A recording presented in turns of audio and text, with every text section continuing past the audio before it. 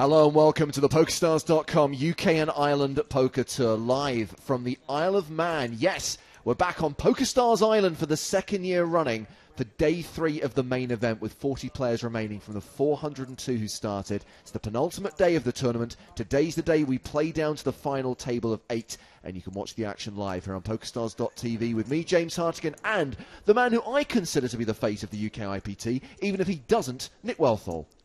Well, thanks, James. Hello, and hello, everyone. Very excited to be back at the Isle of Man. Back in the Isle of Man. Very exciting. And there's some details for you on the tournament, which has been another big one, and a very high-quality field as well. Yeah, and a very high-quality field coming into day 3 as well. Lots of big names still in, and several PokerStars employees still in the field, including our head of poker communications, Lee Jones, who is at one of the outer tables along with Fatima Maria de Melo, last year's runner-up, of course, a Dutch member of Team PokerStars.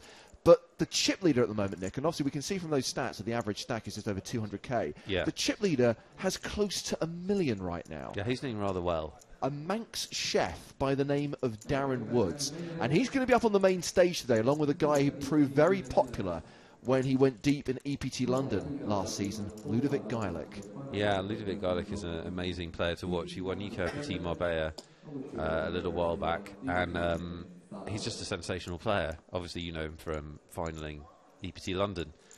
But, yeah, he's a fantastic player. Unfortunately, he doesn't have too many chips. We're hoping he gets some chips, and then we'll get a real show. But there's some really, really high-quality players left in the field, so it should be a really good day. Playing down to the final table today, right? Indeed. Not sure how long it's going to take us to get from 40 to 8. You can watch the action on your desktop, on your laptop, or on the PokerStars TV app available for iOS and Android devices.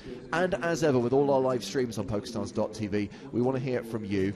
There is an email address, nuts@pokerstars.tv, but to be honest with you, the best way to get in touch is Twitter. And being that this is the UK and Ireland Poker Tour, we're using the hashtag UKIPT Live. And for all information on the tour, follow at UKIPT on Twitter as well. There are live updates on the blog. Nick and Rod doing live reporting from the floor. We've also got our camera on the floor, so very soon we'll take a look at some of the faces remaining in the final 40 at the outer tables as we bring you hands live from the main stage. And of course, as ever, we like to bring guest commentators into the booth. Lots of people turned out for this event, Nick. I mean, obviously being a big event for PokerStars, various members of Team Pro and Team Online are here, so hopefully they'll join us during the day. We've got action straight away, by the way, on the main stage, an all-in and a call. Ludovic Geilick came into this final table reasonably short with around 77k. He's all in, shoving over the top of the chip leader's open, and the chip leader has called, and a great spot for Ludo, kings against king 4. Yeah, this is going to be reasonably tough to lose. If you're watching at home, just imagine the variety of disgusting ways that the kings can lose this. Pick a favourite one, see if it comes in. I'm going for running 4s. 5% is 5%. There's my first one. 4 on the flop. I'm having it come on the river. That was my pick in the sweepstakes. And Woods' equity actually increases to 8%. I'd just say, for the general entertainment value of this table, we do not want the King 4 to win. And it's going to be hard now. Woods drawing dead on the turn. Ludovic Geilick with an early double up, which I'm sure many people out there are thrilled to see. That's pretty sweet, by the way. You sit down, a little bit short stack like Ludo was, and the chip leader, who pretty much everyone here knows has been playing 90% of hands, because that statement's been flying around the tournament arena, opens and you have kings. I'm all in. So Ludo now playing around 163,000. These are the players in seat order. So Darren Woods, the chip leader. I mean, that's only a small knock to his stack, to be honest, Nick. He's still playing 4 times the tournament average with 830k. Yeah, it is a good way to turn a big stack into a small stack, though, just playing all the hands. So we'll see if he accomplishes that mission. And blinds right now are 2,000, 4,000 with a 500 ante. 15 minutes left on this level. Then we'll roll into level 16, which is 2,500, 5,000 with a 500 ante. As we play down from 40 to 8 on the penultimate day of the main event here on the Isle of Man. So let's mention some of the guests we're likely to be joined by, and there's no guarantees, of course, but Chris Moneymaker is here, Jake Cody, Eugene Kachelov, Victoria Coren-Mitchell still in the tournament, which you point out. She's a member of Team Pro, still going strong. Yeah. Mickey Peterson from Team Online, we hope to join us. Mickey made the final table of the High Roller last night here at Villa Marina. He cashed, I think. He did cash, I believe, in 4th place. That event, the High Roller, won by a chap called Isai Scheinberg. Young up-and-coming player. We'll watch his progress over the weeks and months. Yeah, that was Scenes, wasn't it? Scenes in the tournament arena. Chip denominations, courtesy of Graphical Nick, scrolling along the bottom of your scene as it's Woods v Geilick round 2. Not all in this time. Geilick standard open, called by Woods in the big blind. Action goes check, check on the flop. Yeah, I mean, Geilick's going to be opening wide anyway, but he's especially going to be opening wide when Woods is in the big blind because he knows he can get some action.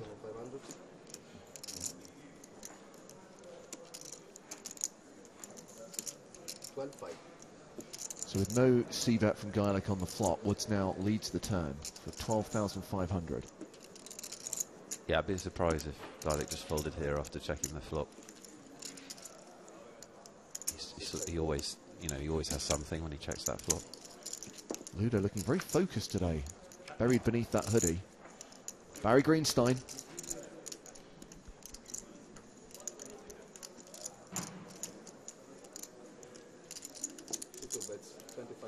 And Woods bets again, 25k.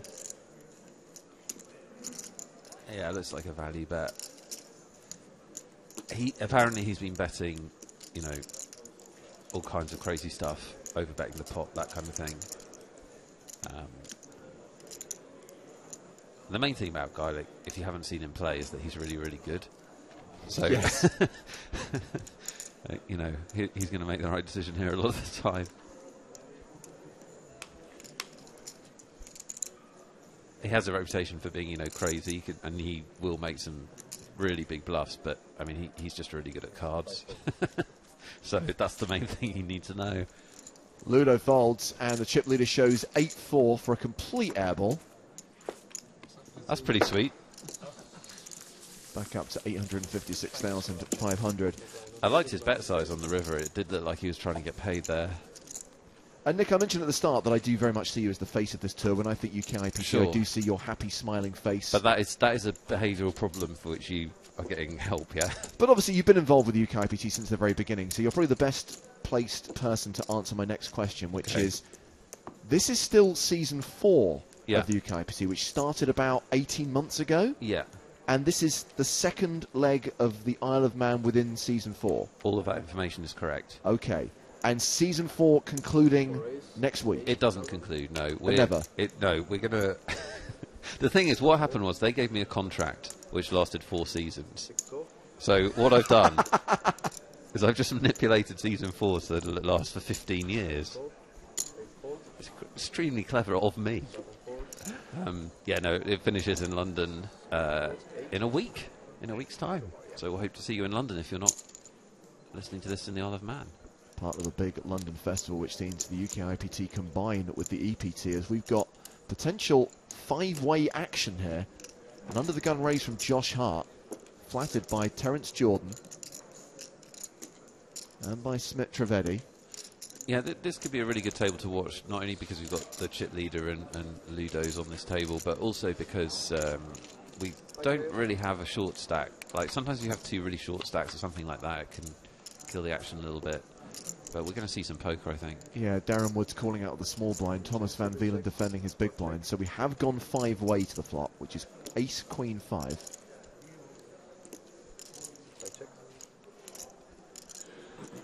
There's a pretty high chance this gets checked around. Yeah, it has been. 10 of diamonds on the turn.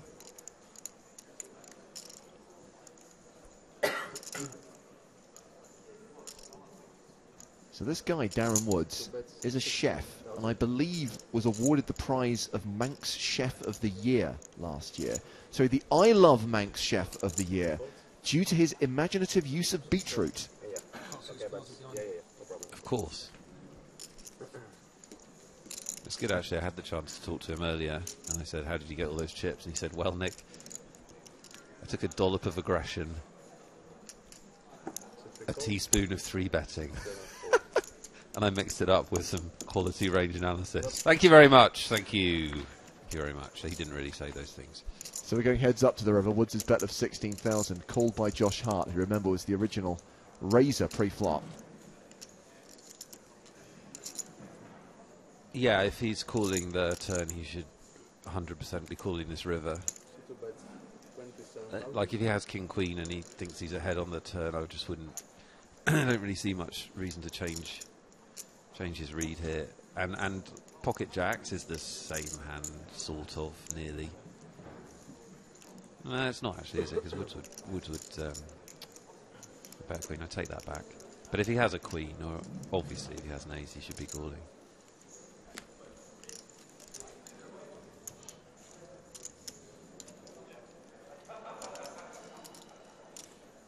Well, the thing is, and sorry, the thing is, until Wood starts showing some hands, you know. Yeah. Well, we saw the King 4 and the 4-8. Yeah. This gets called.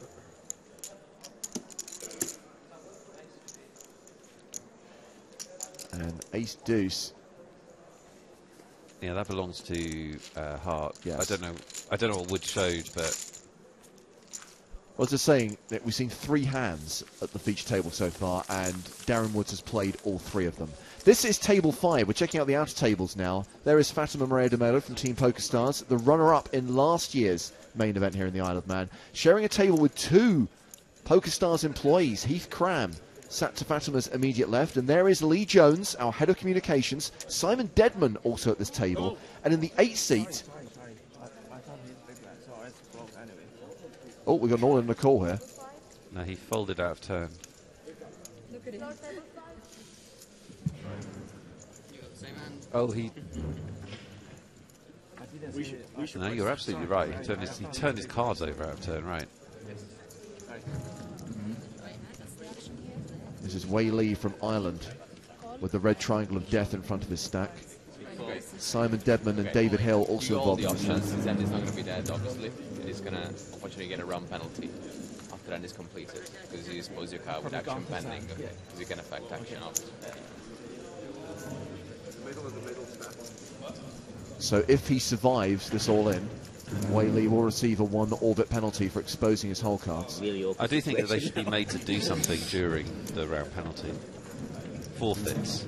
Or just like clean up or something. Poker community service. Are you implying there should be some kind of stocks? Yeah. So Deadman's called the all-in with Ace-King. King-Queen to the hand for Wei Lee. You've done a good fold at the end of it. You did have a queen anyway. And Deadman has Lee covered, so he may not be utilising that penalty. He's hit his Queen. Oh, he will, though. Trust me, he'll take the round penalty now. Yes. So Wei Lee doubles up through Simon Deadman, but will get a penalty for exposing his hand, not realising that after Deadman called, action was still on Hill. Hill was still deciding whether to call as well, and Lee thought the hand was kind of at showdown. But yeah, the guy in the 8th seat there, to want to talk about quickly, Nick, at table 5, Thomas Ward. Yeah. Because you described him as the nearly man of the UKIPT. He's kind of the UK and Ireland Poker's version of Martin Jakobsen. Yeah, maybe not quite as close so many times, but he has a 2nd and a 4th and several deep runs, and I think he is the leading casher in the history of the UKIPT. In fact, I know he is because we did the research. Oh yeah, actual research. He has 11 cashes, which is pretty impressive seeing we've only played 4 seasons. He's a very, very strong player, Cornerson. He'll win one of these sooner or later, I'm sure. We'll check out the other outer table shortly. Back to the action on the main stage. That last hand was a win for Ludovic Geilick. His stack up to 175,000 now. Yeah, so we're playing 2,000, 4,000, so he's, you know, very comfortable now after being short stack when he came in this morning. This would absolutely have been plan A. This is only the 5th hand they've played today, but so far, Darren Woods has a VPIP of 100%. The raise comes from Andre Wagner in the 1 seat. Woods calls. Geilick in as well from the big blind. Yeah, Geilick's calling with almost everything there. Check 7-3 with 2 diamonds.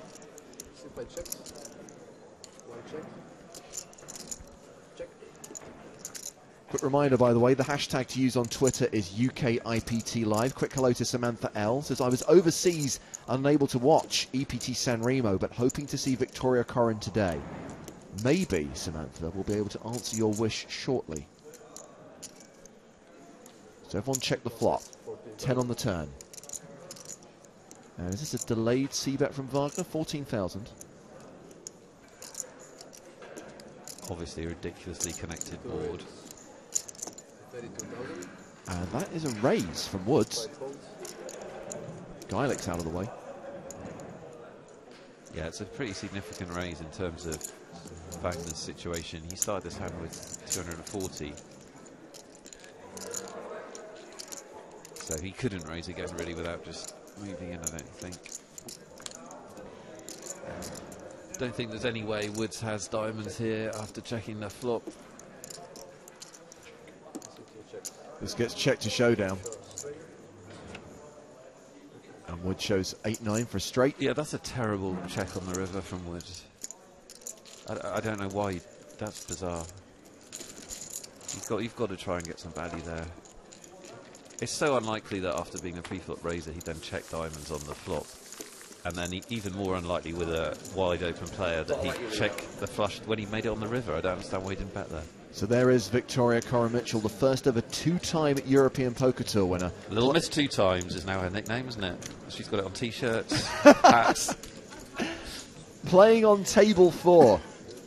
And her table mates include Ian Marmion, who is a member of staff at Rational Group in the Ireland office. He's in seat 8. No, don't worry about it. I'm happy with the outcome. Yeah, Vicky's in that situation where she's not short stacked. It depends on your definition of short stacked, but she is under 20 big blinds, or she was at the start of the day, and you just, I know it sounds like you're turning into a game of chance, but you just want to find a hand in that situation. Sure. You just don't want to get blinded down and get down to 10 big blinds or whatever. Have an all-in here. Thomas Van Vielen open shoving for around 20 bigs. Yeah. Ace-king, ace-queen, pocket tens. That kind of thing. The Duffy range, as I like to call it. Yeah. Yeah. Always a good guess when someone wants to shove that big. It's Smith Trivedi's, but sorry, it's Terence Jordan's big blind. Significant news.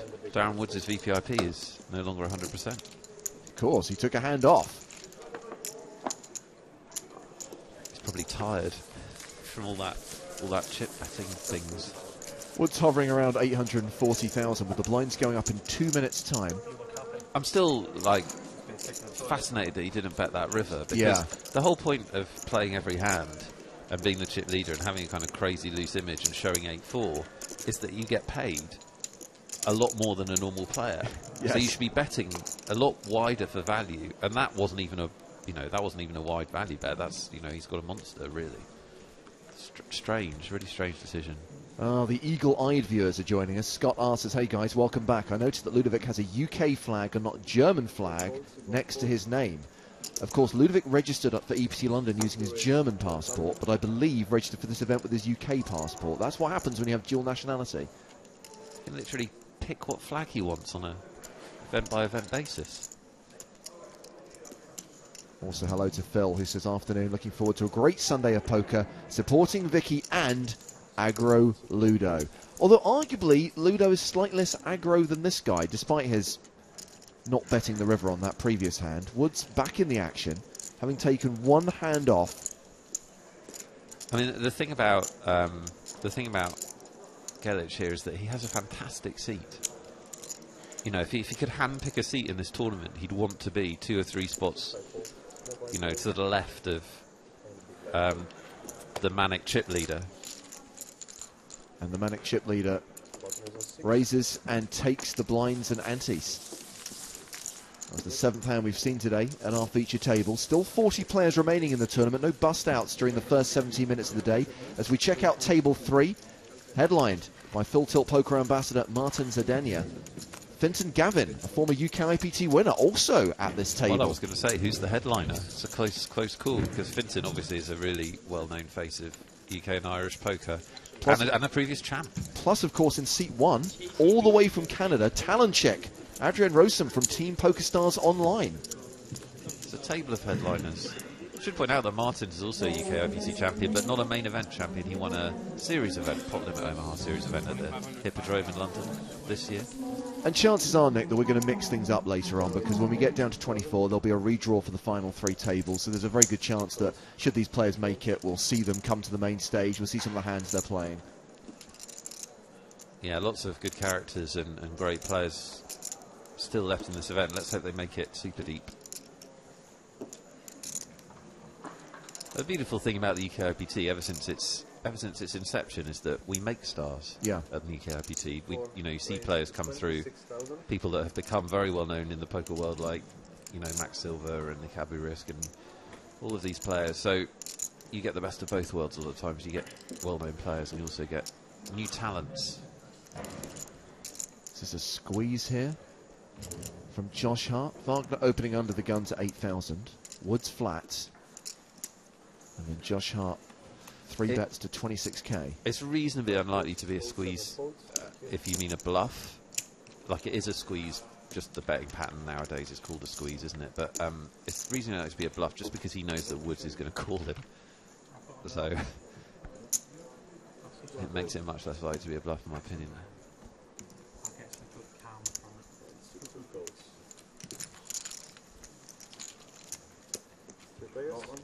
This is a big pot, 88,000 in the middle. Go on.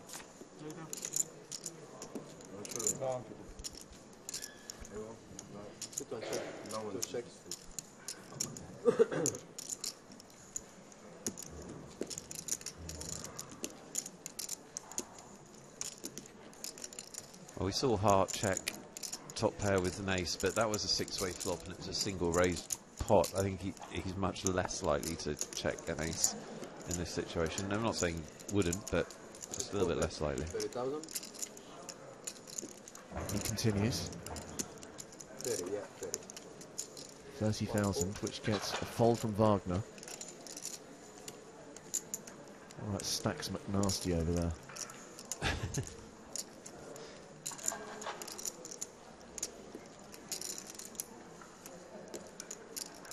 I mean, the power of 3-betting, still works, by the way. Yes. Viewers, still works. It's just so hard for either of the other players to do anything on that flop.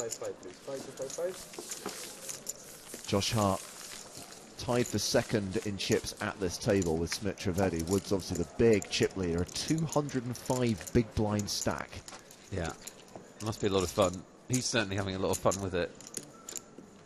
So we're now playing level 16 of the UKIPT Isle of Man main event. Blinds are now 2,500, 5,000 with a 500 ante. Hour-long levels in UKIPT main events, by the way.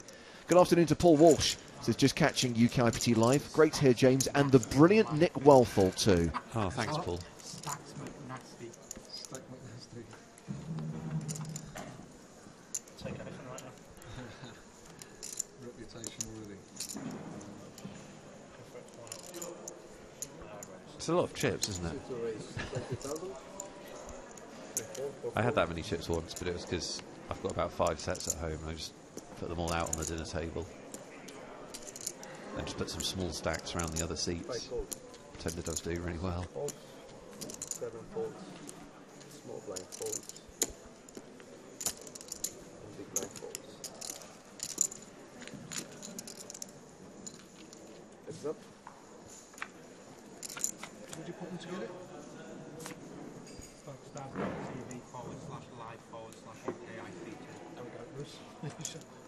Yeah, they're actually watching our stream on the...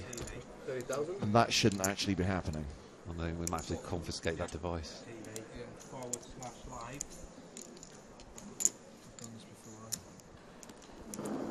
Woods has bet this flop. It's Woods versus Geilick. I wonder how many times this will happen. This is about the 3rd. These two playing hand together.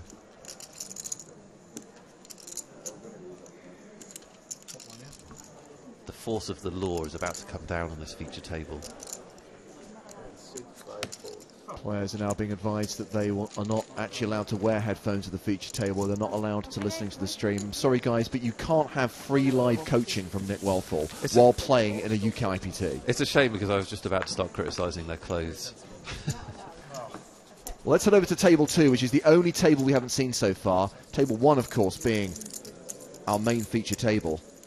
And here we have Kieran Heaney, who I believe came 8th in the Edinburgh leg of the UKIPT.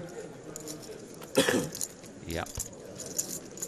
He's in seat 4. He's the guy we opened on the shot there. He's got a lot of chips again. And that was all in, declared by Daniel Myers. It's a win. A couple of players from Ireland at this table. A local boy, Christopher Corkle, in seat 2 from the Isle of Man.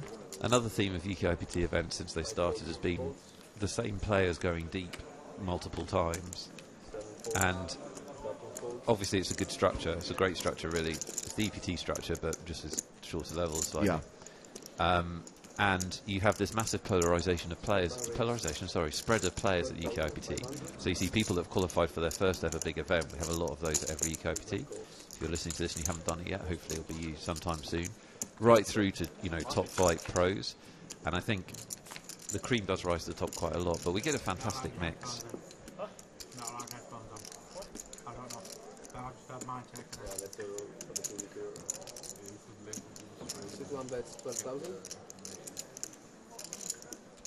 The Isle of Manx Chef of the Year. Not happy about the headphones roll. I mean, just like enjoy your stack. Just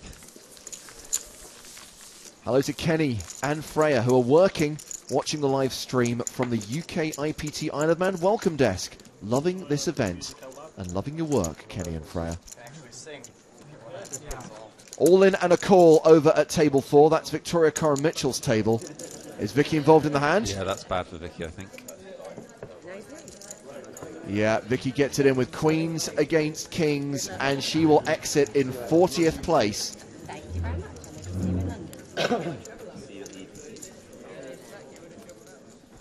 The kings belonging to Frank Longanotti from Canada. I mean, I'm pleased for Frank, but boo. Boo generally. So that is a pay jump. Everyone now guaranteed £2,000. The prize pool, by the way, around £340,000. The winner, 66k, near enough.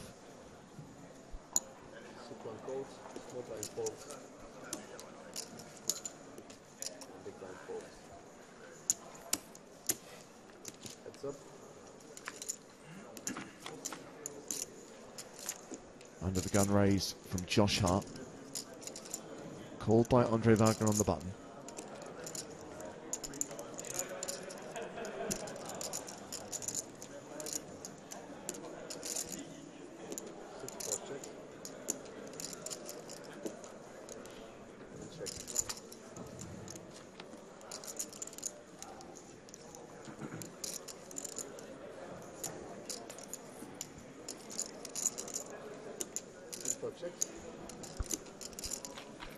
Yeah, no real action in this hand. I think it's getting checked down.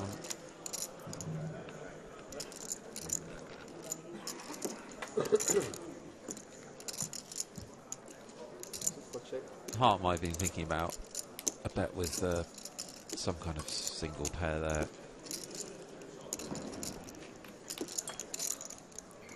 Meanwhile, there's clearly been another elimination on the outer tables. The tournament clock showing 38 players remaining.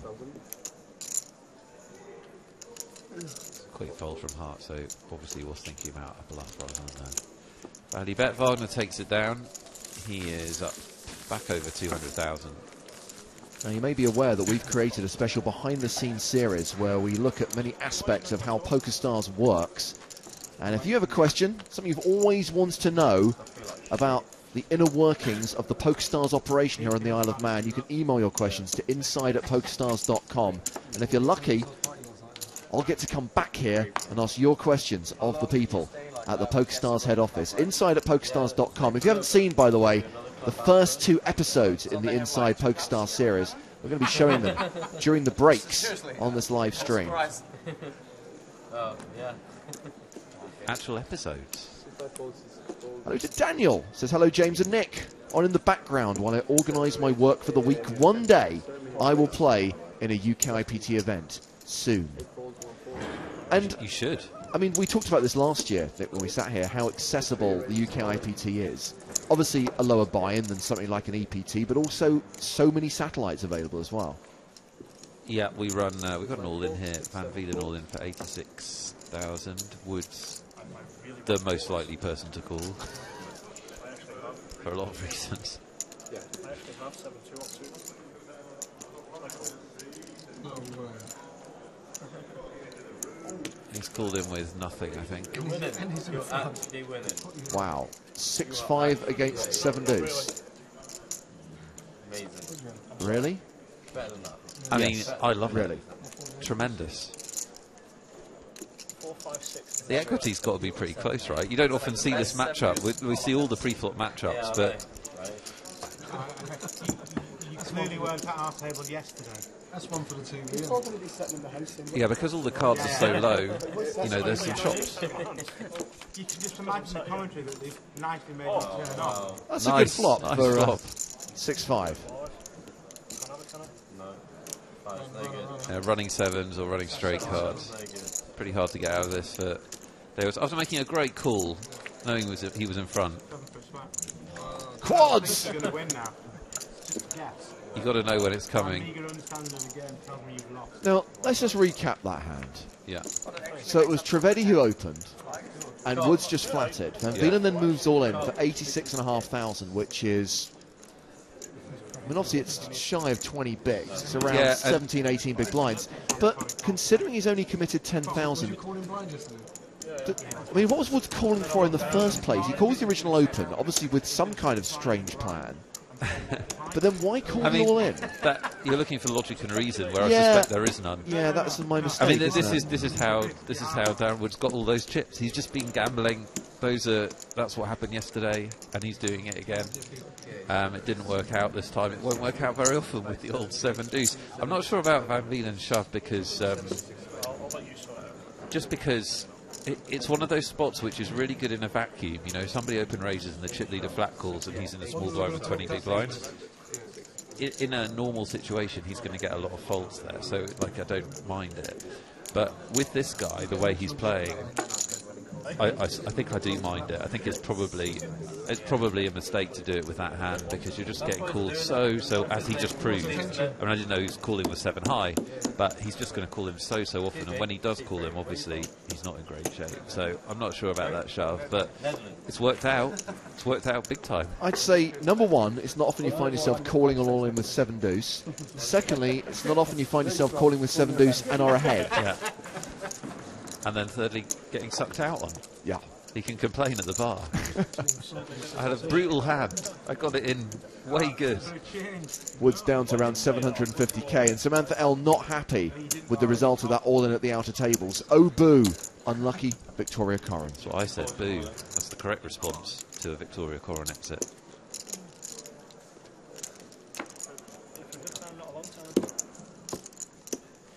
So Van Vielen survives, up to 192k now. Woods still the big chip leader. And if we're talking about other big stacks in this event, Nick, I think Martin's Adenia was actually the second biggest stack coming into Day3. Yeah, at the start he was. With around 450,000. Hopefully he's managed to hold on to those chips. I'm hoping that a bit later on, one of his fellow Full Tilt Tour ambassadors, Dermot Blaine, will join us on UKIPT Live. Oh, excellent. Yeah, Martins definitely won't be, you know, playing to hold on to them. He'll be playing to increase them. I remember the first time I ever saw him play on a web stream, I think was London EPT. Yeah. Me and you were doing it quite a long time ago now. And he sat down and I think he 4-bet bluffed. In the first hand he played, he open raised, somebody 3-bet, he 4-bet bluffed, but not very much. Woods changing his approach here. He's flat called a lot of opening raises since he sat down. I think this is his first 3-bet. I could be wrong on that, but he's definitely flat calling most of the time. Terence Jordan, the original raiser. Yeah, and I don't know how much a fan I am of the flat call from Terence Jordan, unless he has a... I don't know how much of a fan of it generally, really.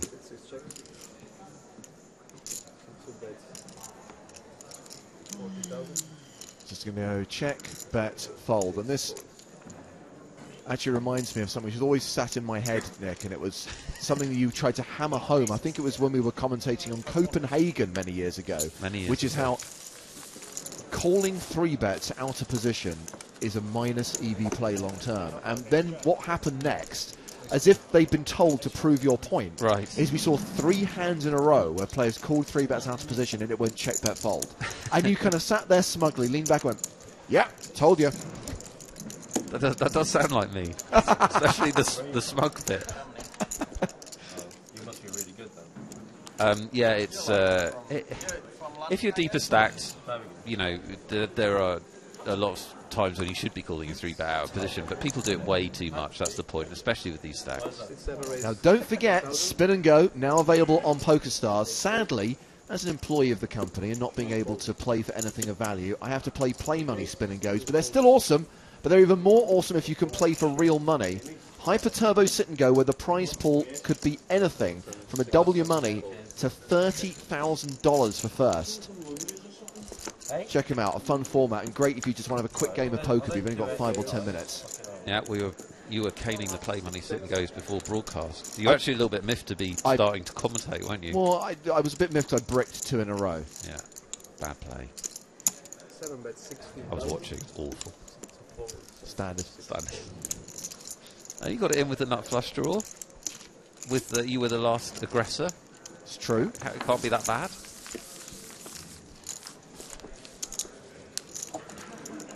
I think here's a rule though, if you're from Germany, you have to be really good. You have to be Worth really pointing good. out that if you deposit £10 or more using that bonus code 20 for 10, you'll get £20 extra cash and up to 50 Spin and Go tickets completely free. 20 for 10 is that first deposit offer now available. That's the bonus code you want to use when you deposit £10 or more on Stars. Yeah, they're an awful lot of fun, and I'm a massive fan of PokerStars engineering its product so that it can be played at work more easily. Yes. You know, when you're supposed to be doing other things. I'm a big fan of that. The only thing is that the kind of... There is the pinnacle of a Spin and Go is that initial spin with the funky sound effects. It tells you what the prize pool is going to be. And after that, it never quite captures that moment of awesomeness. The beginning magic. Well, it does if you hit a big number, then it's... Very good point. So Woods has changed gears here. Second 3-bet. Yes. A few hands. I mean, I wouldn't give him any credit for anything. And although he did show an ace last time, so... This 3-bet has been cold called by Terence Jordan. It was Wagner who opened. Woods 3-bet. Jordan calling in the small blind. And now a shove from the original raiser, Andre Wagner. Snap called by Woods. Yeah, I don't think Wagner thinks he's getting a fold, given Woods' propensity for the calls. And this is where Terence Jordan probably regrets sticking in the 25k.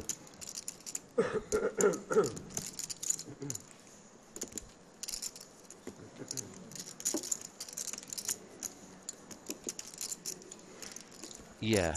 I think that's a really... I was trying to think, how can I add to that? And I thought, nope. Oh, no, he decides to reshove. 3-way, all in. So he calls all in, actually. He's got less chips than Wagner.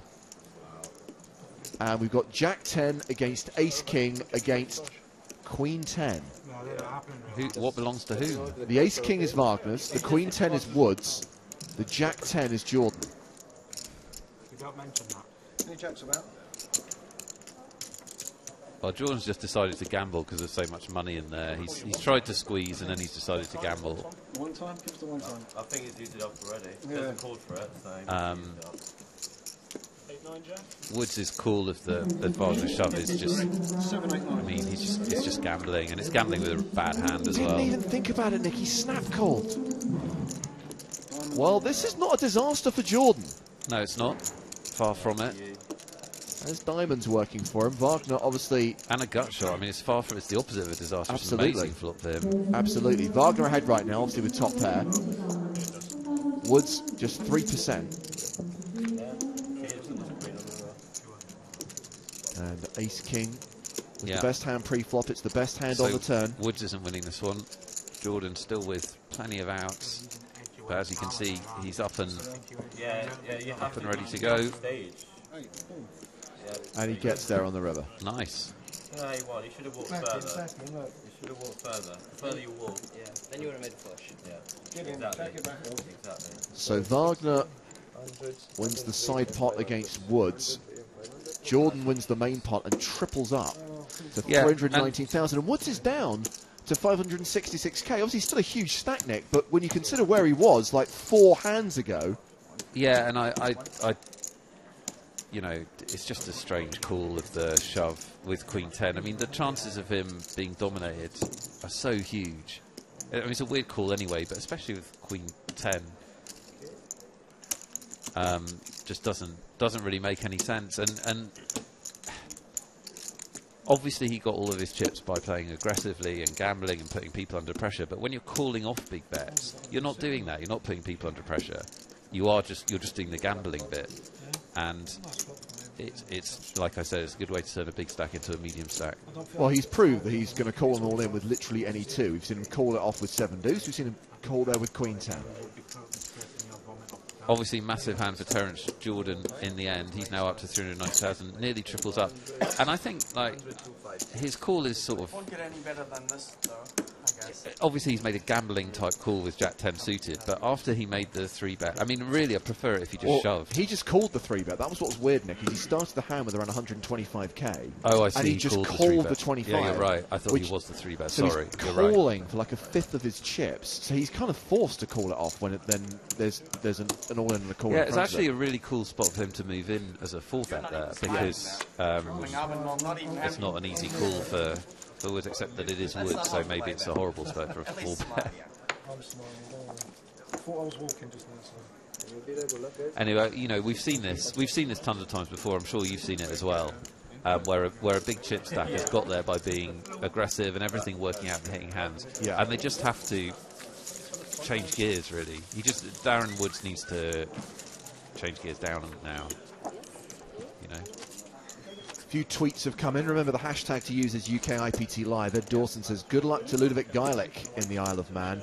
Vikas is utterly disgusted by Darren Woods' call with 7 deuce earlier on. I wonder what he thinks of the Queen 10 call. And Darren says, hi guys, I played in the Nottingham leg of the UKIPT in May. Got sent packing by the Devilfish in 130th. I'm looking for revenge in London this week. To get a shout out for Tune. Good luck. Or is he sat on his couch? Yes, he will be. His pants. Yeah, around his ankles. Still 38 players remaining. Only 2 eliminations so far today. That's incredibly surprising. Usually at the start of the day, they go thick and fast. People hold on to get to the end of the previous day, but not today. You feel like Darren Woods giving their chips away. It's hard for players to go broke.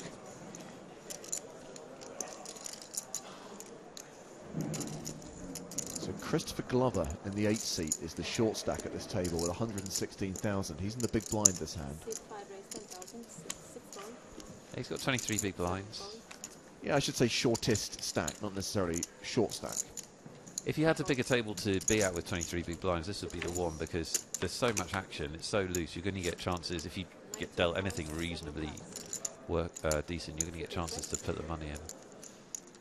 So Ludo opens from the cut-off, and the aforementioned Christopher Glover defends his big blind. 9-7 deuce with 2 hearts. Yeah, I suspect Geilick is betting this close to 100% of the time. He's been check raised by Glover. And this is a minimum raise, right? Yeah, it's pretty committing though, because Glover's only got... So it looks like a small bet, but actually it's one of those small bets in no limit hold'em that actually is probably a big bet, because it's unlikely that Glover's going to fold. Ludo responds by moving all in, and I kind of figured that Glover was in one of those situations where he's raising small to either get it in or raising small to then fold to a shove, but now he seems pained, tortured, and not sure what to do. Yeah, this is, if you're watching this stream and you're looking for tips, this is a really good general tip, which is that if you, in no limit hold'em, if you open the action, if you reopen the action, so here, by check raising, Glover's reopened the action, he's allowed Geilick to then take an action. If you're going to reopen the action, you should always, you should not necessarily 100% know, but you should have an idea of how you're going to respond. And I'm not picking on Glover at all. This is for his tournament, and it's a big decision for him. But you do see this a huge amount when you watch live poker. People make a raise, or they make a bet, and they don't know how they're going to react to aggression. And what you have to understand is that in No Limit, you've given the other player the opportunity to do that, so you have to have thought about it beforehand. That's my question to you. Sorry, I talked over it, but Glover asked Ludo, should I fold a 9 here? So if he does have a 9, and he could obviously be lying, but if he does have a 9, this is a prime example where he shouldn't check raise a 9 without knowing what he's going to do if he gets shoved on. Because getting shoved on is such a likely outcome here because of the stack sizes.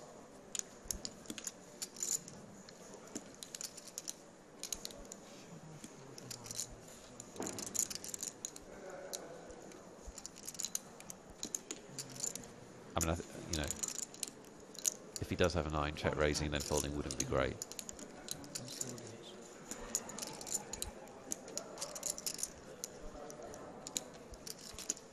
Geilick could be shoving here with a lot of different hands. It's a very connected board. It depends if Geilick thinks he's got fold equity. But if he does, you know, he's shoving lots of stuff.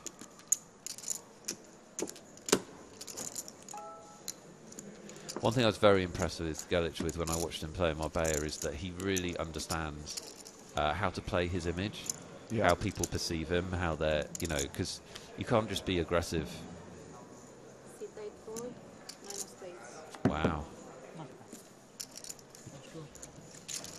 I mean, that's sort of a monster laydown, really, with short stacks and a heads-up pot. I'm really surprised. I don't like. It's hard to understand the check raise, really, because you're bloating the pot, you're reopening the action, and you know, just check calling there keeps in all of Geilich's bluffs. And yeah. I mean, it's easy to be wise after the event, but he did it to himself, James. He put himself in that situation. Reminder, live updates of this tournament available. PokerStarsblog.com. Oh, 12 hands, you've got to fold 2, haven't you? Not much for the guys to really report on at the moment outside of what you're seeing on the live stream. Only 2 eliminations so far. I'm surprised. Nick's a little bit surprised. I think we'll see the pace either change during the last 30 minutes of this level or when we come back from the first break of the day. Yeah, I mean, I'm sure it's the same blind structure as EPT, so I'm sure that, you know, regular watchers of streams will realise the tournaments go through ebbs and flows. They go through points where the blinds are actually quite steep, and they go through points where they're actually quite shallow. Right now, the average stack is over 200,000. We're playing 2,500, 5,000. So the average stack is 40 big blinds. That's pretty deep for day 3 of a poker tournament. So this was a pre-flop raise from Terence Jordan, called by Andre Wagner in the big blind. It's gone check on every street so far. Wagner set to bet the river.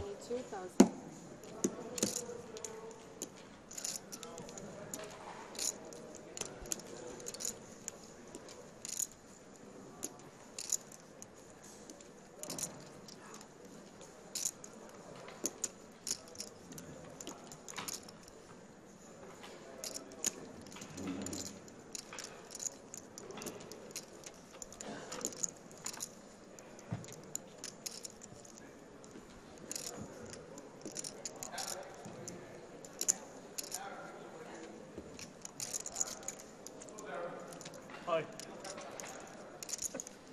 Famous Darren. There's not much left.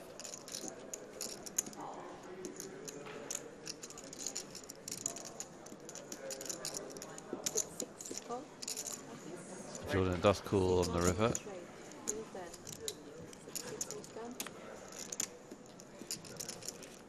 And I think that's fair enough.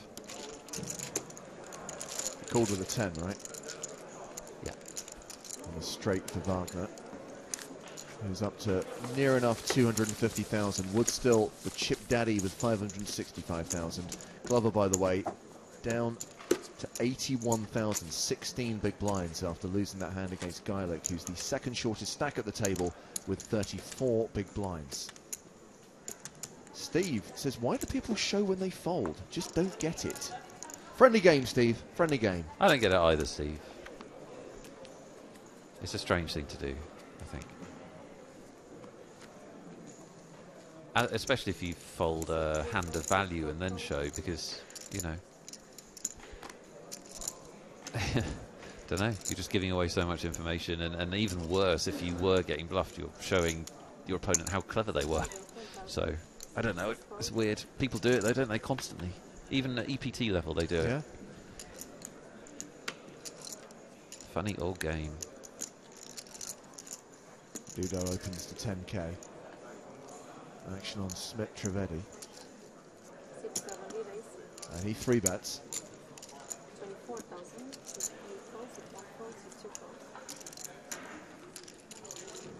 Folded back around to Geilick. Started this hand with 169k.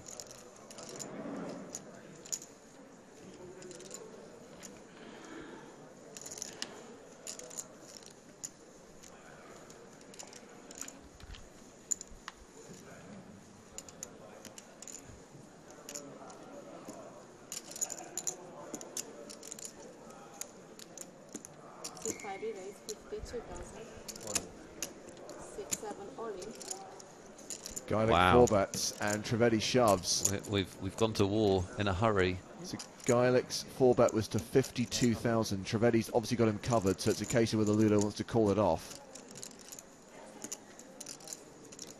Doesn't look like it. Nope, he folds, and he lost about a third of his chips there.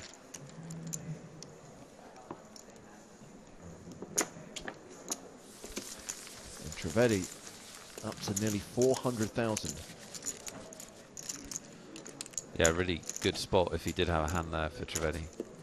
So good news for poker players in the UK and Ireland. The PokerStars UK and Ireland monthly challenge, fans free roll, is back this month on the 14th of October. What you need to do is like our Facebook page, which is facebook.com/PokerStarsUK. Then check for the password, and if you compete in this free roll, there is the chance for you to win great PokerStars merchandise. Facebook.com/PokerStarsUK. Make sure you follow @PokerStarsUK on Twitter.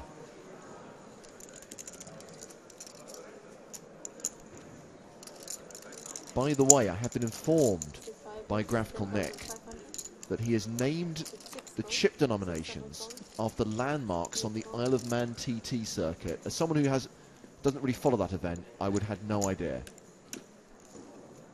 Well, as a big petrol head myself, I can confirm that that's correct. I call. Oh. That bluff's never getting through, Nick. Oh, I've been in cars. What? Geilick opens. Gets called by Jordan. There's a 3-bet from Wagner. The action on this table that we're watching has been bonkers. Did you expect anything less? No, I was hopeful, but it has delivered, hasn't it? I don't think we've seen a raise and we haven't seen a raise and take it, I don't think. They are few and far between for sure.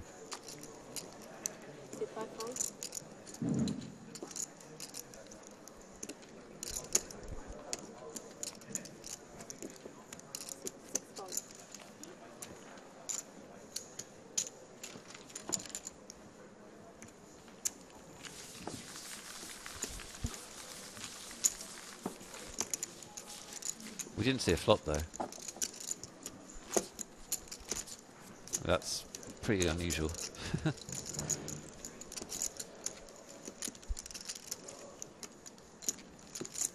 Darren Woods still with lots of chips, but a little bit less than he had at the start of the day. He's got 550,000, still over 100 big blinds. Remember the good old days, back when it was 200 big blinds.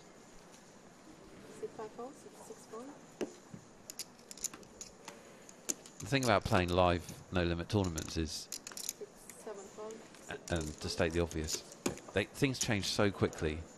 You can be absolutely cruising, lose one decent-sized hand, the blinds go up, and suddenly you've got 25 bigs and you're looking to shove.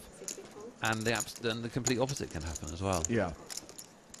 But you can never properly relax. Maybe level 1 you can. That's about it. 3-way pot here between Woods, Wagner and Hart. Wagner, the pre-flop aggressor.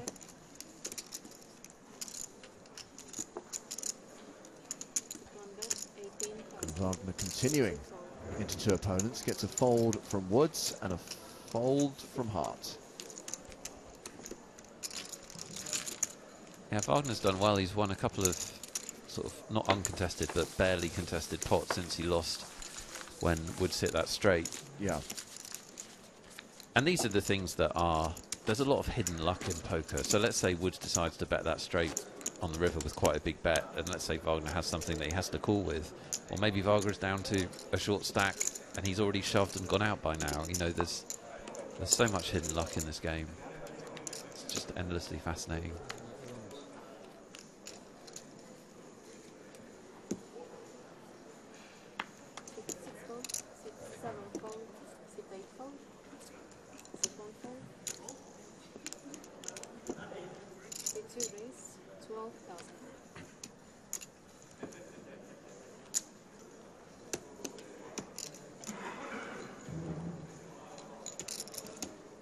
Woods back in the action, raising from the cutoff to 12,000. Free bet from Thomas van Wielen on the button. Meanwhile, let's head to the outer tables, table 5 specifically, where Fatima Mireia de Melo is all in against Lee Jones. Chop pot possibilities. Oh dear, oh dear. And Lee Jones, that's pretty filthy. Head of Poker Communications for PokerStars, has just sent Fatima Mireia de Melo to the rail in 38th place. Yeah, communicate your way out of that one later, Lee. She's going to be mad. She's not really, she's lovely. But she could be mad. Can we get Fatima in here for some top quality swearing? Can that happen? Or what's the view of that? I believe she is on the schedule for tomorrow. Excellent. Remember, final table action with whole cards up from 1 p.m. tomorrow here on PokerStars.tv. Back to that hand. Suffice to say, Woods called the 3-bet and then check folds the flop.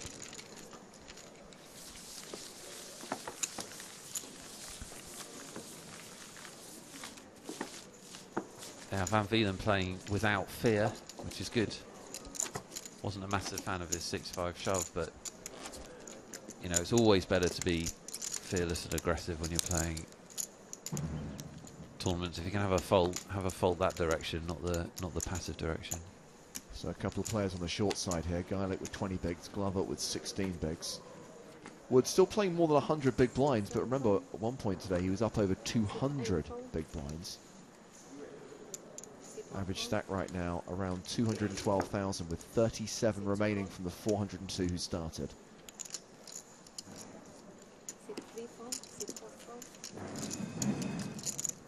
Prize money currently £2,000. The next money jump will be when we get to 31 players, when it'll be 2,340. Tomorrow we play from 8 down to a winner. It's final table day tomorrow, and someone's going to walk away as a UKIPT champion, and they'll receive the better part of £66,000. We have another all-in on the outer tables. We're going to table 3, where Gary Clark has shoved and been called by former UKIPT champ Fintan Gavin.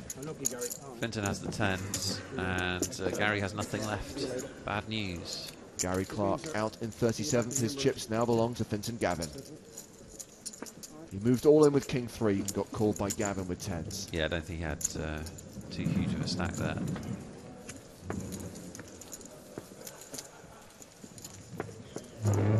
Well, let's get back to the main stage where Ludovic Geilick is all in.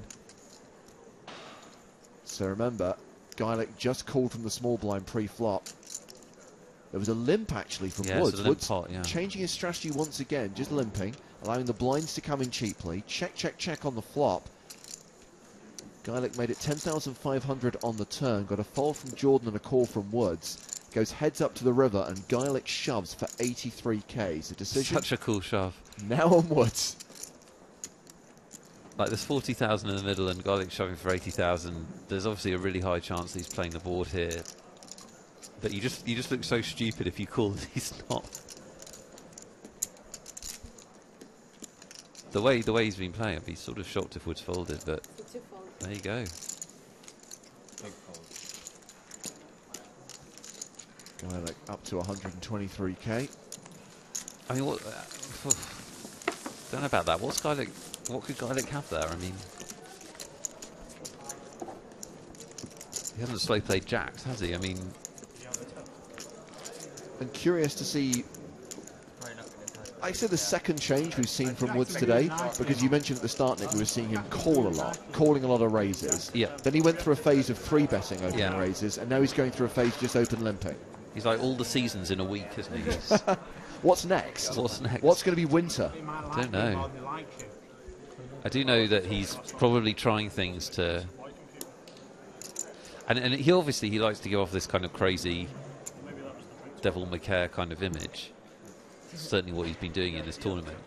But he wouldn't be sitting here for 3 days if he didn't care. That when players like manifest that kind of vibe, it's always nonsense. So what he's trying to do now is probably just find ways to get back on an upward curve. And actually, like, probably the best thing he could do is just completely change gears and play hands for value now, because he's going to get paid off if he does have a hand. Well, here he executes the limping strategy once again. Red rag to a bull, I would suggest. Geilick decides to limp on the button. Jordan calls out of the small blind. Trivedi with the option in the big blind. Checks. Yeah, so even though Geilick's sort of shortish stacked here, there's just so much incentive for him to play in position against someone that's playing every hand and with the button. King Jack 8 with 2 spades. Action. Check to Geilick. He bets 12k. Very, very connected flop. Makes it a lot less likely that Geilick's bluffing here against 3 players in a limp pot. Countdown to Woods doing something violent with his chips, obviously. Just a call. So 3-way to the turn. 4 of hearts. Yeah, Geilick is handcuffed by his stack a bit here. Well, the 8 of spades completes the flop flush draw. It also pairs the board.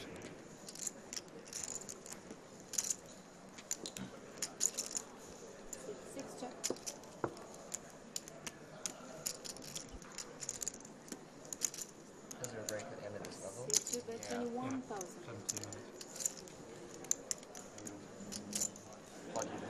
21,000. The bet from Darren Woods. Geilick folds. Terence Jordan. Well, Jordan called the flop bet. So you'd think he has a weak king or a jack a lot of the time to be thinking about this.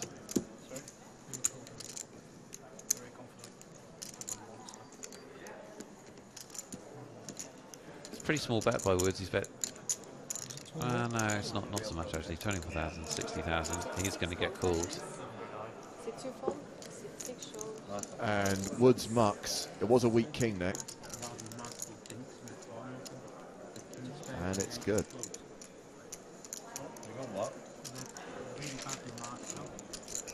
So we're going to take our first break of the day in 16 minutes. That's when we come to the end of level 16. The good news is we'll come back from that break 20 minutes later with 2 more hours of continuous poker action, and we'll be joined by Vicky Coren-Mitchell.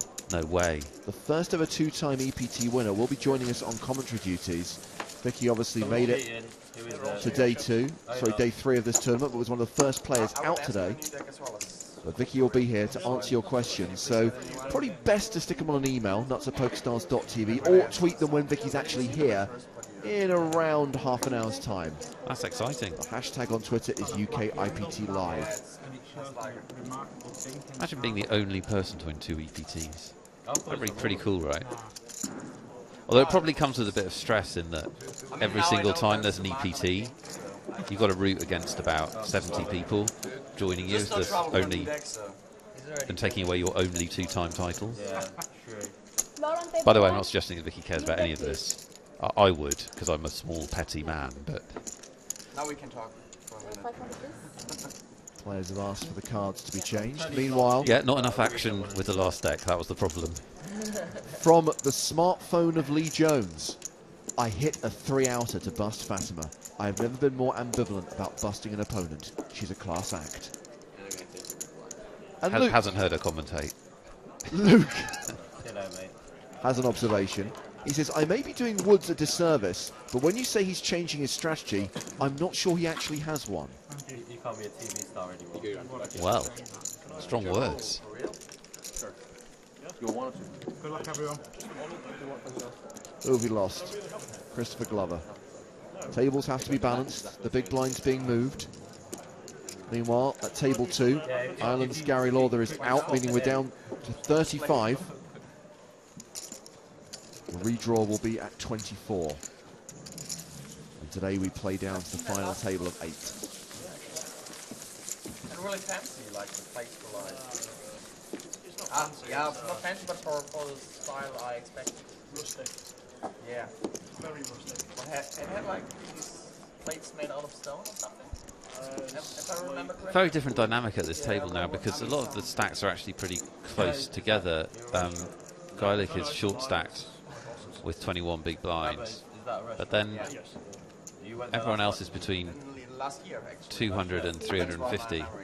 And Darren Woods was obviously the massive chip leader, and that was a dynamic in itself. It's less so now because he can't just call a shove from most of the players like he was doing without really thinking. Andrew McMillan on Twitter needs help with the flag, Nick. He says, what country is Woods from? Any good vegetarian? He is from the Isle of Man, Any good vegetarian food though? the land of the three-legged flag. And remember, he is the I Love Manx Chef of the Year due to his beetroot skills. So Geilick's raised here, and which is kind of auto-called. Well, Woods limped under the gun. He gibbons. With Geilick's raise, Woods calls and executes a double gibbons. Check, check on the flop.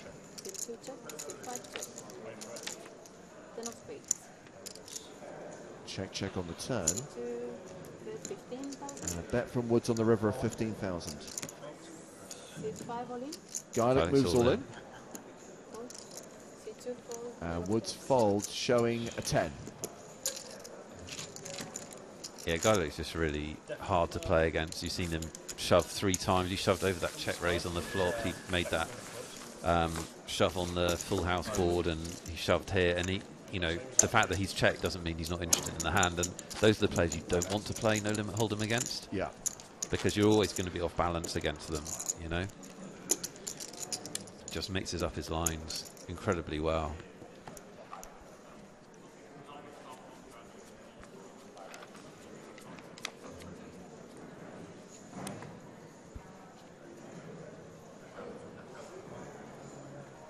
I think that river's just one of those spots where Darren Woods has a 10, and against most players you can just bet a 10 because they would have bet an ace or a king by now as the pre-flop raiser, and you know that they're either going to call you with worse or they're going to fold. But Ludo's capable of, you know, shoving there as a bluff, shoving for value. It's just much harder to play against. Just a reminder for those of you watching who want to get in touch and tweet questions, comments, especially questions when Vicky Coren-Mitchell joins us after the first break of the day. The hashtag we're using is UKIPT Live. This is a UK and Ireland Poker Tour event, not a European Poker Tour event. Therefore, it's hashtag UKIPT Live on Twitter. And we have got 4-way action here. Geilick is the player who chooses to start things off with a limp. Yeah, it's all gone limpy. Don't know why. Trivedi, Wagner. It's a limper's flop, James. Follows suit. Woods checks his option. It's a limper's turn. I mean, almost impossible for 4 of them to have nothing. Wow, this gets checked all the way to showdown.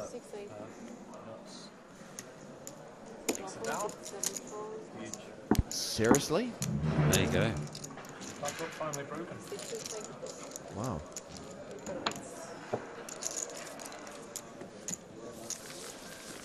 A straighty flushy flop and a pair of 8s wins it. Yep. A pair of 8s with a rubbish kicker at that. That's it. 10 minutes left on the level, by the way. 35 players remaining.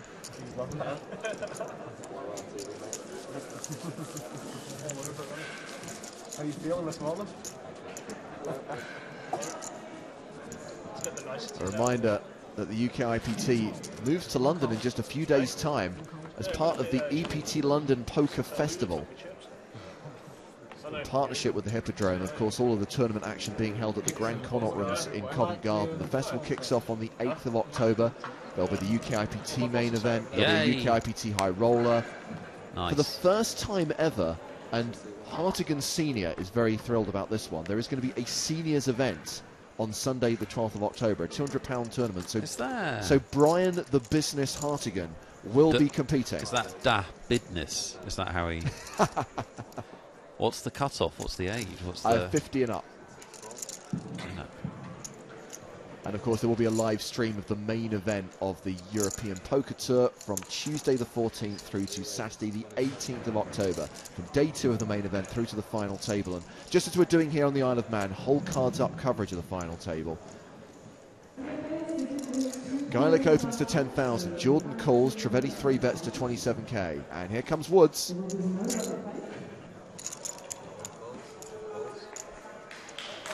Yeah, Cole calls the 3-bet.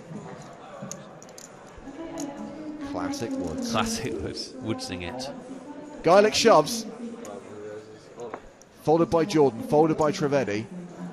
Woods calls. Of course. Geilick at risk. And Woods doesn't like what he sees. Under pair. Woods calls with 6s. Geilick. Pocket jacks. I really enjoyed Woods' sigh there. That was terrific. Oh, I can't believe it. Oh, 6s aren't best. That's really good. That's quality. Great spot for Geilick, and if jacks hold here, he's going to have more chips than Woods. That's unbelievable, isn't it?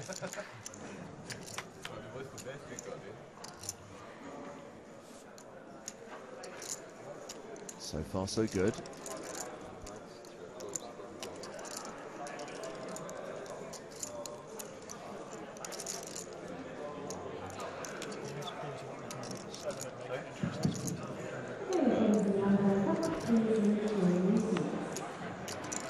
Not a card that Geilick wanted. Additional outs for Woods. 10 cards he can hit now to eliminate Ludovic Geilick. For entertainment purposes, I would like the jacks to hold. Ludo having to fade an 8, 6 or 4 on the river. It's a queen. Jacks do hold. And that really changes things. It really does. Because Ludovic Geilick... Well, this is bonkers. Ludovic Geilick's the chip leader at the table. Has the biggest stack of the 7 players we're watching right now. Geilick, table captain with 330,000. Trivedi, the second biggest stack at the table. Woods now 3rd in chips of these 7 guys. No, scratch that, 4th in chips. He's got less than Jordan as well. No Limit Hold'em is extraordinary. Absolutely extraordinary. There's not very many games or sports or anything where you could go from the position Woods was in at the start of the day to, you know, position he's in now that quickly. Nick, after an hour and a bit, there's been, what, an hour and 10 minutes of play? Yep. And he's lost 2/3 of his chips. Yep. Geilick now playing 66 big blinds. This is where things get interesting now. Ludovic Geilick with chips. Yeah, definitely. Should be fun to watch. And I hate to say it, but it's one of the first things that I said was about Darren Woods' play. It is a good way to turn a big stack into a medium stack. Like, I think playing a lot of hands with a big stack is obviously, for lots of reasons, a really good thing to do, mainly because of how badly people play against it. But it's the big call-offs that, you know, the Queen 10 offsuit call-off to the 4-bet shove. Stuff like that, you just can't get away with it. You know, you just can't. That's the sort of thing that somebody in a tournament early on will do a lot of, and somebody's going to get lucky in it with big chips. It's very, very hard to ride that kind of thing all the way through an event this long. But let's not forget that he has also got horribly unlucky. I mean, when is 7 Deuce going to hold up, for heaven's sake? I know, right? Get it in. There's a 48-44 favourite. And it doesn't hold. Geilick Gibbons is a limp under the gun. Trivedi raises. Yeah, this is interesting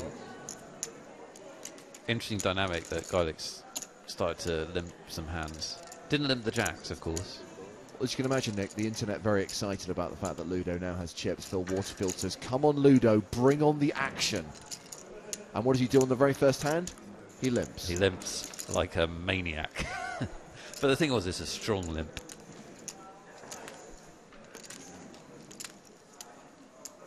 So Wagner has called the raise, and is this a 3-bet from Josh Hart in the big blind? It is. Ludo's out. Yeah, there's potential for a lot of really good poker here. We've got good players and we've got similar stacks, and they're all workable stacks. They're sort of 50, 60 big blind stacks.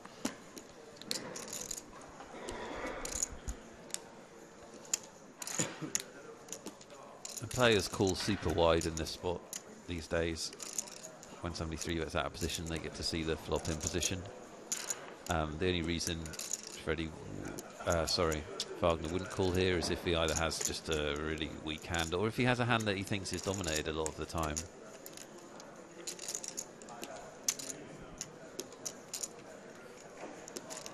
Like if he has Queen Jack offsuit here, he might not be too excited about calling.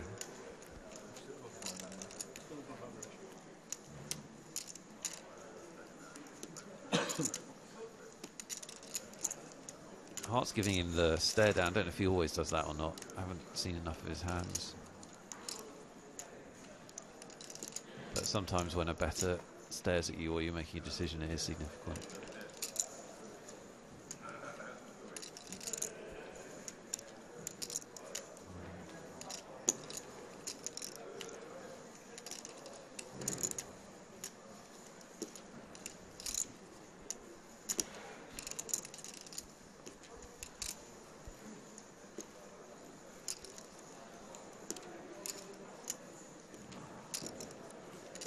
Sort of a weirdly long dwell.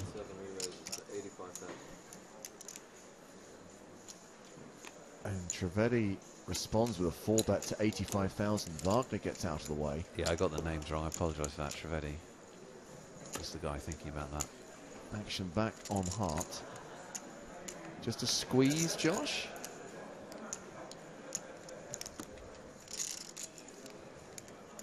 Geilick started all this with his power limp. Even when he's not involved, action follows him around. Give him the triangle. He's all in.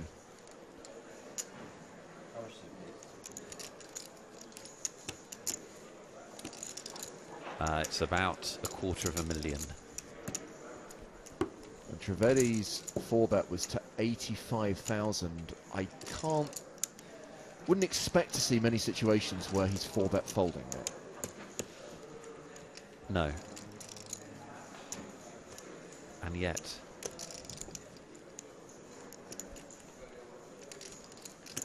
I mean, it's possible he thought that Hart was making a move. You don't see a lot of 3-betting like out of the blinds there, but obviously it does happen, and Trivedi might have played with Hart a decent amount, might know that he's capable of it, or he likes doing that. Trivedi calls. So Hart is the player at risk. Let's see the hands. Ace-King looks like for Hart. So that's all pretty standard. Ace-King of diamonds. And Trivedi with pocket queens. Queens. Amazing it took so long to get here. I would have thought he would have snap called the shove. I'm never too harsh on people thinking about decisions when it's for their tournament deep in even a big live event, but yeah, it was probably always going to go this way, wasn't it? Classic race underway. The Ace-King, the player at risk, and queens are holding on the flop. Only one diamond.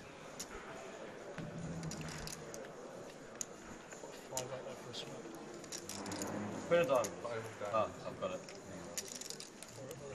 Put another queen of diamonds out. We shot the top. Fucked it out. The 3 of diamonds. The That's ultimate an unbelievable sweat card. Yeah. Hart now with 17 outs. He's got a Look wheel at them all. draw. He's got a diamond draw. Aces and kings working for him as well. Still the underdog. This is good. Trivedi's trying to reverse jinx it. And it's a diamond Yikes. on the river. Nut flush for Hart. Trivedi will be left with just 63k. And that's around 10 big blinds because we're about to go on break. Yikes. And when we come back from break, the blinds will be up to 3,000, 6,000, and crucially, the ante will double from 500 to 1,000, and that is going to put a lot of pressure on the short stacks. Deep in day 3, big flip like that has a lot of bearing on how well people do in tournaments. So this is the first break of the day. It's a 20-minute break. We're going to stick with this feature table. When we come back, expect some competitions. We've got Bluetooth speakers, headphones, and PokerStars hats to give away. Plus, we'll have the company of Vicky Coren-Mitchell in the booth. Tag your questions, UKIPT Live on Twitter, and the live action from the Isle of Man continues in 20 minutes' time.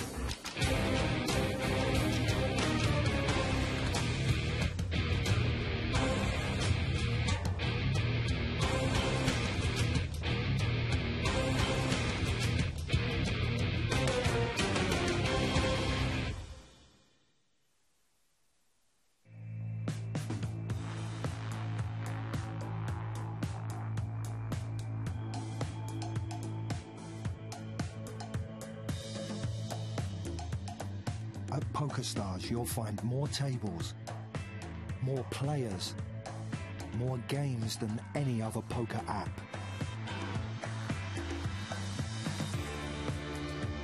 We are mobile. We are poker.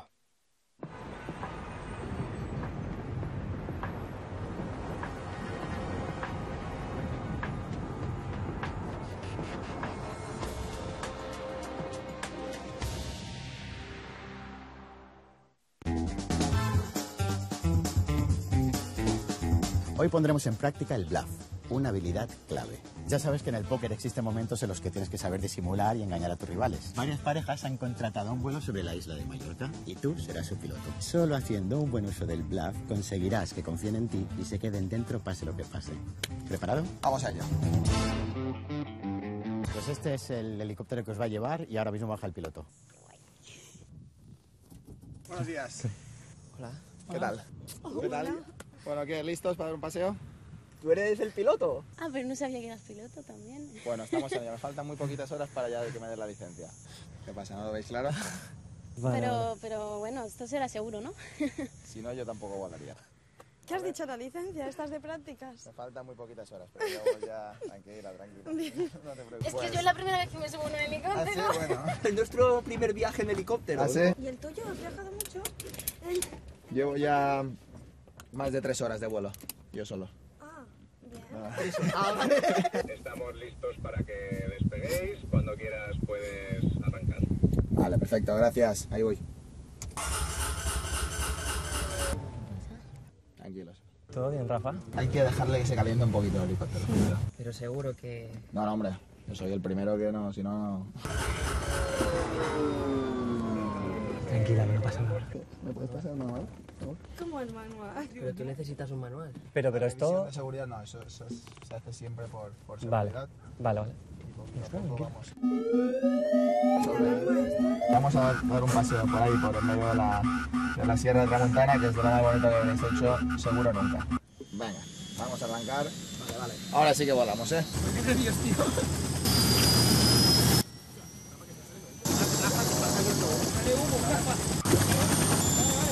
Cali, sal.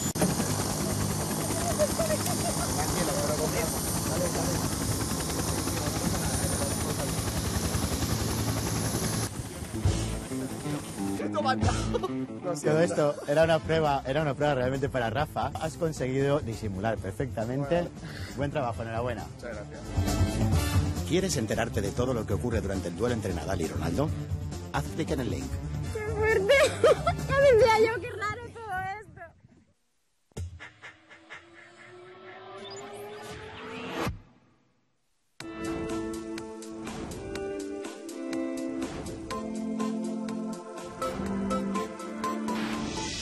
I'd say the closest thing for me to being starstruck was when I met Barack Obama. And, you know, he looked at me and he said, I know you. You're the poker guy.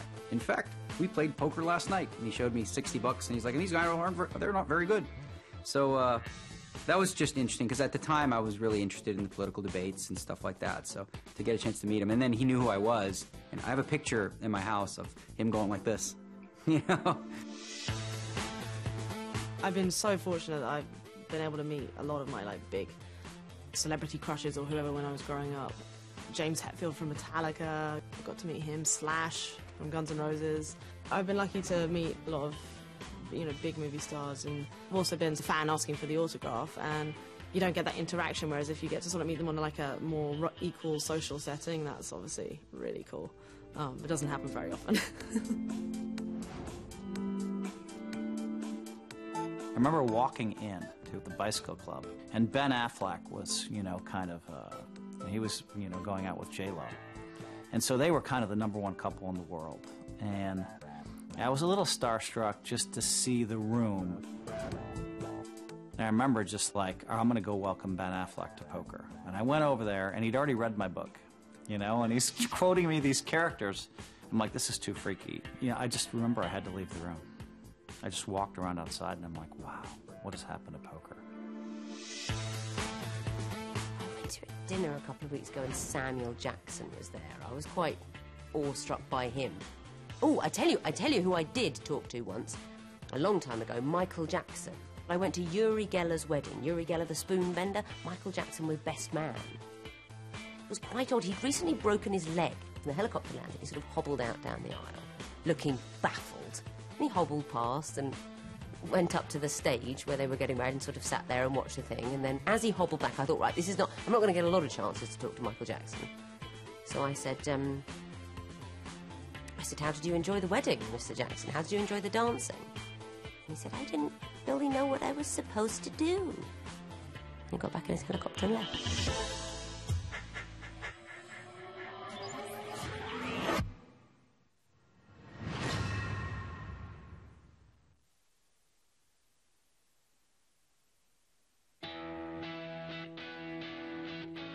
PokerStars 7 is an improved version of the software that players all around the world have trusted for more than 12 years.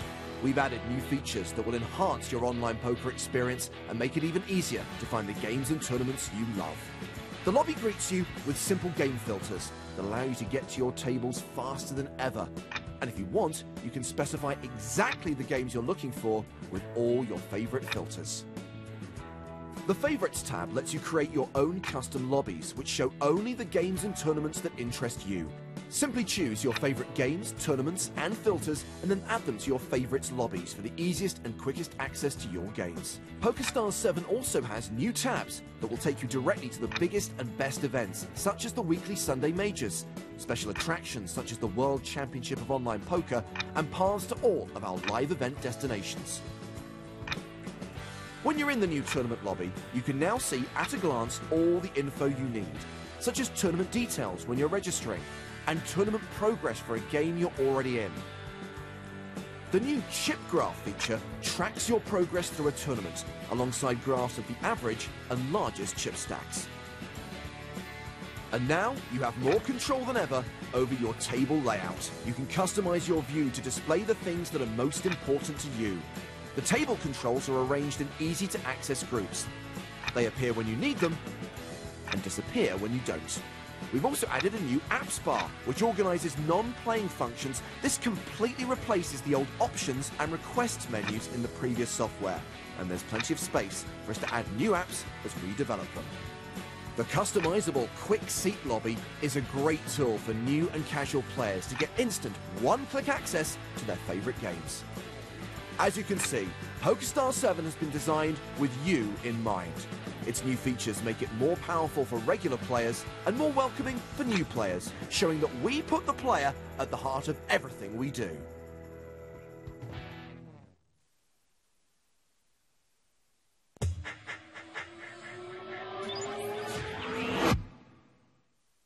The PCA Super High Roller final table was stacked. We're still early in the day, but only 3 remain in the quest to win the first trophy of the year. Dan Shack first to speak on the button. There's an amazing track record in these tournaments. Love Dan Shack. Folds the King 3. Fabian Quas in the small blind has Queen Jack. Did you say these guys were on a quest or on a quast?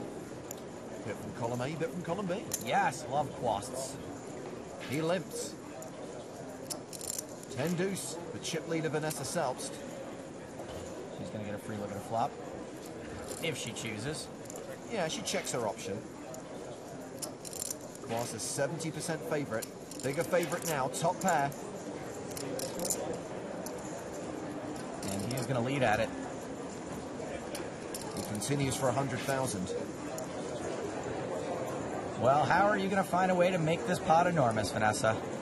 She does have backdoor draws, to be fair, and possibly a tad over-optimistic. Anyway, she is raised. Makes it 320,000. Yes, that's my girl. Obviously, this isn't going to work. Moss's hand too strong. He calls. A lot of hands would fold there. Not this one. He goes to the turn, which is the 4 of hearts. Now, one of the hands Vanessa might have been raising with is a flush draw. Fabian's picked up a better flush draw than her deuce high. Check. Fabian checks. Let's see if Vanessa continues to sell the story. Fabian putting some chips to the side for later, maybe? Maybe he's trying to tell Vanessa he's going to call. Although that would be weird. Telling her, I mean, not actually calling. That's pretty standard. And there she goes. She follows up her flop raise with a bet on the turn of 380,000. And once again, Fabian's hand just too strong. Top pair, good kicker, good flush draw. And we can see that he actually has a 100% lock on this hand. And you can also see that he's got a nice hand because he's from the Wild Wild West. He counts out the 380k and he calls. Nearly 1.6 million in the middle now. Quas only has 1.1 million behind. A deuce on the river gives Vanessa a little bit of showdown value. Not sure it'll be enough. I think if she checks, it'll be because she's giving up. Check. Well, Quas has checked the action to her. Let's see if she just decides to bomb this. Vanessa doesn't often give up. Vanessa is aggressive. Wow, she waves the white flag. Showdown. And Jax will win this for Quas. He'll add 800,000 chips to his stack. She realizes she was never getting a fold.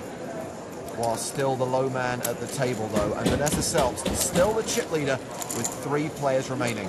Hey, James, want to know who my favorite choreographer is? Please tell. Bob Quassi.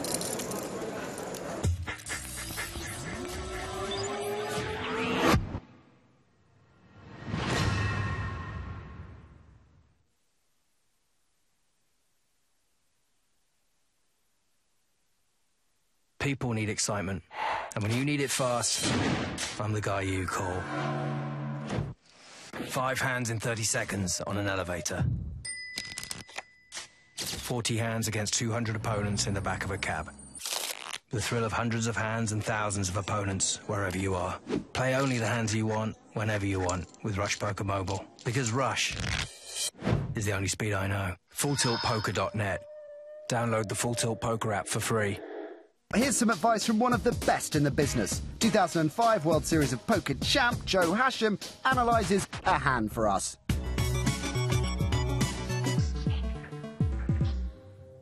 Today we're going to look at how costly playing bad hands can be.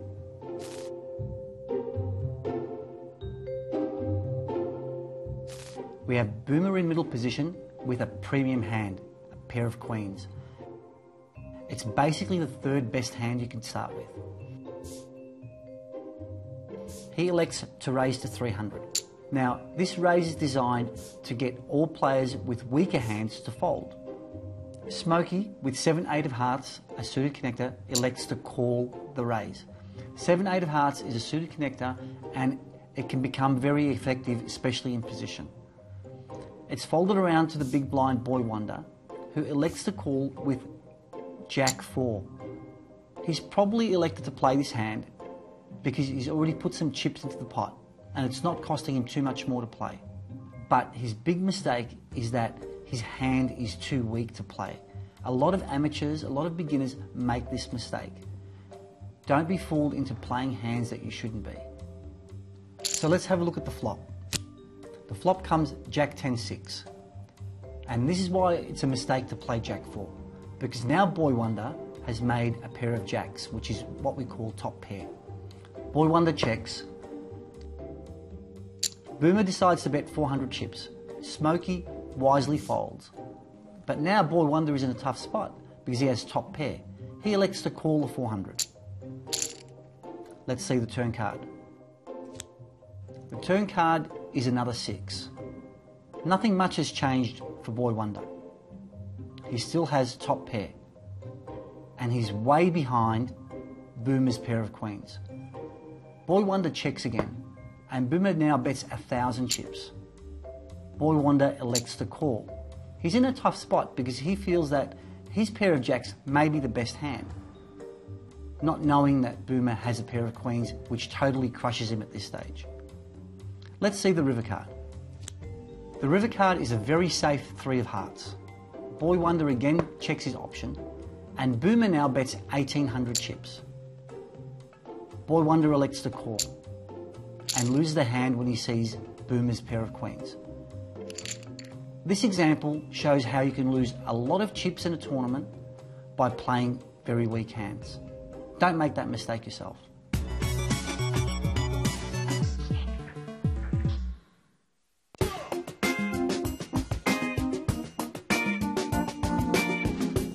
Welcome to my humble abode.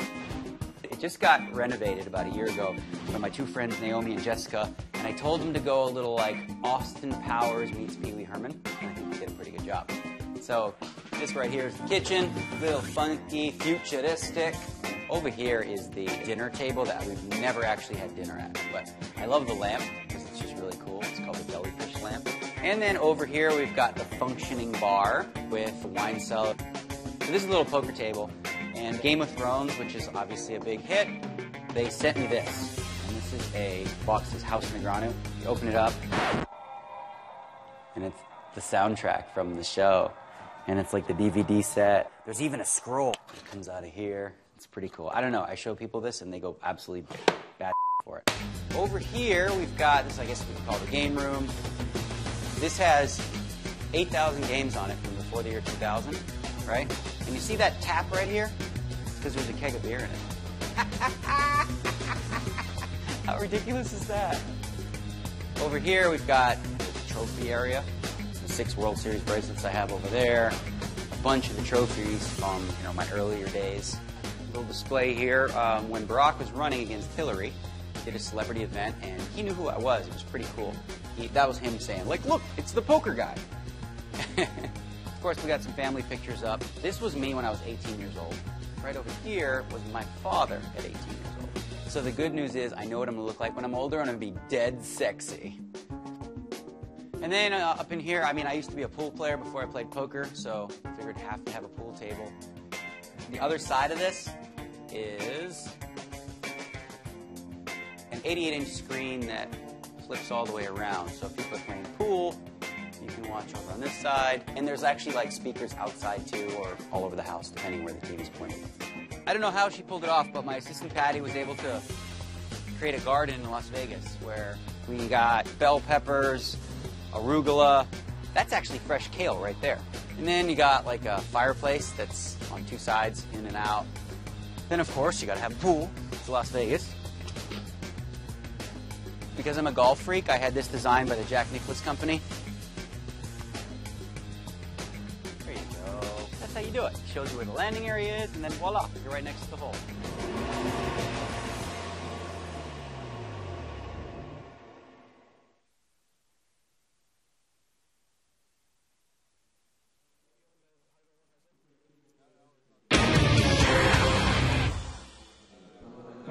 Welcome back to the PokerStars.com UK and Ireland Poker Tour, live from Villa Marina on the Isle of Man. Day 3 of the main event with 34 players remaining. Playing down to the final table of 8, it's James Hartigan alongside Nick Wealthall. Hello. And Nicholas, Michael Bolton has got in touch. He Wants says, his career back. Thanks very much. When a man loves... No, he says, I'm really disappointed by the standard of play, especially Mr. Woods. And he actually uses the D word. He describes Mr. Woods as a donkey. He says, I'm going to play myself next season at the age of 68. Good man. Welcome. Well, Darren Woods no longer the chip leader, not even the biggest stack at our feature table. That honour now belongs to Ludovic Geilick. These players in seat order. Actually, we've done some verification on the stacks during the break, and it seems that Josh Hart is the table captain with 546,000. Of course, he did get that big double up just before the break. That put them over the $500,000 mark. Blinds now 3,000, 6,000 with a 1,000 ante. If, like Michael Bolton, you want to get in touch, you can tag your tweets UKIPT Live. You might want to fire in your questions for Victoria Coren-Mitchell, who'll be joining us very shortly as we get cards in the air once again. Action folder to Andre Wagner. And Wagner raises.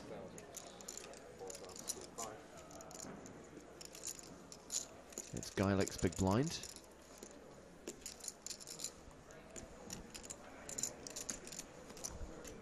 The hood's come off. Things are getting serious.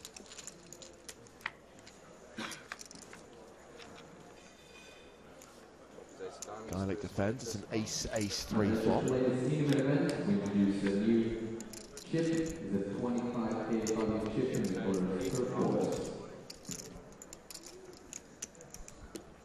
As this hand plays out, I want to say a quick hello to Don Patmat, he of the patented Don Patmat facts. He says there have been 35 to 36 UKIPT main events and already 3 two-time winners. 4 if you include the UKIPT online. It's like the anti-EPT.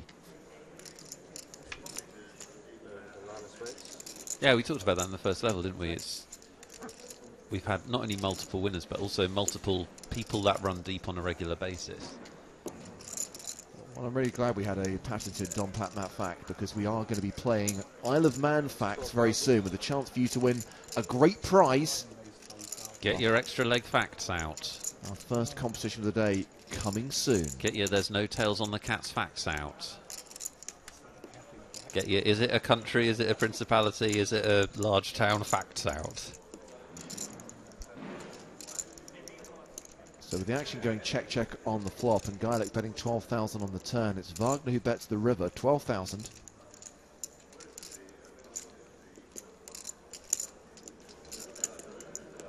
So this is going to seem like a slightly trite point, but I'm always interested in people's reputations versus the reality. And Geilick obviously has this reputation as a very flary, aggressive player, which he is.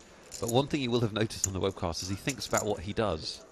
So the fact that this is a small bet doesn't mean to say he's, you know, flicking it in or flicking his cards away or anything like that. He's really, really a considered player, I think.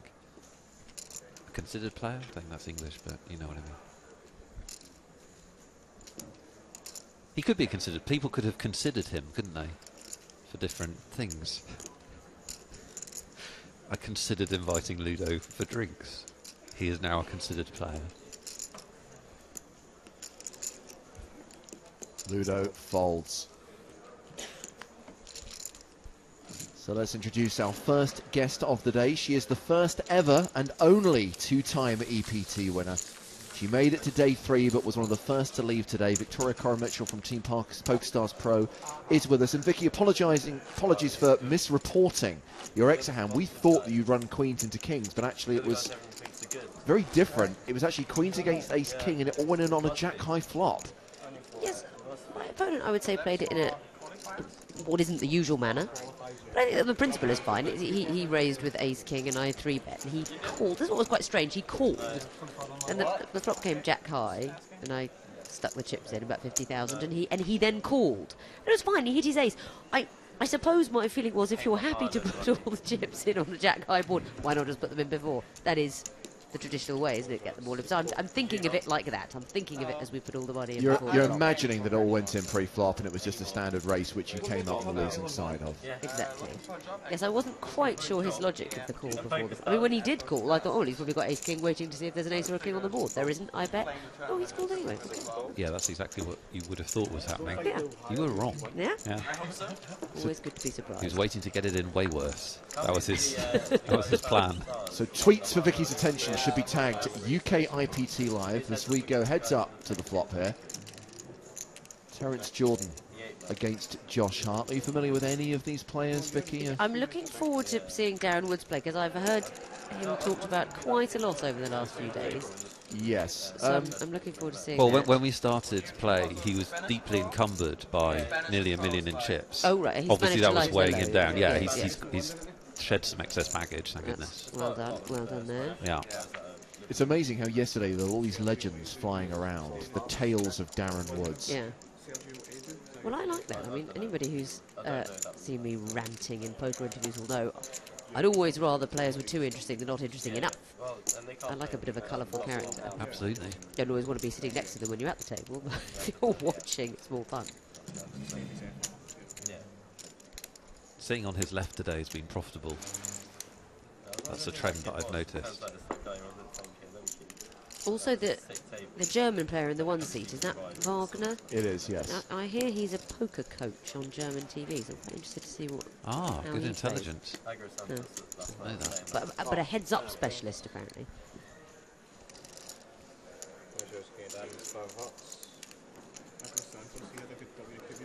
You like a bit of heads up, don't you? I love a bit of heads up. Yeah. Yeah, because I'm an action junkie.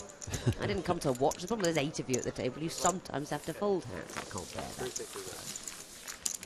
Hart wins that one, gets his stack up to 577,000. Meanwhile, news from the outer tables. Daniel Myers eliminated by Christopher Glover, taking us down to 33 players. We're going to play down to 8 today. And Vicky, I'm glad you're here because you're going to eyewitness our first competition of the day and you can actually help us judge it.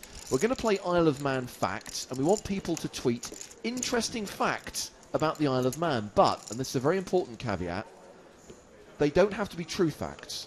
Fake facts are acceptable. That's an oxymoron. You can't. If it's a fake fact, it's not a fact.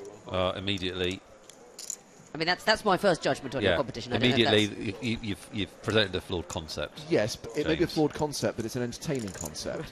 So it's going to pass the oxymoron barrier, and fake facts are allowed, providing they are believable and entertaining. Vicky runs the most factually correct quiz in Britain. I hope so. You're not going to fly that sort of kite past her without it being massively shot down. Well, here's the thing: if you can actually get through. If you can put out an Isle of Man fact that Vicky believes is 100% accurate and it turns out to be a fake fact, maybe, just maybe, we'll reward you with a prize. An extra prize. But, I mean, that's not... I would believe almost anything about the Isle of Man. So Luckily, we have quite a few prizes. Good.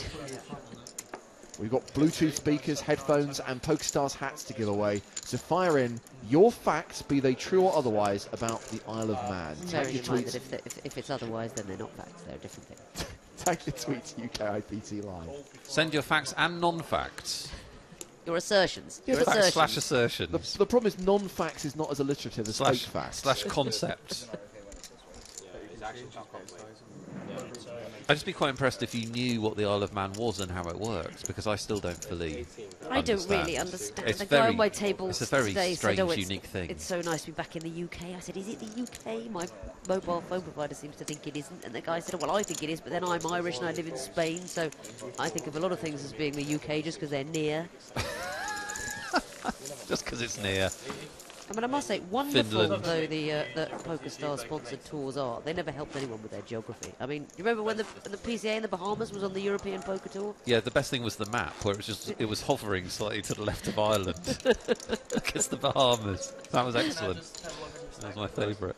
I love the response I had from the bigwig when I questioned the inclusion of the Bahamas in Europe, which was, well, they start the Tour de France in England. Boom. Yeah. Okay. But yes, I'm not quite sure whether the Isle of Man is in the UK or Ireland. But perhaps the senders in of the facts will be able to enlighten me. If they're sending in facts, they will. Is it in NATO? All the important questions answered here on UKIPT Live. I mean, for real, I want to know. Don't fully understand how it works. Well, Vicky, you said you wanted to see Darren Woods in action. Okay. Your wish is our command as he calls Josh Hart's pre-flop raise. So I feel like the party's over, though. He was playing at the start of the day every hand. And now, look, check fold. Oh, I mean, he's all sad I because know. he had all the chips and they're gone. Yeah, sad panda time in seat 2. I felt like that when I lost my sparkly jeans. I don't know what happened. I think I left them in a hotel in Edinburgh during UKIPT Edinburgh. But there's Really? a slight sense of they're gone. Even when I'm not wearing the jeans, like for example, he might not have been putting those particular chips into that box. He didn't need them all. The sense that they were there. Sense of loss. Yes. Were they jeans that you customised yourself? Well, I'm delighted that I strike as the sort of person who would customise. No, you don't. It's just the image of you customising a pair of jeans is one that I want. You're putting your Miss Kitty sticker on. No, I never even normally wear jeans. But this one pair was particularly nice. They came with the sparkle. Did fine, I guess. Such an enjoyable game. All it. Raises all it. 11 big blind shove from Smith Trivedi. Big blinds in Can I get a confidence? How in the good old days, Darren Woods would have called this with all the hands. 7 deuce, Queen 10. Yeah. He earlier called an all-in with 7 deuce and was ahead. Oh, wow. Yes. Good call. Very strong call. Very strong read. He was a 48 to 44 favourite, I believe. But now our poker coach he's making the call. Or is it where he's going all in now? Yeah, Wagner reshoves. And, oh, Woods has a decision. What are the blinds? 3 and 6,000? Yes. Yeah, I mean, that should be a wide... The first all-in is a pretty wide range, isn't it? That should be most hands. So, that's interesting. Because, I mean, assuming they're playing in the standard expected manner, the first all-in should be most hands. So Wagner's hand could be anything ace-8 or better. So if you are sitting there with ace-jack, then you do have a bit of a decision. Ace-king, the hand for Wagner. Trivedi with king-jack. He is dominated. Ace-8 wins. Without the ace-king. I mean, not so much with the ace-king. It would have done. Ace-8 could still win. Yeah, that's what I'm saying. If you're Wagner, you can call with a lot of hands. Obviously, ace-king you're going to. But Yeah. 10 queen of clubs. Absolutely. Do you play a lot of online? Not really, no. Only a couple of weeks. I enjoy playing it. There's lots of time to play. yeah, there we go. Magic darts. Lovely. Flop 2 pair. You have indeed flopped 2 pair. Good observation. He already folded an ace. He did fold, yeah. He said he folded h6, so... One ace block is gone. So That's always nice to hear somebody's folded an ace, isn't it? That's the kind of thing people want to hear with 2 cards to come. Just makes it more painful when the ace hits the river. Flush draw, but he hasn't got a flush draw. No one has a spade. You don't need to commentate. Trivedi's doing it. Jack of diamonds. Wow. Seriously? Everyone is just in the face. I'm golden, I am. I'm fucking golden. Ooh. Oh, apologise for the salty language. Unlucky one. Interesting outbreak of sailor talk among these Wasn't players. Well, we are surrounded by water. One of the Isle of Man facts you could have submitted if I hadn't just taken it. We have our first 2 Isle of Man facts of the day. Brandon says that 40% of the population of the Isle of Man play on PokerStars. I call BS because most of them are employed by PokerStars and can't play on PokerStars. Double jeopardy. Mateus says all card decks used in this UKIPT are bendy because the middle layer is made out of wool from the sheep of the Isle of Man. Yeah, I'm going to throw this in. If you're allowed to make up your assertion, Yeah. I'm not finding these extreme enough. I mean, if you could say absolutely anything in the world. Yes. Well, it's the art of making something up but making it sound like it just could be true. Just could be true. Well, Michael Bolton, and I believe that this is a genuine fact rather than a fake fact, the Isle of Man is a self-governing British Crown dependency located in the Irish Sea between the islands of Great Britain. That's a copy and paste, though. Yeah, that does feel like we've just copied the top line of the Wikipedia page. So by self-governing, I know this is not important or relevant, by self-governing, if I commit a crime here, as I may or may not have done so far, I'm arrested, tried and put in prison here? Or... Yes, what do you mean? As well, opposed to it what? has its own of course. legal system. Well, don't say of course to me. What do you think? It's a sort of lawless wilderness? Yes. Don't look at me like No, is it, you know, Actually, is it the same? Is it the same as committing a crime in Surrey or morally, Manchester? morally or, it is. Morally, yes. But- I'm not but- actually going to commit a crime. No, I think. I mean, I don't know. I'm certainly the expert, but I believe it's justice system. It is self-governing. It probably has different That's things what I'm. can be crimes. That's what I'm asking. I shouldn't have involved my personal crime in It has the same system as Judge Dredd, where they have judge, jury, and executioner, but that one person is Norman Wisdom. And he has 3 legs. Yes, no, there were, I mean, let's not go too bleak, but certain things remained a crime on the Isle of Man long after the UK had decided it might be better if they weren't. Okay. But also, I have a feeling they don't have a speed limit. Am I mentioning that? They definitely have speed limits. Do they? I have spotted signs. I'm sure someone told me they didn't. Perhaps I'm thinking of Germany. He never recovered from that first Anton Nelson, who's just been knocked out from table 4, taking us down to 32 players, taking us down to 4 tables. So table 5 will now be broken. Richie claims the Isle of Man has the oldest parliament in continuous existence in the world. That means... What does that mean? That it never... So everybody's 100? They've all just been sitting there? You can't mean that. No breaks. Razor they tag team it. So one person sleeps. They get up, they tag someone out. Razorheart says the first year of the TT, they rode the track the other way. See, now that's quite good, because that could definitely be true. I expect that's true. Yeah. That would be a weird thing to make up. Please, for this to be over. And then it was. Just over 32,000. Yeah, yesterday was really good. I was so happy. So with table 5 breaking, we do have 1 empty seat up on the main stage, so a new player will be joining us shortly. Don't enjoy it. I just want to win. Meanwhile, Woods in action here, raising Terence Jordan on the flop. Jordan was the pre-flop aggressor. He continued for 16k, and Woods has min-raised. It's a really nice flop to raise on, actually, because there's various draws, but a queen is also the kind of card that's in someone's hand. So if you're the raiser, one of the problems with you know, if you're the pre-flop raiser, is it's very hard to know what your opponent's got. If you decide to play on, you now don't know if you're sweating the flush draw, the straight draw, or you've got to beat a queen. So, I mean, I think if you called pre-flop, you want to be raising on that flop with most hands. I'll play the 2 through 5 Rio deep set, you know, the daily ones. Yeah, and Jordan, as the pre-flop raiser now said, well, he's now going to lead. Is he? No. He's doing that chip thing. By the way, the player taking seat 8 is David Hill, a PokerStars qualifier from the Isle of Man. David Hill? Hill. I mean, that would be a great name for a poker player. Dave Hill. Woods shoves the river and gets a fold from Jordan. Turn. Now, Vicky, you know you said you wanted fake facts to be more outrageous. No, I mean, I refuse to recognise your terminology there, so...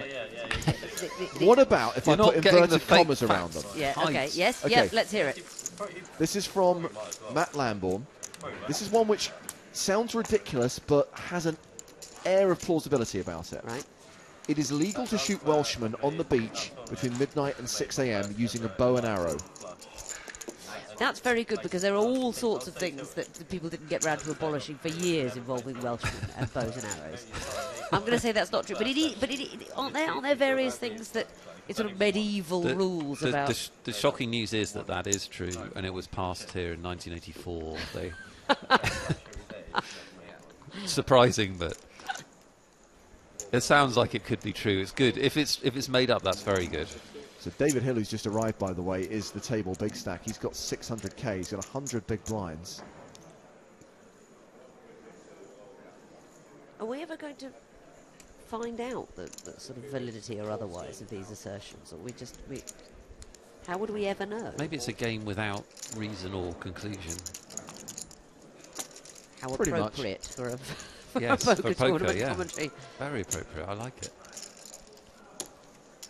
Have you seen the documentary Man on a Wire about the man that tightrope walks? No, but I have seen the episode of Modern Family where Phil Dunphy is inspired by watching the film Man on a Wire and puts a tightrope up across his yard and falls off it. My favourite bit of the documentary is that he comes down from the World Trade Center, this enigmatic Frenchman that walks on wires.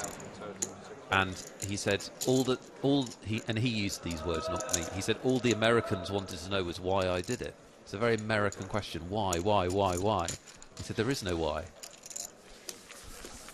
Let me tell you another thing about Modern Family, which I've got very into recently. I've been watching a box set. That's immediately apparent. Here we go. I was watching an episode a couple of nights ago in my hotel room here on the Isle of Man, and there was a guest character, a chap came in with his sexy salsa dancing girlfriend. This is my Isle of Man fact. This is my Isle of Man fact / question. In the episode of Modern Family I watched on the Isle of Man, who played the sexy salsa dancing girlfriend? Do you know what? Anyone who can identify it, we'll give them a hat. What I love, by the way, is that this is an Isle of Man fact because you watched the episode on the Isle of Man. It does have a very tenuous local connection. Wait, can we get an age bracket for the... Or is it just a completely open question?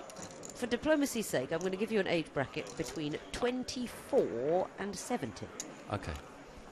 So not a child. Nick wants to guess, but do we have to give people a chance to win a hat? Okay, yeah, no guess, yeah. People can be Googling, though. Yeah, exactly. I've not seen... Go on, have a guess. Jennifer Tilly. I mean, it was Jennifer Tilly. Are you kidding? No. Are you kidding? That's amazing. Nick Welthall wins a hat! I mean, it really was Jennifer Tilly. That's an amazing guess. That's the single best thing I've ever done.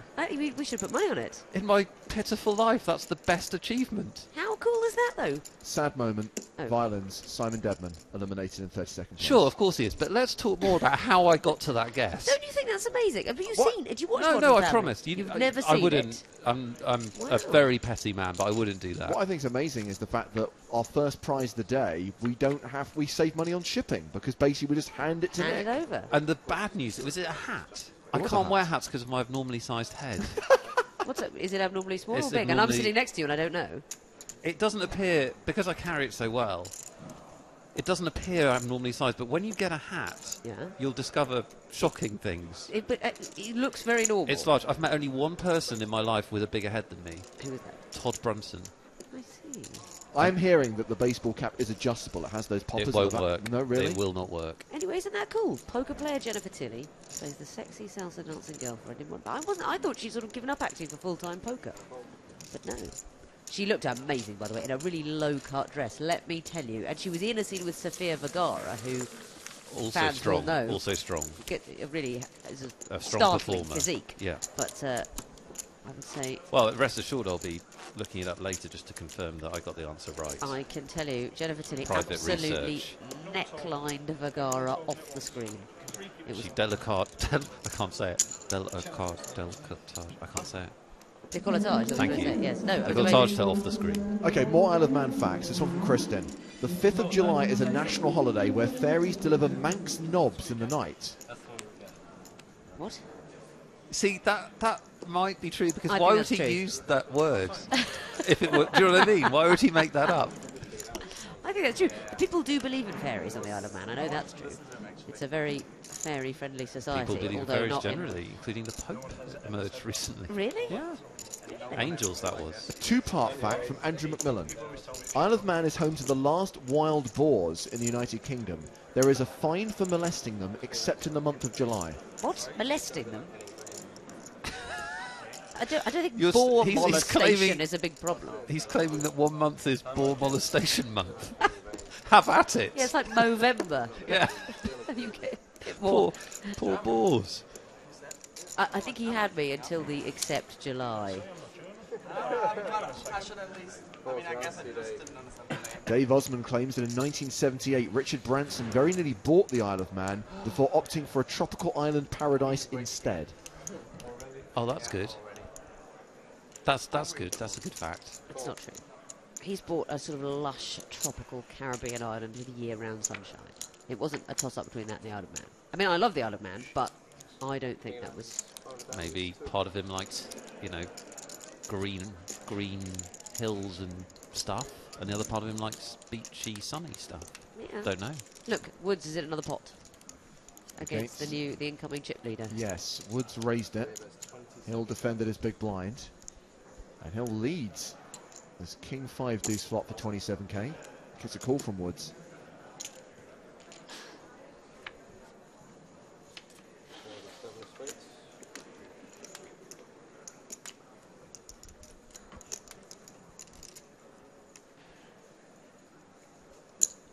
That's 55,000.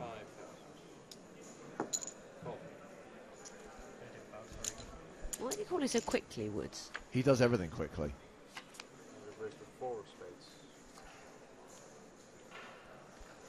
So Hill has bet flop and turn.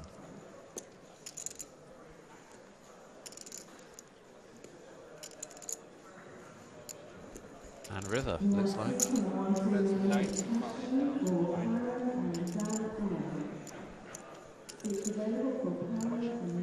I mean, it's a horrible bluffing card. That's my insight. Ooh. No, he won't have missed his flush.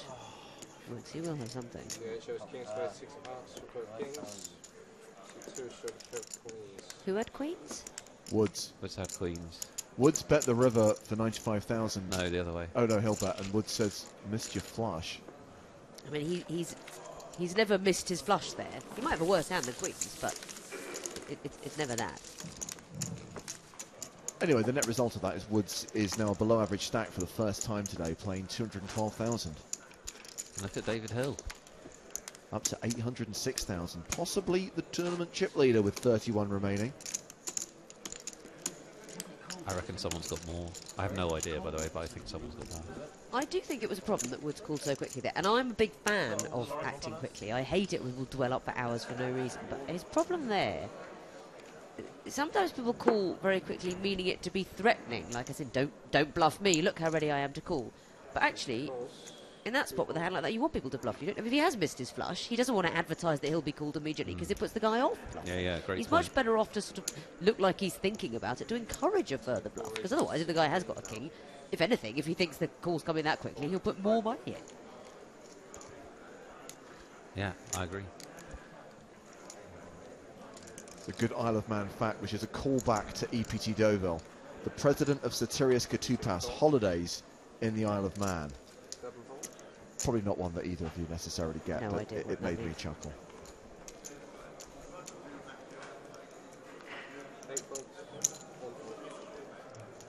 We have a multi-way all-in on one of the outer tables, which I think we should take a look at. Thomas Ward, the player at risk. Which hand was his? He's obviously fine. That fellow there in the moustache, just there we go. Him. He's the one with the king. Yeah. So your nemesis. Tom Ward wins that hand. If you didn't join the beginning of the broadcast, he's the all-time UKIPT leading casher.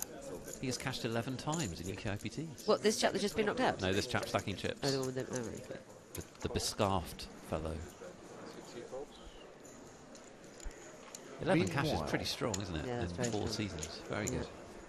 Let's just clarify what happened here. There was a Gibbons from Wood. He limped under the gun, heart raised, called by Jordan and Woods.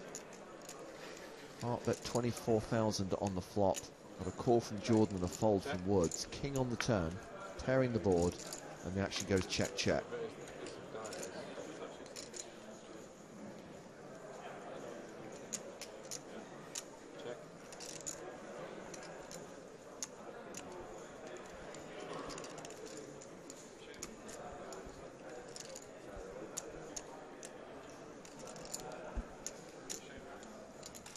I mean, the ace shouldn't change too much here, really.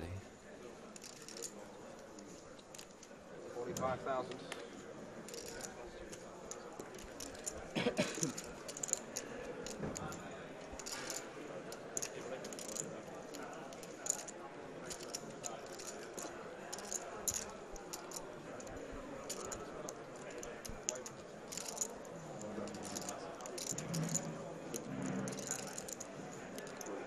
Hart thinking about this. Confirmation from our spies on the floor that Hill probably is the tournament chip leader. Should I tell you my favourite fact that I've learnt since I've been on the Isle of Man? Please do. But I've said this to a few people, and some of them have challenged its validity, but I was told this by Nigel Shaw, great chess the grandmaster, legend. who's here for the chess tour that's also been on. He told me there are more ways a chess game can play out. Okay, so variations of each... This no, is, not this moves, is a brilliant but fact. it's a very so each person playing a different move to get from the beginning to the end of the game. There This are is a more. fake fact. Well, I believe him.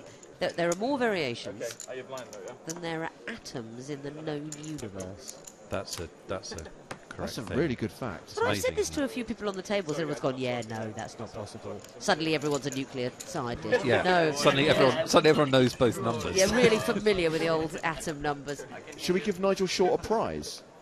I think we should. I think you'd like a prize. Do you remember when Nigel Short battled Gary Kasparov for the World Chess Championship and it was on telly? I remember that. And Channel for 4. for one brief shining moment, Britain was captured by Chess Fever. Absolutely. It was like a week on Channel 4 every night. They had like a magazine show and then live coverage. It was brilliant. And then over that sort of 2 or 3 weeks that it played out, it both had its amazing time in the sun and dissipated in the same event, because it became very clear that A, chess is very hard to understand if you're not brilliant at it, even though it's tremendous.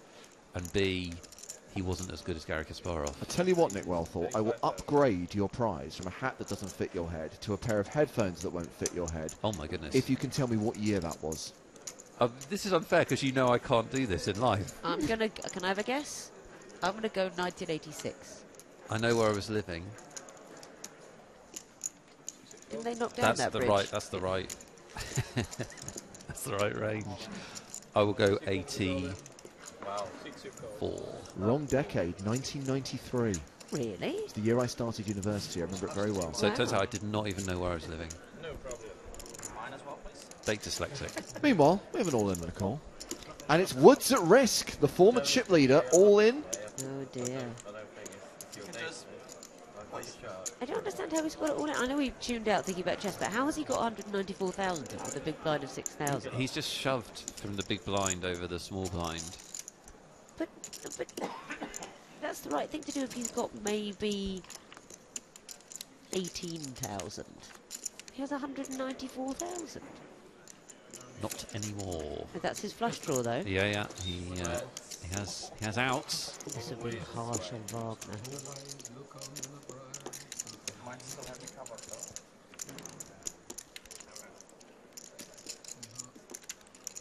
I have a creative idea for future webcasts, which I'll get to if he doesn't survive. He doesn't. He doesn't. I think you need an epic dusting off Hall of Fame. Because this is not the first time that this has been observed. Somebody comes in with a lot of chips, like Philip Hilm in the World Series of Poker Final Table. Yeah. Here. Like, you come in with a lot of chips, you dust it off, you do it all in one webcast. The dusting off Hall of Fame. It's actually a badge of honour. I mean, that was... I salute him for getting 194,000 in pre-flop with the blinds at 3 and 6 with ace-deuce. I mean, he's not messing about. I like that. That's a very fair statement. He did not mess about. He came into day 3 as the monster chip leader, as we said, we're close to $1 million, and he's out in 30th place. Can I ask Victoria Coren-Mitchell a serious poker question? Because I feel like we haven't even asked you one. And I haven't talked to you on a webcast since you won the second EPT. Has winning the second EPT changed anything about your poker experience? Have you suffered either an anticlimax when you play after it, or a reinvigoration, or nothing? You know what? I haven't. You know, I don't play that much. So this is the first tournament I've played for 5 months. Oh, okay. So yeah, I played the. I won in San Remo, went to Monte Carlo, and went out of the main event there in, I would say, an hour and a quarter. Okay. Probably my head wasn't right. Yeah, that's I had probably just fair played comment. 6 and 10. My head wasn't right, but I haven't played a poker tournament since then. And I would say no. This is. I mean, this has been a fairly standard experience for me. I had a nice time. I played quite well. I made it into that's the pretty standard money, for but you. not much. You know, it was. So I think probably no, it hasn't. That's good, I think. When Nigel Short played Gary Kasparov in those events, let me just say this, in terms of the viewing experience, for all the playing experience, I so wouldn't have the right temperament. You know what, at one point, there was a 7-hour gap before one of the moves. It was Kasparov, like, literally went back to his hotel, had a shower, a coffee. Adjourned. You know, while thinking about his next move, they came back up. I mean, I call the clock if someone takes more than 35 seconds. 7 hours? You go mad. But I thought they had that little clock thing on the table, right? That made them limited time. But they have adjournments as well. Yeah. Yeah. Oh, right. Long adjournment. Over time, the amount of time chess matches take has gone down, I think. And obviously blitz chess has become very popular. I would have played the combined chess and poker tournament here if I'd known about it in advance. It was too late. I was already in the main event. I would have played that instead. I think that's a great idea. Tony, our security man, nailed the joke, which was I played the chess and poker tournament, made the mistake of going all in on the first chess move, shoved my chip. Oh, I've blown it. Shoved my pieces across the... The thing is, though, obviously, in the chess players have an edge you know, just incomparable to what the poker players have. Yes. It's a massive edge, but you Yes. can't be knocked out in the chess. It was about chips you carry through. And I think you could go into the poker with a minimum of 8,000 chips and a maximum of 13,000. And I would quite happily. I mean, if you pick a chess player, obviously there might be some that are also brilliant poker players, but on average, I don't mind going into a tournament with 8,000 versus 13,000 against, you know, most players. Do you like chess? Do you? Yeah, well, I quite like. I mean, wouldn't Nigel you? Short. I would love to.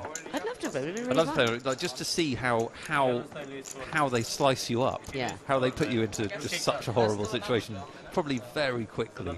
I said to Nigel Short, how have you prepared for the match? This wasn't the chess, but this is the proper chess he was playing, isn't it? Right. And how have you prepared for the match? He said, well, I got up this morning, I had breakfast, I had a look at my database. There's 6 million chess games on there.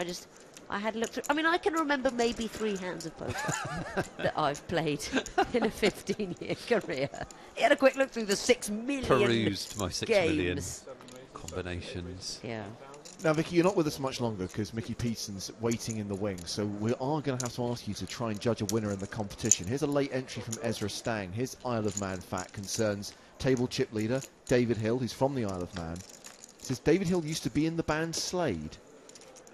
No, it's not that. No, I reject that one. I liked... No, do you know what? I want to give it to the one from Michael Bolton that just is really straight. The Isle of Man is a self-governing crown dependency in the Irish Sea. Now, this is a fact. Yes, I mean, if that's not a fact, then it's the most convincing. That is a clear fact. So, Michael Bolton, who tweeted from Hong Kong, is going to receive a pair of PokerStars headphones. Sorry, if you said he was in Hong Kong, I would have picked one that kept your postage down a bit more. I think we're all right. Well, we've averaged it out because I got the hat for the Jennifer Tilly. Oh, that's true. Yeah, which I'm still seriously this evening. I will think fondly on that as the highlight of my day. That was an amazing moment. I was very impressed. Well, it was just the poker connection, and then a moment of magic. It was absolutely magical. And something for us all to look up later. You won't be sorry. Thanks, Vicky. You're a good friend.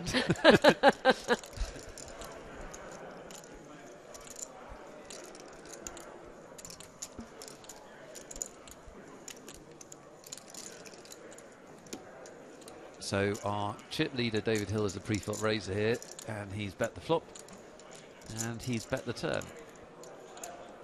Must be nice. Just to be the chip leader, be pretty Chip nice. leader, bet the flop, bet the turn, turn, what whatever. difference, yeah. Doesn't makes no odds to me. Maybe he'll bet the river. Meanwhile, there's been another What the elimination heck? on the outer table. The tournament clock ticks down to 28. Redraw at 24, of course.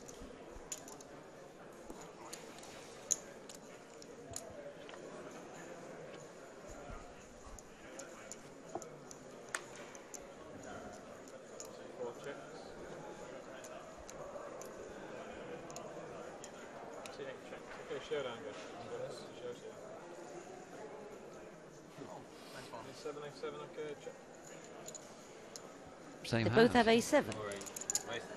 The exact kicker I put them both on.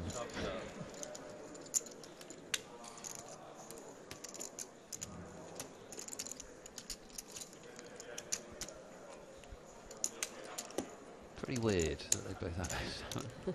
There we go. That was time not well spent. 22 minutes left on the level. Going to roll straight into level 18, which is 4,000, 8,000 with a 1,000 ante. What are you playing in London, Vicky? Well, I can't play the UKIPT because there's a PokerStars sort of TV thing which annoyingly clashes, which is a shame. So I'll be kicking straight in with the EPT. Lovely. And I'll play the main event there, and I must say, I hope I'll be too busy in that for the whole week to play anything else. Good call. But if I'm wrong about that, I will play the high roller as well, the EPT. There's no law against being a 3-time champion. I'd like to get heads up, just so that I can say one time. Really annoy my opponent. That's good. That would be good. I think you should do that throughout the event. Just continually moan about, how do you get lucky in these EPTs?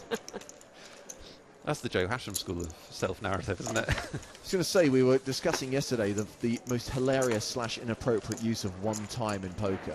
and the front runner was Joe Hasham at the 2006 World Series, a year after winning $7.5 million and the World Series main event title. Actually was heard saying, "Oh, come on, dealer, one time, let me get lucky." Now, if you were attributing that to anybody but Joe Hasham, I'd say he must have been joking. But fond though I am of Joe Hasham, most of the time he wasn't joking. I mean, it's... He lived his life by code, and irony is... He may have been joking. He may have been. He may have been. My friend Hugo bluffs once a year. Everything's possible. There you go. 27 players remain, 3 away from the redraw.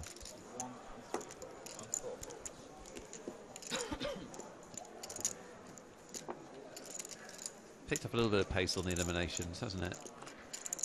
Only to be expected. Still pretty deep though. We're actually very deep. We're playing 3,000, 6,000. The average stack is 290, so the average stack in the tournament is, you know, just under 50 big blinds. That's pretty deep at this stage. 2.6. I think we just made the next page on. Yeah. Gosh, the UKIPTs have a terrific structure. They do. I mean, that's terrific. Great. To be playing this deep, on, you know, they're in a very good position, these players. You know, they've only got to get down to 8. It's not going to be a gruelling day. They will be there by early evening, I'd imagine. They've got a lot of chips. There's a lot of play. That's not to say you can't get 194,000 in at this point, you know, with ace deuce. But the opportunity and we is salute there. you if you do. We salute you if you do. But the opportunity is there for some proper, thoughtful, analytical play. Yeah, I've got like the third cash on it. You know, nobody should get too exhausted over the hours to be able to do that. I guess he's like the only one with like lots of cashes. Still not smiling. I thought he wasn't very good. Does he want thing? Did he cash me? Seat 1 and 3 gold. Seat 4 gold. Hill raising for the second hand in a row. 6 gold. 7 gold. And it's a repeat of the last hand. Raise and take it. I thought you can never refuse. To go off and go to bed. I seem to have developed a cold. Can I just say one thing? Can I make one plea? Please do. The soapbox is yours. On day 1 of this tournament, I sat next to a guy who went, "Oh, I'm really coming down with something. I think I'm going to get a cold." Now, can I just say to poker players out there, if it's day 3, I understand there's nothing you can do about it. If it's day 1 of a tournament, if you think you're coming down with something, why not just not play? Why not just not? When people don't send their children to school with colds, it's not really because the children have to be in bed. It's because it's a nice thing for everyone else not to send the germs out there. And that's happened to me 2 or 3 times. I've sat next to someone before a tournament even begins. Can I say on a completely unrelated point? I hate it when people come into broadcast booths with the beginnings of a cold into a confined area and they can just spread... You'll think of me tomorrow. Thank you fondly. very much, Victoria Coren-Mitchell. Thank you for infecting all of us. Victoria Coren-Mitchell from Team PokerStars Pro and Vicky Peterson from Team Online standing by to grab the germs from Vicky's microphone and headphones. She's fastidiously cleaning it, to be fair. Mickey strikes me as the kind of boy who's got a good immune system. Robust Mickey, they call him, I believe.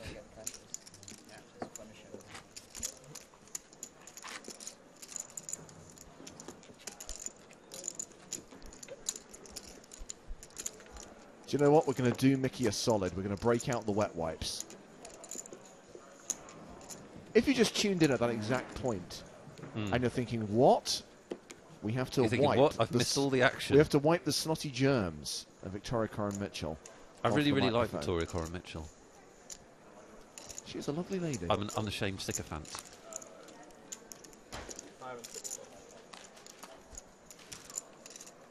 If only there was video on the commentary position. The magnificent sight of James Hartigan de-germing a microphone. Give me a walk, maybe? I could, but then... You can thank me later, Mickey Peterson. You can thank me when you don't get sick. I know, but still speak for it. Well, this is a button raise from Smith Trivedi. Can I have a look? No, you can. You remember any other epic dustings off that you've commentated on? You must have seen a few.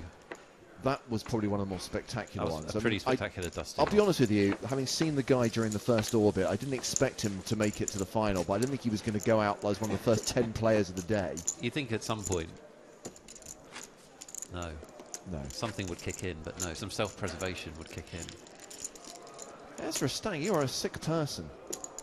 Pretend you're using a wet wipe to clean the mic, but actually use one of the napkins Vicky's been hacking into. Thanks for that. And on that bombshell, we introduce Mickey Peterson from Team PokerStars Online. Mickey, always a pleasure. Hey, good to be here. Mickey, you tweeted last night that it was a great experience to play at the final table of the High Roller against the legend that is Isai Scheinberg. That's true. That was a lot of fun. Yeah, it's someone who I've never met before, but it was honestly, of all the tournaments I've ever lost final tables, it might have been the one where I was the most happy to see someone else win. It was a really special moment.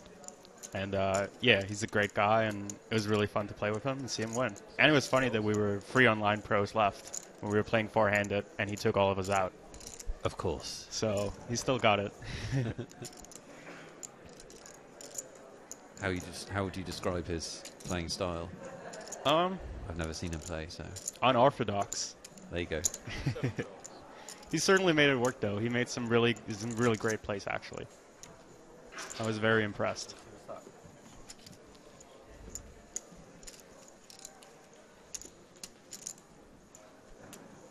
So we've got a raise and 2 calls here. Geilick opening to 12,000. Jordan and Trivedi flatting that raise. I assume Geilick has been the most active player at the table. One of. I mean, we did have the guy who started today as chip leader at the table, a gentleman by the name of Darren Woods, the I Love Manx Chef of the Year, who came into play with nearly $1 million and played, well, I think he played 9 out of 10 hands. He no longer has any chips and is no longer in the tournament, which means that, yes, Geilick has been able to increase his VPIP by that benefit is crazy. of inheriting a decent chunk of Mr. Woods' chips.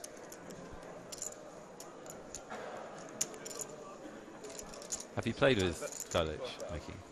Yeah, I've played a lot. He's a good friend, actually. And both him and Joss at this table I've played a lot with, both online and live. But especially Ludo is just a really aggressive player. Really good at switching gears, too, but I imagine at this stage of the tournament he's going to be in most of the hands we see. Yeah, he came in a little bit short stack, but now he's very comfortable.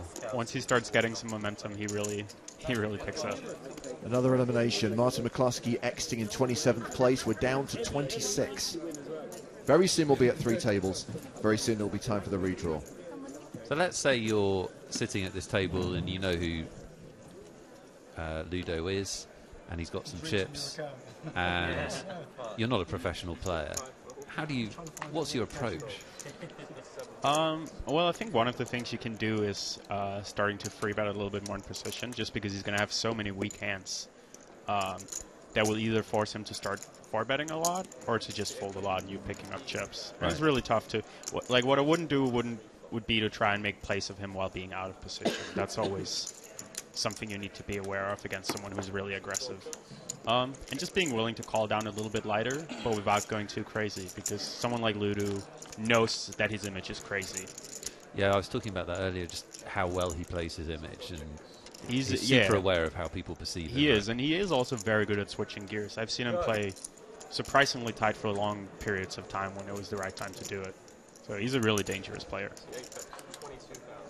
I think that's one of the big advantages of having an aggressive, kind of bluffy image, is that people will assume that you are always doing that, almost as a default. Yeah, exactly. People over-adjust by calling down too much against those people or trying to rebluff them too much when everyone makes good hands once in a while. Right. And so when people put in a lot of chips, it's a good chance they have a good hand. So his image definitely helps him a lot. Yeah. David Hill raised it pre. Hart defended his big blind. Hart check called the flop for 22,000. Hill set to bet again on the turn.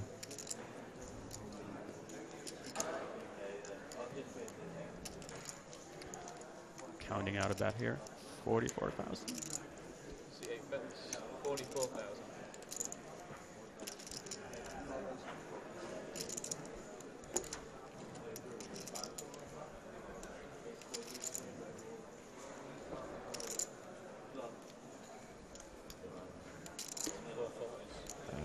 folds.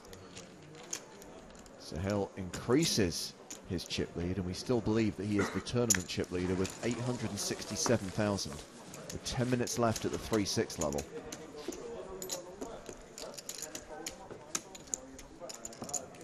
Smith Trivedi, the shortest stack at this table with 20 big blinds.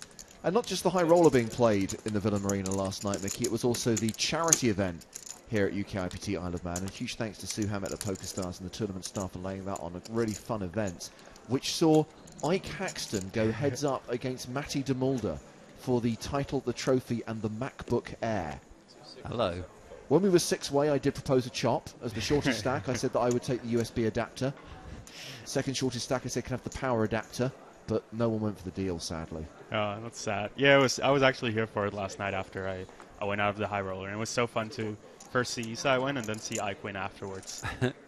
And me and Ike were joking about it. It's actually the first live tournament is that his first win? No, but it's his first in... I mean, he doesn't play as many as he used to. He's mostly playing cash now for a lot of money, but it's his first win, and I think he's had like 3.5 years or something. So he still got it. He proved that last night in the free roll. That was a stacked free roll. It was. There's a lot of pros and James Hartigan. The final table also featured Luca Pagano, Michael Josem, PokerStars head of PR. A serious lineup. How do you feel you played, James? I literally folded every hand for the first level and then short stack ninja'd my way into 6th. Power folded and then power short stacked. Excellent.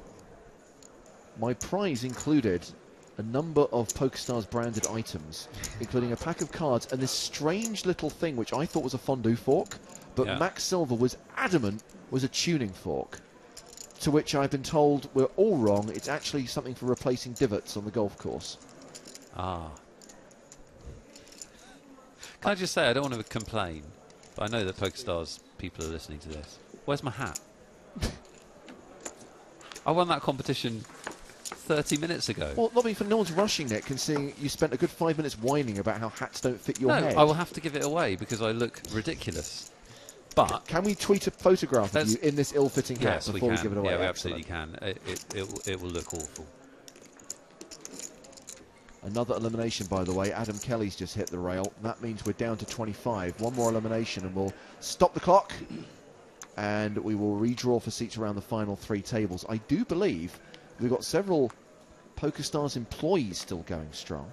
Lee Jones, head of communications. We saw him eliminate Fatima de Melo earlier on. He's still in. He's got around 180,000. Heath Cram, another PokerStars bigwig, also still going strong. As far as Team Online is concerned, Mickey, I believe Talenchik is the last. The last hope, yeah. Yeah. Although, to be fair, we've only been 3 Team Online people out here.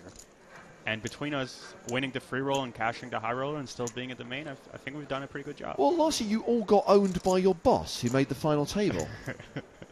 That's true. Remember Ike finding himself in the insidious position of having to commentate on the man who signs his checks play. Yeah, I don't envy him that.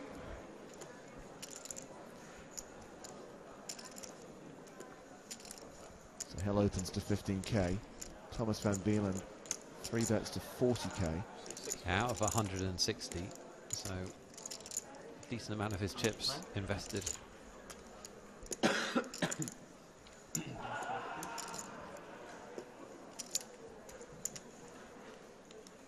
Yeah, Hill seems interested though.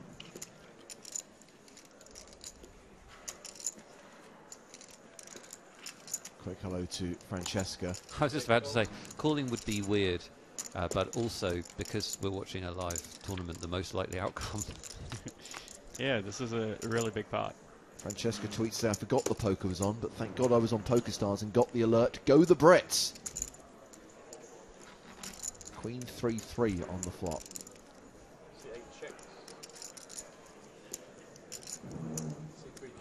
Quick check.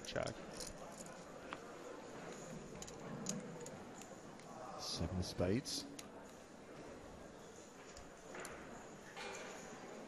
Such a blank board, isn't it?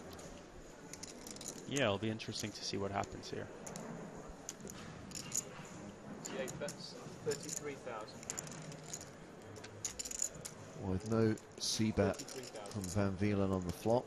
He's got a lead from Hill on the turn. Hill has ace-queen. Perhaps. I guarantee it. I stake my professional reputation on it. We'll never know, so I was right.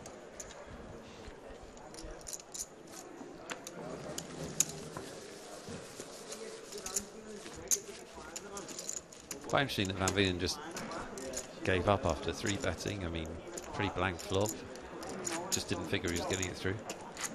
Yeah, it's interesting. I would suspect he was going to call the turn a lot of the time. Maybe with a hand like jacks or tens or a weak queen that he 3-bet bluff pre-flop or something like that. But he might just have had ace-king and known enough about Hill to decide that it wasn't worth pursuing. And he's risking a lot of his stack if he bets in that board. So those are the gross things that can happen in tournaments when that happens a couple of times and suddenly you go from kind of 30 odd bigs to 12 bigs and there's nothing. It's like, all it what takes do I do? sometimes. Yeah, a couple of hands like that and you're in the danger zone. Yeah.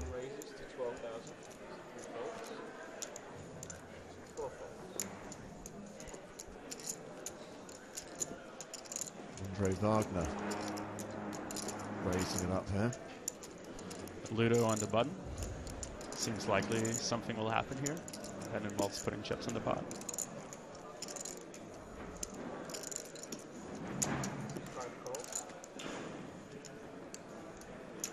Just a call.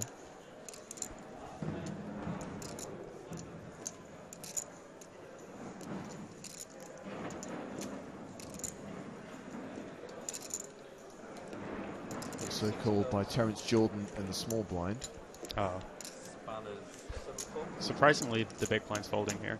Getting great odds. Well, you heard the man. He's got spanners. What does that mean? Obviously, I know what it... I can work out what it means, but what does it mean? I've got spanners? What's that, hemorrhoids? What is it? Maybe spanners is the new word for rags. Oh. Either that or he's got some harsh words for his opponents. You're a bunch of tools. That's the implication. Wagner has c-bet into two opponents.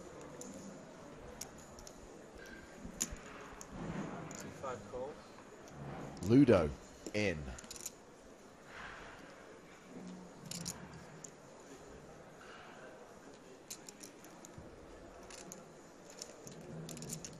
Terence Jordan's had a funny day, hasn't he? We've hardly seen him in action, really, apart from tripling up. Well, he's going to come along here. Wow. So, everybody. 3-way to the turn. Yeah. 103,000 in the middle. Board pairs on the turn. It's the ace of clubs. It's bad for action.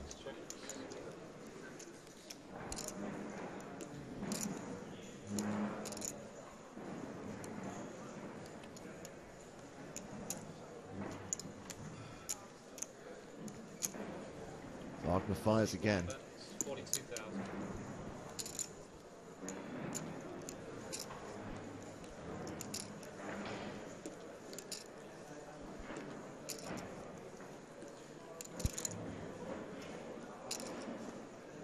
What do you make of him betting this turn, Mickey?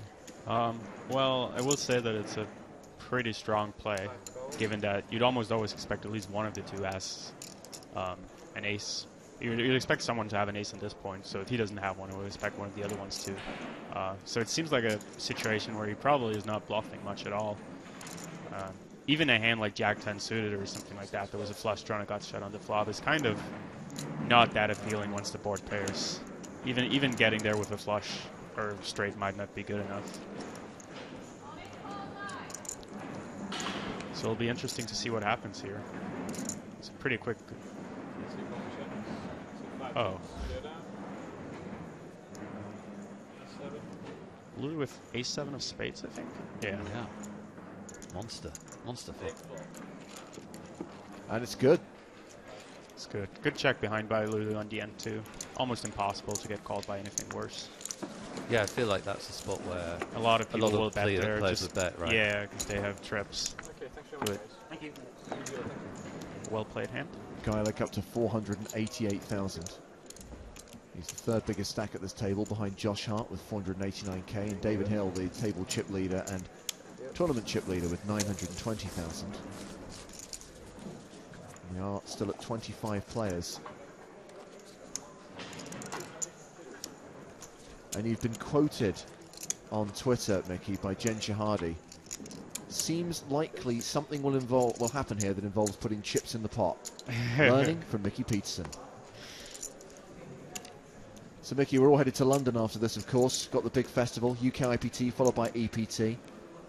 The Hippodrome running it, but of course it takes place at the Grand Connaught Rooms in Covent Garden, 8th to the 18th of October, with the last 5 days of the EPT main event live streamed here on PokerStars.tv.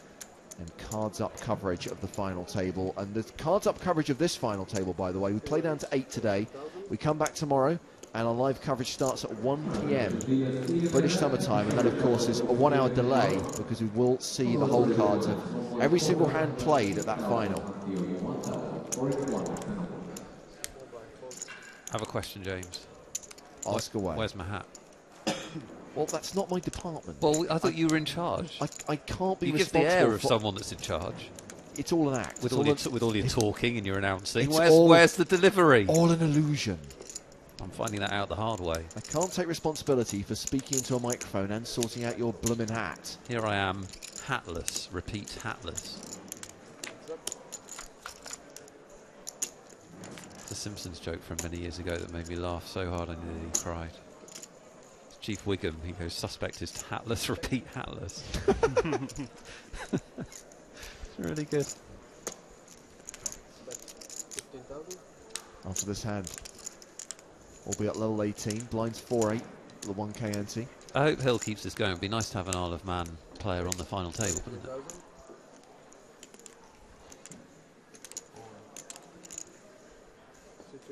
I heard the words all in there from Thomas van Wielen.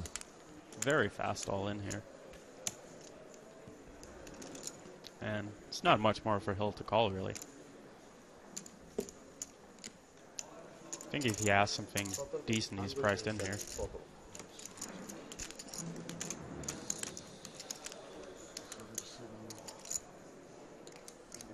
Yeah, very good price on this call.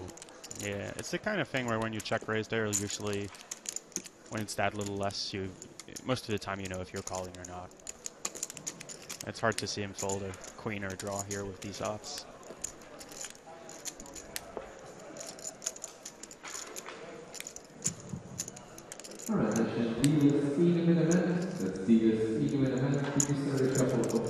Well, you can hear the announcement in the background. Finton Gavin has just eliminated a player. We're down to 24. Are we going to be down to 23 is the question. King Queen against Queen 6. So it looks like a double up for Van Wielen here. Unless something nasty happens to him on the turn or river. So we are currently at 24. But we could be down to 23. So you know this modern trend for the big blind defending thing that everyone loves? Everyone loves a big blind defend. Absolutely. With the Queen 6 offsuit, it can still get a bit ugly, can't it, sometimes? Yeah, with a hand like that, obviously, bad stuff can happen. Bad things can happen. Yeah. I mean, hard to put another queen out there, but it has happened, and it's good for Van Wielen. Yeah, his hand holds, he doubles up. So 24 players remain. Time for the redraw, which means we're going to take a short break while they redraw for seats. However, there's still action at one of the outer tables. There is a potential all-in on that table. Heath Cram shoved but did not get any action. So I repeat, 24 remain. Redraw time. We're going to thank Mickey Peterson from Team PokerStars Online. We got the myth, the legend that is the moneymaker. But I haven't had my full Mickey. Maybe tomorrow. Oh. So a brand new lineup, a brand new feature table coming your way in around 15-20 minutes time. It's time for the redraw at the PokerStars.com UKIPT Isle of Man. Live coverage continuing very shortly. We're down to 24.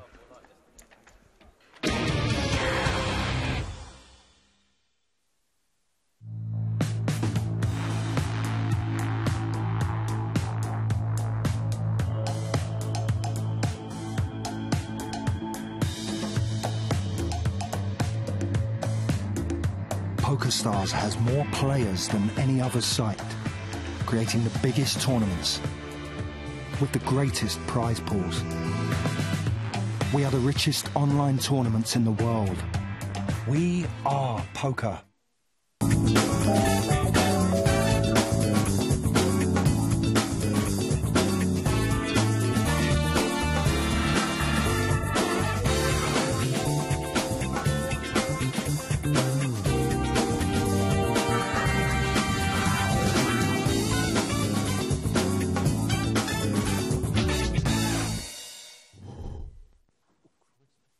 Welcome to the UKIPT web show from dusk till dawn. This is the richest UKIPT of all time, and the great news is they found enough money to gainfully employ me to bring you a magazine show. That's great, because the last 2 years have been spent in my bedroom doing magazine shows for no one. Let's get on tour. The world decided to descend upon the dusk till dawn venue for what was expected to be the biggest, baddest UKIPT poker tournament of all time. People were registering like fanatical lunatics all week. It was mental. Oh look, there's Liv, Jake, Maxi Silver, Hot Stuff Fatima, one of the DeMulder brothers, doesn't matter which one, suited and booted Ben Jenkins, a massive fish, and well-groomed Edinburgh winner Dean Hutchison. Poker history was made in San Remo recently when Victoria Coren, the Team PokerStars Pro, won her second ever European poker title, the first person ever to have two. She's with me right now. Vicky, Queen of Vicky, you're the Queen of Poker. How does it feel? Just delighted. What was the exact moment like when you won the second EP? What was it like, exactly like? Fantastic. Let's relive some of those amazing memories. The entire poker world calling for a deuce. No ace, no king, no 10, no 7. It's a brick! It's a brick! Vicky Coren has done it!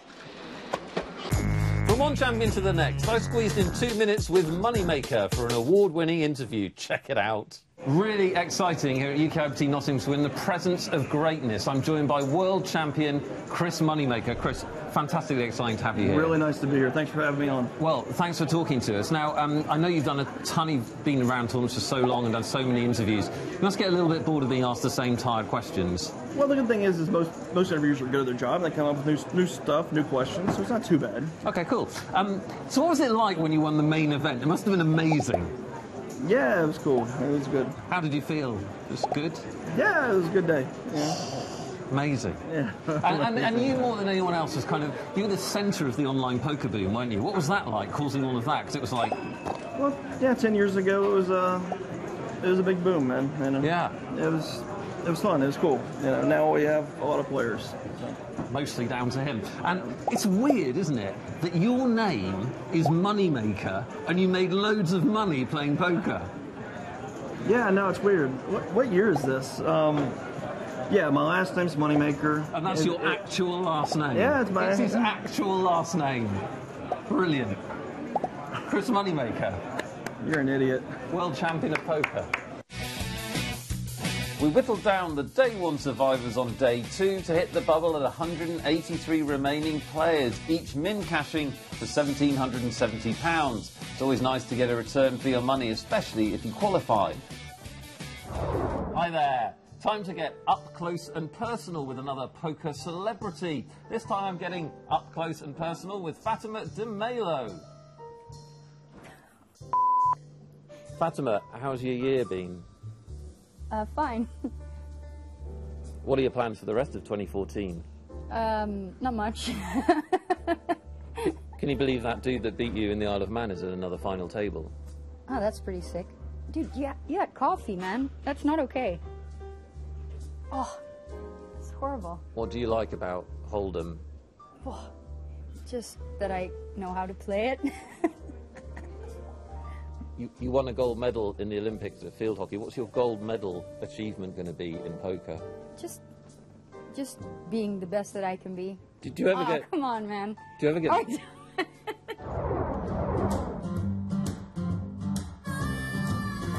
Jake Cody is currently running the most wicked of wickedest Twitter comps right now. It's called Play with Jake, and it rocks. Here's what he had to say about it. Here in a blaze of white glory, Team PokerStars Pro Jake Cody. Jake, looking resplendent. Thank you very Nice much. work. How's it going, Nick? Really good. Nice to see you here. You too. Quite the event, right? It's been incredible. It's record-breaking field.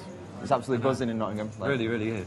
Now, I want to talk to you a little bit about this promotion you've got running at the moment. Not even a promotion, a free roll that you're doing for people. It is a free roll, It's really basically. cool, Essentially a free roll. So I basically decided about a month ago, I have so much support on all social media, on Twitter, Facebook, that I would like to give something back to all the people, like say good luck and like follow me on everything and like to see me do well. I kind of felt like it would be nice to do something for them. Yeah. So I came up with a competition where I post a hand on Twitter, so I tell all the details of the hand, I tell you the stack sizes, what happened before the flop, what happened on the flop, and you basically have got to try and narrow it down and figure out the 2 cards that I had in the hand. And if you can pick the exact suits, get the 2 cards, then you win 1% of anything I win in that tournament. So 1% free roll. 1% of actual real money? Actual real money. So you do one of your Jake Cody things where you win like €500,000. And they would have 1%. They get 5,000? Yeah, they have to have a PokerStars account and use the hashtag #PlayWithJake, and then they're in. This is awesome. That's all you have to do. That's all you have to do. Great, so you just follow Jake and you can play that, or you can follow me and play with Nick, a very different competition with very, very different prizes, mostly accepting female entrants, although at this point I'll take whatever I can get. We came back on day 3 with 49 players, each vying for the title and the trophy. We lost around half the field in the first 6 hours, 6 of whom were qualifiers, cashing for a total of £36,160. Not bad, considering you can qualify for next to nothing.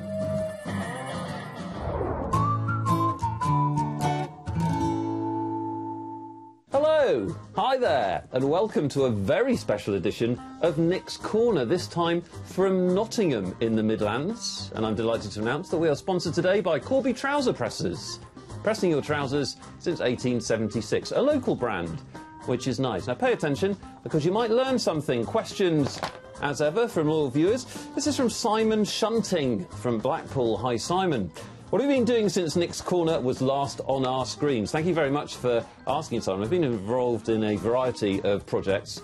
I was involved in a spiritual therapy and repair group called Nick's Circle.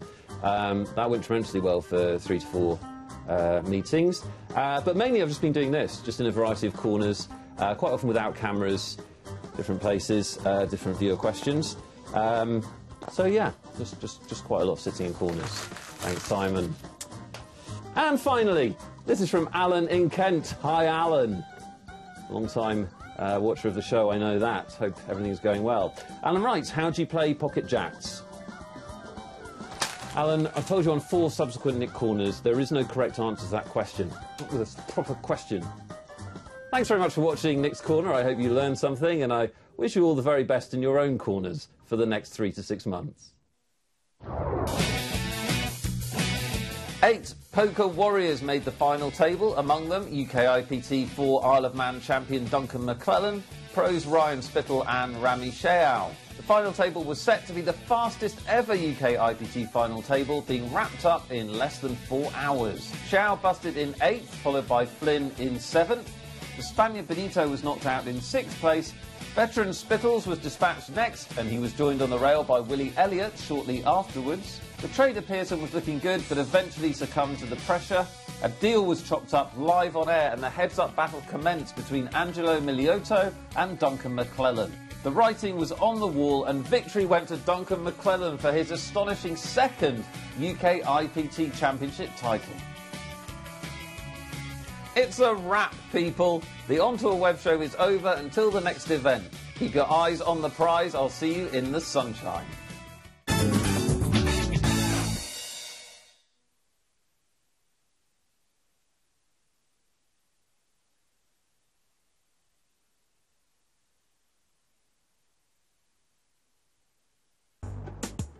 Rafa Nadal is one of the greatest tennis players of all time. He's won all 4 Grand Slams, he's won Olympic gold, and now he's determined to win at a different game, poker. I'm competitive in general. In life, I love the competition. I like to win. When he's not on tour, Rafa is working with poker coach Alfonso Cardalda to develop his game. Rafa has just 6 months to hone his no-limit hold'em skills before playing in his first major live tournament.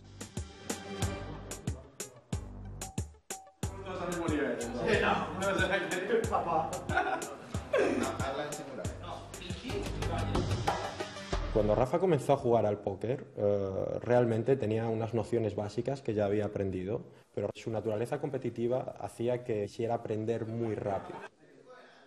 Today, Rafa's poker journey begins with a fun game against his friends and his mentor. But don't let the camaraderie fool you.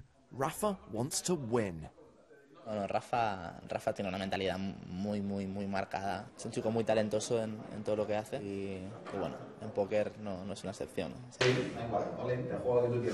All-in and call. I try my best in everything that I do, but playing against the friends always is fantastic atmosphere. It's good because you can have some fun. Check out. Okay. Y el river es... ¡Oh! Y ahí termina mi partida. Bien jugado, tío. Cada día que pasa está mejorando mucho su juego. La única manera de evolucionar en este juego es practicando. La que te han preparado. It's down to the last two players. Rafa is heads up against his coach. On this occasion, Alfonso's experience gives him the edge. Rafa is the runner-up. But how long will it be before the apprentice beats his master? Join us over the coming weeks as Rafa's poker training continues ahead of the toughest game of his career.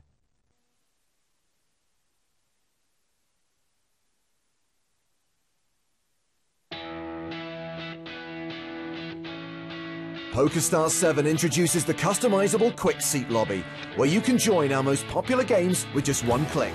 Or you can configure it exactly how you want with shortcuts to get into your favorite types of games quickly.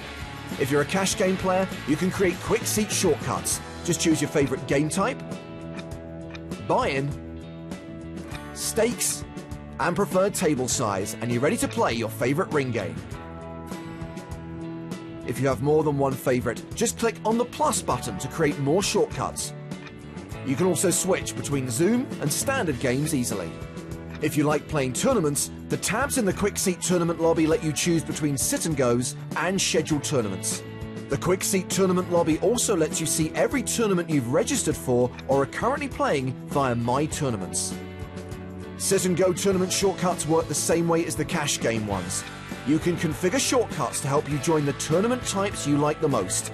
Simply choose your favorite type of games and click Register for the ones you want to play. As with cash games, you can add more choices by clicking the plus icon. In the PokerStars 7 Quick Seat Scheduled Tournaments lobby, available games look like tournament tickets and show the next 20 tournaments that match your filter criteria. On the ticket, you'll clearly see how long you have left before registration closes, what the buy-in is, how big the prize pool is, and the current number of entries. If any of them are featured tournaments, they'll appear as larger special tournament tickets. Click the register button to buy in. Every second counts in this game, and the PokerStars 7 Quick Seat Lobby is designed to make access to your favorite tournaments and cash games effortless.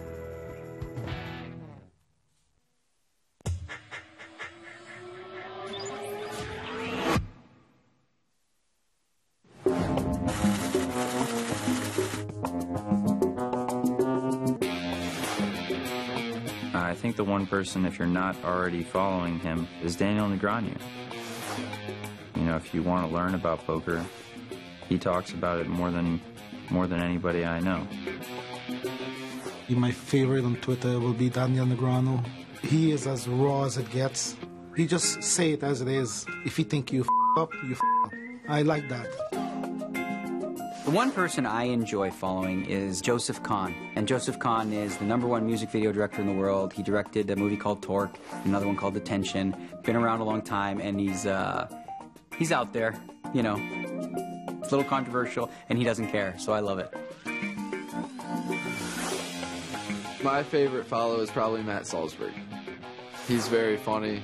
He does hashtag showers for a lot of things after people bust tournaments, whether he's at the tournament or if he's just following online. Comedy-wise, my funniest account, and apparently I was reading some article about it, like 1 to 2% of the population will actually understand or find this funny, an account called Wolf Puppy, spelt wrong. Really weird, really abstract, but it kills me.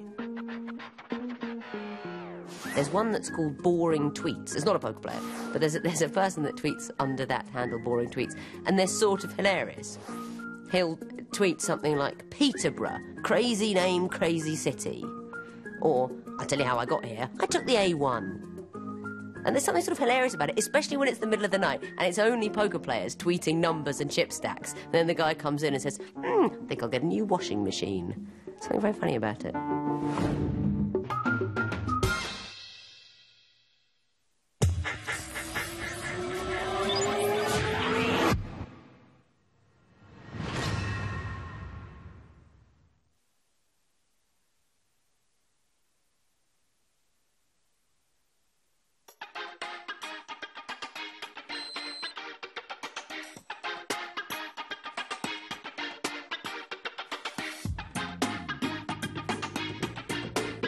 Hey, it's professional poker player Vanessa Russo. I'm here in Vancouver for VIP Club Live, a global series of parties hosted by PokerStars for its VIPs. Let's go check it out.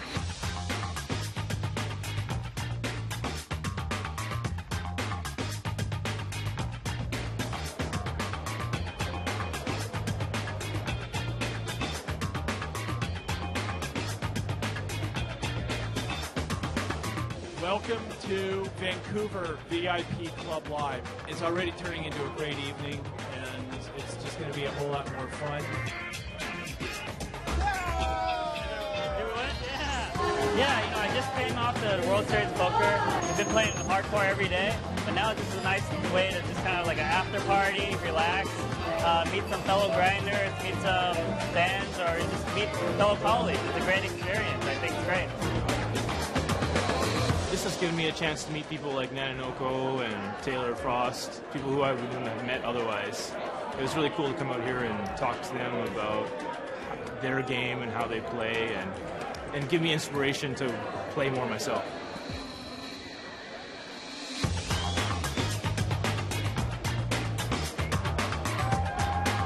We have goodies to give away.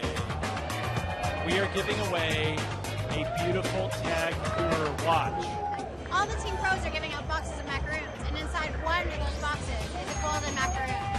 And that golden macaroon will be turned in for a Tag Heuer watch for the lucky VIP.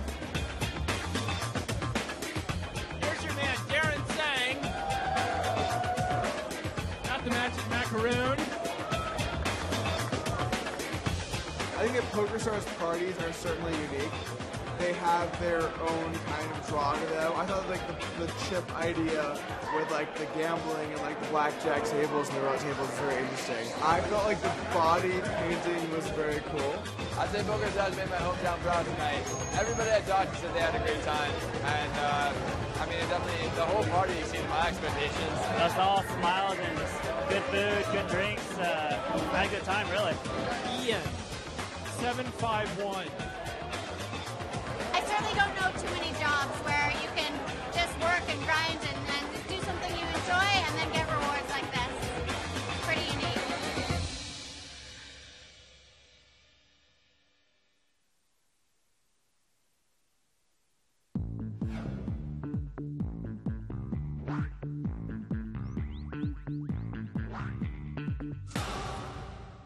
I'm Lee Jones. I'm the head of poker communications for PokerStars. And first, I want to welcome you all to the first Team Pro Q&A session of PCA. The two guys that you see up here, on the left, Eugene Kachaloff, and on the right, Elke. We wanted to talk to these guys about being healthy on the road when you're a poker player. Let's start with Eugene. I think you can always find a way to eat healthy and stay healthy if you try hard enough. Even when we're playing poker, yeah, you can go for a pizza, but there's also some healthier options, so we try to focus on that. You know, and it's not as extreme as it may sound sometimes, because you know, we also have like something called like a cheat day once a week, so we can actually have like, you know, we can have like a big pasta and like a cake or something. Elke, how do you feel that eating healthy reflects in your poker play? You definitely feel better at the table, especially when you have like long days. When you get a good night's sleep, when you don't drink the night before, and when you like work out in the morning, all those things, they really add up, and it helps a lot. Your A game is not going to become better, but like at the end of the day, if you play for 10 hours, that's really a big edge, I think. I'm sure that some people out here in the audience have got some questions. how do you prepare right before the beginning of the tournament? What kind of stuff do you eat, or do you make any kind of physical exercise right before it so you are more fresh? Let's say the tournament starts at noon. I'll wake up around 8:30 or 9 a.m. Go have breakfast, and then I'll go to the gym, and I'll have like about an hour to an hour and a half workout, and then I'm usually all pumped up and excited to play and just full of energy. My question is for you, Elke. When you end up playing pretty late into the night, do you have kind of a routine before you go to bed? Because sometimes I find if I'm playing poker like 15 minutes before I go to bed, my brain's still kind of in poker mode and like you're thinking about hands or whatever, and it just kind of doesn't really work out for getting to sleep very well. I can relate because poker is a really exciting game. So when you have you've been playing for until 15 minutes before you want to sleep, you're still excited about the game and you still think about the hands you played and the excitement. Especially if you're still in a tournament, you're excited about still being in and thinking about the next day. So if I feel like I'm not going to be able to sleep right away, I would maybe meditate because it kind of helps. You have to experiment and see what works better for you. I just wanted to ask about the 15-minute breaks. What sort of things do you do in that short time? I think it's different for everyone. For me personally, I just kind of like to be on my own and just kind of relax and then get back into the game. Basically, I'm not thinking too much about poker on my breaks. If I feel like I'm not that focused, I need to be on my own and really get back into the game. But if I'm kind of a little bit more in the zone, I don't mind spending time talking to friends and it kind of depends how I feel at the time. Yeah. Important question: do you only party on cheat days then? I don't drink too much alcohol. Not because of my diet or anything. I'm just not a big fan. So I don't drink very much. But I mean, you can party any day. It just depends how you handle yourself. Yeah, I mean, I really don't like to drink when I'm in the middle of a tournament series or something. I used to drink whenever I won a tournament, but nowadays I haven't been winning very well, so I still need to party. So I would party at the end. Usually at the end of the series is the best time because motivation is not really my strong suit. So I think it's better to party when I don't have to play any more poker after. Yeah. Thank you very much for your participation. This has been a lot of fun. Thanks.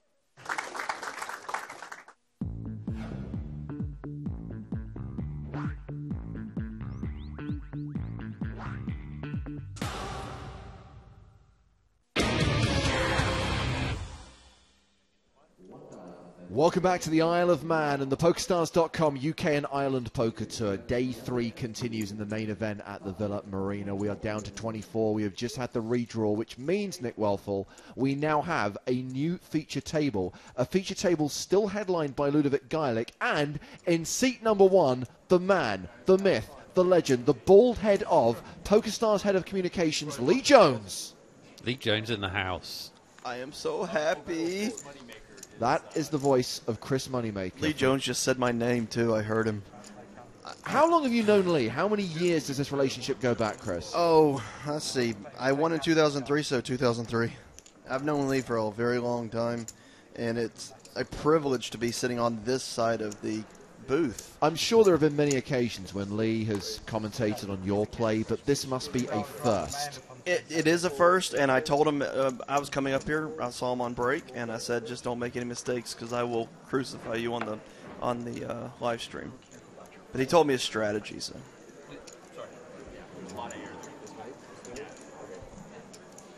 And Lee already doing what he does best. The etiquette, please. Policing the table. Yep. James, didn't you get on tape Lee Jones's reaction to being on a feature table for the first time? We did. We caught up with Lee during the break and we said, Lee, how does it feel to have made this feature table? Oh my God, I am so excited to be playing on the main stage live on the internet. It is fantastic. That's so good. And for you guys, that wasn't a recording. That was actually James doing a Lee Jones impression. How good is that? For people that don't know Lee Jones, how good is that, Chris? Yeah, that's really pretty strong. Yeah, it's real strong. Like if you don't see him here sitting here doing it, you wouldn't know he was voicing it over. Love me a bit of Lee Jones. For you guys that don't know, Lee Jones he controls the boom switch for PokerStars, so you might want to get to know him. That's it. He's the man to know for that reason. Remember, the hashtag on Twitter is UKIPT Live. If you have any questions or comments for our guest, Chris Moneymaker, any observations about the play that you're seeing? Well, I've only seen one hand, and I see one staff patch right now. And when I was playing, I was looking for staff patches. Well, that staff patch belongs to Mr. Ian Marmion. And Ian works in our Ireland office, so probably works on our sister site, Full Tilt Poker. Shouldn't he have a Full Tilt staff patch then? I think Yeah, James. Well, I didn't make it up. I'm not. You've done it wrong. Oh. Okay, this is a very cool event, obviously, because you do have PokerStars staff in this tournament. I believe this one and London are the only two that are open to the staff. That's true. When the UKIPT comes to London next week, employees from the UK office will be able to play. Oh, really? Yep. Miho, saddle up. It's actually really cool playing with the staff because, I mean, they take it so seriously. It's really, I mean, other players do, of course, as well. Yeah. But, I mean, with their build-a-stack program inside the office and stuff, they're really adamant about poker. And so it's a really cool experience to play with. We had a lot of fun on day one until I busted. That's always the least fun bit. Yeah, I couldn't have any fun anymore. I couldn't make any hands late, but you know, I'm just glad Lee Jones is making a run. It makes the bust worth it, because I would hate to have busted him later. So Lee has 20 big blinds, so very, very strong chance we're going to see him in action in a major way. If you mean action by folding, yeah, that's what he's going to be doing. Lee Jones is going to wait for a big pocket pair and ship. He's not going to do anything. That's the MO. Yeah, he's not going to play any pots. If Lee Jones plays a pot, he's got a pocket pair, he's got ace-king. Maybe ace-queen. He's not going to be opening any light. He's not going to steal any blinds. I've known Lee for 11 years. I would love to see him try to steal something. It would change my perception.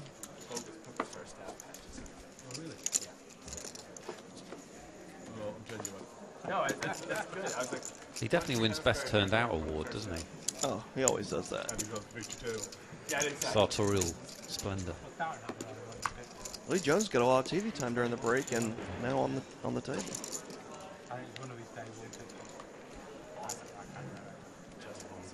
So when we got down to 24, we had just started level 18, so we've still got most of this level still to run. 53 minutes on the clock, 4,000, 8,000 with a 1,000 ante.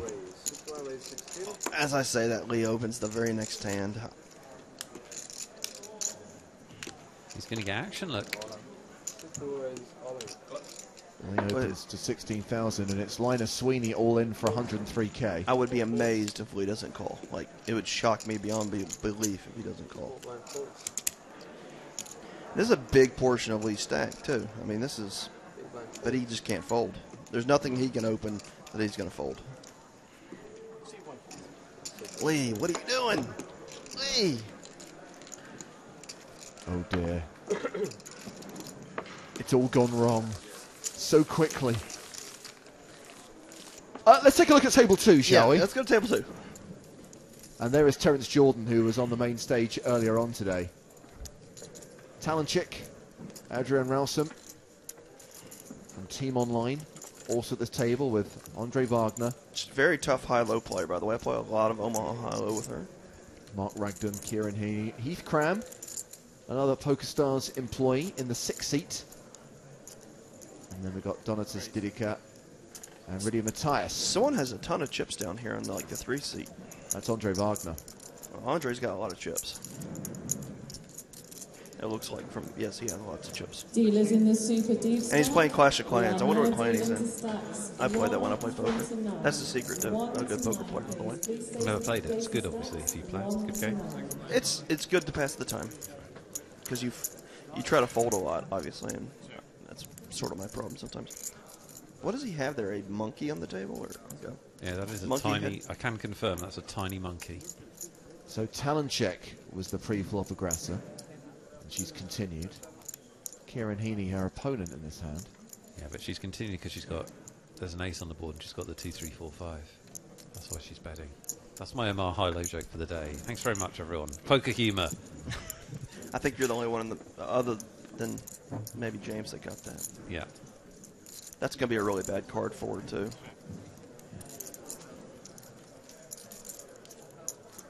Check, check on the turn.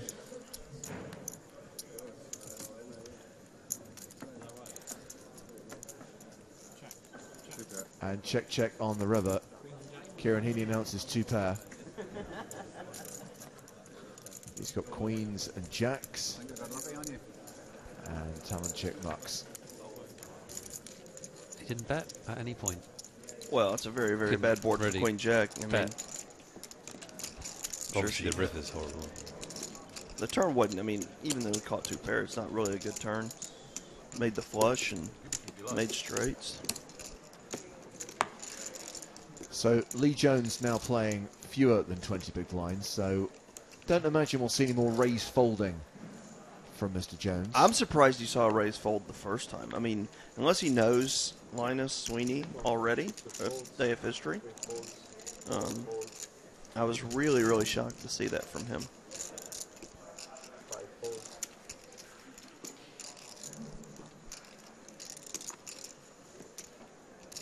Action folded to Ludovic Geilick on the button. Geilick starts his hand with $500,000. So his range is going to be like anything. Are these the 2 big stacks at the table, I'm assuming? Well, the biggest stack is Ian Marmion playing 574,000, but they are 2 of the bigger. There's number 2 and 3 in chips at this table. Geilick and Sneyberg.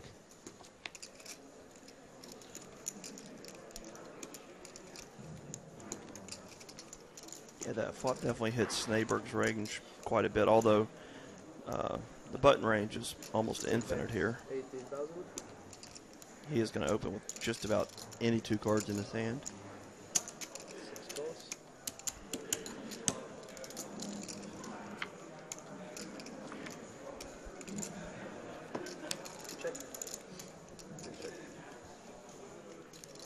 An 8 wins this probably. There's one. Sneyberg takes it down. So there are 3 tables still in play. We've obviously got table 1 up on the main stage. We just saw the lineup at table 2. Over to table 3. In the 1 seat, Fintan Gavin, a former UKIPT champ. Martin Tadenya in seat 2, a Full Tilt Poker Tour ambassador. Fintan with chips. Thomas Van Nielen was on our feature table earlier on, as was David Hill. We believe he's still the chip leader. And we've got Nick Smith, Smit Trivedi, Josh Hart, and in seat 8 is UKIPT nearly man, Thomas Ward. All-time cash leader. In fact, Thomas Ward just doubled up through Thomas Van Nielen a couple of hands ago.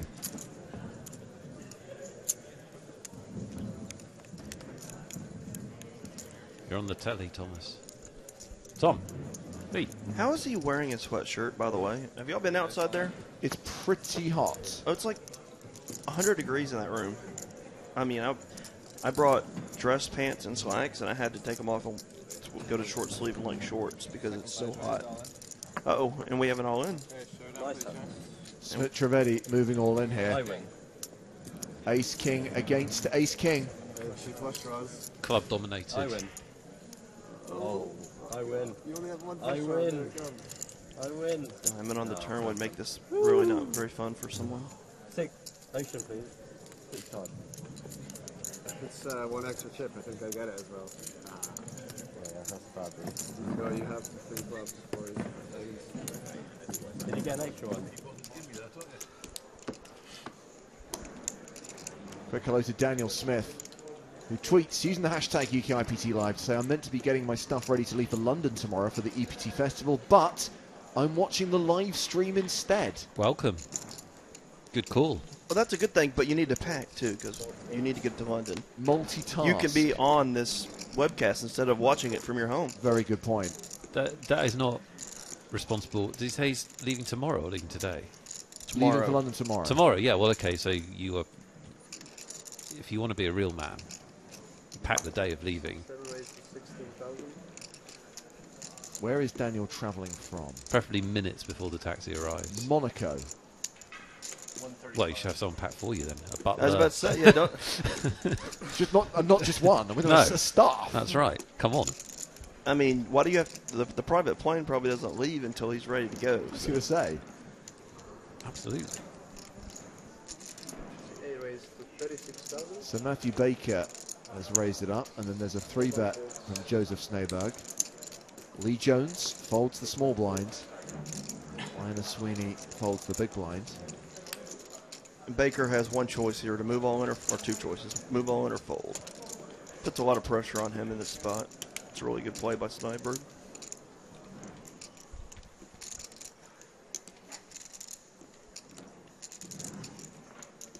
Baker could be raising, obviously, just to pick on Lee Jones and Sweeney. So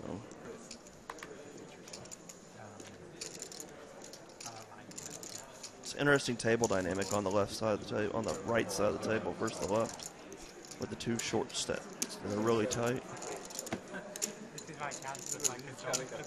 Well, at least nobody can see your cards. That's the upside. I really like Sniper's seat in this whole. Like, he has the best seat on the table by far. He's got two short stack, tighter players to his left, and he gets to wait till all the big stacks act. A reminder of the lineup at this table in seat order. Lee Jones very much not the chip leader at this table. In fact, he is the shortest stack at the table with 16 big blinds. Frank Longinotti from Canada is the player who busted Vicky Coren earlier on and played that ace-king rather curiously. So we don't like him? Is that what we're trying to say? Or I wouldn't like him. Just, you can't bust Vicky Coren in a UKIPT. But no disrespect to Frank. If it was the choice of having him or Vicky at this table right now, most people would choose Vicky for a variety of reasons. This is true. But we love you, Frank. I don't even know which one you are, but you're the...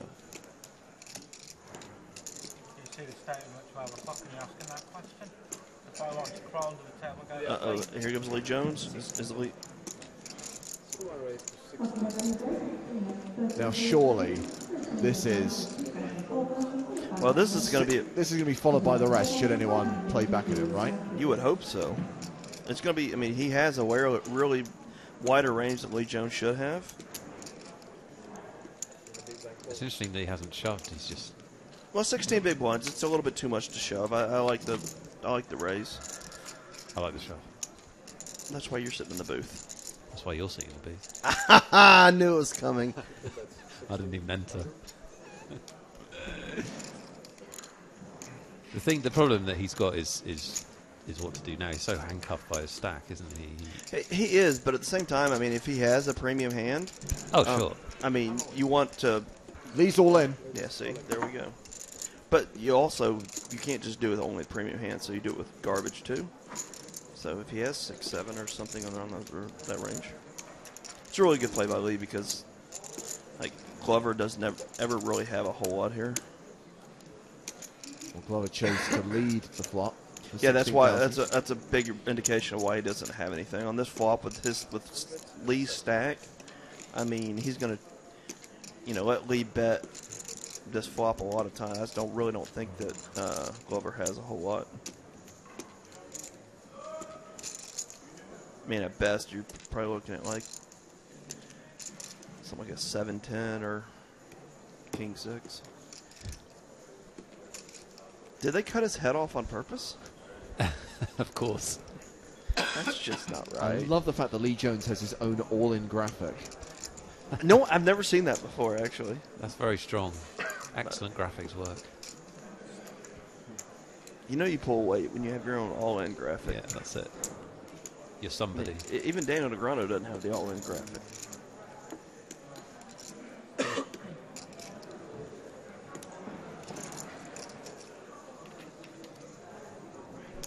So again, it's a little bit of a surprise that Glover is thinking this long, because when he bets, one of the very likely outcomes. Yeah, well, see, whenever I make a poker decision, I try to think that I've already had my mind made up what's going to happen if I get shoved on, especially in this spot. You would think that you would already know. Yeah. I mean, I guess Glover's really got. I mean, he's sitting on like either a deuce or some kind of. It's just maybe a gut shot draw, 8-9 or something, or a 9-10 rather. Trying to figure out if Lee just has ace king or.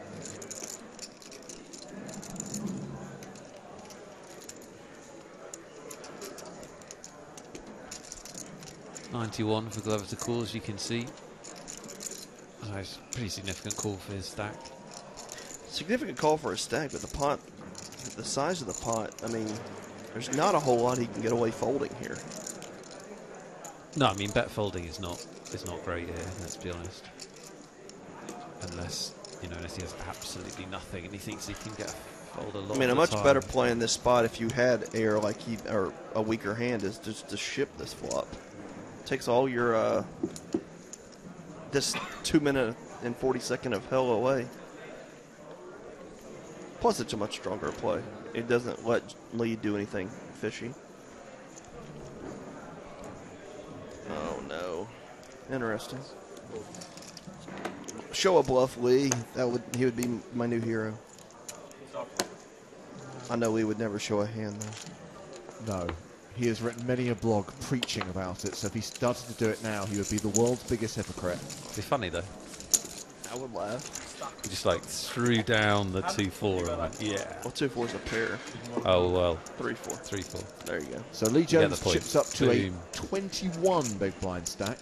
Baker playing 20 bigs. Sweeney the short stack with 15. Ian Marmion the table chip leader with 71 bigs. 40 minutes left on the level. If you're following along at home, when you see a situation where you have three guys with 15 to 21 big blind stacks and you're a big stack, you want to be raising them a lot. Because theoretically, you're not supposed to do what Baker did in calling and betting and folding. Most times in a poker tournament, you're going to see that player ship. So you can usually just do a min raise and get away with it pretty freely. Free poker advice today. 7 raise 16,000. It's good, and people don't, especially live, when people lose track of the stack so often, and they just don't think about the overall dynamic of their seat. I don't think enough, right?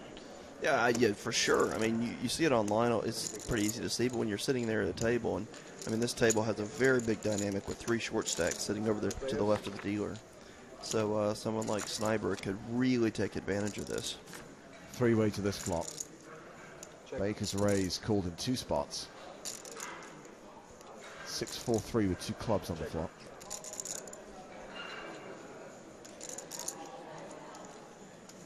Did Baker raise from the small blind? No. Baker raising from mid-position.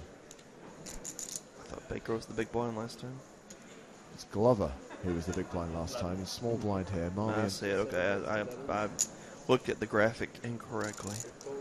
Granted, they both have Union Jacks next to their name, and both names end in ER. Yeah, that's what got me.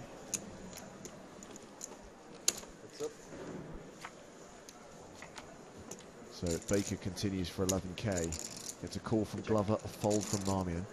The board pairs on the turn.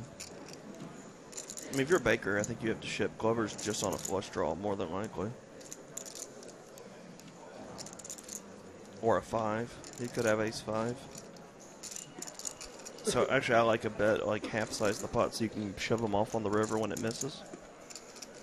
Because he may not fold a draw. I'm assuming that he doesn't have anything at this point. Baker, that is. I think he's got like a king-queen.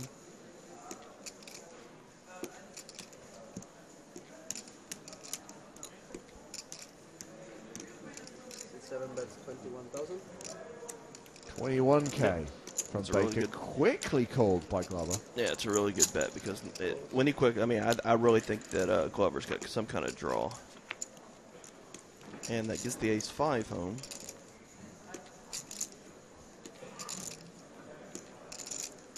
Out of all the draws missing, that's actually a really bad card.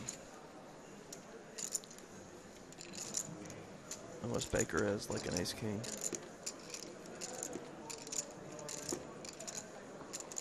So Glover's, I guess, thinking about what he's going to do now that he missed, maybe? Check.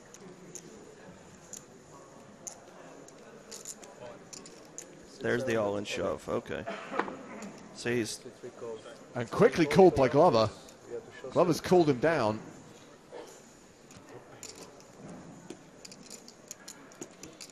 So the straight flopped by Baker. The ace was a really good card for him because it did pair him on the end. Glover hit his ace on the river, but it's no good. Baker doubles up through Glover. He'll be left with around 80,000. Yeah, pretty good flop for Baker. Raised and just flopped the nuts. Yeah. Must be nice. 3 full streets of value. Full double up there. Yeah, he played that hand in a way that, I mean, but it's not, you know, when you look at the hand, you look at Baker and you're like, you know, or Glover, and you're like, wow, he called all that with just the ace high, but Baker played it really well, and his hand was really polarized in the fact that he either has something like the straight there or he's got stone nothing, because I would have played stone nothing the exact same way. So, well, Matthew Baker's now got 346,000 above the tournament average, and Christopher Glover is down to 80k. He's playing a 10 big blind stack. He's the low man at the table. 24 remain, by the way. You haven't lost a player since the redraw. Basically, I like the way both guys played that hand. Just unfortunate for Baker. He caught the one card he really didn't want to catch. The sad thing is, he might call there. Not a shove, but he might call another bet without the ace hitting. Because I really think he thought he might have been ahead before that.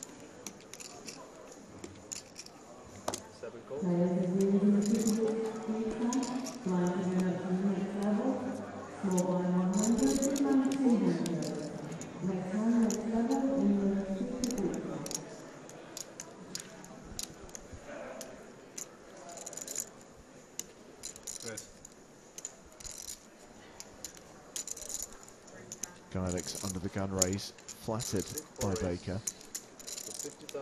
3-bet from Ian Marmion in the small blind. Wanjanossi folds the big.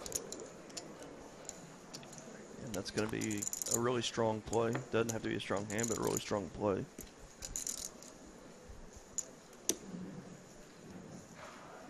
Baker's probably feeling good about himself, just won a nice sized pot. But probably not that strong.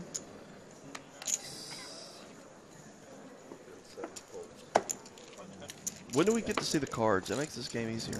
Well, it's funny you mentioned that, because we just had a tweet from Tom. He says, I love watching UKIPT live, but hate, very strong emotion, hate not seeing the whole cards. Well, first of all, to answer your question, Chris, we'll see the whole cards when we're at the final table. That's tomorrow.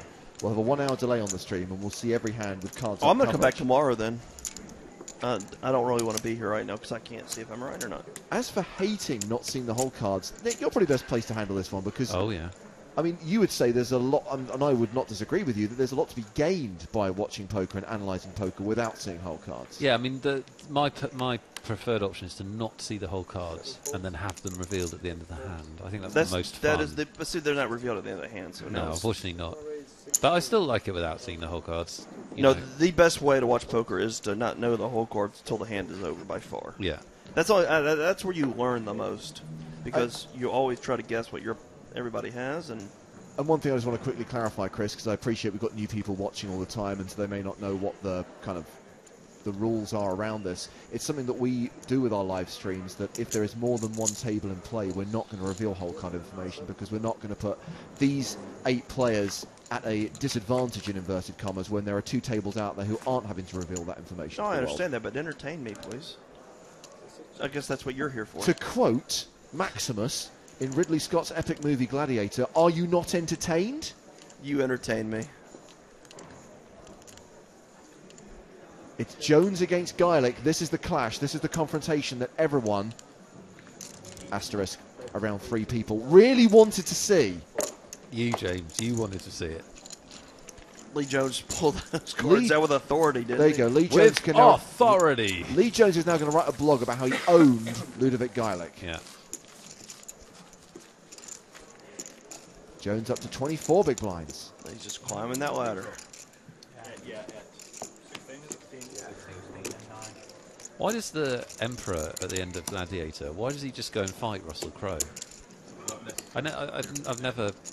Are we really going to have this discussion? Yes, we are going to have this discussion because no one's given me a proper answer. He was not it's so stupid. He was not a sane, rational human being. Here I am, Nick. sitting up here as the Emperor with an army at my disposal. I'll go and fight him on my own. He seems like he's the best person at fighting that's ever lived. So what I'll do is fight him. Would you play poker with me? Never.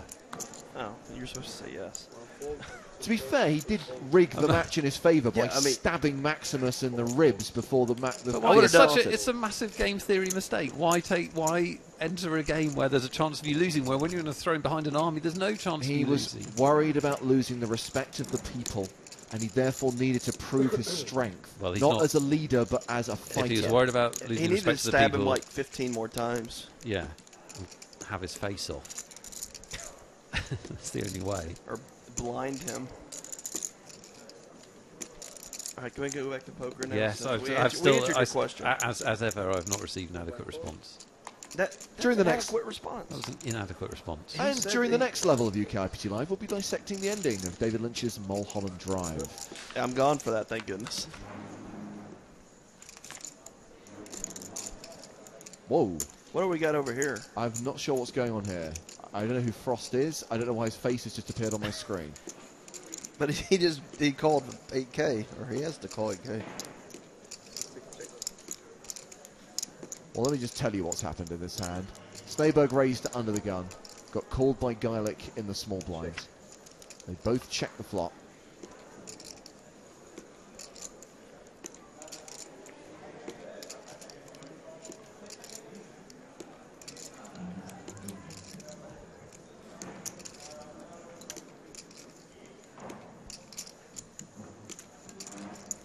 Six bets, 42,000. 8 votes. So he said I booked that day when I busted. I didn't intend to play day with me. Reno came back from London. A win. Geilick wins it. A bet on the turn. Reno looks like a genius now. One of the things that you can observe and enjoy, or have been able to over the last hour or so, is how Ludovic Geilick wins uncontested pots. You see him show down too many hands, and yet he chips up, really easily. And he varies his play. One of the things that's been apparent all day is how much he varies his play. Sometimes he's just going to barrel away. Sometimes he's going to check flops. Sometimes he's going to raise turns. It's really good. Generally a sign of a good player. That's it. Just constantly keeping you off balance. He's not. Mm-hmm. Yeah, it doesn't take the same line with every hand, in every situation. Yep. Now, Chris Moneymaker, you've got about 20, 25 more minutes in the booth with us. We've got some prizes to give away. We've got some Bluetooth speakers. We've got some pairs of headphones. We've got some hats. And something we've clarified is that all these prizes were left behind in the office in London. Therefore, we cannot give Nick his hat. Which I won. In the booth. Yeah. How did you win a hat? Victoria Coren had a competition, and I guessed the correct answer in one guess. It was unbelievable. It was so good. Wow, that's yeah, impressive. Thank you. As our guest of honour, Mr. Moneymaker, all right, I think we would love to be able to give away either a pair of headphones or some Bluetooth speakers. To someone that doesn't work for the production. Yes. Yeah. Yes. Ideally, a member of the. So do I have to come up with a question or something that needs an answer? Yeah, exactly. Is there something that you'd like to pose? A little teasing tickler for our audience that would see one of our loyal viewers rewarded with a lovely PokerStars prize. Okay, I got a quiz for you. Excellent. We have a PLO quiz or a Hold'em quiz. What do we want? It's up to you. You're the guest of honour. You go for it. Trying to think of the easiest one to explain on the internet to get accurate answers. Okay, we'll do the PLO one because I think it's the best one. You're dealt 3 threes and the 9 of spades. You have a 3 spades and the 9 of spades, and then 2 of the threes in your hand as your starting hand. By the river, you have the nuts 4 different ways. What are the hands that make the nuts? Wow. I'm sorry, 3 different ways. Whoops. So what's the board, basically? You have to tell me the final board to make the nuts 3 different ways. So you've got 3 threes, including the 3 of spades, and the 9 of spades. That's your starting hand. That's your top starting limit hand. Omaha, and by the river, you have have the nuts 3 different ways. What is the board? That's your test. Type out that board. Do we know our suits? No. Yes, you have the 9 3 of spades. 9 3 of spades. And then 2 threes. That's it. Okay, so there you go, everyone. Tiger tweets UKIPT Live. Tell me the 3 hands that make the nuts at the river. Are you actually trying to work it out, Nick? Obviously. Yeah, but you're not getting a prize. I'm not giving you any more PokerStars goodies. You haven't given me one prize. You have an IOU slip which says I am 1 hatless. PokerStars hat. Repeat, hatless. I've been lied to. You could sit here all day. You wouldn't figure it out anyways. Why? You can't get 2 prizes in one day. Just because it hasn't been done doesn't mean it can't be done, Chris. Something I say often on dates. Actually, you could get this one. I don't think you could get the Hold'em quiz. So that is that follow-up when somebody gets the Omaha quiz. I'll be here tomorrow. If we're still giving away, we will be. Yeah, if we're still giving away the fictitious prizes, I will answer the Hold'em quiz. Excellent. Love quizzes. So Geilick opened this. Someone's gonna be so excited when they get the FedEx box and it's empty. Sneberg 3-bet to 47,000 and has continued this all-diamond flop for 45,000. Decision on Geilick.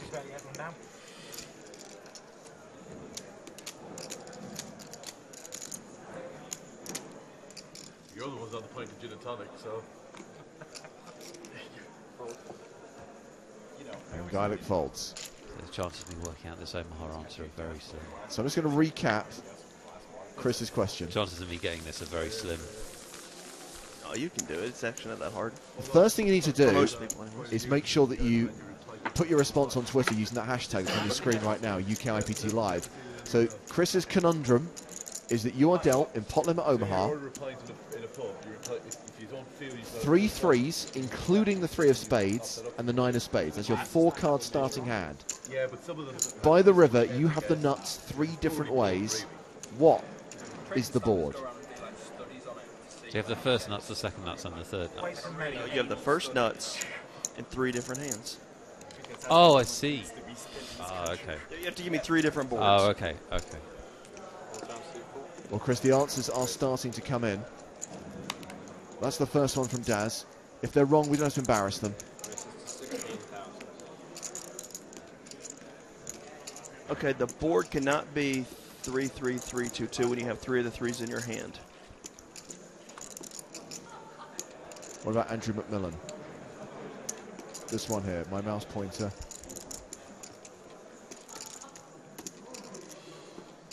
Sorry, Andrew, that is not correct. And I need the full board, by the way, too. Rob King has joined us late. He says, sorry I'm late, guys. I turned on the stream and Nick is trying to win a prize while working on the stream. He's outraged, he's shocked, he's horrified, he's appalled. Yeah, but if you know me at all, you can't be surprised. You can be all of those other things. Rob, I agree with you. I think it is quite appalling. Surprise was not one of the emotions. Well, it's obvious that both Rob and you, Chris, weren't here when it happened, because if you'd been here when it happened, you've enjoyed the I'm the one that asked the question. Genius of my guess. Oh, this one, yeah, this one's not good so far from me. Marmion has opened. Geilick is 3-bet. Chris is reviewing the Twitter timeline and seeing if anyone has got the answer correct. One person has got one of the hands correct, but I need the 2 other hands. You have to guess all 3. It might take 2 tweets, and I apologize for that.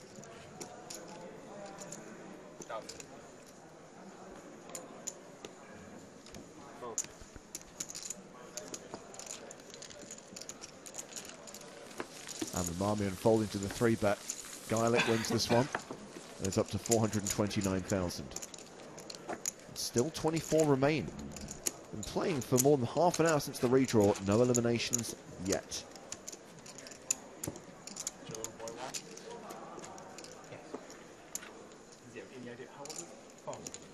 Okay. More coming in, Chris. Let's start with Klaus. All right. Laskin has 1 correct.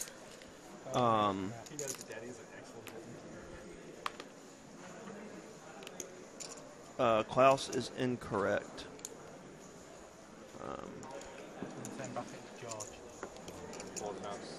My 2 kids are 10 and 9. Paul has the correct answer. Paul is correct. Paul is correct.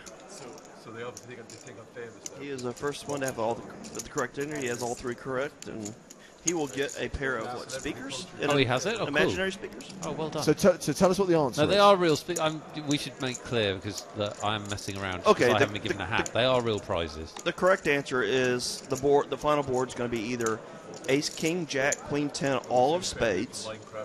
So your hand, your 9-3 of spades would be the nut spades at this point. We see how this works. Yep. Another one, the easier one, would be just any quad combination with 3 9s on the board to give your 9 whatever. You would have quads, so that would be the nuts. And then it would be 4 2s on the board with a 3. You would have the best full house. So there you go. That's the one Yeah. 4 twos with a 3. So congratulations to Paul Dugazima, who has won himself some Bluetooth speakers. Yeah! That's good, actually, getting those right. I don't think that's that easy. Nice. I wonder if they work from the London office. Can you use Bluetooth into the London office? 'Cause that's cool. where they are, right? Yeah, well, allegedly. Yeah. Yeah, good luck with that. Allegedly. Tomorrow we'll be giving them something else away, and I'll do a Hold'em quiz so for people that don't do Omaha. But I got to figure out a way to word it because it is a little bit of a complicated one. Good question. Good question. Nick, I could give this one to you today, and by the time you get to tomorrow, you might have it. But I'd have to do it off air. Yeah, if I'm allowed to ask lots of people, yeah. And use the internet, yeah, I might get it, yeah. Actually, I don't even know if you could use the internet and ask a lot of people. I still don't know if you'd get it. It's that tough. It's a doozy. This was the easy one today. Okay. Final table stream tomorrow. I'm probably going to get the prize because no one's going to guess it. Okay, so when I mean, we can restate it tomorrow, but when you finish up here today, you should put it out there. I should put it out there? Just for fun, just to give people... I'll tell you what, if you follow me on Twitter, I will pose the question 2 hours before I come on the live stream tomorrow, and I will be on the live stream tomorrow at 6:45 p.m. Isle of Man time, which I have no idea what that is at home in the States or anywhere else in Europe, but 6:45, I'm sorry, no, that is incorrect. No, that's right. 6:45 this time, I will be on air, and I will pose a question on my Twitter account at CMoneymaker 2 hours before I come on in the booth. So, and I will hashtag UKIPT Live. Now, we've got an all-in here. So we're going to see how this plays out, and then we're going to resolve some competition controversy. Uh-oh. It's a minor controversy. It's the classic, I was in first. Please call, check the everyone. feed. So a call as Baker opens, Glover ships and gets called. It's King-Queen against Ace-King. It's a domination situation. Is one of the staff members in his hand? No.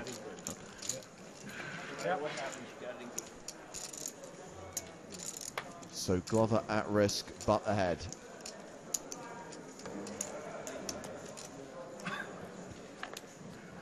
Oh, we got the 2 ERs again. That's why I get confused every time.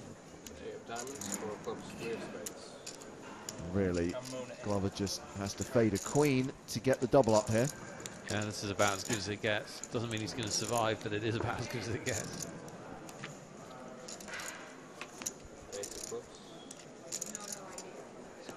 So this next one really quietly, please.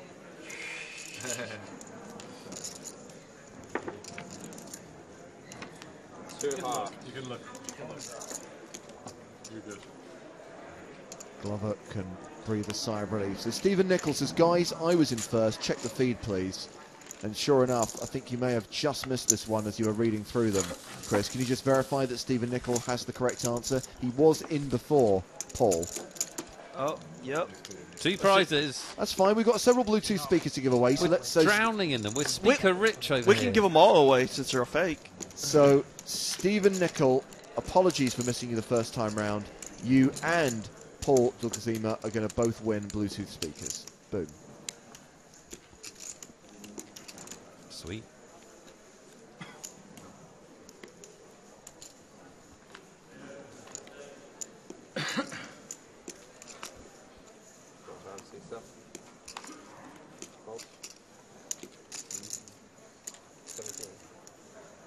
There's going to be someone tweeting in tomorrow that's going to get my question before they even get on the webcast.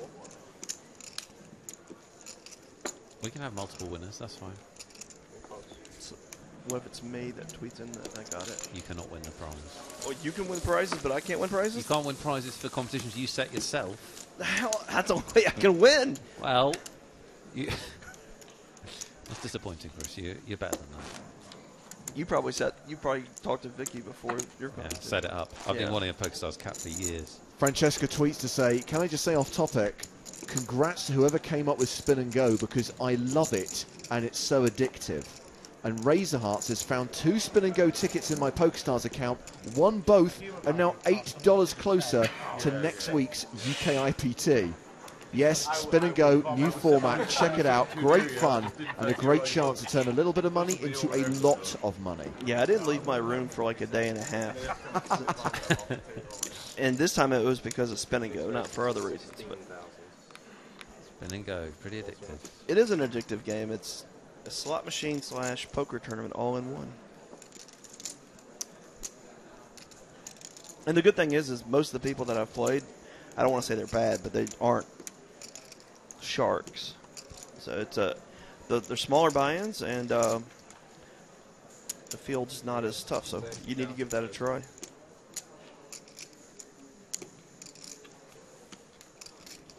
So Geilick's under the gun raise has just been 3-bet by Linus Sweeney, who curiously doesn't shove. Yeah, I think this is a mistake. I think he's got to shove here with his whole range. It's just, I mean, unless he's doing it weak, which I don't think he is. I mean, it just looks so strong. I mean, he's probably got aces here. I'd be shocked if he doesn't have aces or kings. It may end up working out for him somehow, but if he has a weak hand, I do like the play. But if he has aces or kings, I don't. He's about ready to get shoved on. That's the third time we've got a 3-6-5 flop. No, just bet into. That's 8,000.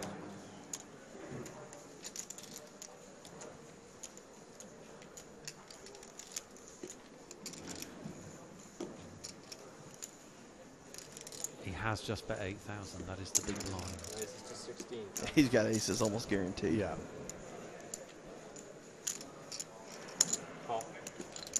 Meanwhile, an elimination from table 3. Thomas Van Vielen eliminated by Thomas Ward. So we're down to 23 players right now.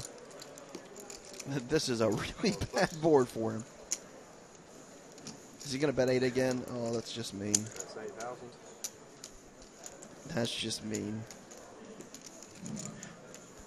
On the good news, the 4 doesn't really change the guy under the gun's hand. I mean, he doesn't really call that board. I mean, he could call with a 7-8, of course. But, you know, that's really the only hand the 4 actually changes, probably.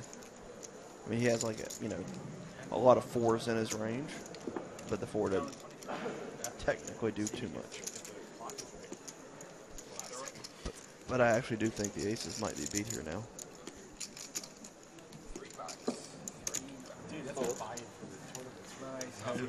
Geilick, that's the minimum Okay, on the turn. I'm going to go out there. I just want to know what they have, because that was like... How do you get a fold for 8,000 chips in a 120,000 chip pot? Like that. How He's do you Ludovic get that? Geilick. He's a genius. It wasn't aces, first of all, obviously, because I don't think he's going to fold, obviously. But so at How the can end you of the fold day, whatever it is? I mean, yeah, I don't know. You know, I mean, king queen that has no. But even then, I mean, Well, Sweeney leaves himself with 90,000, which is around 11 big blinds, but not for much longer, because in 12 minutes' time, the blinds go up to 5,000, 10,000. well, I don't. Obviously, he didn't have aces or kings, so I do like his play pre-flop. But on the flop, you can't just make it 8,000 more there. You got to either commit to the hand or go. I mean, yeah, absolutely. you can't really tickle in that spot because that board does never, ever, ever hit you. That was an interesting little hand for something small. What's the raise, please? 16. I think Ludovic Geilick is a wizard because I don't know how you have his image and his reputation and get fold for 8,000 chips. That's pretty cool. That's why he is a wizard. That's why he's a wizard. He's even got the hood to be the wizard. That's it. That's exactly it. So under gun, where is this an under the gun race? It is.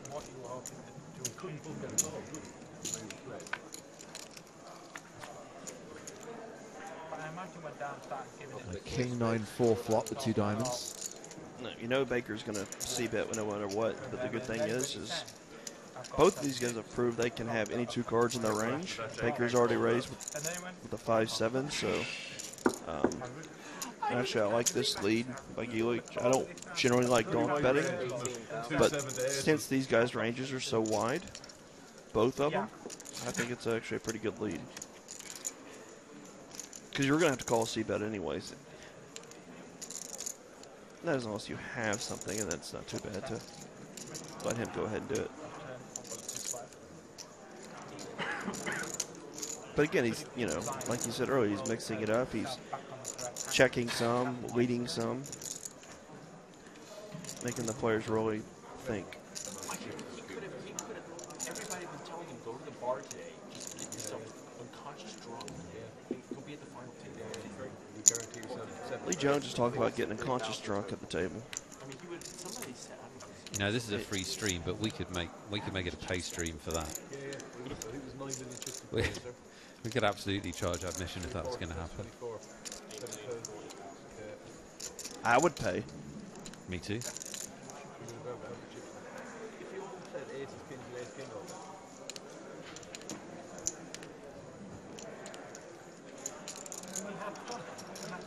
Very interesting hand. I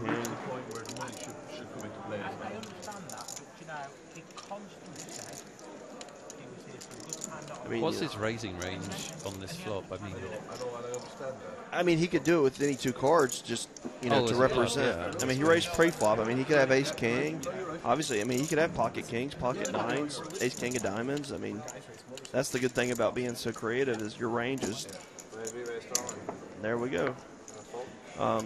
That's the good thing about raising under the gun, and you just have such a wide range. But the problem is your opponent knows you have such a wide range as well. I don't know why people keep reopening the action against Geilick, because we've seen it 3 or 4 times today. Just, you know, control the size of the pot. If he's going to bluff, let him bluff, and I don't know. Geilick up to 545,000. And Chris Wilson tweets, "Let's go, Ludovic Geilick. More entertaining than this London Derby pish." Is he referring to a soccer game? A soccer game, yes, James. A soccer game. That game that everyone else on the planet enjoys apart from you. Who's playing? I'm assuming it's 2 London teams, hence it's considered a London derby. The Chelsea and Le Ars. Chelsea Arsenal. And Chelsea's winning 1-0, just so you know.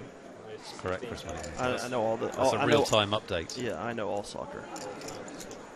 I'm actually betting on a soccer game today. So. I can't tell you what it is. I'll have to tell you later. And if it loses, I don't want to be responsible. That's fair. You'll know when they're up to You have to do that when you're over here in Europe. Yeah, it's part of being allowed to stay here. Yeah. James gets an exemption because. Actually, I don't know why you get an exemption. He does because you gave me one, Nick, out of the kindness of your heart. Because you like the NFL, and that's enough for me. I'll be watching the NFL today too. You can do both. You don't have to be.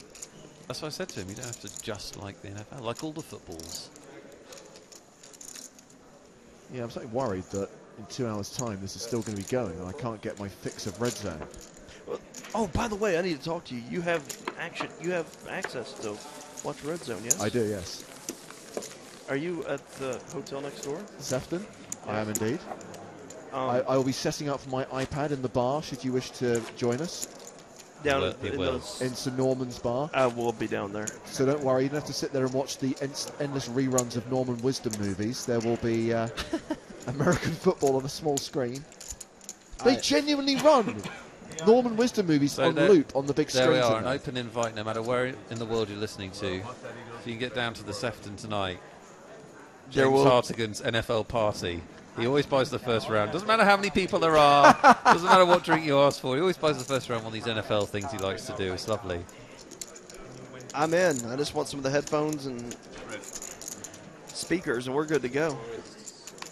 Can you arrange that? I'll be there. I'll be wearing my cap. We did it last. I remember we did this last year at the bar, and there was like about 6 or 7 of us crowded around this tiny iPad screen. Yeah. I call front row. Shotgun. By the way, it's really cruel that you guys say that the prizes aren't here when they're sitting underneath the table. Is it some kind of joke that you're just pulling on people? You don't want to send them out because you're going to say that they didn't get here? They make us do the posting and the wrapping and all of that. It's really Oh, okay. I'm not wrapping anything. It's just another job. 2 people got mine, right? So I have to wrap 2. All right, we got poker going on. You're a PokerStars pro. You don't have to do We got 2 big stacks in the hand here. It's Marmion and Snowberg. Marmion, the pre-flop aggressor. And he's set to continue. It's a good board to continue on, and he didn't even have to bend him out there. He shook his chips. Oh, apparently at the point that I read out that tweet, there was a goal in that game, and it's now 2-0 to the Chelseas. You are correct. Isn't a goal worth like 3 points or 7 points? That's correct, yeah. 3 or 7. Depends on other factors. If it's a high shot or low shot? Yeah, that's it. I did thoroughly enjoy 9 if it goes through the keeper's legs. I did thoroughly enjoy the video that I think NBC made with the American coach in London. Oh, yeah. Which was the tackling of the... It was particularly like when they're practicing penalties and the guy kicks it over the crossbar. He's like, yeah, 3 points! We'd have won a couple of World Cups if that was We true. do have an all-in. Is it Lee Jones? No, No, it's Linus it's Sweeney. I think he moved in on Lee Jones' big blind. Well, Lee Jones allows no one to bully his big blind. He will defend any price. Well, he only has to defend 10 big blinds, so... And he's the last to cap the action, so... I'd be interested to see what he calls with. The problem is it is a significant portion of his stack. No, he's got a little something. Oh, Lee! I was adamant you were going to call there.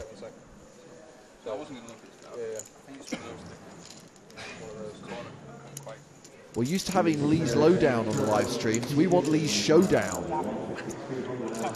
You got my lowdown, so you can hit showdown now. And they have a marked card. Lee Jones has been marking the cards. JK, everyone, JK. Yeah, it's obviously a joke. Don't take that seriously. If there's one thing I've learned, Chris, it's that people take everything seriously and you have to signpost every joke. Well, if anybody knows me, you should never take anything I say seriously. I joke way too often. I like to keep things fun. Like, if you make a mistake, we make a mistake. You fall an Ivy side. Oh, absolutely. Yeah. How can you have a go? How can you take someone to court over giving them the advantage? You're not pandering to their every wish. I have to say, I started from the other end where I thought, oh, it's definitely cheap. He's got an edge that isn't disclosed. The more I look at it, I think, no, they're breeding. Ooh, they're discussing the Ivy case. Put him in the room.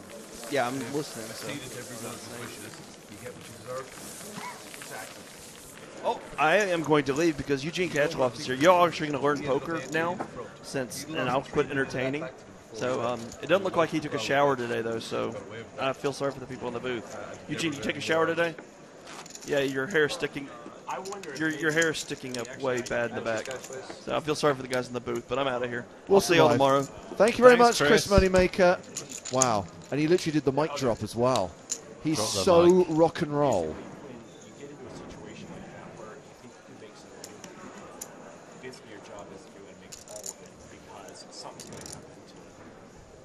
Chance again. Some smart pit boss is going to go, wait a minute. He wouldn't have got paid in New Jersey, though, I think. I think it's a similar case where he has it away. Yeah. Just removing the essence of Moneymaker from the microphone before Eugene steps in. Full of radiation treatment. Hey, Eugene. How you doing? So we are thrilled to have Eugene Katchloff from Team PokerStars Pro in the booth. Messages and questions should be tweeted using the hashtag UKIPT Live as we witness Lee Jones take on the behemoths of the game. Wow. How many are left? I don't even know what's going 22. on. Yeah, 22 left. Wow. Lee Jones. This would be a great win. 8% to give him a 5% edge. You still have to run those. He would never mention it again.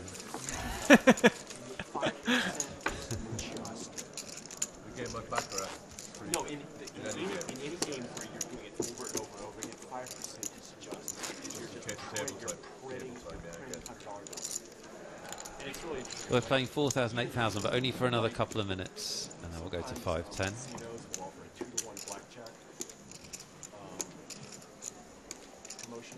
How are you enjoying the Isle of Man, Eugene? It's not so bad. I mean, it's my first time here. I've heard a lot of scary stories of how it's always raining here, but it's actually been quite nice. That's true. It was beautiful yesterday, right? Yeah, it's actually not so bad. And a fun tournament to play? Yeah, the main event was fun. You know, we had a little high roller as well yesterday. And you know, a couple of days off before London. Yeah, London should be big. Yeah, I imagine so. But this was cool playing here with all the, a lot of the PokerStars staff. Everyone's wearing those badges, the PokerStars staff badges. It's unusual. So So we are just days away from the London Poker Festival. What would you play, Eugene? Everything? The high roller, the main? I think so. I'm not sure yet, but yeah, probably Cool. playing a lot. 45 events. That's a pretty big festival. Pretty big.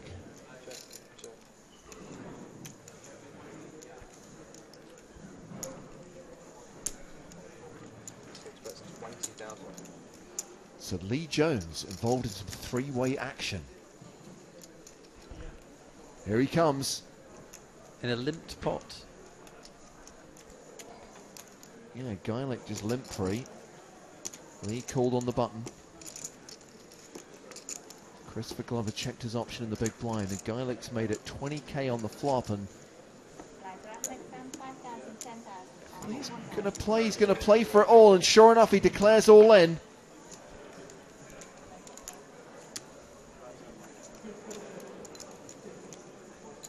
It's now Glover's action, and Lee's got him covered. He folds.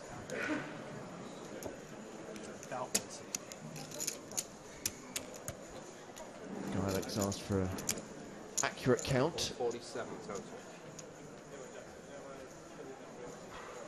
Now, Ludovic Geilick is a bit of a poker hero, and the internet loves a bit of Ludo. But if he busts Lee Jones... PokerStars may hate him. He may do it. He's got a chance to. He said he has top 2? Oh, yeah, he does. Lee Jones with ace-6. It's ace-king for Ludo. Well, this kind of played itself. Well, it did after Ludo limped.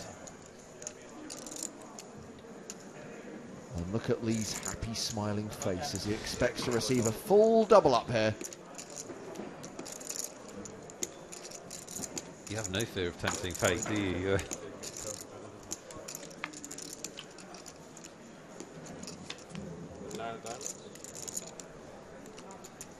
Just has to fade. A king or a 9 on the river.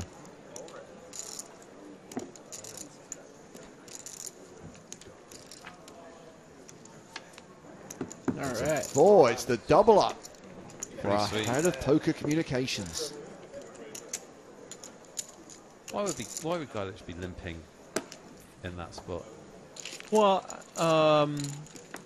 I think, he's certainly just trying to trap, I think. He's hoping somebody would raise, perceive it as weakness and raise it. I think it's probably fine as long as you're limping some weekends as well. So you're not just obviously limping only big hands. Yeah.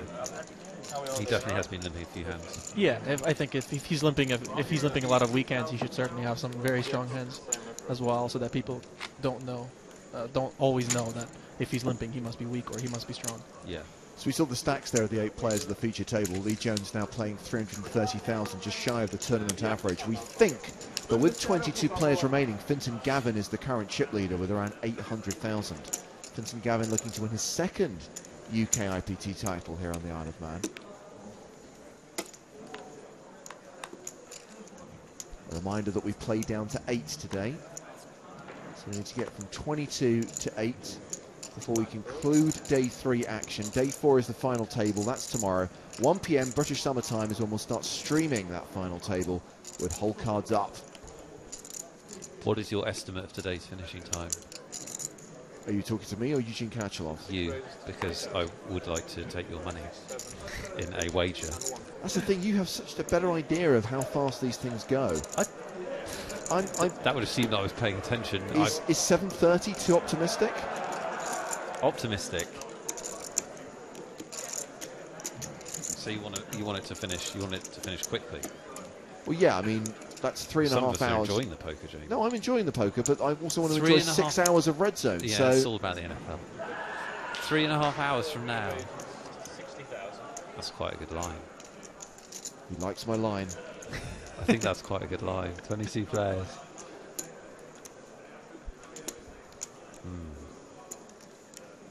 I might take the over. I guess you have to factor in how long it takes him to do the redraw at 16, the redraw at 9, play out the final table bubble. So, yeah. Yeah, the blinds do. It does go 10, 12, 16, 20 though, doesn't it? Because we're playing 5-10 at the moment. So it does ramp up. Because we've just gone through a slow patch. We've just gone 5, 6, 8, 10. Yes. And the answer is, I don't know. Yeah, it's a pretty good line. Geilick has opened here with a min raise to 20,000. It's been 3-bet by Marmee, who makes it 3 times Geilick's original raise. Yeah, from the big blind. Can you explain what some people think is kind of contradictory logic there? We often hear, Eugene, about the importance of position. So some people are confused about why you would bet more if you're the player out of position in that spot. Why you would 3-bet smaller from the button than you would from the big blind. Well, anytime you're in position, you inherently have an advantage against the player out of position. So you don't have to apply quite as much pressure. Because you will have an advantage post-flop if they do decide to take a flop. So it's okay to give them a better price, to see flops. Whereas out of position, you will have a inherent disadvantage, which is why you should force your opponent to pay more if they want to see flops. You basically want to put in more money before the flop. Okay. The 8 raises to 21,000.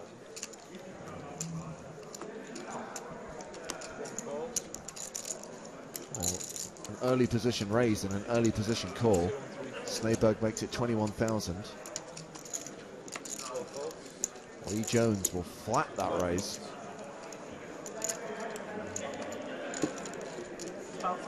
Yeah, it always feels pretty good when you beam the short stack. Put your double up. You're now drowning in chips. Look at him, seeing flops and everything. 8-4-3 with 2 spades. He's going to bluff raise this, bomb the turn, shove the river.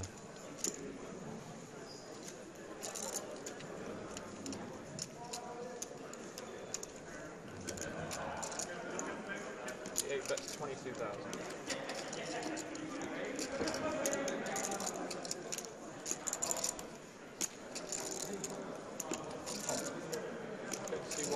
Once again, Lee calls. A continuation bet of 22,000. Queen of diamonds on the turn.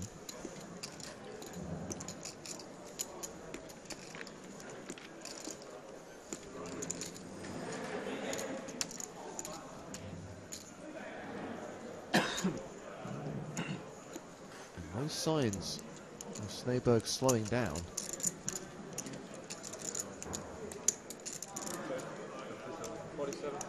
47,000. I think it's 37.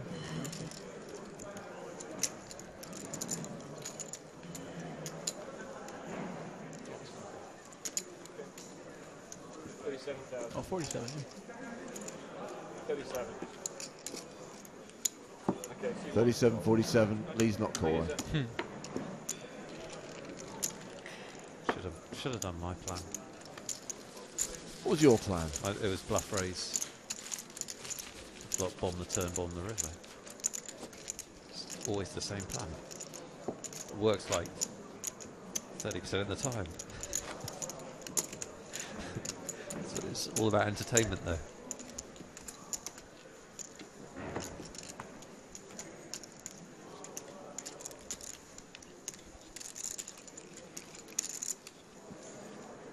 This webcast started off so violently, didn't it? The first 2 hours. What were you guys doing? We just had a professional dispute. Ah. No. It started off violently because we had the chip leader on the table and he was playing every hand. Oh, I see. And he got rid of all his chips. And he lost all his chips? Yeah. Oh, yeah, really? Yeah. Is he gone now, or he's gone? He's out. Yeah. Yeah, the guy. He's a local chef, and he came into play today with 900,000. Oh my God! When the tournament average was 200,000, and the second biggest stack I think was Martin Zedenia, had about 400,000. So he had like a better than 2-to-1 chip lead over the guy in second with 40 players remaining. He went out in 30th. Wow. I mean, I guess like they say, like that's probably how he got his chips in the first place. Yeah.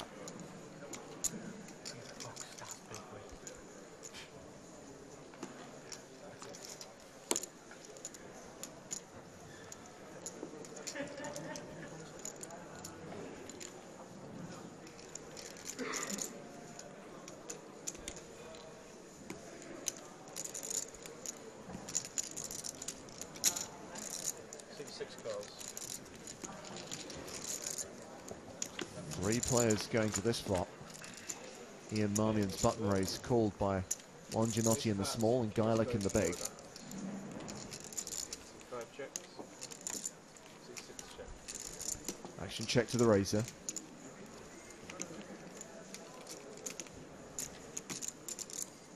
C4 bets, 22,000. C-bet of 22,000. C5 calls. Juan Giannotti calls.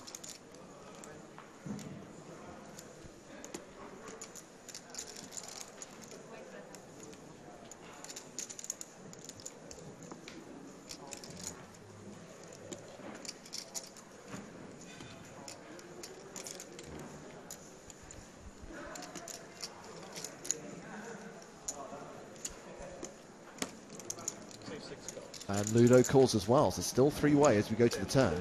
Interesting that Ludo overcalled. Well, Ludo looks like he probably has like an ace rag type hand, and the small blind might have usually like an ace 10 or king queen king jack type hand.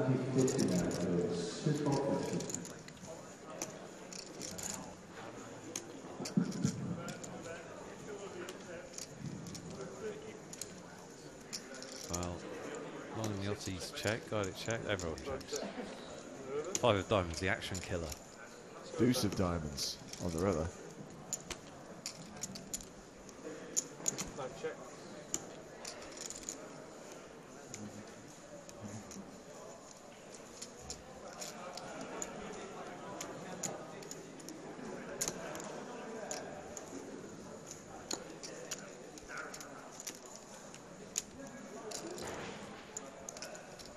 Hello.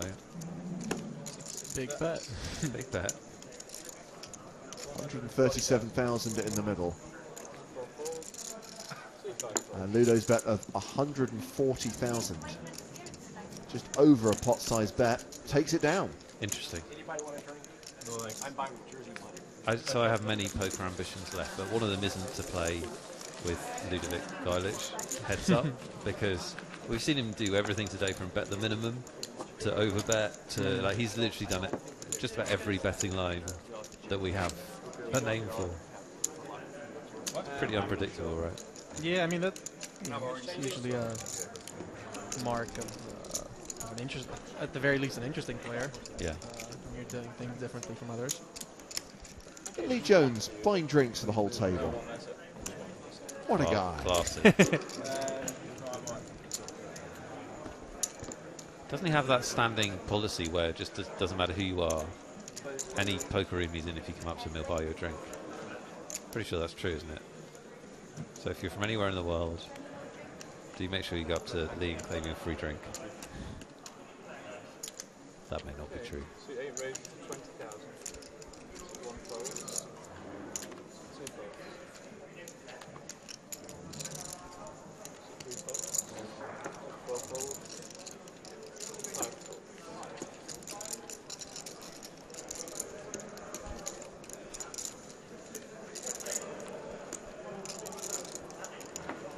Yeah, this is tightened up at our feature table, mainly because we've got plenty of short stacks. Yeah, usually when that happens, you should be playing. You know, you have to play a little bit more carefully. You have to open probably a little bit more carefully because the short stacks are, you know, not in a position to play flops with you, but more in like a shove or fold mode. So if you open too much, you will get shoved on a lot.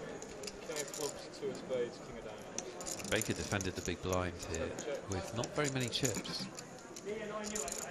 Started the hand with just under 15 bigs. 11,000.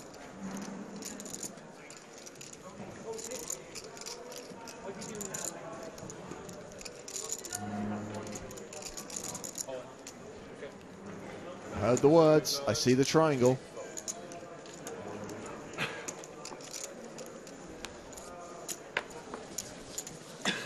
Now, Nick, we've discussed, of course, that it being Sunday, it's game day. It's NFL Sunday coming up. A lot of people have been asking me over the last week. We've discussed.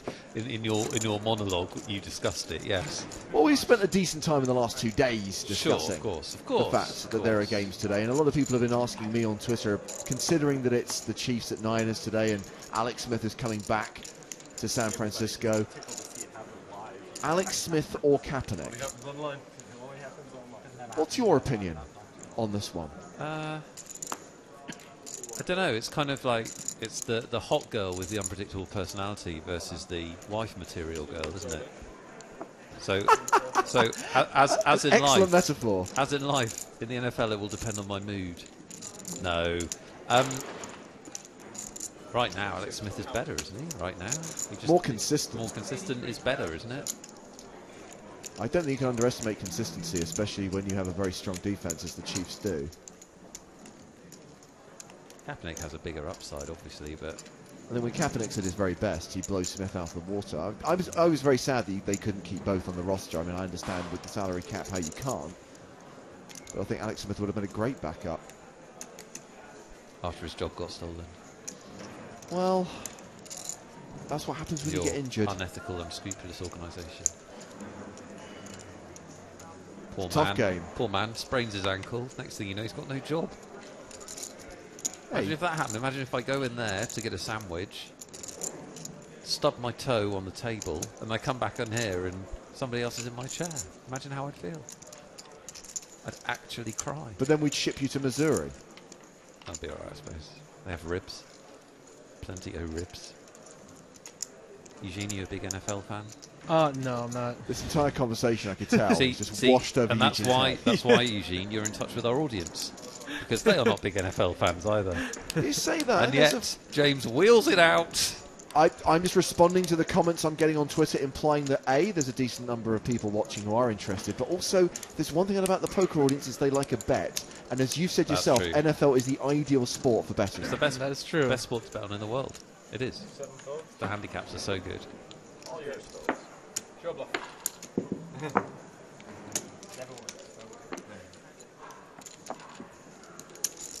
Bottom move, yeah? Yeah, that's good. Well, you mentioned earlier on that Finton Gavin was the chip leader with around 800,000. Our spies on the floor tell us that Finton is now the first player to pass the 1 million mark. More than 1 million in chips for former UKIPT champ Finton Gavin, with 22 players remaining. Average stack right now, 356,000.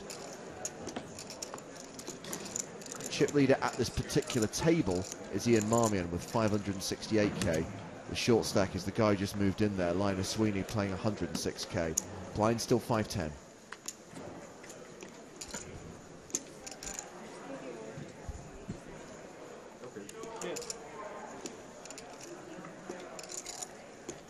I believe that Lee Jones's drinks order has arrived. Sweeney all in again, this time from under the gun.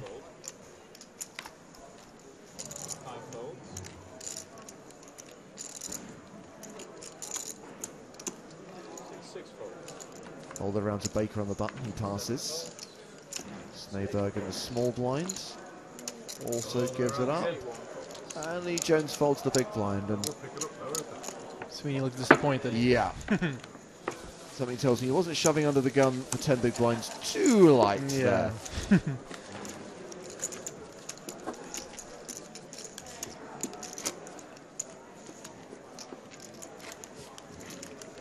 Christopher has a question. He says, can you clarify the dealer's action on the flop? He is naming the card and suit. Most casinos don't mention the suit. Well, Christopher, the dealer has a dual role here on our feature table, because he's not only keeping the game going for the players, but he's also, you'll notice that he is wired for sound. He's also talking to our graphics team. So whilst we're using technology to scan cards on some days, sometimes we're relying on him relaying card and bet information. So he's actually calling the flop for our graphics team, and obviously they need to know the suits as well as what the actual cards are.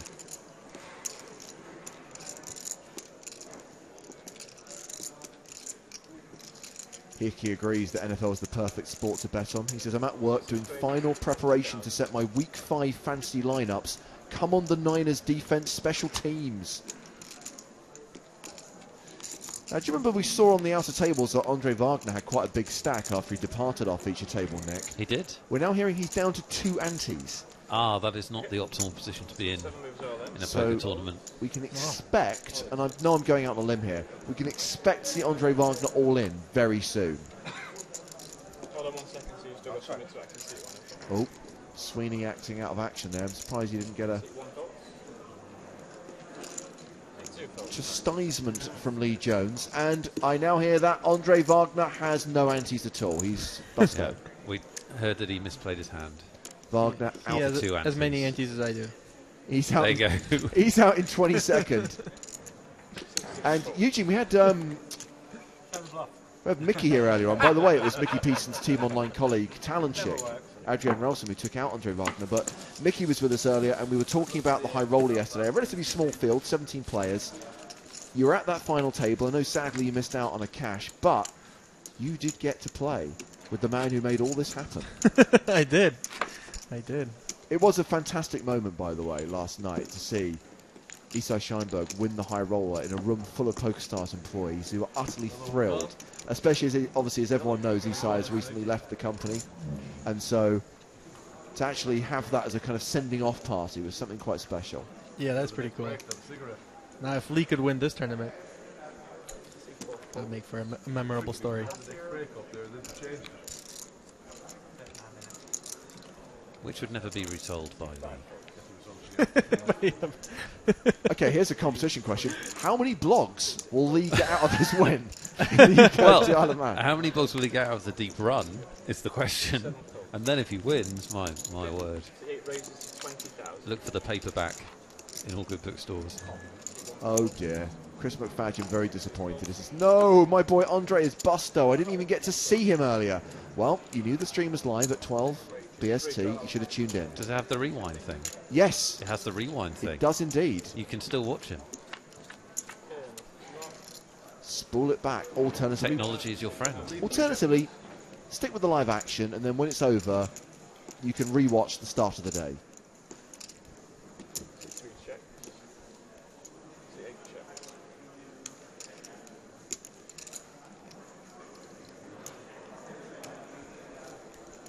Once again, Lee Jones finds himself in some three-way action. That's the button again. He's the button boss. 33. Top 2 last time. One bet's 33,000. He called Sneeberg's opening raise. No C-bet from Sneeberg. Sees Lee bet in position and win that pot.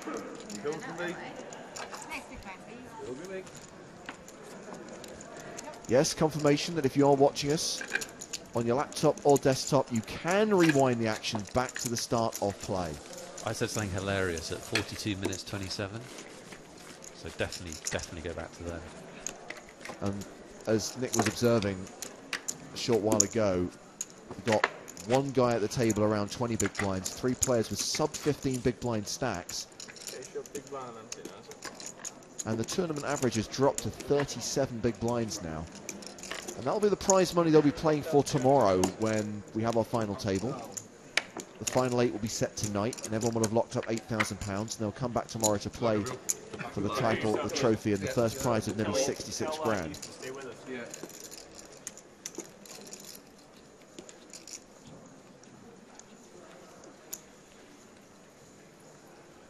How's your WP? How many events did you play? I played a lot of events. I mean, I don't know, probably maybe 60% of events. Okay, something like that. that's a lot. I had one final table, but I had a lot of cashes also. I think 11 cashes, I believe. So I was happy with that, but I didn't have any major wins, unfortunately. So 11 cashes is pretty strong, though. Yeah, I was happy with my results overall and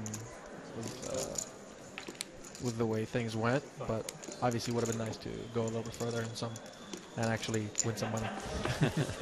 But it's still nice to go deep in tournaments for sure. Yeah, and it's such a big deal in the calendar, isn't it? For almost every tournament pro, the WP. Yeah. Most people kind of lock themselves away in a flat somewhere. And yeah, pretty much. Grind. Yeah, for me, it's basically I use it as a learning experience to practice new things for live tournaments. Right. To see things that work and that don't work. Okay, I've got a competition. Let's give away another pair of PokerStars headphones, which are back in London, and we have no idea what they look like. Amazing. Do you remember back in the day, Nick, when everyone who played on television had to have a nickname? Yes. Lee Jones. What nickname should Lee Jones have? So if we Good go back question. to like Dave, Devilfish Elliott, Joe, the Elegance Beavers, all those kind of cheesy, cliched nicknames that got churned out back in the late 90s, early 2000s. Lee Jones is kind of that era. So what should Lee's poker nickname be? Lee the Blank Jones. No, that's rude. Something more descriptive than the blank. No, I'm just kind of setting the parameters that you have to insert a word where blank was in my... Sure. Tag it UKIPT Live, and if we get some good suggestions, maybe we'll award a pair of headphones to the winner. So my idea, which I haven't done, I'm blowing it on air, but my idea was to interview poker players and announce their nickname and talk to them as that nickname without pre-talking to them. So you'd have Lee Jones there, and you'd say to camera, I'm here with the Relentless Fox. Relentless Fox, how did they go for you? And just try and establish nicknames for them that way, because I want them back. Well, we need cheesy nicknames. Fine, that's what we're doing right now. Cheesy nicknames, and we need one for Lee Jones. Do you have a nickname, Eugene? No, I Would don't. you like one? 'Cause we could get you one. I've been giving nicknames over, throughout my career. You may also, as part of the competition, feel free to suggest a nickname for Eugene Katcheloff. Yeah, I remember Mike Sexton once many years ago, gave me a nickname of Eugene Catch-A-Lot or something like that. See, that's the magic of Mike Sexton. Yeah. Eugene Catcheloff. First suggestions coming through. Rob King says Lee the Cue Ball Jones. Phil's going with Lee the Head Jones. It's all about the bald dome here. Tyler says Lee the Bald Eagle Jones.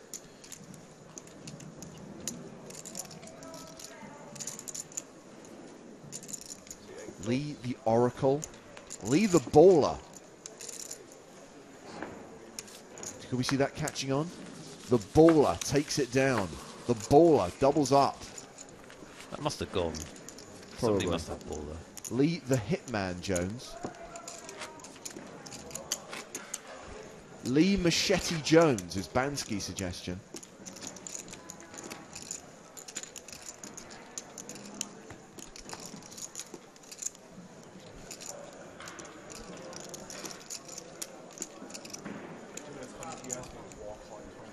Lee the Round Buyer Jones. The what?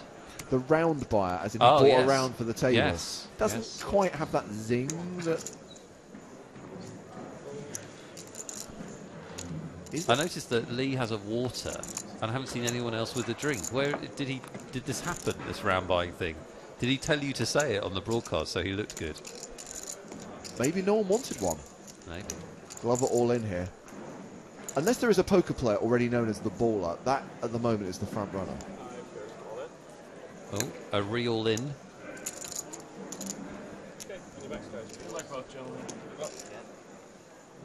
So it's short stack against short stack, and if Longinotti loses this one, he's going to be left with just 15k. But chances are he's going to win it because he's got aces. That's phenomenally unlucky for Glover. He's only got the button and the blinds behind him. Probably actually pleased to get some action. Yeah, of course. And then 10 lines and then jacks. that doesn't even have Both your suits. flush cards yeah, covered. That's so horrible. Laughing at the brutality.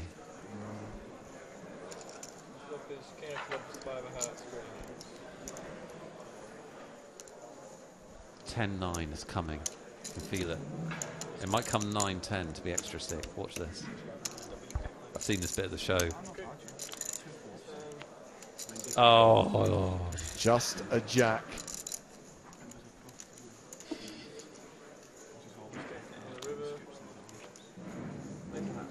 Overkill.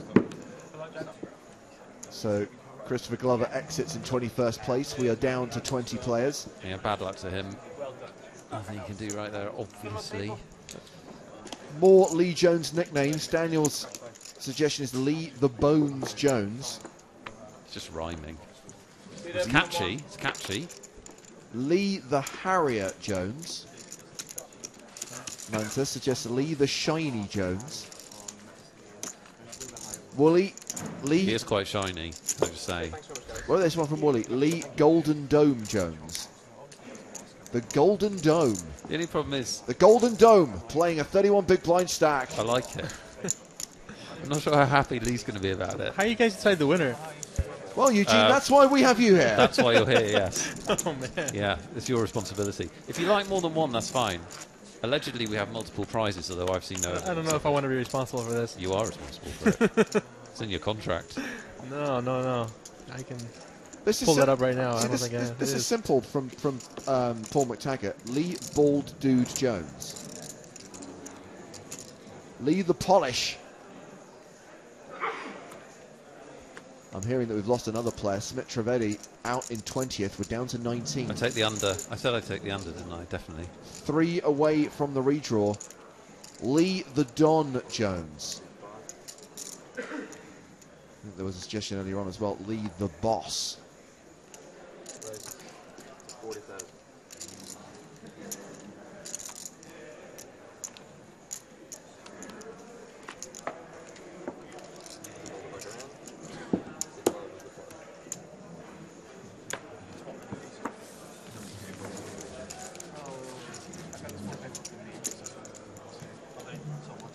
Lee the Shiner. Yeah, we've had that one.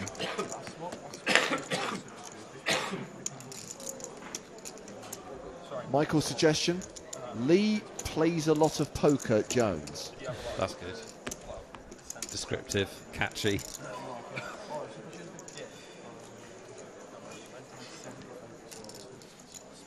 The Golden Dome in the big blind here. 313,000 to start the hand.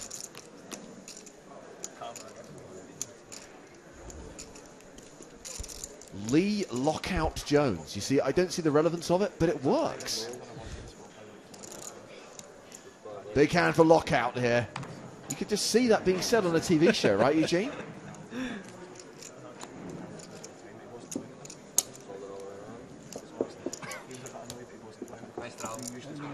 And with Lockout giving up the big blind, it's raise and take here for Longinati.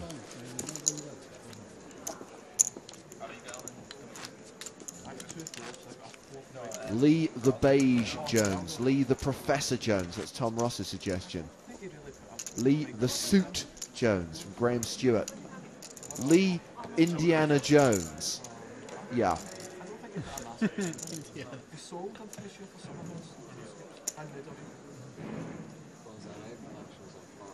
don't know, there's been a few that I can really see working here.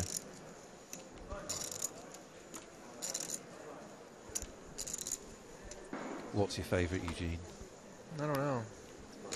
It's tough.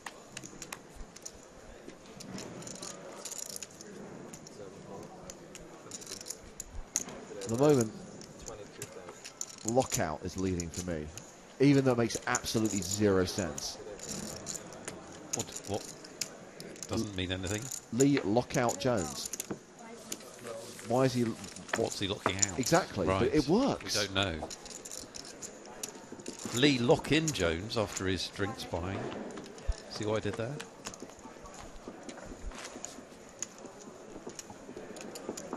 Lee the Lowdowner.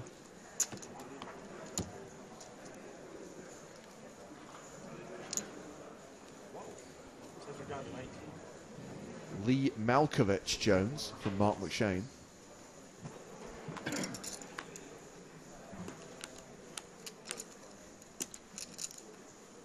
Have we had any guitar playing reference once? Because No. he likes a fiddle, doesn't he? That's Likes very a pluck, true. likes a strum. That's very true. Lee the Strummer Jones.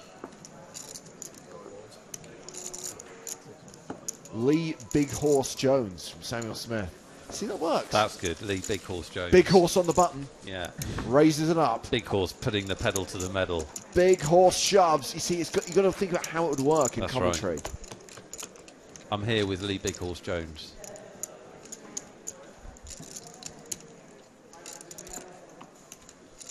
The trick then is once we decide a winner, we then have to work out magic influence on the poker media to ensure that all coverage of Incredibly this easy. deep run. We know the bloggers. You just make sure they write it Yeah. in the blog tonight, and that's it. It was done. All references should be to Lee Big Horse Jones. It's Big Horse. It just is so far. It's Big Horse.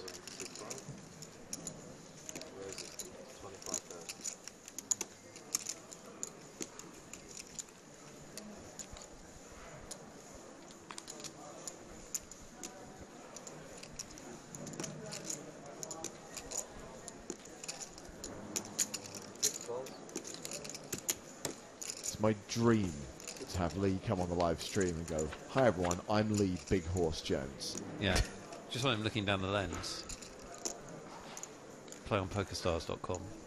This is Lee Big Horse Jones telling you to play on PokerStars.com. It just works. So inspired, Nick. Look at his head. Inspired by your reference to Lee's love of guitars. Yes.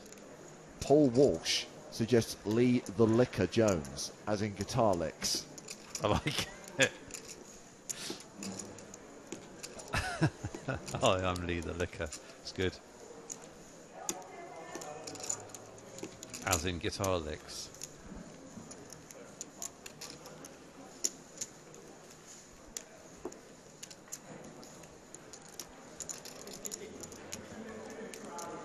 So if you're long Yachty now and you're in the small blind against the big blind against Ludovic Geilick and you've raised and he's flat called you,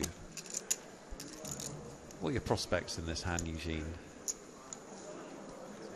It's not a lot of fun, is it? I mean, it's pretty clear that the small blind is probably an inexperienced player, just based on the way he's betting. So he probably feels a little bit uncomfortable. So he's probably certainly at a disadvantage versus the big blind. I'm not even sure what advice I'd give him. I think it would depend on really the dynamic and what. I'd have to know more about his own game. But it's certainly a tough spot. We're being against the chip leader and obviously a very creative player who's probably going to put a lot of pressure if he senses any weakness. Yeah. Correct me if I'm wrong, but one of the things we've seen a lot more of recently is people limping in the small blind rather than raising. When it's folded around, you see people limp a little bit more, right? Yeah, there's lots to be said there. There's lots of reasons for limping and or raising and what kind of. I think everyone has different ideas of what's correct there and what's not. Okay.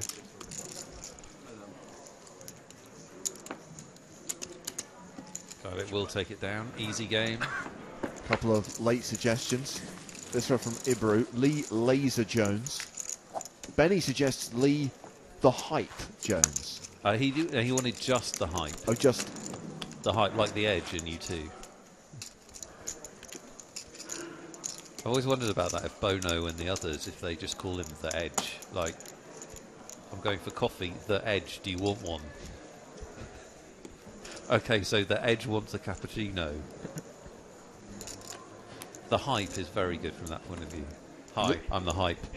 Lee Chopper Jones, suggested by Matt Thompson. Mantis comes up with Lee the Monster Jones. He's a lovely chap. Oh, this is quite a good one, actually. Shin-Yi suggests Lee Bulldozer Jones. Because he is bald and he bulldozes the competition. Double meaning. Exactly. Clever. Sweeney's all in for 8.7 big blinds. This is the only blind level I can do that at. I literally don't have the ability to do it at any other blind level until we get to 50, 100,000. He always looks so disappointed because everybody folds. Does he always have like aces or something? Yeah. Or kings? Oh. I mean, usually with just under 9 blinds, you should be pretty happy stealing the blinds. Yeah, it's pretty unlikely and good result.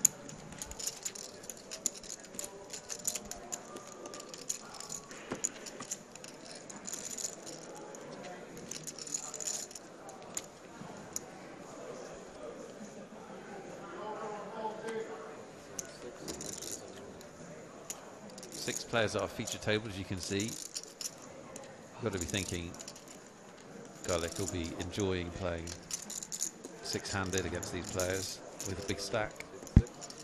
Yeah. Kind of fun. A profitable opportunity. He can certainly also afford to and should be applying a lot of pressure because I think everyone probably wants to get to the final table and wait it out.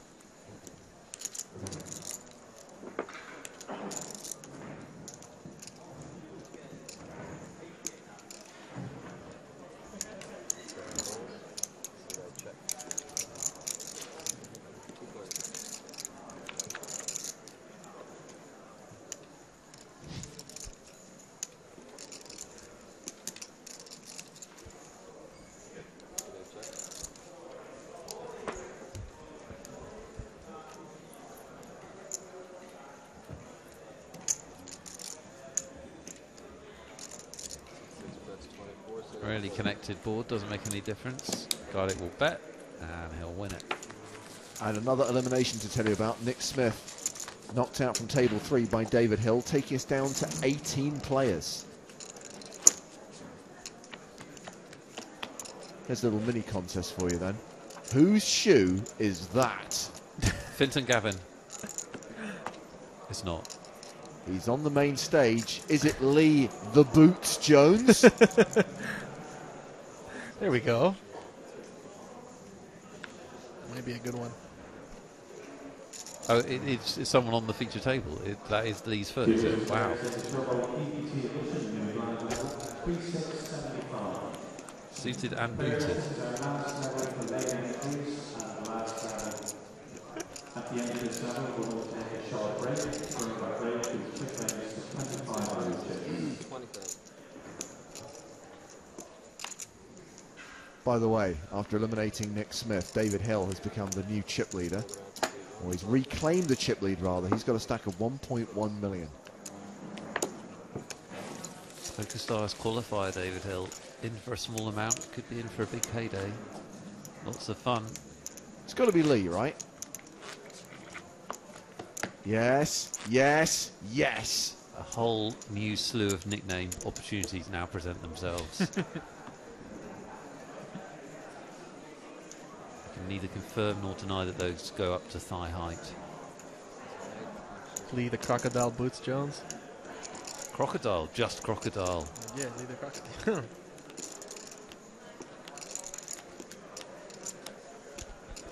Rob King says Lee the Boots Jones works well, and if he makes the final table, he could arrive to the sounds of Nancy Sinatra.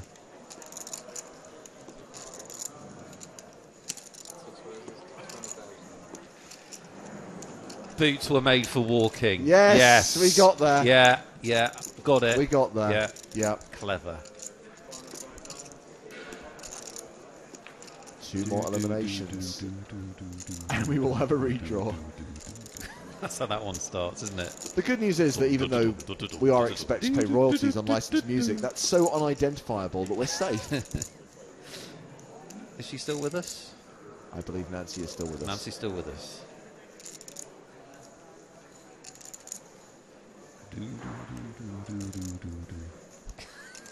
That's the start of it. It's not. It is the start of it. It's an approximation of the start. Yes, well, I'm very sensitive to copyright. Apart from with jokes. So now, after the boots, we're getting Lee Rawhide Jones, Lee Cuban Heels Jones, Lee the Shackler Jones. They're getting better. The Shackler? What does that mean? I don't know, but it sounds good. Sounds good. Doesn't matter what it means. I understand that. It's all about the vibe. Hey, I'm Big Horse. Good to meet you. I think it's going to be tough to beat Big Horse. It's Lee Big Horse Jones. It's just brilliant. And the fact that he's wearing cowboy boots makes it better. Oh, it's so good. What's brilliant is the person who sent that in, who I can't remember who it is. It was Dale. Well done, Dale. He didn't know he was wearing boots when he sent that in. Let me just double check it's Dale before we give him all the credit. And give I him like the prize. that. Or I also like the hype. So there is David Hill, the current chip leader. He's from the Isle of Man, and as Nick mentioned, he qualified online on PokerStars for this event. I'm stoked we've got an Isle of Man inhabitant. No, Dale's was Lee Lockout Jones, which is a runner-up for me. But where is Lee Big Horse Jones? Talk about this hand, and I'm going to track down Lee Big Horse Jones. Fintan Gavin's in it. What else do you want to know? That's the board. Fintan's going to bet, and I call. That's Martin Zdenia, Full Tilt Pro. Show the camera, Fintan. Fintan with the missed flush draw. I correctly called him. Would like that noted. With my pair of deuces, and I won.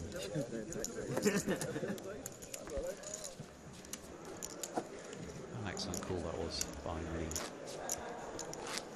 I have found the winner.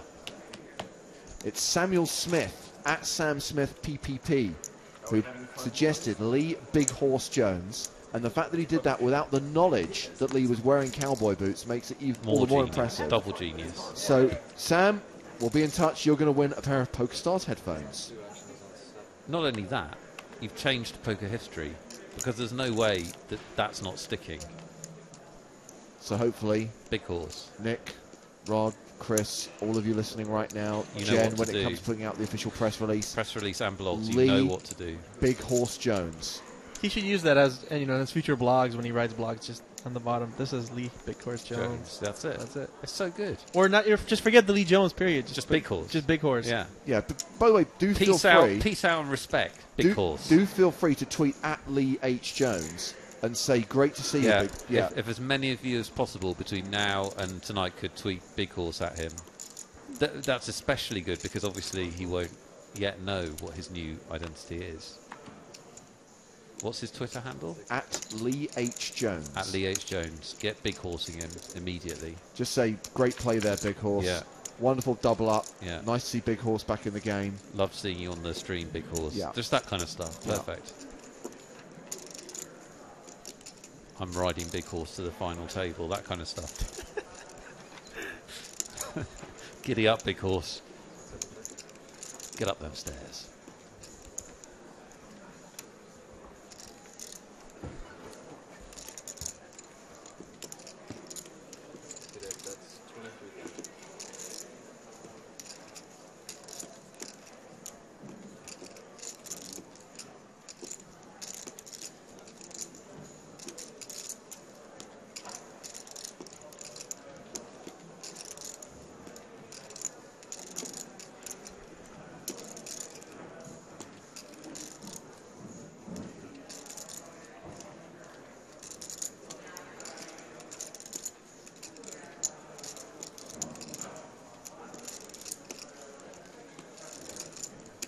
This is a slow player, I could tell already.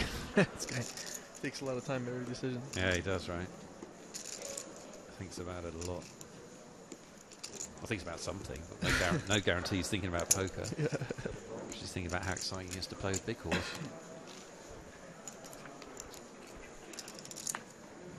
I don't think our viewers let us down there, James. That was a terrific selection of entries. We've got to bring the nicknames back. That's what poker's missing these days. I agree, absolutely.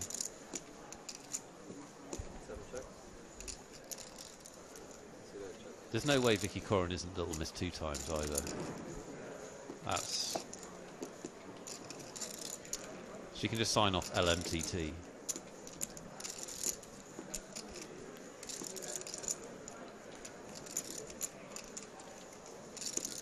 So when are you going to let Lee know his new nickname? Well, this is the way we're going to do it. This is the way we're going to do it, with a lot of tweets to Lee.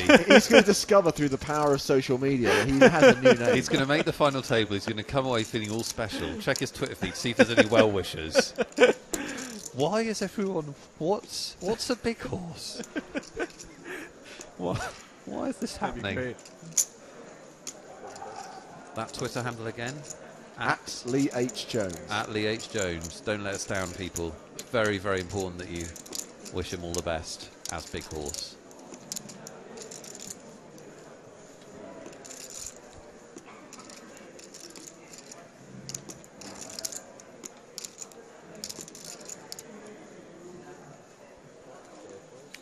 Snowberg eventually folds. Baker, 245,000.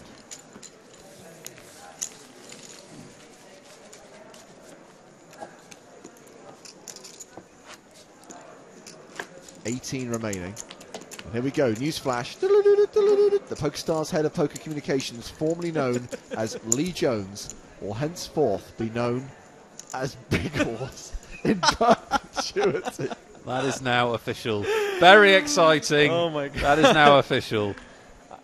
I can't believe that I Head was of- here for this. That's it. That Massively from historic. now on, I will, the You'll be rest able of my to life, say- I can you'll be remember able that to I was say. there for the moment. You were part of it, Eugene. When this nickname came about.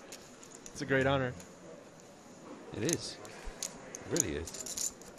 Should point out, by the way, that when he's back to his job as head of poker communications, he's Lee Jones. It's when he's at the poker table, he becomes Big Horse. It's kind of like his alter ego.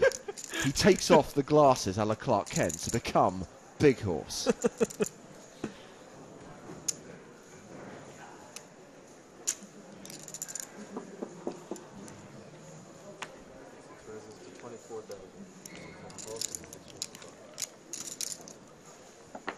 More chips for Geilick.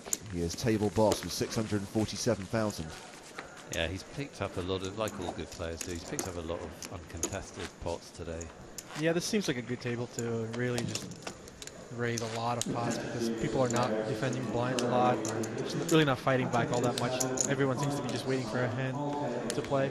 Yeah, so he'll be hoping certainly it stays this way for a while. Yeah, it's a very, very good spot for him to just be raising a lot of hands.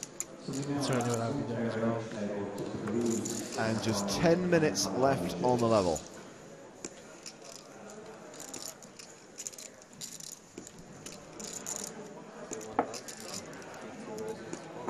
All in from Linus Sweeney.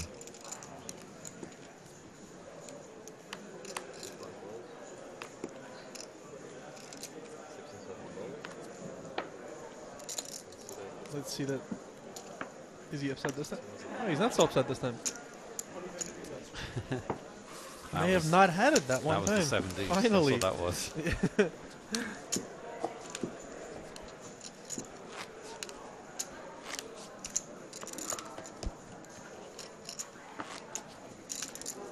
18 left, is that right? Yeah. So 2 more bust outs and we'll have another redraw for the final 2 tables. Today we play down to the final table. So still 10 players to lose today.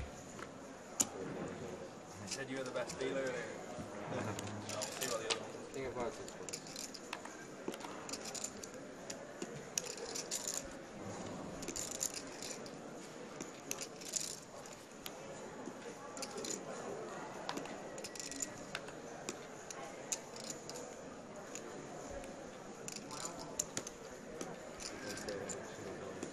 Big shock as Ludo opens from the cutoff.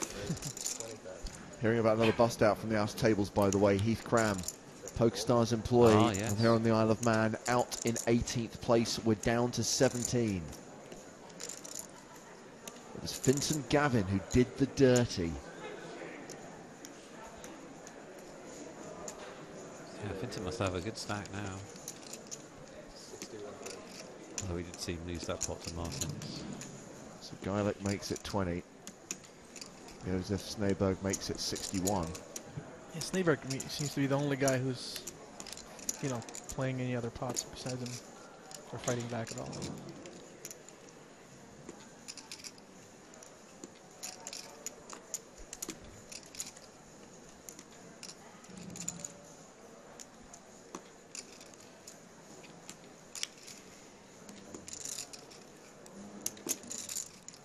He's doing it out of a 40 big blind stack.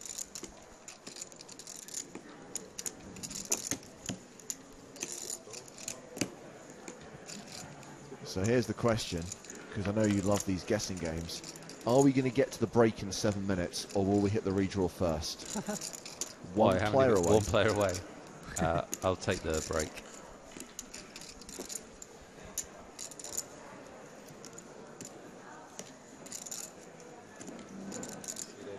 If you're in Schneiberg's shoes and you've missed this flop after 3-betting Geilick's peels, what's your kind of thought process? Well, Let's say you have the this old is usually a flop that will probably hit Geilick's range, so it's probably not so good to just fire this flop with just with a hand that has very little equity. It's probably rarely going to get folds. So. And sometimes this happens. It's not good. Yeah, I mean, I would expect him to call a lot of hands in this specific flop, just because there's so many draws.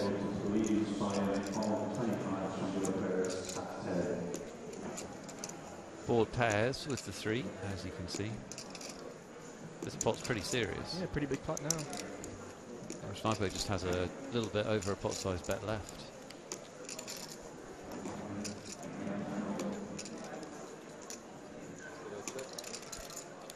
Well, he's slowed down. He's checked the action to Geilick.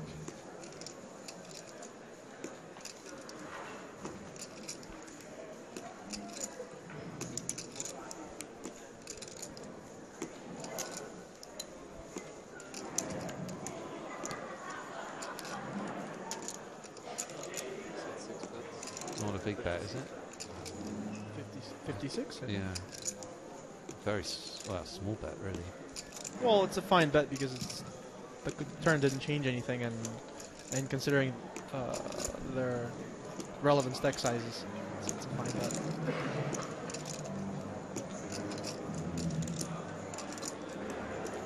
It basically leaves them room to, you know, check raise shove and maybe bluff or call, you know, do a lot of things.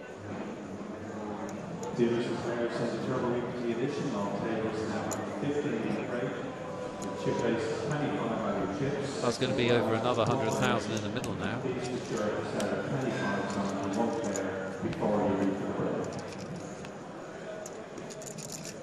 Five on the river. Big pot. 360,000 in the middle.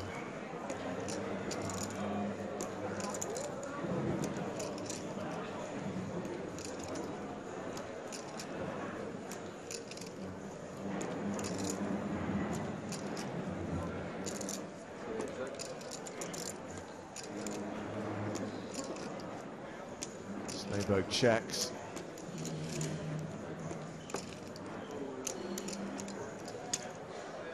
And Ludo bets again. Is that 56 again? Yep. Yeah.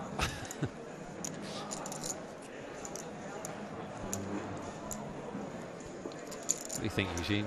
Feels like Ludo has like Queen Jack, King Jack, Ace Jack, you know, one of those hands. That's certainly what it feels like. Well, Snowberg gave up a chunk of chips on that hand, but he folds the river. It's down to 221,000, and Ludo's up to 834,000. And I think it's important to point out, Nick, the disparity between his stack and everyone else at the table, wow, and the leverage that he now has over these other players. Yep.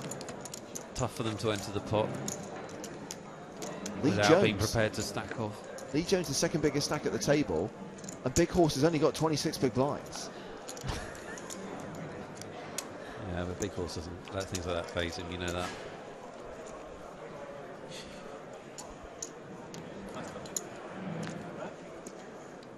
I think everybody but Ludovic will be hoping for the redraw soon.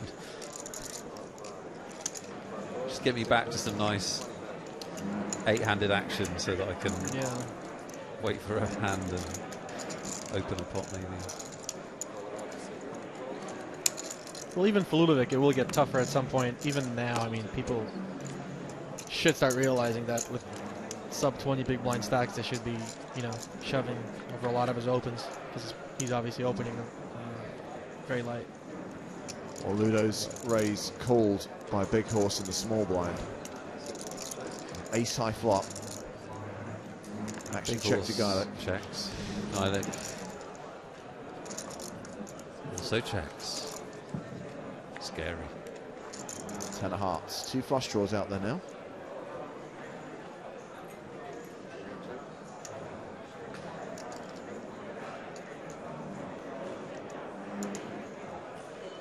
Big Horse defended in the small blind, so you'd expect him to connect with this board a reasonable amount of the time. Yeah, he probably expects him to have like a hand like King Queen, King Jack, which is probably what Big Horse does have. Looks like. I mean, that's the way he's playing his hand.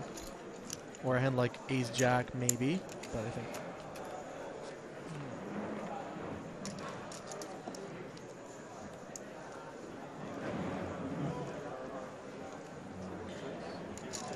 Well, he check called the turn for 24,000. He checks the river. It's a third heart.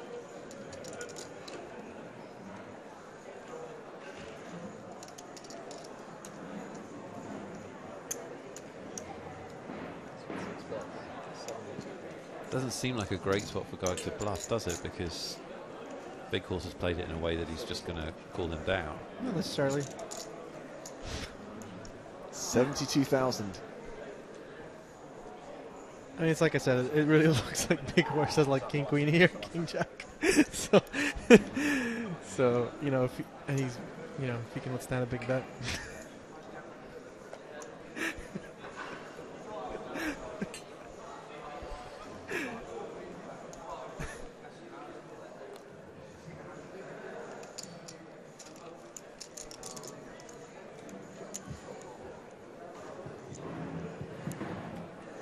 Well, this will be the last hand of the level. The clock has ticked into the break. 15-minute break. 15-minute break in minutes. Players do the going to cover up some stacks if you like the winners process you want to work on the third table. Otherwise, once again, you're on a 15-minute break. Big horse calls. Big call for Big Horse. I mean, it was pretty obvious that he had king, queen, king, jack there. So yeah, it was a matter of whether he thinks he can get him to hold that hand. So no one puts Big Horse in the corner. No one runs over Big Horse. No one runs over Big Horse. How does Geilick not know that? Come on. Huge thanks to Eugene Kacherov from Thank Team you, guys. PokerStars Thanks, Pro. And Geilick leads at this table. Vincent Gavin and David Hill are the current chip leaders. They've both got around $1 million. So when we come back, we'll play down to the final table of 8 here at the Isle of Man leg of the UKIPT.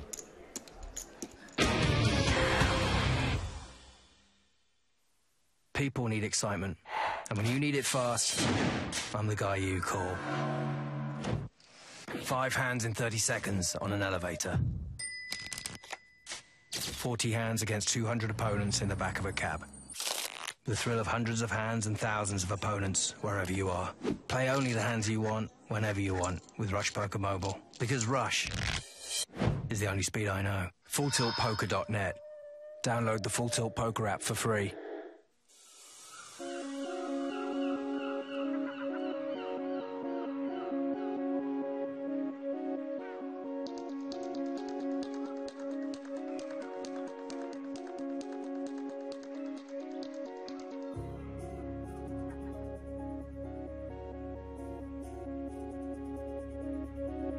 Our founders, from the very beginnings, have thought about customer service as being to the core of what's going to make them successful. And I think understood that it was going to be super important to communicate with players, to be very transparent about what the company represents, about how we present the product, and how we expect players to interact with each other. At the end of the day, we're a platform that is for the players. I think PokerStars has an incredibly important mission to make poker fun. Poker is for everybody. It's professionals, it's brand new beginners, and it's everybody in between.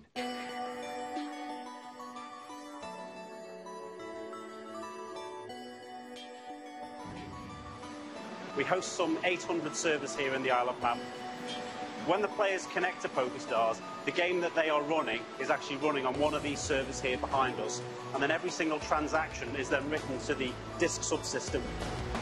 This room in itself is only accessible by a very, very small number of people. There's a locking system on every rack, and an engineer can only get into a rack with his key code and also his fingerprint.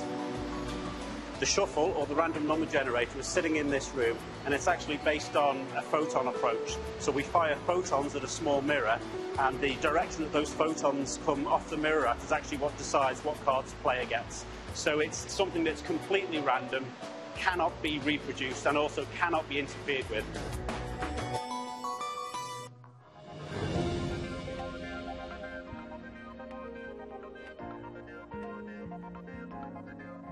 We're fighting people who maliciously cheat, but not only that, we're looking to educate people who perhaps don't know the gravity of their actions. How we push ourselves forward is by detecting fraud before the players actually report it to us.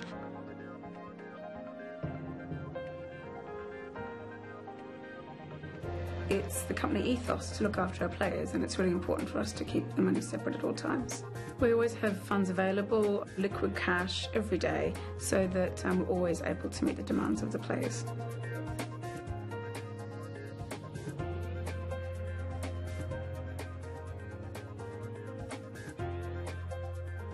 Our goal really is to make it a safe environment for players to come, to protect their funds, to protect them when they're there and when they play, and make it a very enjoyable experience, and to basically make it so unattractive to money launderers and fraudsters that they go elsewhere. We spend a lot of time, a lot of resources, in particular in terms of educating our own staff in terms of anti-money laundering, and everybody is fully conversant with what the requirements are. And they go through training and refresher training on a regular basis to ensure that they're always at the optimum levels to recognise anything that could be suspicious in that regard.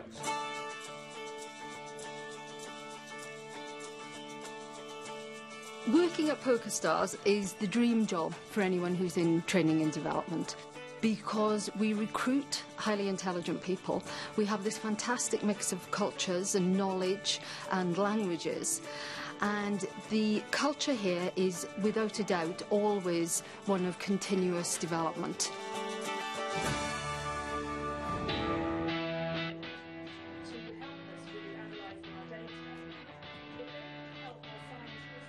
When I joined PokerStars, there's a very long history of corporate giving. We brought in some key themes which kind of align to what we are about as a business: sporting excellence and science, technology and engineering and mathematics projects. We're just getting involved with a great project with cancer research. That's using technology and a mobile phone, which will enable us to give even more back than just money. The culture has changed along with the growth of the company and along with the needs of the company. At the same time, the values of the company have stayed very much the same, and it is that focus on being authentic and being true to your word. And the future of the industry, as we get a lot more certainty around regulation and legislation, is super bright. It means that there's lots of room for growth and lots of opportunity to reach a new audience.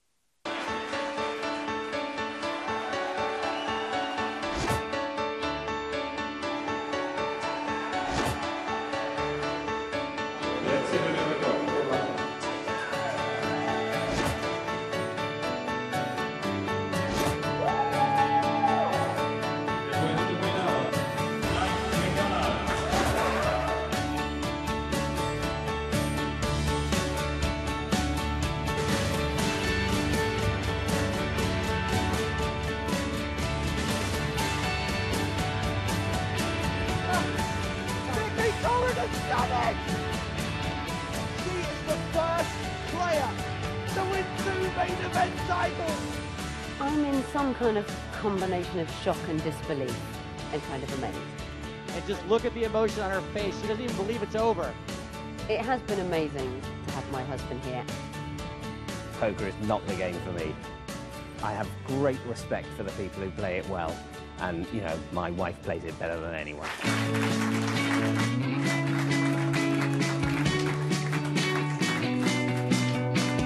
Winning EPT London in 2006 was magical for me because it was my hometown and because I suppose then I didn't believe that I could win a major professional tournament like that. And that changed my world because I thought, I can really do this seriously. I mean, certainly, you know, I've had good results since then. I've won some side events. Having said that, it was 7 years ago. Certainly long enough for people to start saying, is she really any good? So there's a secret satisfaction there too. Vicky Coren shell-shocked. Yes, she has won a huge amount of money, but she has also made history. I hope people can see, you know, I'm enjoying myself. I'm playing poker for fun. You know, it's really not an impossible dream. And I hope they look at me and go, you know, in a way she is just a ditzy girl having a nice time. I could do that too. And the truth is they really do.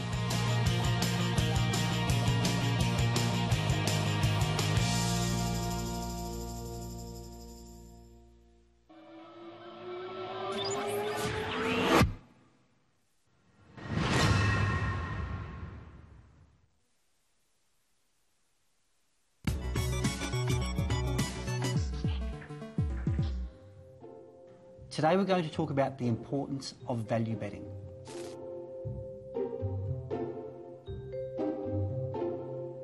A value bet is a bet that you make to induce a call from your opponent so you can extract chips from them. So in this hand, we see Ray raise to 150 with a pair of aces, the best possible hand, and Mr. Razor, out of the small blind, calls with King Jack. King Jack is a sort of hand that can get him into trouble. Let's see what the flop brings. So the flop comes Jack high. Mr. Razor believes he has the best hand. He's got a pair of jacks with a king kicker, so it's not too bad. He elects to bet 220. Ray with a pair of aces definitely dominates a pair of jacks at this stage. Elects just to call and see what the turn brings. The turn is a 7 of clubs, a pretty harmless card. Now Mr. Razor decides that he will check and see what Ray does. Ray bets 500 chips. Mr. Razor calls. The river card is a 6 of diamonds. Mr. Razor checks.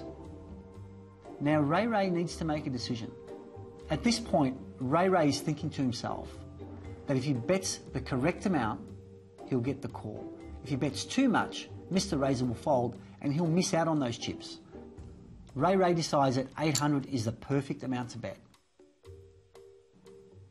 Mr. Razor calls and sees the bad news. Ray wins the hand.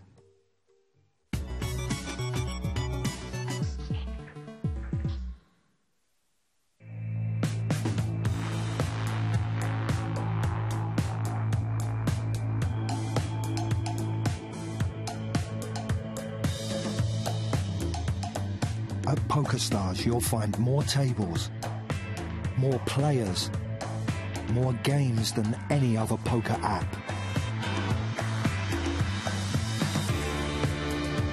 We are mobile. We are poker.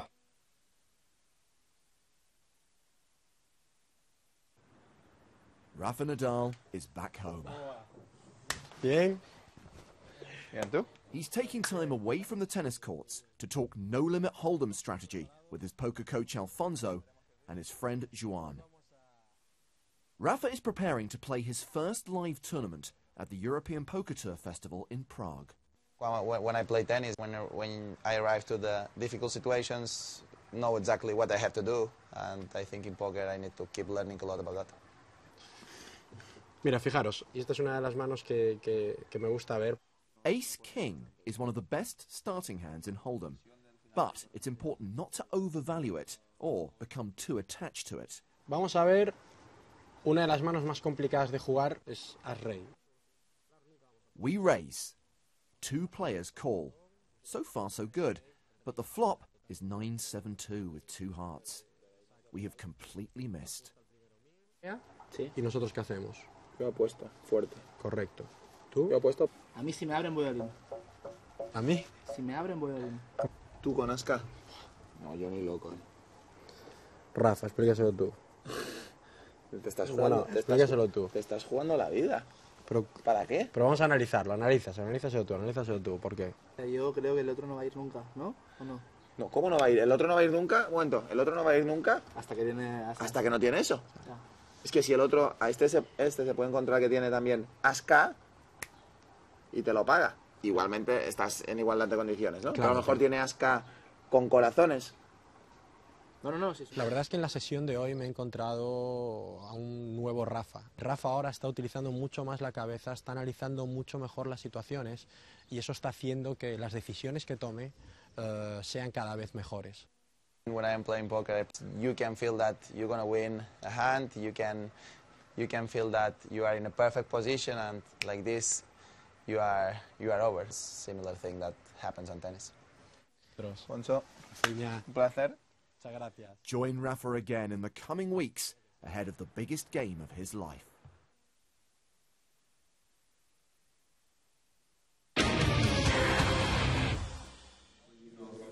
Welcome back to the Isle of Man and the PokerStars.com UK and Ireland Poker Tour, day 3 of the main event here at Villa Marina, with 17 players remaining from the 402 who started. It's James Hartigan alongside Nick Wealthall. Hello. Now, we are one elimination away, Nick, from another pause in the tournament when we have a redraw for the final 2 tables. Before we get to that point, we'd like to introduce a special guest who's come here to the Isle of Man as a guest at PokerStars, because just a few days ago, he pulled off an amazing achievement. I'm sure you've seen his name online. Pablo Gordillo plays as Gordiju online, winning 3 tournaments, not 1, not 2, but 3 tournaments in a single night. Very pleased to have Pablo at Gordonk in the booth with us right now. Pablo, welcome to UKIPT Live. Welcome to the Isle of Man. Great to have you here. Thank you very much. Yeah, it was a really great Sunday, and I got the 3 victories on the tournament, and I love that. That's putting it mildly. It was a great Sunday. Let's just go through the results. The $109 Sunday kickoff. That where did he come in that? Well, that only had 1,700 runners. That was obviously very easy to win that one for like 26 where grand. Did he come? First. Right, that's great. Okay, that's good. Now, the bigger 55 had a few more players, like 5,636. Huge tournament. A little bit tougher. Once again, where did he come Pablo in that? came first in that one. On the same night. That was doubler. That was worth 44,000. That's brilliant. And then we get to the $11 Sunday Storm, which had 35,500 players. Where did he come? And he won that one. First again. Yes, for 30,963. That's insanity. So that's more than 100 grand in one insanity. night, defeating nearly 43,000 players. That's all over the course poker of players 3 we tournaments. have. Destroyed. Yeah, I think that the Sunday Storm was really the harder one, because you really have to run really hotty. It's like 35,000 players is really much. So I had to win many all-ins. So that one was the harder. Do you fear that you've now used up all of your run good? Do you fear now that you're never going to win a race ever again? That everything went your way that night, and now that's it. It's over. Well, one of my friends told me, like, this only succeeds like once it's 2 lives. So I know this won't happen again. Well, it looks like we've got an all-in and a call here. Geilick raised under the gun, Sweeney moved all in, and it's Sneyberg who calls, and it's ace-queen against ace-queen. So there's a very strong chance that this ends in a chop.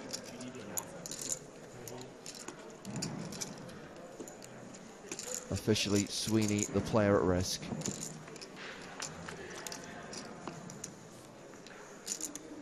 And he's got the ace of clubs in his hand, so he's free rolling. 95% chance that this will be a split. Make that 100%. So yeah, huge congrats on this amazing achievement, Pablo. You can kind of understand when people see this story and when they read it online that they're a little bit kind of like, really? Really? I mean, it's one of the biggest things that's ever happened in poker, live or online. Yeah, I think so, because when PokerStars phoned me, I asked the person, it was Steve, and he said me like the closest thing was like a man who won 2 scoop in the same day, but 3 tournaments in the same day. I think is the first time. And I think it's important to put into context as well, Nick, when this took place. It took place on the weekend of the UKIPT main event. Yeah, everybody's playing. Everybody's trying to win exactly. the tournaments So you won. You're talking about massive fields and also really good players as well, like all the top tournament players. You did take advantage of a massive weakness in the fields that night, and the big horse wasn't playing because he was in the Isle of Man. So obviously that left the field wide open, so made it easier. But yeah, it's an extraordinary thing to do. Which tournament finished last? The bigger 55. Bigger 55. Yeah. So you'd already won the other 2, and you're at the final table for the bigger 55. Yeah. And I ended like at 8 o'clock in the morning. 8 o'clock in the morning. Yeah, I was playing like 18 hours on that Sunday. Wow. Yeah, so I was going to say, how did you celebrate? But you probably just went to sleep. I went to sleep, but I always celebrated the next day on Monday. Very good. And also, my flatmate won the Hot 16 the same day. The same day? Yeah, my flatmate. That's a pretty good day in your flat. Yeah, really. We had a really good day. I mean, awesome. I mean, Nick said there that at the end of that marathon session, probably went straight to bed. Could you actually sleep though? Because I know you've been like grinding for 18 hours, but having those 3 massive victories, you must have been kind of like buzzing after that, right? Yeah, I was like 3 or 4 hours watching. Really, I was watching the Spanish Big Brother. Just to kind of reset your brain. To get relaxed, like 3 hours, and after that I got to sleep. Amazing stuff, and it's also worth pointing out that you took down the bigger 22 the previous Thursday as well. So something tells me you were probably quite high up the PokerStars weekly tournament leaderboard that particular week. Yeah, I think I won the week, the TV week, and the monthly also, just for the Sunday. And so obviously you've come here to the Isle of Man to play in the UKIPT. How has this festival gone for you? Any more victories? Have you won like 68 tournaments since you've been here? I played the main event, and I also played. I was going to play the hard roller, but finally there were a few players, so I decided not to play it. And I played the cup, and I busted like 30 more or less. So I suppose I will play now. You've lost it. You've lost the magic. Yeah. I suppose I play now online when I go to back to the hotel. So nicknames for Pablo, please. I think we're done with nicknames for now. Now, obviously, Pablo, you're originally from Spain. You now live in the United Kingdom. I assume, therefore, we'll probably see you at the UKIPT EPT London Festival. Yeah, I will play. I think I play the EPT and the UKIPT. Yeah, it's next week, I think, and I play everything I can. Play the streak. Well, you're having big results. Why not? And of course, EPT London is just a few days away. Will be the UKIPT main event first, plus of course a high roller event. The conclusion of season 4, finally, of the UK and Ireland Poker Tour. And then of course it becomes the European Poker Tour Festival. 45 events in total. And of course, there'll be live streaming of the EPT main event from Tuesday the 14th to Saturday the 18th of October. Well, you'll see here that there is a potential all-in situation. There has been a shove. All in. Yeah, and it's Chris Corker with deciding whether to call that all-in. And if we do see an all-in and, crucially, an elimination here, that'll take us down to 16, and that will bring about the penultimate redraw of the tournament. We will be down to 2 tables. Is Ludovic still in? Yep, Ludovic's up on the main stage. He's up on our feature table, and he's got around 730,000 right now, so significantly above the tournament average, and big chip leader at our main feature table.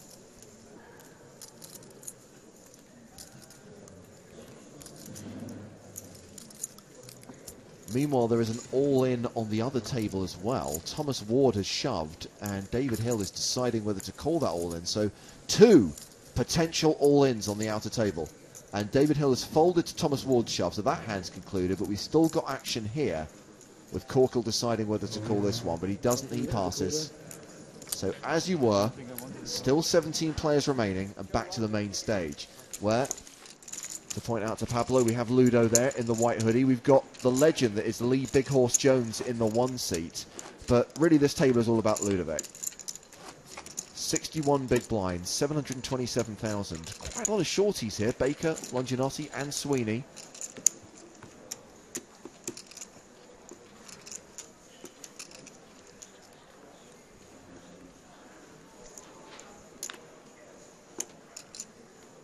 So Pablo, you played the main event here, the UKIPT here. Yeah. Did you have fun? Yeah, really fun. It's like any other UKIPT. I haven't played many UKIPTs and Estrellas in Spain. Okay, you played quite a few. Yeah. Yeah. With the 3 tournaments that you won, did you do deals in any of them, or? I just deal in the first one, in the kickoff. Okay. But it was like I had many tips, and we didn't we did chip chop instead of ICM. Oh, that's nice. And that's what was really nice. Very good. And then after that, you're thinking, I'm invincible. I don't need to do any deals. I'm going to play for it all because I'm going to win.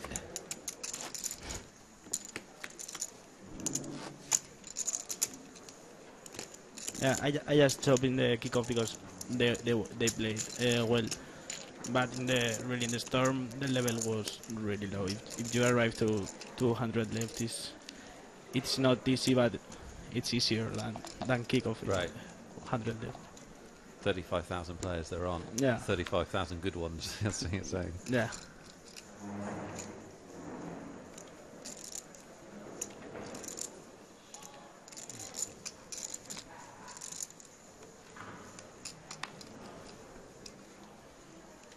Well, Pablo, thank you so much for coming in, and congratulations once again on an amazing result, which congratulations. I think may never be equalled, let alone topped. And we look forward to seeing you, as far as the live circuit's concerned, in London in a few days' time.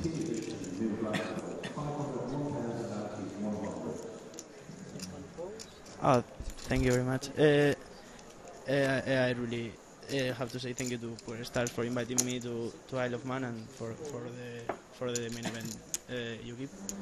And thank you. And We'll see you again soon. Thank you very much. You're welcome. Thank you so much. Pablo Gordillo winning 3 tournaments on Stars in a single night for more than $100,000, defeating a total of 43,000 players. An amazing achievement. So, an all-in here. And it does not get cold. Sweeney continues to shove and not get any action. Yeah, he's up to about 4 or 5.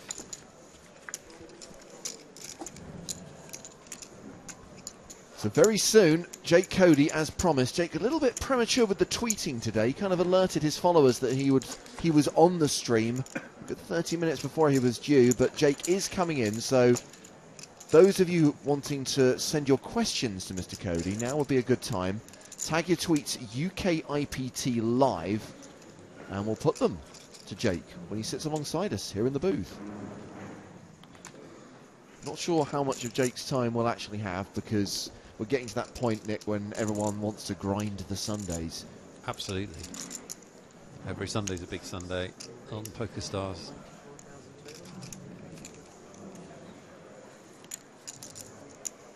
Yeah, that's why we actually brought Pablo in here, just to give other people a chance this week. Yeah, you're welcome. That is ridiculous. I still don't know how he did that.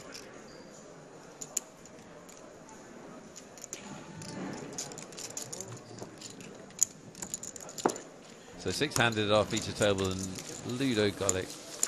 I've said his surname 15 different ways now. He's playing a lot of hands and picking up a lot of pots. He really will not want this to go to full ring again. So we're now at the 6,000, 12,000 blind level, obviously, as we came back from the break, and I'm kind of surprised that I thought that we were going to see that 17th place elimination quite quickly after we came back from break, Nick. Right. Hasn't happened. You do get the sense that a lot of short stacks are just clinging on for survival right now. And there may be a bust-out bonanza imminent. And here we go. It's Matthew Baker who's a shoving. Yeah, it's a pretty big shove. 192k, we're playing 6-12, so he's shoving a decent amount. Sorry? I have to. Yeah, all bets. I thought it was only if you shove.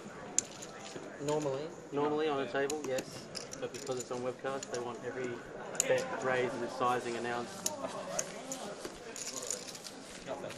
Sorry? Do you know what I mean? Like, it's no, I understand what you're saying. I mean, you're not just feel on that table to give me you are? You get penalised in the sense, like, actually showing you cards as well. Do you know, that's just the way it works. It's the thing is it's random most of the time for the picture, you know? Obviously, the picture table. Oh, yeah, I know. So that's the way it works. I'm saying, like, it's just Matthew Baker annoyed that the dealer announced the size of his all-in, saying that would never happen at one of the outer tables, that the stack would only be counted if another player asked, and that all bets are automatically announced and all stacks counted when on the feature table for the purposes of this web transmission.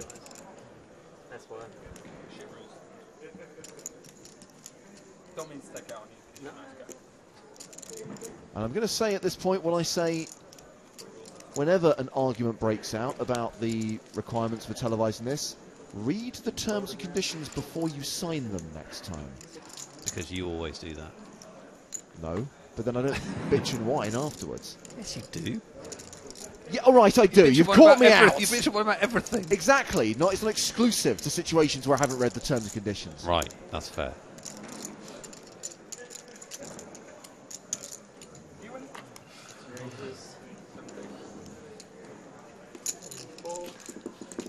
I think like the idea that that would influence the action one way or the other, I don't know if that's something to be overly upset about.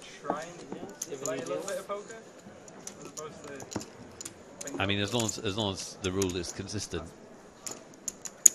you know, because sometimes you're going to have a little bit less chips than people think. Sometimes you have more chips, but sometimes you're going to want action. Sometimes you're not going to want action. That the calling out of the stack is pretty much going to even out across situations, I think. And obviously, we appreciate there are certain, maybe compromises is too strong a word, but there are certain things that players have to do differently when they're playing on a table that's being live streamed. But it could be worse, and we do everything in our power to try and not interfere and to preserve the integrity of the tournament without the cameras being there. Just going back to the conversation we had earlier on, there are other tours and festivals where these guys will be showing their whole cards. And then they're really at a disadvantage to the other two tables. Yeah. You tell them, Jay. Ungrateful, aren't they?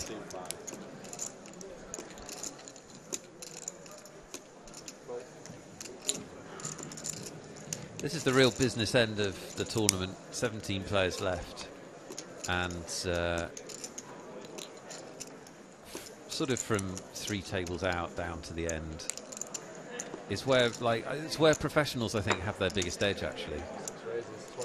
Because although the skill edge is probably bigger when the stacks are deep, just as a skill edge, the edge in terms of the impact on equity and money, if you want to look at it that way, is at the end of the tournament, because obviously that's when you're making decisions. So if you make a mistake at this point, it's so much more expensive, both in literal terms, in terms of prize money, but also in theoretical terms, than it is if you make a mistake in the first 3 levels or something. So I think the pros really do have an edge towards the end, and especially actually in short-handed and heads-up play, where you see, you know, a good player like Pablo obviously is, who we've just had in, is able to close the deal a lot. I think that's something that people like Timex and Vanessa Sells and people like that, I think sort of 4-handed play down to heads up, they just have such a big edge because they've actually worked on that part of the game. Whereas a recreational player who enters a lot of tournaments but hasn't spent time working on short-handed or heads-up play is going to be at such a disadvantage. And that is my tip, which is if you want to play a lot of tournaments, make sure you spend some time playing short-handed and playing heads-up. It's something that people really neglect, but when it is your day and you get down to the last few positions, counts for huge money. And obviously we saw 3 very quick hands there, Nick, all of which, I'm sure you won't be surprised to hear, were all raise and take it for Ludovic Geilick. Yeah, it's a beautiful situation for him, being the big stack, being the most confident player, and also having so many players, like 4 players out of his 5 opponents have got between 10 and 20 big blinds. So if they enter a pot, they're doing it for their whole tournament, basically. Now, obviously, we bring you live action here on PokerStars.tv. Don't forget highlight shows from the EPT and PCA, plus Shark Cage Season 1, airing soon on Channel 4, Tuesday nights in the UK. Channel 4, check out the schedule at channel4.com/program/PokerStars.com. And here we go again. Ludo opens the action, raising to 24k. Yeah, he's going to open every pot, I think. And he's absolutely right, too. Look at how much money he's picking up. It's crazy. He's picking up 30,000 every time he does this. So in the last, how many times did you say? 3? So that's 4. In the last 4 hands, he's picked up 120,000.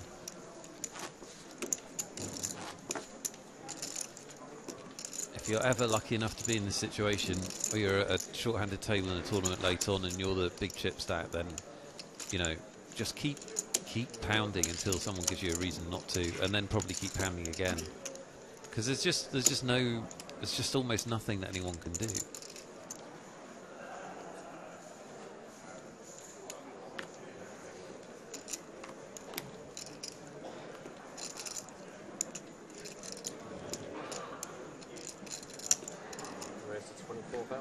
Obviously, it's creating a great spot for the other players to shove, because if you think you're playing against someone that's playing 100% of hands, if you think about that hand range, even if he's playing like 80% of hands, you know, you can shove with anything semi-decent and be doing the right thing. You don't even need fold equity. You know, by which I mean you don't even need him to be folding just because he has so many hands. And there we go again, up to 901,000 now. I mean, he's going to get to 1 million just by raising and taking it. He is. He does not want the redraw. 75 big blind stack for Geilick. Around 10 big blinds each for Linus Sweeney and Frank Longanotti. Sub 20 big blind stacks for Baker and Sneyberg. Yeah, and it depends on the individual player, but you know, if you've got 16 big blinds or less and you've got the big stack opening every hand, you should be prepared to put the money in. You know, I mean, it takes a bit of bravery. You know that there's a good chance he's going to call because of the maths.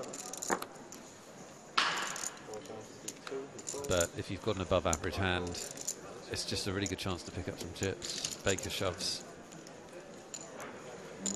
and gets it through.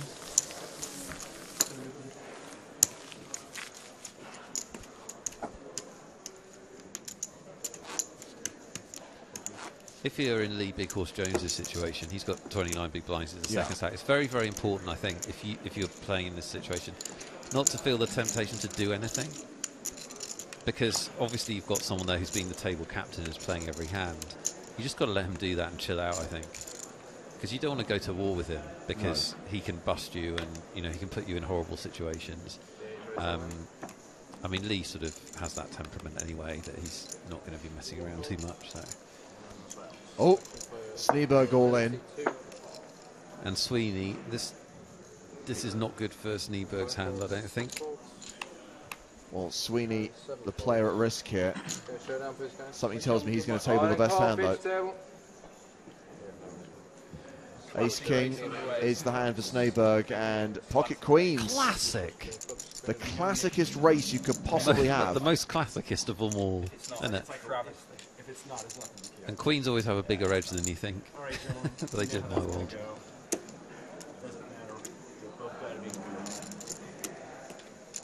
And Big Horse offering words of encouragement. That's not a race at all, is it? How is 57-43 a race? It's not. It's a huge edge. Don't trifle with this. It's like Vicky Coren and her. You can't have a fake fact. Yeah, whatever. And there is a king on the massive flop. upset. The underdog gets there. That is my reading of the situation. And we're going to lose Linus Sweeney in 17th place unless we see a queen. If he was shoving without a hand all those times, he's going to be really annoyed. It's like, they finally give me a hand and that's what gets me into trouble. 2 outs, he needs to hit on the river, or we're going to pause the tournament and have a redraw, and that's what's going to happen. Sweeney out in 17th. Stop the clock! Stop the clock! So there will be a 15-minute break in the tournament while they draw for seats around the final 2 tables. After that break, Jake Cody from Team PokerStars Pro will join us on UKIPT Live. So send in your questions for Jake. Remember, we're going to keep going today. Day 3 will continue until we have our final table of 8. So these are the 5 players we had on the main stage. There are obviously 11 players out in the field. They're all going to come around 2 tables of 8. So join us in 15 minutes' time, post-redraw, for more action from the Isle of Man leg of the PokerStars.com UK and Ireland Poker Tour.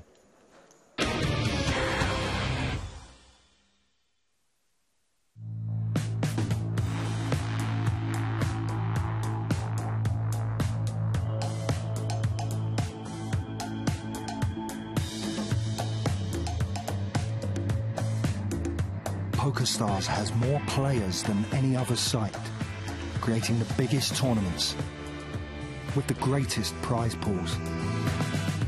We are the richest online tournaments in the world. We are poker.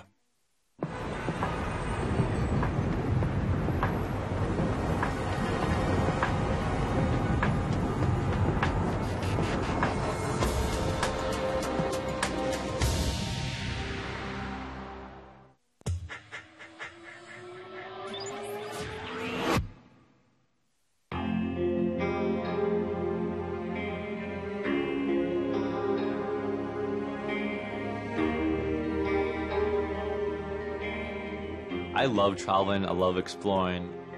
I've been homeless for the last 2 years, and it's the second time I've been homeless, and By homeless, I mean all the other professionals go home after the tournament. I stopped going home and I just decided, why don't I go explore the world? So usually when I'm done playing an event, I'll go, visit a country nearby, or sometimes I meet someone at the tournament who lives in a country I've never been to, and they'll offer me their couch or their guest bedroom, and those are the opportunities that I live for, and I love those types of trips. Earlier this year, I went to Thailand and I went to a Buddhist monastery where I couldn't speak for 10 days, and it was probably 10 of the best days of my life. We meditated for about 10 hours a day. We slept on wooden bunk beds with just a straw mat. The shower was just a tub of water and a scooper. The point of all that was to get rid of your attachments. At first, on day one, people are kind of freaking out that they have to live like this, and by the end of the 10 days, you kind of realize it's not that big of a deal, and it just becomes normal. Then you get back to your real life and you realize, you're constantly desiring all these things and you want more and more, but, it's all relative. When you live like that, it's okay. So now all this other stuff just seems like extra. I think after the retreat, it kind of made me realize that I'm trying to do too much at the same time, and that I actually just want to more like sit back and relax and just focus on one thing. And that's what I've been doing, and I'm a lot happier with that. And I've actually decided to focus more on poker for the time being. Better to do one thing really good than try to do 2 or 3 things half-assed. The way I choose to live my life is I like extremes. So I'll do 2 months of non-stop poker and nothing else, and then I'll do a month of fun, exploring, just completely ignore poker.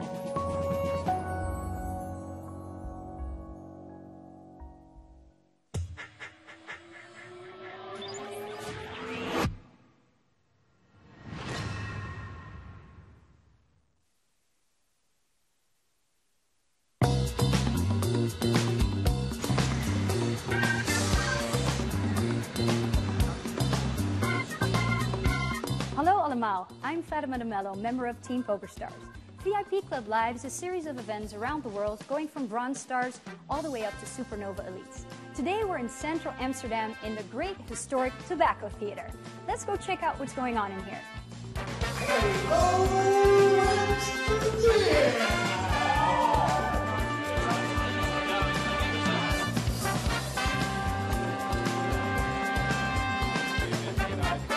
The entourage here is great, and people are just exchanging experiences, what they do online, getting to know the persons behind the nicknames. That's just wonderful.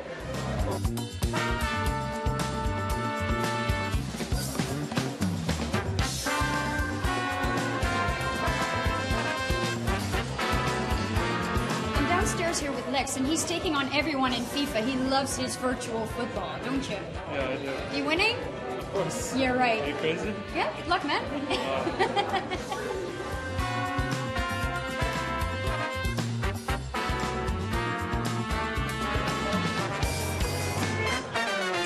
Another plus of coming here is that there's actually a live webcast of all the benefits that PokerStars has to offer next year, so everyone knows what's coming up.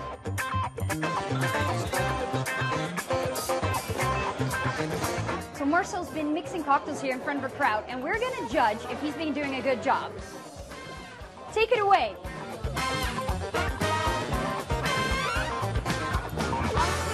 Let's go. You know why it was easy to convince them that it's good? Because we're in Holland. You know what the Dutch are like. If it's free, it's good.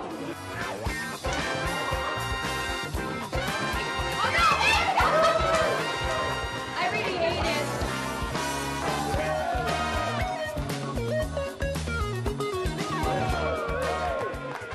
Well, there's nothing like a good old target practice, and we're going to see who's going to win this archery competition and who's going to take home a €1,500 live event package.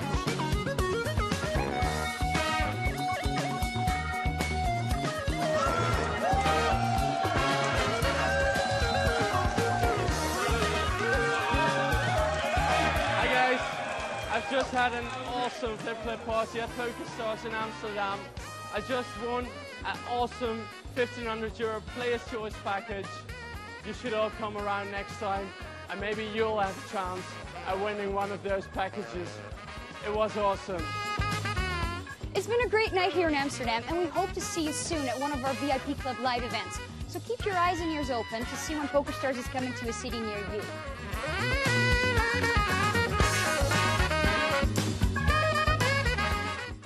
People need excitement, and when you need it fast, I'm the guy you call.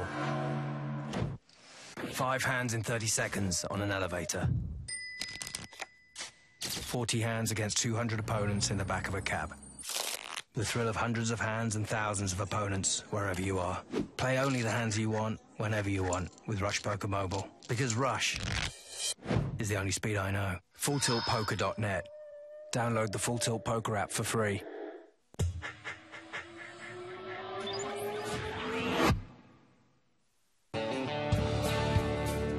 From the day I was 4 years old, I wanted to be a professional actress. I just wanted to rule the world, like Madonna said. I banged around for a really long time. I made a lot of really brilliant movies. And then I got to the age where everything sort of slows down. That's about the time I started to get interested in poker. Poker, it's just this crazy vortex. It just sucks you in. And I never do things halfway. I switched all my acting ambition to my poker ambition. I just really felt like poker was this insane puzzle that I was determined to crack, and I felt like it was crackable, and I felt like the answer was all sort of hovering somewhere around the periphery. I had the noble ambition of wanting to become one of the greatest there ever was, and the not so noble ambition like, I'll show you all. So I kind of stopped acting almost altogether and became a full-time poker player. I was PokerStars Supernova. I had 16 tables open at any given time. I was like, fold, fold, fold, raise, call, raise, fold, fold, fold. Just like boom, boom, boom, boom, boom, boom, boom.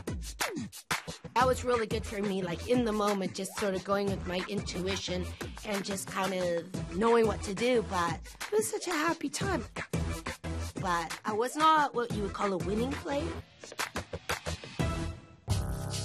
I'm rather a brilliant actress. And, you know, I'm super egomaniacal, but I would say I'm not a super brilliant poker player. I feel like I have the potential to be a great poker player, but I have enormous leaks.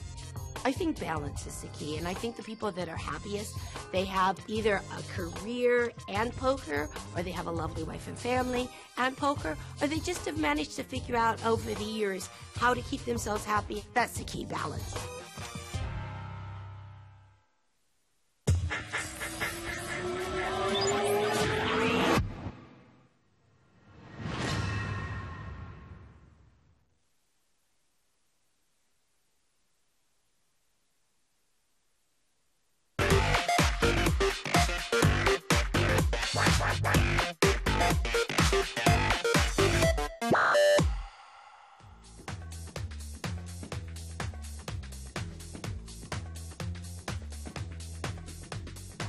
Well, Daniel, I'd say that there's a bunch of people that influenced my decision, but there's a lot that tried to talk me out of it. My mother used to say to me, Daniel, forget about the poker. You go to school.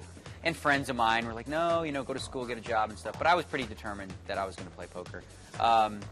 As far as people that pushed me to, no one really did. My dad kind of let me do my own thing. He was a younger guy on the black market when he was a kid, and he, you know, he got that I was going to be fine. He trusted in that. So I didn't really have anyone pushing me towards it, though.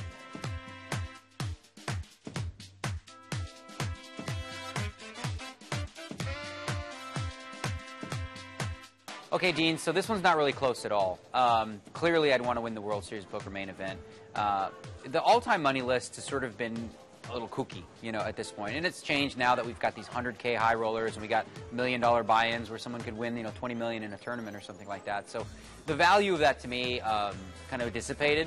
There's a lot of events, for example, that count in there that shouldn't count. For example, just throwing out, Phil Ivey won an eight-handed single table for $1 million that was a closed event for, you know, some full tilt guys. So that counts as $1 million towards his earnings. I don't like that list very much. I think that there's other lists that they track that are a little more pure. And I don't really care that much about that one, is I guess the bottom line. Best friend in poker. Well, I've got a lot of good friends in poker. Jennifer Harmon's been a friend of mine since I started. I used to get to watch her play in the big games and like lick my chops going, I want some of this money. So I'd have to say Jennifer.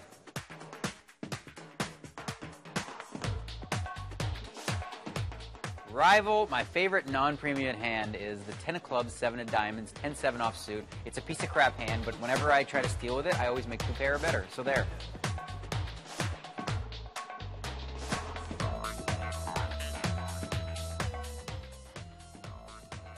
Well, Core, to be honest, I guess if I had to pick a sport to switch, I would be golf. Because golf is a similar lifestyle. You get to travel and stuff, and it's just so fun. So would I? Yeah, I'd probably give it up. But the thing about golf is, well, I guess you got seniors tour. With poker, the great news is you can play till you're 80. I guess you can do that these days in golf too. So, yeah.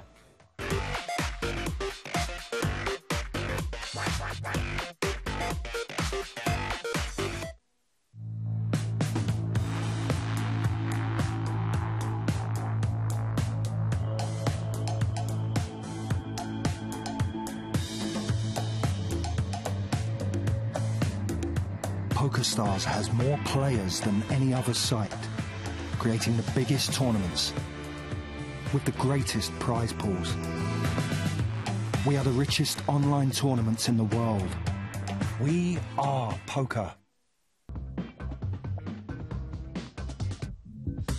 All in. Going all in is the boldest move in poker. It's when a player bets all their remaining chips. It usually means a player is betting a large amount and forcing their opponent to make a big decision. All in.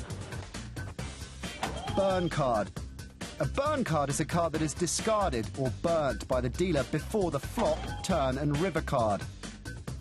Burn cards were introduced to stop cheating players as it made it hard to rig the deck.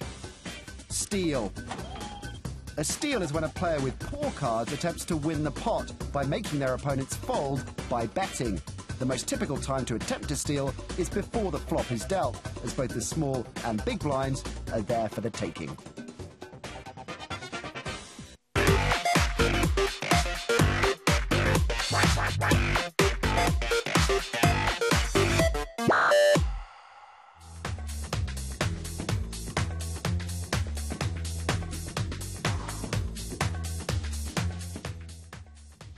So Daniel, yes, open-faced Chinese poker's really caught on. Pot Limit Omaha is a real poker game that's kind of been around for quite a while.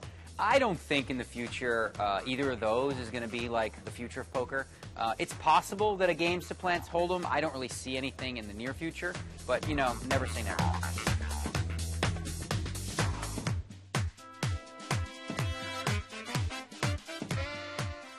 Well, Rival, I wouldn't really know, you know, because when I played poker as a kid, I was playing a different form of poker. I was playing Limit Hold'em. I've only really played poker when people know who I was, so I don't really have a reference point. I don't think it would be much different. You know, I think it's a little more difficult in some sense because people know a lot about me and I don't know a lot about them a lot of the time because they can watch YouTube.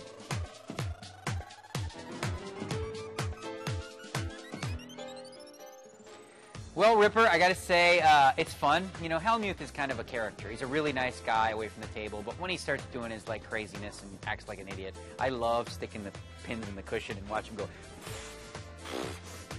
explode.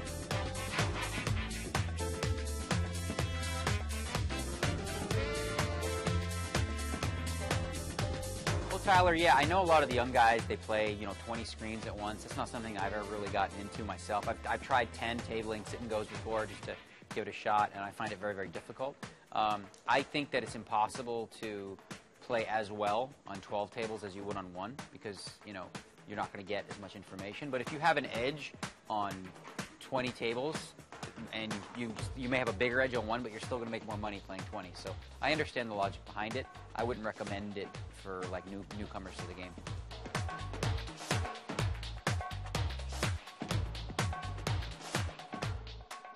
Well, McSatan won. I would say that it's pretty clear, for me anyway, that Phil Ivey's #1, and until proven otherwise, he stays #1.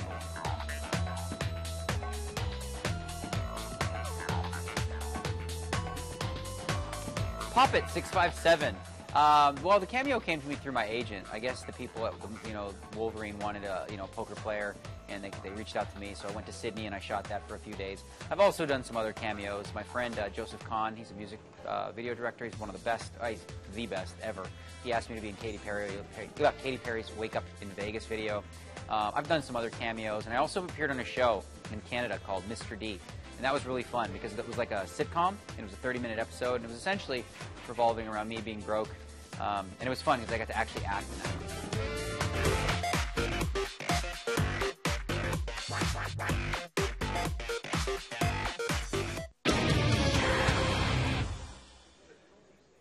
Welcome back to Villa Marina in Douglas on the Isle of Man, hosting the UK and Ireland Poker Tour. It's James Hartigan and Nick Wealthall hosting coverage of Day 3 of the main event of the PokerStars.com UKIPT as we play down to the final table. And right now we're at 2 tables. 16 remain. At Nick Wealthall is my Twitter. Particularly interested if you have a poker song or some kind of poker creative thing that you've done recently. I'm really looking to find out more about what's going on there in the poker creative universe. Send him a message. Equally, send your tweets to our guest commentator, Jake Cody, at Jake Cody. Tag your tweets, UKIPT Live, and we'll put your questions to the man himself. This is our feature table, Jake, headlined by the tournament chip leader, Fintan Gavin, a former UKIPT champ. Yeah, former UKIPT champ, so he'll have the experience to know what to do, basically. Well, the first question came in from Tom Leach. Can you ask Jake Cody if he's managed to throw a card the length of a football field yet? Have you heard the story? We have heard the story, yes. Okay. Well, I won't go over it again. But no, for people who haven't heard it, you have to go over it. Oh, you haven't heard the story? I think many people won't have. So, when I was playing Day 1B of the main event here in the Isle of Man, one of the players at my table made a claim that he could throw a credit card, not like some special credit cards, so he could use my credit card or any kind of like bank card or whatever. He could throw it the length of a football pitch, standing on the goal line to the other goal line. And so I thought that was impossible, like completely absurd. Okay. Do you watch? Do you know the musical Guys and Dolls? No. I mean, I know it, but I've very famous line of Guys and Dolls that made it into a lot of poker books, which is, if someone bets you that they can make an otter come out of a card deck and squirt cider in your ear, never ever take that bet, because you can guarantee that if someone's made up a bet, they can do it. And I thought it's just such a strange lie as well. Like if he's just making up, why would it be this? It's like that sounds so specific, so impossible. Yeah, it does sound impossible, but so it was really raining outside, so he threw it against the roof, which was like the main tournament areas in like a big like theatre. So the roof's actually pretty high. So I saw him do it, and he hit the roof, like smashed it against the roof with pace as well. He had some like, must have been some kind of weird sharky wrist. I think it's the wrist action. Right. Yeah. It's all in the wrist. Just kind of like flicked his wrist, and he just got so much power. So I want his side of the bet now. Yeah. Yeah. I would want his side of the bet just because he said he Yeah, could. Like, yeah. Like, there's no way he's made that up. I mean, it'd be pretty moronic to like be so confident and then just be like, be terrible, like put the money on the line, and then just like obviously gets nowhere close. Just the Tyrannosaurus Arms Rex throw. Tyrannosaurus Rex arms throw. That's the myth, the legend. Yes. Mr. Fintan Gavin. Fintan Gavin taking his seat. And by the way, Lee Jones has still drawn the 1 seat at the feature table. And Lee actually tweeted during the break that the weird thing is there is a Big Horse Creek right down the road from his cabin in North Carolina. I mean, that just confirms his nickname forever now. Lee Big Horse Jones, 6th in chips at the feature table. 3 Irish players up on the main stage, including chip leader Fintan Gavin. Should point out with $1 million. That Ian Marmion is a Rational Group employee along with Lee Jones. If I had $1 million in chips, I wouldn't ante. Just be like, no, I've got $1 million. It's exactly $1 million. I'm just going to look at it. I think that's worse when you play online because you actually get to see the exact number. Too. Nice, yeah, right there. 999.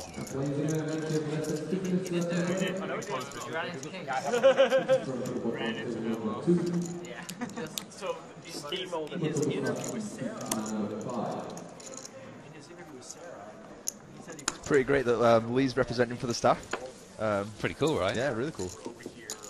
I should point out that at the outer table, we've got Adrian Rosum representing for Team PokerStars Online, and then we've got Martin Zedenia representing for Full Tilt Poker.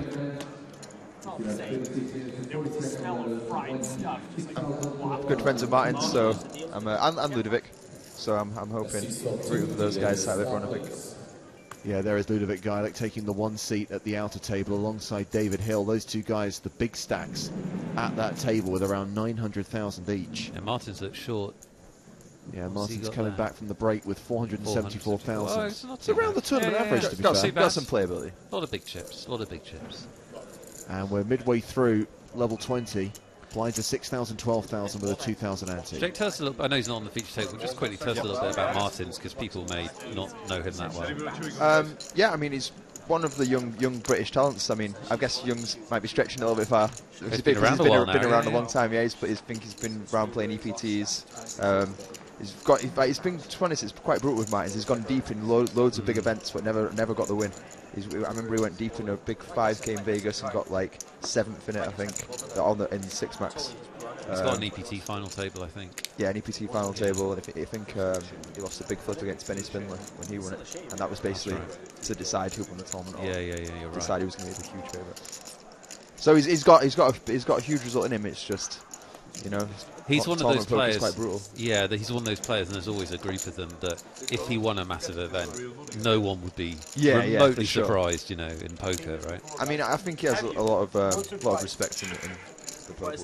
Yeah, absolutely. Dangerous player for sure. Someone who goes after you as well. You definitely don't want him at the table. And obviously, I think we'd all like to see Martins make the final table tomorrow. But as a consolation prize, if he doesn't, should he go busto today, we will have him on as a guest commentator tomorrow. That's an amazing consolation prize. I would be happy for that. If I was him. All in a call. A classic race, ace king against sevens, and it's Longanotti who's at risk here. Needs his ace king to connect, and it's going to be hard to come back from this. No, you're not. You have a conflict. King, ace, ace, queen. Big Horse very keen to point out that Longanotti is not drawing dead. Queen would be awesome. Queen's the best turn. Well, that does mean that you are now beyond salvation. Unless they put another Queen of Spades up there. So Frank Longanotti out in 16th place. We're playing 7-handed on the main stage and 8-handed on the outer table. I like to call this the business end of the tournament. The business. Well, the business, not that business. The business. Chirps, which is not even a real word. Pretty deep stacked. Yeah, suddenly... Considering how deep we are in the event. Yep. I think most of the short stacks are on that outer table. Most of the guys who are playing sub-20 big blind stacks.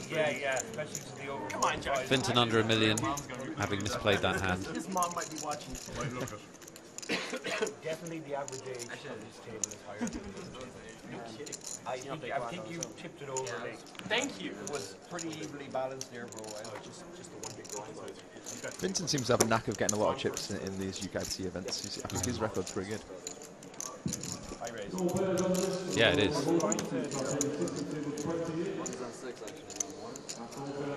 Finton definitely qualifies as a friend of PokerStars, doesn't he? Involved with the Irish poker scene for years and organised a lot of the Irish events. Yeah, I think he's done great things for poker in Ireland. Top man as well.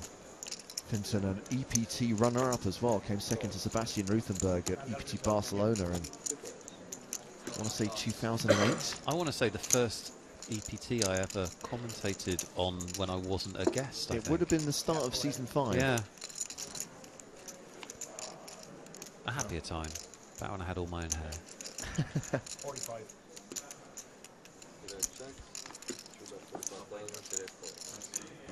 So Finton just keeping the pressure on. And back up over the $1 million mark. Being aggressive.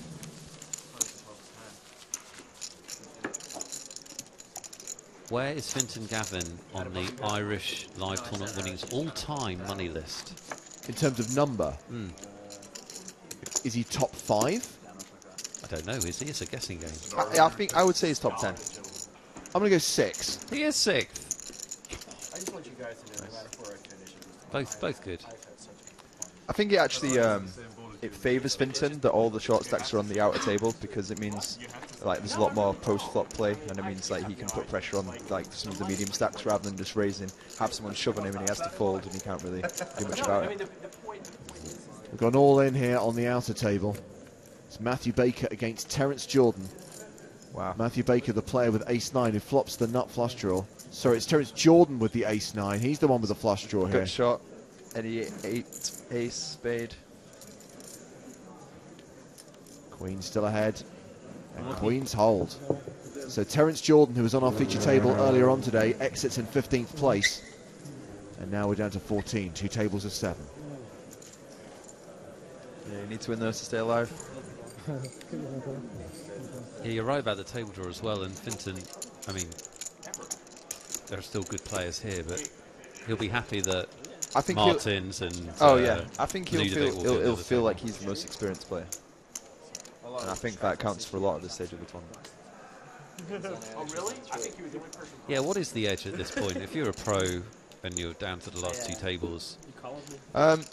Exploit. I mean, I guess in general it always would be, but I think especially it's exploiting what the other players are doing, because some people lose their heads at this in this situation, and they'll be trying to win the tournament now and just trying to win every chip and like 3-betting, 4-betting and stuff, and you have to adjust to that and obviously either go to war or try and find a hand against them. But at the same time, some other players really want to make the final table. This could be the first time they've gone deep in a big event, and they'll really want to make it to the next day, so you can take advantage of that by sealing the blinds a lot, putting a lot of pressure on them post-flop, and basically just slowly edging the tips away rather than taking one big pot. So it just becomes even more situational, where you're just adjusting to yeah, your opponents extremely situational. Right. Yeah, I mean, Finton's somebody that starts out playing the players in level 1, so I'm sure. Yeah. I think he plays on field and. I vaguely remember that. I remember being I don't know if you remember, Nick, at that final table, I think it was either 3-handed or it may have even been heads up between Finton Gavin and Ruthenberg, and Finton made pretty bold bluff against Sebastian. Yeah. And was trying to obviously talk Sebastian out of making a call. Yeah. And it was that classic, like, just stop. Stop talking. Just stop talking. Yeah. So it sounds like a call. No, because I don't want you to see what I'm capable of.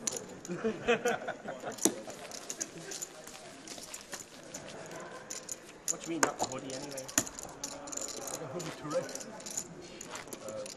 Andrew McMillan says, what is Lee Jones looking at behind the dealer to his right? I think Lee's constantly checking back on what's going on at the outer table as well. Might not work in my favour. Ah, is that what he's doing? That's how it works.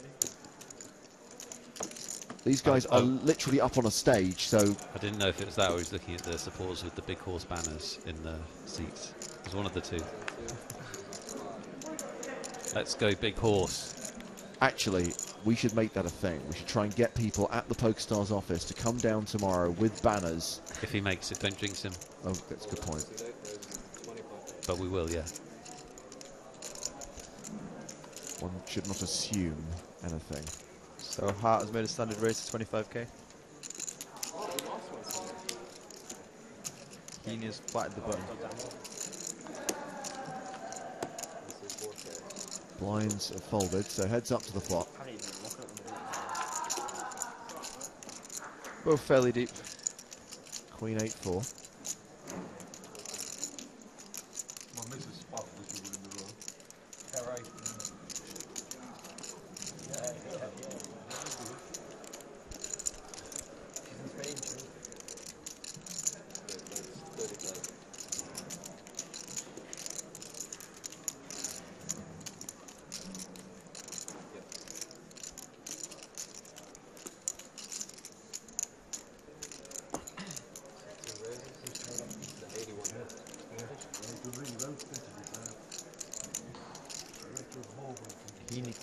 Quickly raises the flop to 81,000 after Hart made a continuation bet.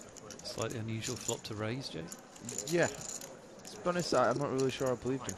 I think does not much make sense with his time, and especially, I mean, I've not really played with him, but I mean, most players wouldn't be raising a queen there just because they are kind of deep, and it would be it's quite a high pressure situation.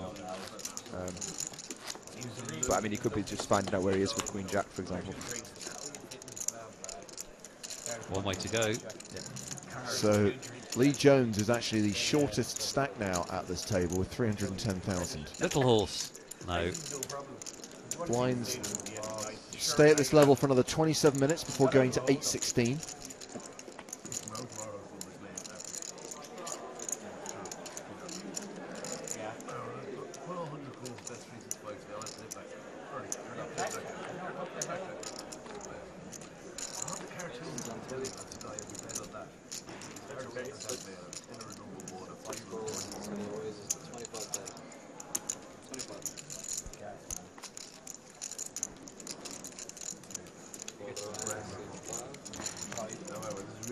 Coming right back with another raise.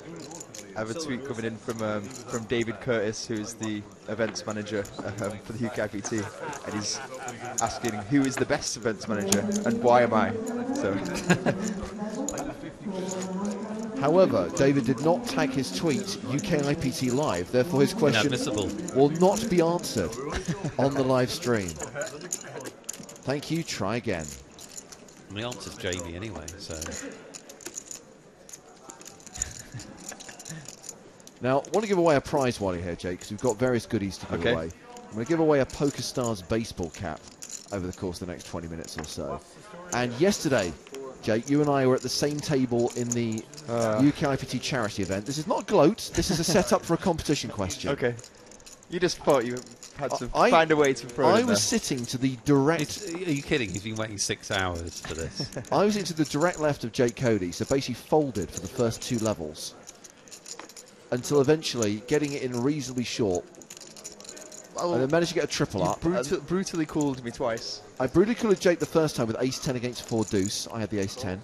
And somehow 4 deuce did not get there. Suited, to be fair. So that was my triple up, which then... Oh, hold on a second. Is Lee Jones all in? Yeah. Is Big Horse at risk? Oh, here we go again. Ace-king against queens. 2 huge hands. Good luck, Josh. He's not wishing you good luck. It doesn't matter. No, don't put the big horse down. That's grim. Say no to... he has the ace-king.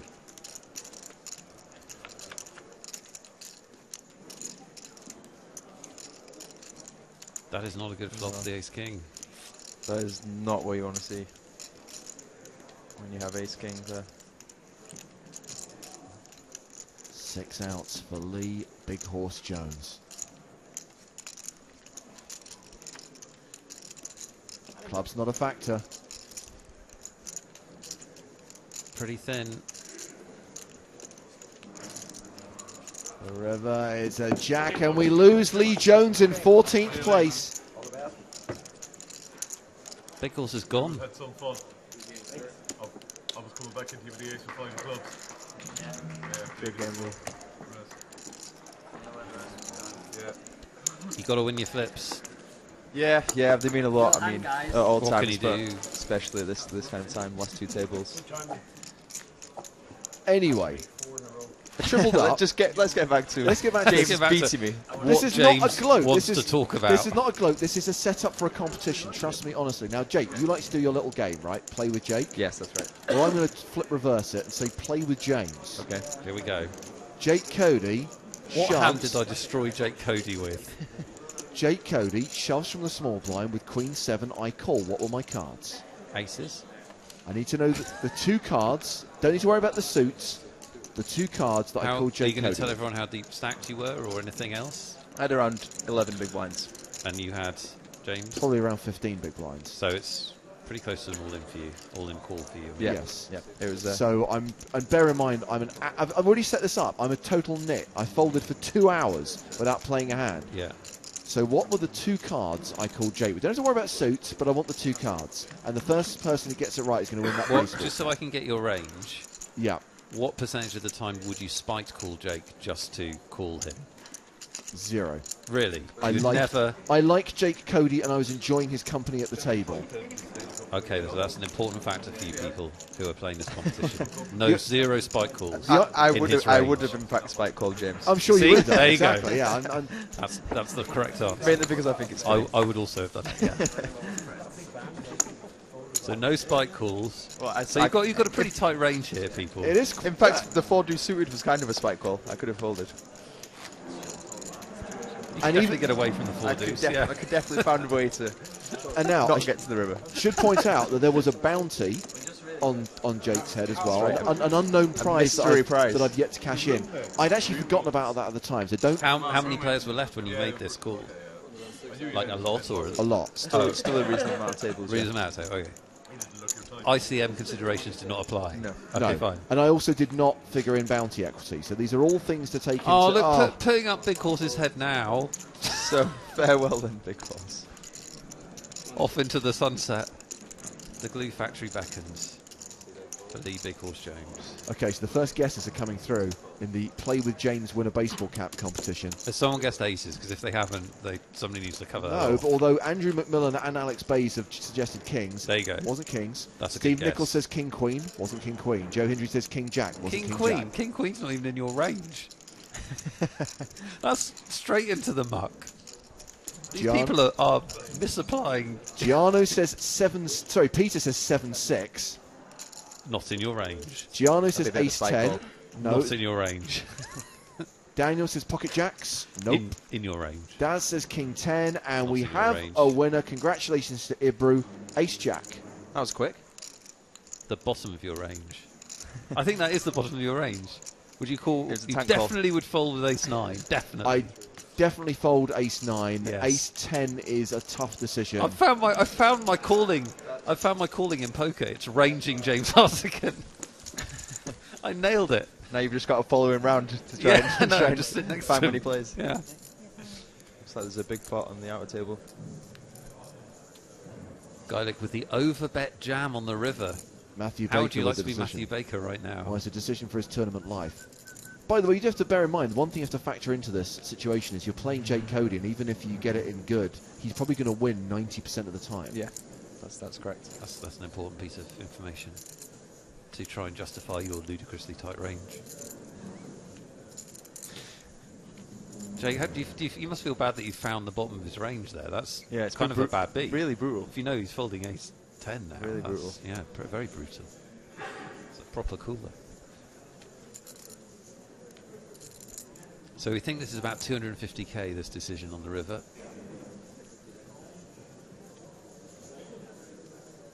Jake, it's not fun playing against someone that will do this to you, is it? No.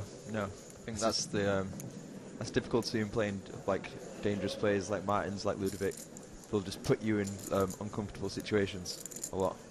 Put you in coffins. Put you in coffins, yeah.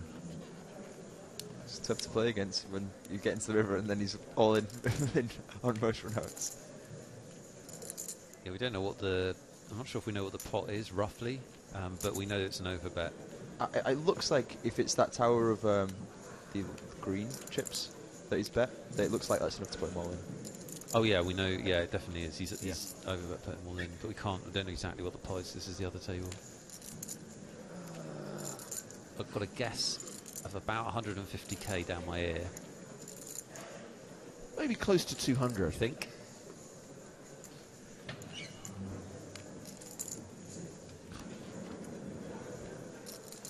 Baker looks like he's having internal conflict. What kind of hands would be tough here, Jake? Can we get the board in shot a little bit more? So it's Ace, King, Deuce. So we've got backdoor diamonds. Yeah. To be honest, I guess just most any one pair hand. Yeah. I mean, you basically bluff catching with most one hands and even some two pairs. So if you're sitting there with like the Ace Jack or something or the Ace Queen, it's just. I mean, it seems. Well, it is not happening that he's shoving worse than that for value. So yeah. Fascinating decision, massive decision as well. 13 players left. Tough to fold against Ludo too. We were talking earlier with, he's going to make the call. He's going to get shown. Top set. Wow. Boom. What a hand, what a time to make a hand like that. And as it's an all in the call, Baker has to show his hand. Did we see it? Oh. Somebody must have seen it. I saw a picture card. We'll find out, right? Thank you. So Matthew Baker out in 13th place, taking us down to 12. Really good. I'm going to take the button. You've been ludoed.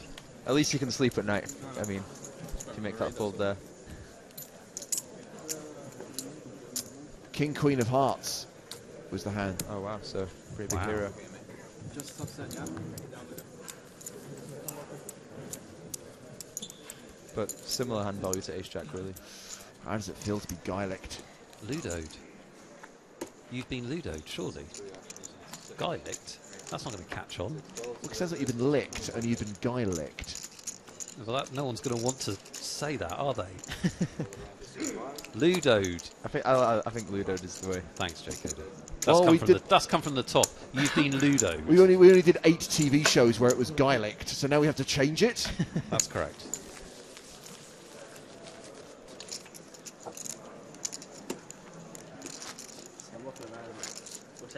Oh, that's especially. So the chips. So down to 12 players now. Yeah. We think that whole hand was just check called. Baker defended from the blind, and then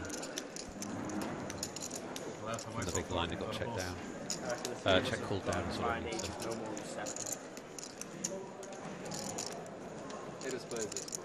Yeah, it's quite a tough spot for Matthew if the hand has been played out like that. It feels like the kind of board that Ludo would attack when Matthew's just called pre-flop, because it just hits Ludovic's range just so much harder that he's going to try and exploit that. And obviously, we're talking to someone who knows, Jake, the value of having an image where you are doing that a reasonable amount. Yeah, that's where that's your image. The value's huge, isn't it? Yeah.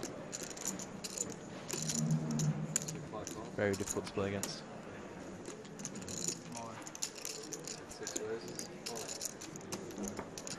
All in from the big blind. Snap all in, didn't need to think about that. Gavin opening to 27,000, getting called by Marmion and Corkle. About 25 big blinds. It's a shove. Marmion, who's made this move. 260-ish. Yep. Good spot for a squeeze. I mean, you've got to get through 3 of them, but yeah, I mean, he picks up so much. Over 100k. Picks up over 100k, and it's a really hard call for most of them to make, isn't it?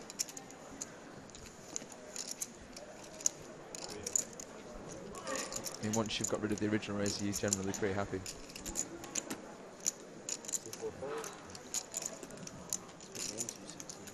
Seems very unlikely that Corkle could have a hand, because he would have most likely re-raised.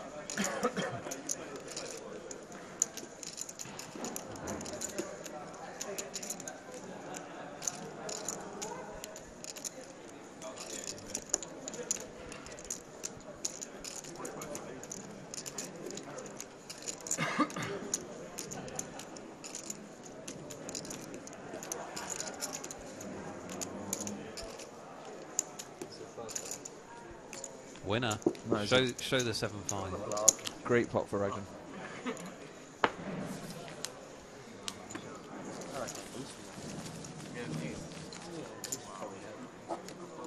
Now playing 32 big blinds, not that far behind Christopher Corkle.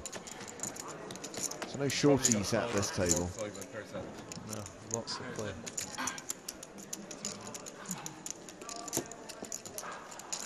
It's like a double up. Maybe. A little bit less. It's on 5, actually, on 2. 212 for 26,000.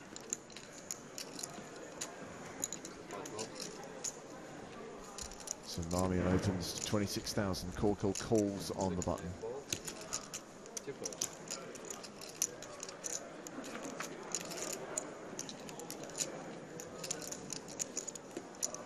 King 9-8 with 2 spades.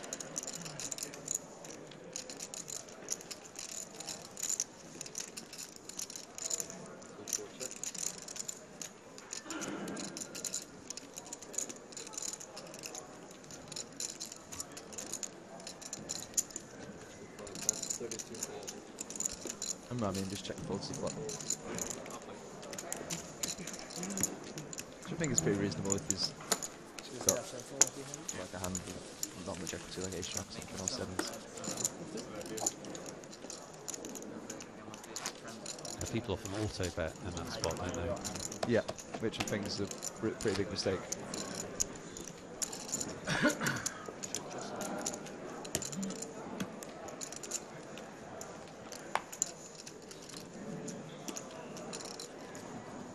So Jake, you'll be in London, we presume?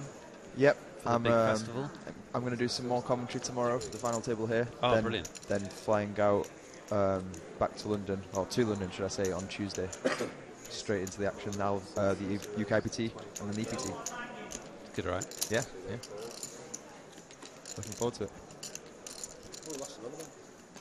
Festival begins on the 8th of October. The UKIPT portion first, followed by the EPT segment. Live streaming of the EPT main event from the 14th to the 18th of October. Save the best till last. Play with Jake for real. Yep, I'll be playing day 1A on Wednesday. Come down. One could argue the best is actually sandwiched in the middle, which is the final of Shark Cage. About which we can say nothing. No spoilers. Oh. James Hartigan's the host. Spoiler. Players play poker. Spoiler. There are no sharks. Spoiler. But there is a cage.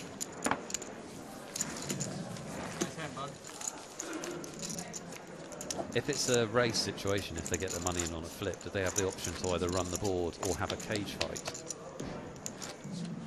I'm just trying to guess the format. Might save that for season 2. It's good, right?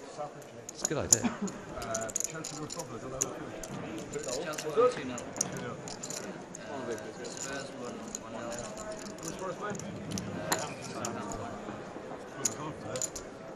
Courtois went off with a lead at the end of Chelsea. Who scored for Chelsea? Costa and who? Hazard scored a penalty. I don't know who scored the second. Costa scored the second. Who scored the second? Costa scored the second. Really? Hazard scored the third.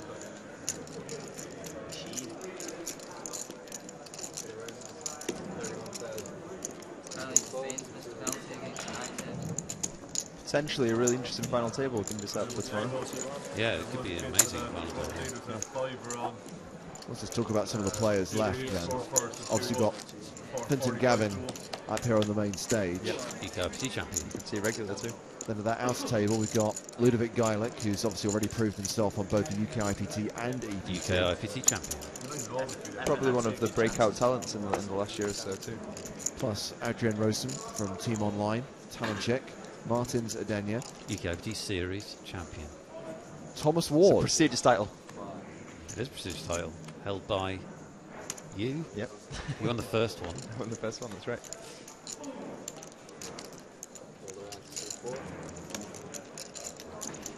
And Thomas Ward, all-time leading UKIPT casher. Yeah, he seems to have a lot of success on the UKIPT 11 cashes. 2 final tables. Would be his third if he makes this one. That's hard to do. Yeah, he won a big pot against me in this tournament, actually. Did he? We've gone to the flop here, but that's where this hand will end. And Stephen Nicol has a question for you, Jake. Rather random. Why is your surname not pronounced the same way as the word body? I don't get it. Coddy. I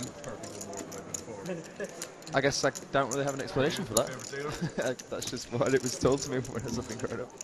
That's just what it is. I mean, I know there's the Irish version, which was like C-O-A-D-Y, and that would probably make more sense with the way you pronounce my name. So.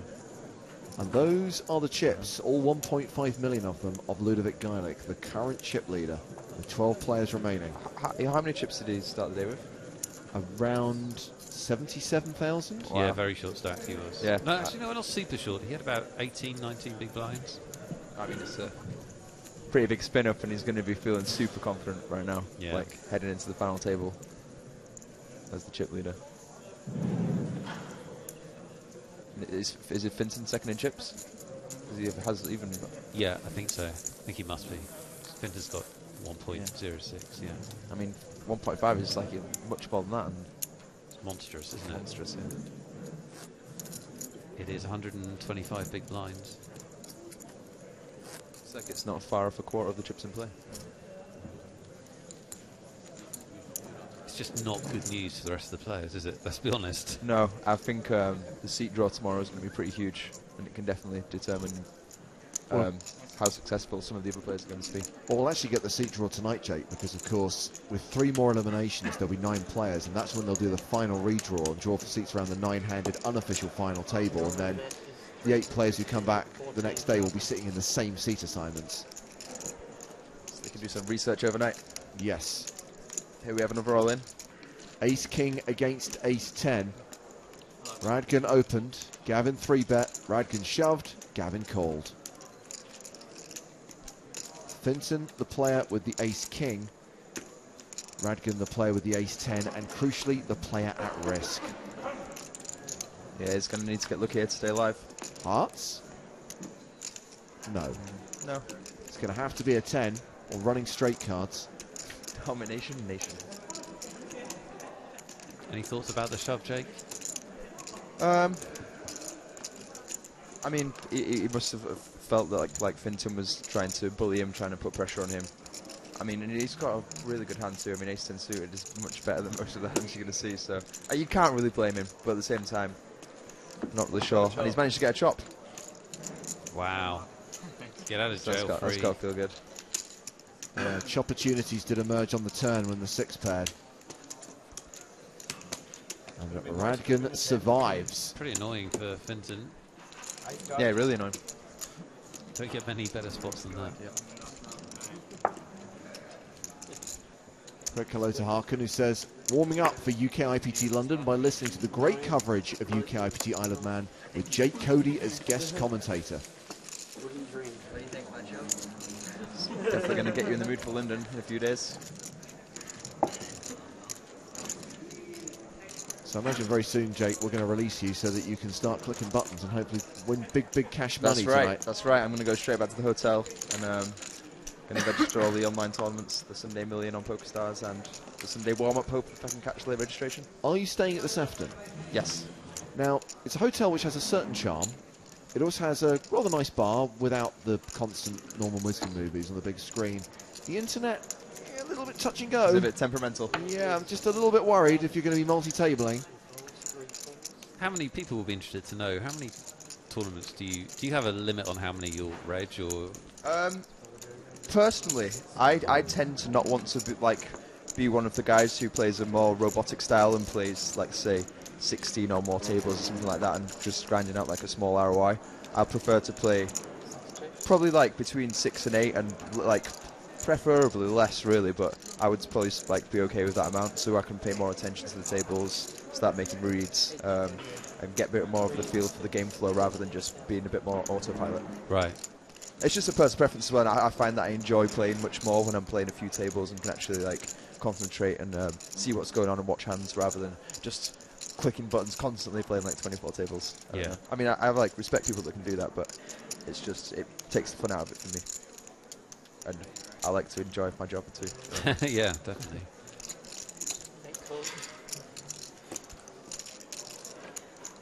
I always think that people do feel, because I get asked this question a lot, people do feel pressure to add more tables and play more tournaments and multi-table. And there's really no one answer, is there? You should, like you said, enjoying it. It's so important. It's definitely personal preference, for sure.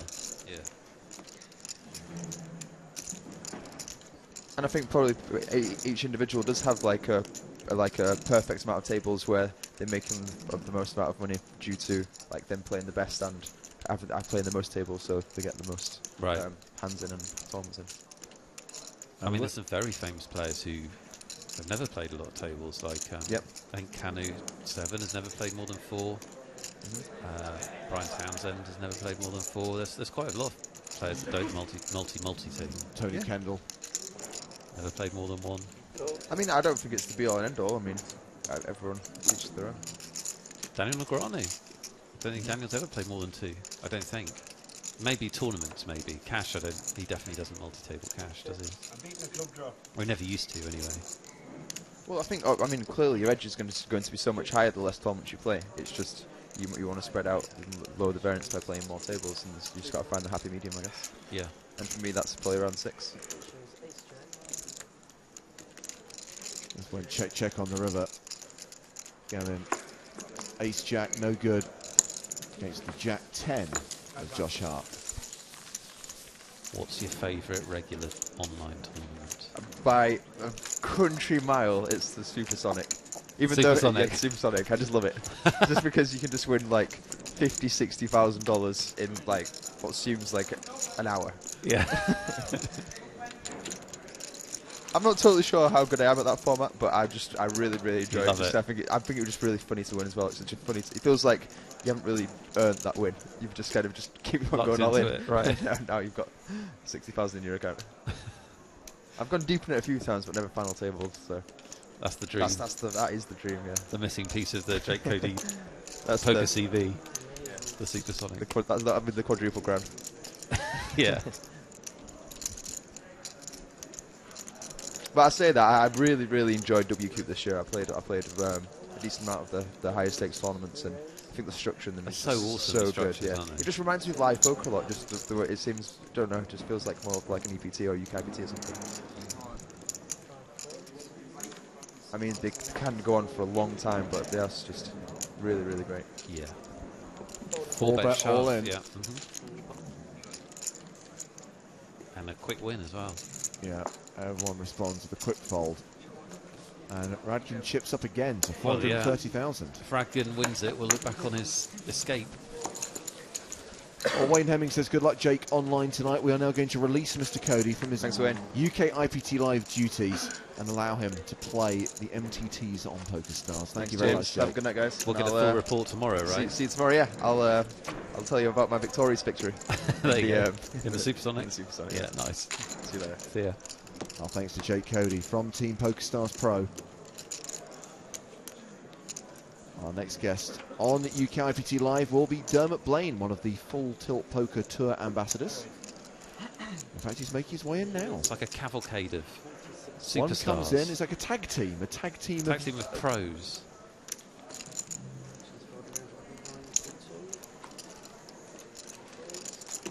So still 12-handed on the penultimate day of the main event.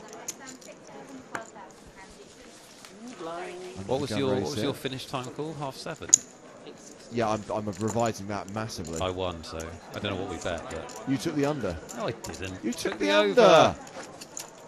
Don't do this. You're better than this. What happened was I took the over, and then when there was a flurry of eliminations, I joked that I had the under. But when you said the line, I had the over. And viewers will confirm that you now owe me 100 quid. Eh? It's our standard bet. I No? don't. What standard? What? Oh. Uh-huh. Other blinds are up. Yeah, we're now playing level 21. Blinds 816 with a 2,000 ante. So what is the bet? You think it'll be after 7:30 or before? He set the line ages ago. He set the line hours ago at 7:30, and I said over, and it's going to be. I mean, it is going to be over, right? Yeah, I was thinking. And in case you're wondering, that is the voice of Mr. Dermot Blaine, who now joins us on UKIPT Live. Hey, Welcome, guys. Dermot. Yeah, thanks for having me on. How's your Isle of Man adventure? The main event didn't go so good. I think I finished like 12 off the money, so that wasn't the best. But apart from that, it's my second time here. I've been having a good time, chilling, so I can't complain. That's good. London's just around the corner, so there's never any rest. Always on the go. Yeah, there's quite a few events to play in London.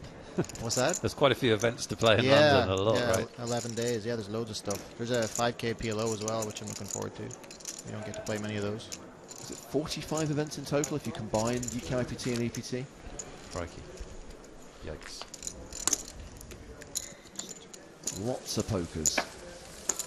Yeah, there's not a lot of big PLO tournaments on the calendar full stop, are there? Not too many. No, out from the 10k main in Vegas, there aren't that many. I think they had a 5k in Prague last year, but no, I'm really looking forward to playing them because you don't get to play them. It's kind of weird because you think you're going to be good at stuff, but you're not because you're so not used to doing it. So like, you know, you see like loads of people are unsure what to do, so it makes them a lot of fun to play. That's good. Yeah, because people are obviously so good at Hold'em now because they get to practice so much. But people are, in general, everyone is nowhere near as good at, especially tournament PLO, so that makes it a lot of fun to play. So Dermot, 12 players left here in the main event, and pretty talent-packed lineup. Obviously we've got Vincent Gavin, a former UKIPT champ, up on the main stage. On the outer table we've got Ludovic Geilick, who is the chip leader at the moment with 1.5 million. We've got the other Full Tilt Poker Tour ambassador, Martin Dedenia, with a decent amount of chips at the moment. It's only a playable stack. Adrian Rosum, Talonchik, Thomas Ward still in. I mean, there's every chance that we're going to have a very good final table tomorrow. Yeah, very good chance it'll be stacked. I was actually here earlier. I was railing Martins, see how he's getting on. Getting close now to the final table. So hopefully he can get there. And Fenton, obviously, he's always a character. It's always good to have him around. Which of these guys still in the tournament do you know best? Who have you played the most against? Probably a toss-up between... I mean, I've talked the most strategy with Martins. And then it would either be Ludo or Fenton. So those three would be kind of the three I'd be rooting for the most. Yeah, Nick was saying earlier on he has absolutely no desire to play against Ludovic Geilick. He is a player who really knows how to put the pressure on. I mean, what if we have that situation, Nick, where he just was raising like every hand and like 5 in a row were raise and take it? Yeah, Ludo's one of those players, like, especially nowadays, because like everyone talks about, you know, Hold'em being solved and edges being small, but he's one of those guys who just does things like almost every hand. You're like, what is he doing? You know, you can't even know he's been aggressive and out there, but it's just so hard to do stuff about it. Like I was on his table when I bust for the last couple hours, and like just he's a joy to watch. He's, you know, he's even when you're not involved, it's like so much fun to see what he's up to, and you know, just his bet sizing, and he's a very refreshing guy. Like to have at the table. We had a lot of fun watching him today. We saw him do everything from bet the minimum on Yeah. the turn to overbet the pot on the turn, and Yeah, because you hear people complain, oh, Hold'em solved, and everyone's good, and everyone's the same, and it's all down to variance, but, you know, he's one of those people that proves that that's not true, that just some of the stuff he does is just amazing to watch. And obviously sometimes as well, it makes it entertaining, because when it goes wrong, it tends to be, you know, people say, oh, he's blowing up or whatever, but, you know, for TV, he's amazing. I think him and Fenton would be a lot of fun on the final table. That's the heads up of dreams. Yeah. So if it stays deep, and those two get to clash tomorrow, that would be, you know, would make for a good reel. Do you think that that's one thing that separates players, is the willingness to look stupid sometimes, like the willingness to try things and to basically not have fear, but also just be willing to put yourself in a situation where it does go wrong, you're not going to look. Yeah. You're going to look dumb, right? Yeah, like another example is Vanessa Selps. She's another one who's like fearless, you know, like sometimes when it goes wrong for her as well, it looks crazy. Yeah. But or like her results speak for herself. She's fearless as well. It's one of the hardest people to play against. Yeah, sensational I recognise this guy as well, actually, in seat 1 or seat 9, sorry, seat 8 even. I've seen him play a little bit. Yeah, Josh Hart, Mickey Peterson knew him as well, so... Yeah, I played with him somewhere. Or I think I might have seen him at a maybe players' party. Somewhere I've seen him around anyway.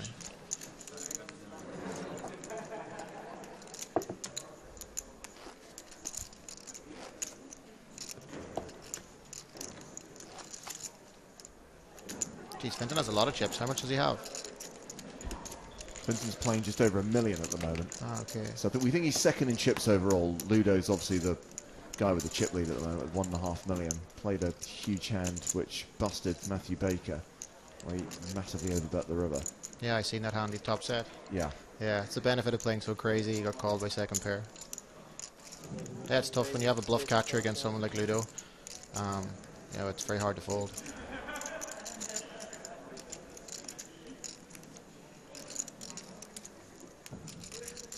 So let's pick up the action here. Looks like it's Kieran Heaney who's raised. 35.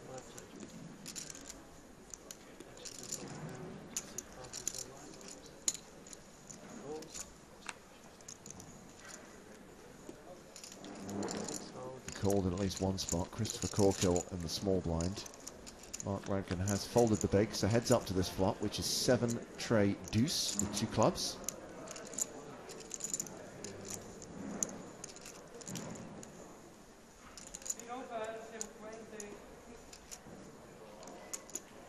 Oh, he's going to lead out. It's kind of unconventional.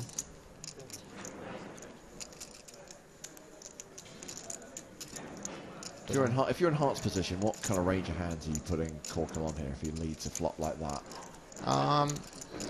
Generally, I mean, it obviously depends on the player. Something like medium strength hand that he doesn't want to check back. Some flush draws. I mean, something like 8s is possible. He should have a strong enough range, like calling off a relatively short stack and the small blind. But you wouldn't expect anything like super strong, because obviously he would expect Corkle to c-bet that flop a lot. But I mean, obviously some players get creative. They can lead overs and, you know, backdoor flush draw. Something like ace-5 of spades would be another one you could lead. So really is player dependent. Well, Hart called the 32,000. Yeah, it kind of gets interesting now in the turn. See what he does. He fires again. Having taken the betting lead on the flop, he follows up on the turn. Very small. 54,000 into 162,000.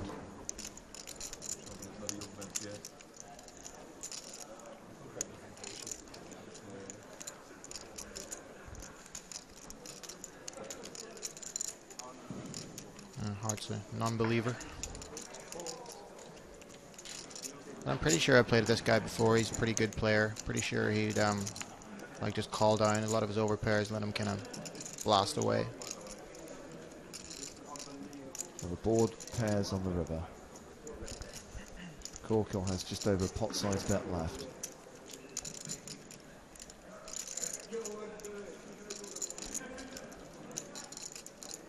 He's going to fire again.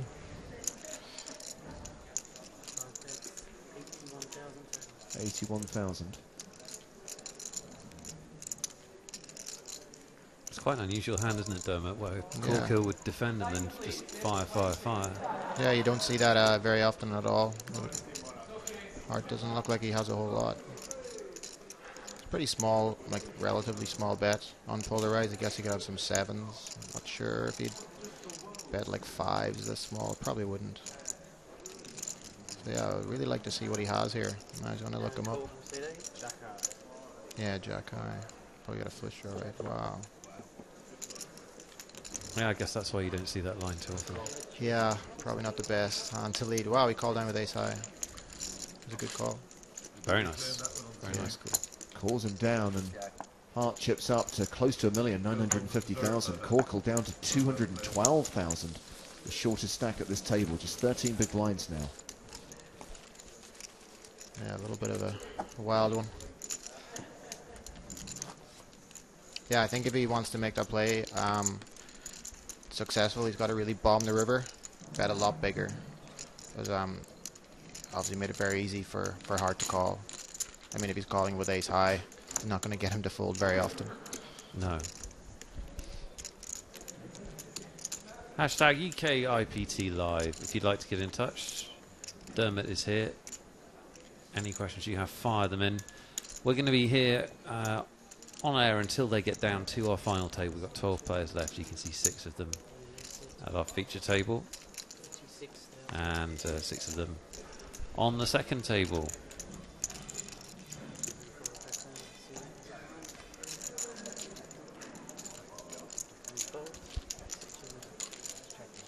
How much have you actually played with Finton, Dermot? A little bit. Not that much, considering we're both Irish and play a lot. Yeah. But I have played a little bit with him. I mean, he's not as crazy as people make him out to be. But you know, he's a lot of fun at the table as well. He gets like everyone involved, and you know, there's always good banter. I mean, at this stage, he's obviously smart enough. I mean, he's still cashed for like I think over 3 million maybe. So like obviously early on, the tournament he might tend to splash around a little bit, but obviously he's very aware that you know there's a very good chance he can win, you know, $100,000 up for grabs here. So you know he's going to be more chinned in and you know probably play a lot more solid. I think it's one of those things with live poker where you actually don't have to have to show too many bluffs before people will just start thinking that you're crazy all the time, right? Yeah, people, especially live, people have a real, like, if they just see one, they just assume that you do that sort of thing all the time. So yeah, I mean, like, someone like Finton, like, you know, his reputation precedes him, so he doesn't have to do that much. So for him, it's more about adapting and trying to make sure he has it at this stage. Because as you can see, like as the pressure comes on, people tend to do, you know, different things. Like you see that lead with the 10 jack from the guy there. I'm pretty sure, you know, a lot of that's down to pressure, and he's going to miss the flop, and he doesn't want to be just check folding, so he figures, right, I'm just going to take a shot here. You know, whereas like obviously as he gets more experience, he'll learn to maybe, you know, if he wants to make that play profitable, probably has to bet a lot bigger on the river for a start. So you think like the pressure affects people a couple of ways? Like obviously we see people get very tight, but also sometimes people just try and force it because they feel like they've got to make things happen. That kind of. Yeah, definitely. I remember when I was shot taking at cash games, like high stakes, that was a lot of the problem I had. Instead of playing like tighter, you know, I felt like, oh, these guys are all very good. I don't want to let the run over me. So a lot of the time I would play too loose instead of playing too tight. So like I think in that case he just kind of tried to win a pot that, you know, it wasn't really there for him to win. Right. Jake was saying just before that your job when you're the, you know, when you're the pro at this sort of stage of 2 or 3 tables is to figure out which players are making which mistake and just vary and exploit them basically. Yeah, that's a very good point. Because a lot of time as well, I think when you're a pro in these situations, and obviously if there's a good few amateurs left, I think sometimes you feel like you kind of have to try and run over the table, you know, and that's a really bad way to look at it.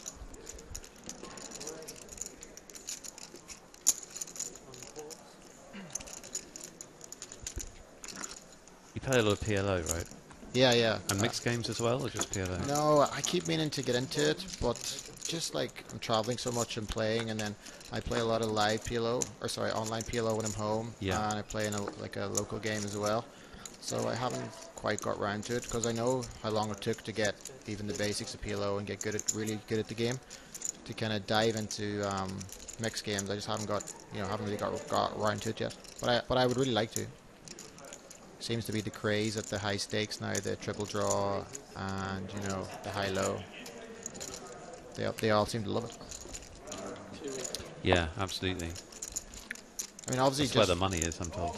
Yeah, sorry, and obviously just for bracelet value as well. Probably, like, you know, gives you a lot better shot at winning a bracelet. And I think it's good to keep you from going stale, to learn new games, you know, instead of doing the same thing all the time. Just to get a break and do something different. Very easy to go stale if you just get up and, you know, grind tournaments or get up and play cash every day. Kind of good to challenge the brain. Yeah, and I especially think for people that are, you know, hobbyists or just recreational players. I know I resisted playing PLO for years, and pretty much as soon as I played it, it was my favourite game. Still is my favourite game now, and you know, you might have come up playing Hold'em, you might have always played Hold'em, but until you try other games, there might be a game out there that you've got a real natural gift for, or you just really enjoy, or definitely want to be trying other games, I think. Yeah, because with PLO, obviously you got so many more different cards and so many different combinations. So yeah, it's definitely more of an action game. And obviously No Limit Hold'em can be a great action game as well. But I think once you go over to the dark side and play PLO, it's kind of hard to go back to Hold'em. But I think as a tournament format, No Limit Hold'em is still a lot better, I think.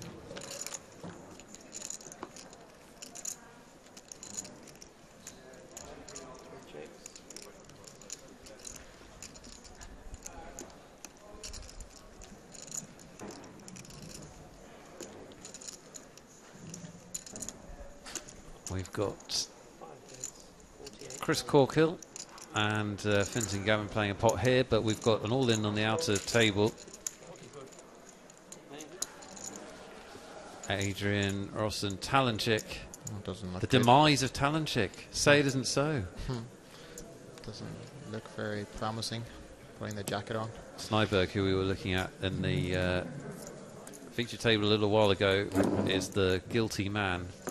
How can he bust that lovely lady? That's not right. Yeah. Seems to be more action on the outer table. I guess that's inevitable with Ludo and Martins, I guess. Yeah, absolutely. Action players.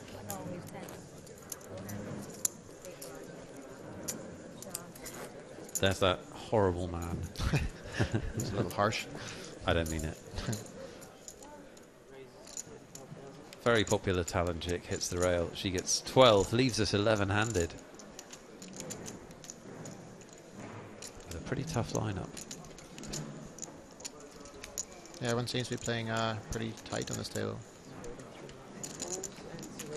Yes, and Advil coming up to a major final table bubble.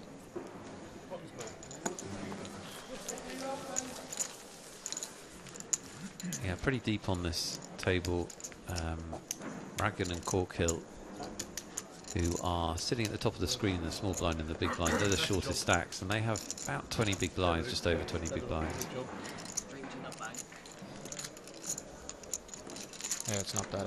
It's still pretty deep. The shortest stacks are 20 bigs.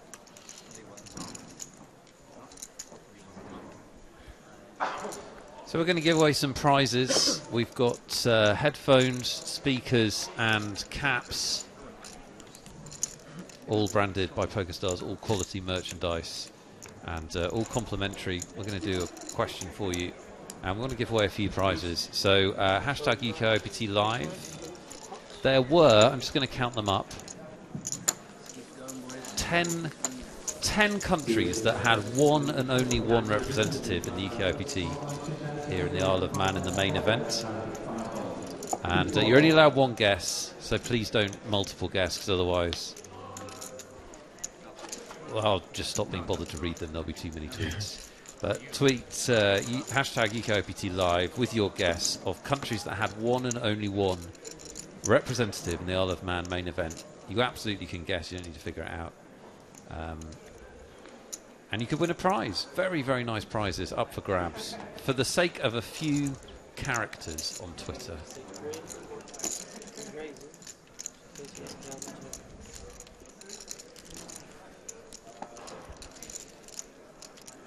There's one player came from very far away. That's that's absolutely ridiculous. Yeah, that's real commitment. That is commitment. Jeez, I wonder how much his flight was. Yeah, a lot. I wonder how many connections there were. Yeah. But it's my minimum raising hand, especially against you. My minimum. Fencing Gavin announcing he's raising with the bottom of his range there, which is probably the 7 of hearts and the bridge rules.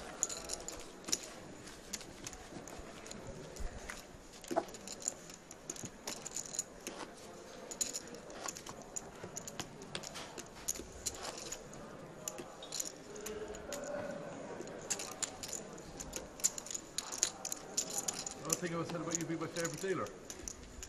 Diary Vulture. It's got a little bit tight off each table, playing 8,000, 16,000. And what I do with them subsequently. I think he's complaining to the dealer. I don't think that one ever works. Yeah, it has got a low strike rate, that tactic. Especially given the amount it's tried. It's really tried a lot. Yeah.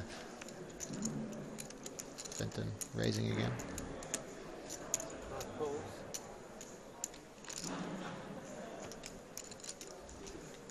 Hashtag UKIPT Live to win a prize if you can guess the countries that had one representative in this main event. Here's a hint. Look at the chip standings after day one. Paul Walsh guesses Brazil. It's not right, Paul. Tom Ross guesses Turks and Caicos. That's not right either, I'm sorry. It's not a good start. No prize, but thanks for playing.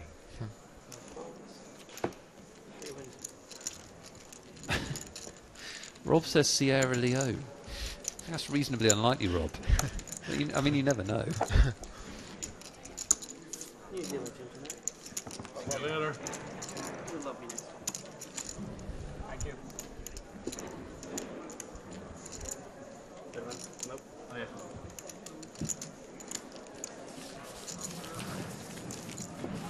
You're pretty good on the old machine there, Nick. Multitasking. Yeah, I'm pretty incompetent. No, I meant it in a good way. Oh, okay, good. Probably shouldn't be playing 8 tables while doing this commentary, but I just don't care then. Just trying to get an edge.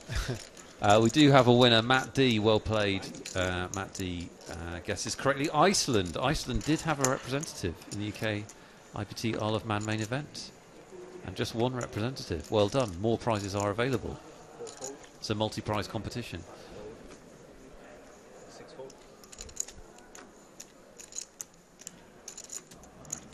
Action fold around to Josh Hart on the button with a big chip stack. He's got a 900,000. Yeah, he should be opening pretty wide here. Fenton should be defending pretty wide. Especially nowadays, the style is to min open. So with all the antes in there, you're getting such a good price on your defend. Yeah, people have made that adaptation, it seems like to me. A lot of people understand they should defend now, but you do see people getting into trouble post-flop, don't you, because of that?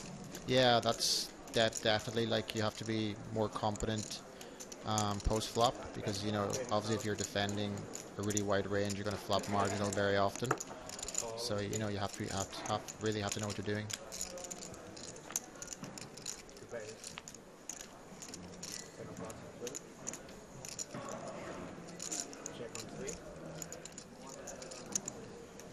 So yeah, you see a lot of situations like this where both people's ranges are still like really wide on like a lockdown board.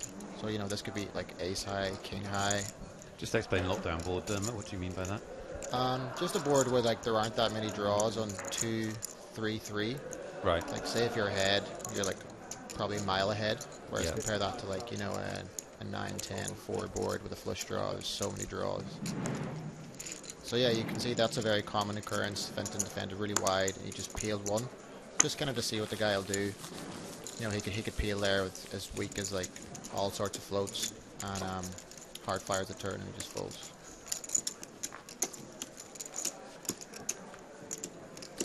Paul McTaggart guesses Australia. There was either no Australians or more than one Australian.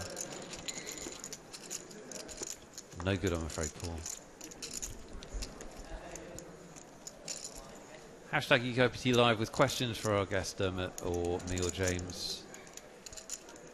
Ask anything you like. Or if you want to enter the competition, we're looking for countries that had one representative in the UKIPT Isle of Man main event. 9 races. So you picked one winner so far, is that correct? Trying to give away prizes. Trying to just clear some space in here. Can't move for headphones and speakers and stuff. So Ethiopia not on the list. That was Joe's suggestion. Nor is the Czech Republic. However, I'd say Czech Republic is a good guess. That's where you kind of want to be in that kind of. However, Romania's on the list. Yes, and Romania was sent in by Bansky. Bansky wins. Go on, Bansky. 2 winners. Is someone writing down these winners? Because I know I'm not. We've got them, Nick. Don't worry. Yeah, the top people on this.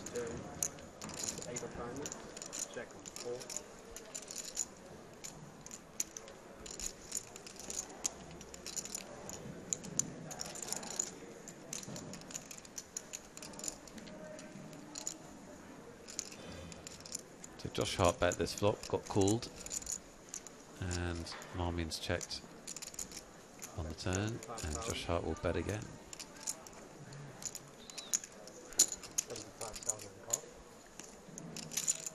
Pretty quick call from Marmion. Yeah.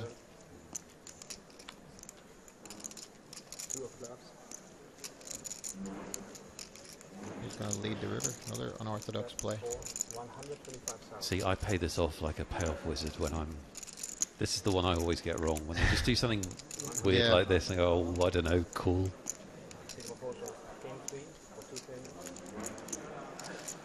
King 3. I think he got called, right?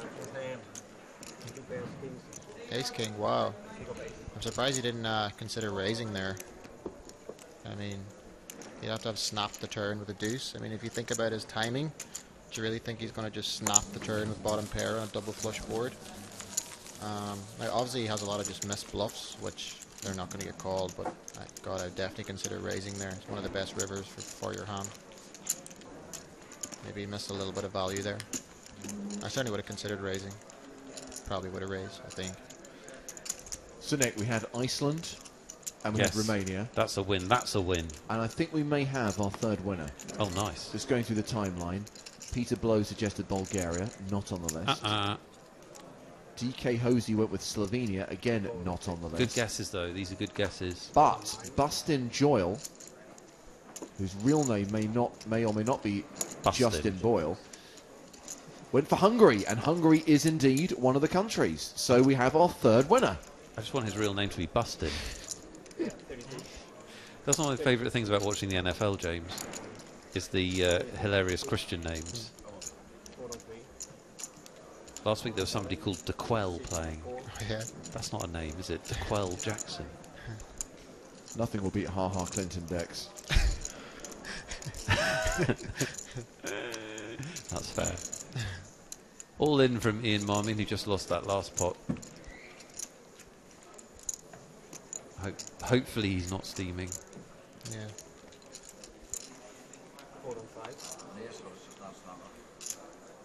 Oh, my favourite, James. Raise fold. Show the no, ace. the fold and show the ace. Yeah. I've never understood it. Me neither. Seen it for years, never understood it. Although I'm sure I've done it at some stage. So we've had our 3 winners who correctly identified Romania, Iceland and Hungary. The other countries were Cyprus, Estonia, Finland, Greece, New Zealand. That's the one that me and Dermot were. Switzerland and Jersey. Yeah, Jersey. Not a country so much. What is Jersey again? It's an island. Yes. It's one of the Channel Islands. Yes. It's not a country, is it? A country? I don't think it is it? I don't No, know. it's not. It's a job for Bergerac. Because he was from there. That's it, isn't it? You know what I always do in times of need is I like to consult the oracle that is Wikipedia, which is never ever wrong. Jeez, just thinking, imagine going to the airport in New Zealand and the guy asking you where are you going. Isle of Man. You tell him Isle of Man. Do you think he'd believe you? No. That's a long, long way away. Oh, it's a long way. Oh, we got some fun on the other table. We've got a 4-bet pot between Ludovic and Martins. Yikes. Yeah. Kind of have to root for Martins in this one. Can we see the board? Can we get a close-up of that board or not? Yes, paint. we can. Lots of... Wow. That's a 4-bet pot. There's a 4-bet pot and then just guess. So the action was Ludo 3-bet, Martin's 4-bet, Ludo called. Then we get a ace, jack, queen flop. And a 10 on the turn. And now Martin's looks like obviously he's bet here. Don't know if he bet the flop. Yeah, that'd be interesting. Presumably he did, right? Yeah, it's obviously the opposite of a lockdown board, especially in a 4-bet pot. All sets are possible, all straights, all 2 pairs, and bluffs.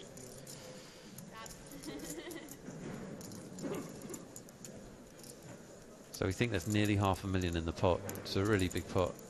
You had me pre-flop. I love Ludo's speeches.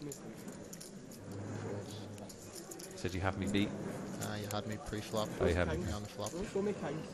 Show me kings. Martin's own show. Show me pocket kings. Huge pot. Martin's folds the 3-4 and stacks the chips. He's one of those guys definitely capable. It's of having definitely not 3-4. impossible. No, I mean. definitely not. So this is what my investigations into Jersey. Meanwhile, over at the Jersey desk. It's a self-governing parliamentary democracy.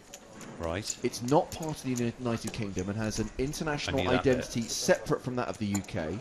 Right. A separate relationship to the British Crown, to Guernsey and the Isle of Man. Right. So all the United Kingdom is responsible for is the defence of Jersey. So I guess it kind of is its own thing. So you read the entire Wikipedia entry, Still and then not your sure. summary is kind of its own thing. Yes. Yeah. Brilliant. That clears that up. Yeah, I seen that on the list. I was like, there's no chance anyone's going to guess Jersey.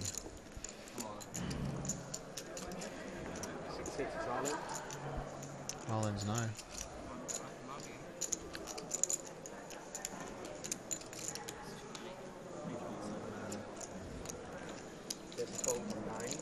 This is the second time Keely's getting shoved on within a few minutes. Yeah, and you see, you know, obviously Raggan could have aces here, I don't know. But when you think and then fold and show an ace, I just do think it makes you look like someone that folds okay hands, you know. Yeah, you probably shouldn't do it. I mean, it's hard in the moment not to do these things, but especially like when you're so deep in a tournament, but yeah, you probably shouldn't do it. Because in a way, he's showing it, he's kind of almost looking for respect, which is almost like a sign of weakness. I mean, in a lot of situations, it doesn't make that much difference, but definitely, you know, if you're, you know, new to the game, you know, I try and get into the habit of not showing any cards. because there aren't really an upside unless you really want to, you know, get really into it, and you're better off just not doing it at all. Fold on 3.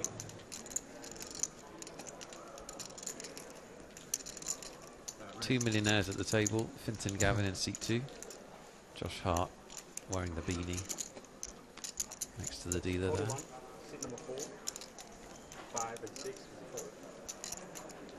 9 fold. And fold on 2. Every time I see, I don't know if that is a beanie, a cap like that, think about Stewie talking to Colin Farrell in Family Guy. Look at you in your wool cap. For the caller.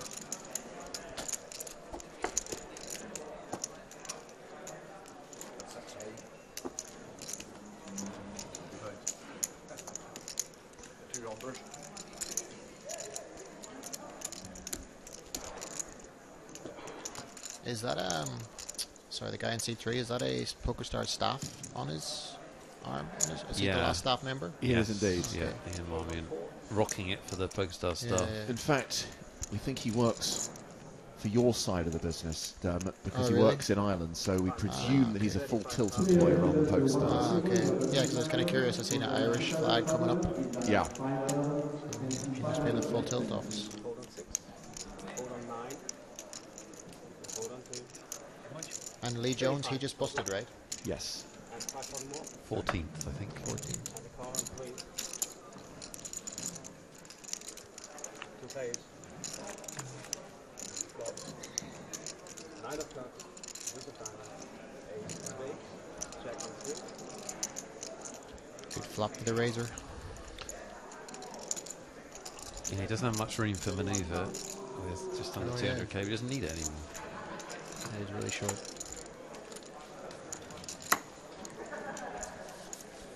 Up to 286 after that one. We're playing 816. 25 minutes from now, it'll go to 1020. After the conclusion, by the way, of the London Festival, there's a special promotion taking place on PokerStars. It is Team PokerStars Online Week, running from the 20th to the 26th of October. A chance for you to meet the team and win money. That's right, there is a financial incentive here. Win cash prizes during Team Online Week, running from the 20th to the 26th of October. Are they having the Red Spade tournament? Do you remember that tournament? I love that tournament. I can't even remember exactly what happens. I just know it's awesome. I once played in it with a bounty on me. I was one of the Red Spade bounties, and it's great. Just sit there and wait for a legitimate hand. Oh, being a bounty, you will get action. Being a bounty is the best thing ever. You just need to get through a couple of all-ins as the bounty, and where you'll be like at least a 60-40 favourite.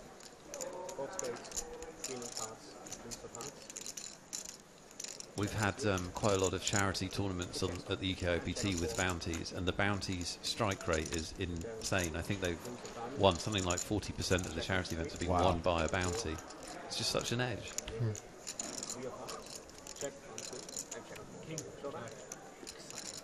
This gets checked to showdown. That Red Spade tournament's awesome, isn't it? Does it have... It has a huge... I can't remember exactly. It has bounties. Does it have added money as well? Something awesome. It definitely has a guarantee and the bounties. Yeah. Very good. Don't know if that's involved, but if it is... They have it a few times a year, right? Yeah, I think so. Yeah, I've seen it, but I'm not sure what the buying and stuff is.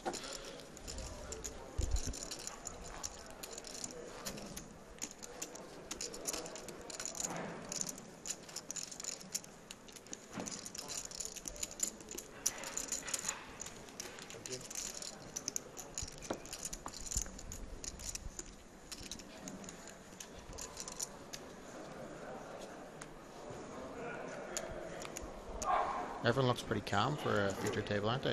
All just kind of doing their thing. Yeah. Nobody looks nervous, really.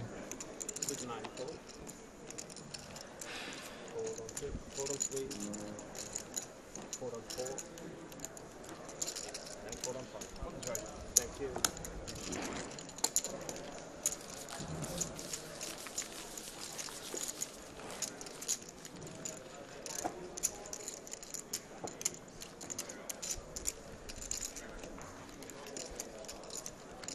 So a reminder of the special offer running on Stars at the moment. If spin and goes are your thing, make a deposit of £10 or more using that bonus code that's on your screen right now, and you will get extra money plus 50 spin and go tickets worth $50. That's 20 for 10.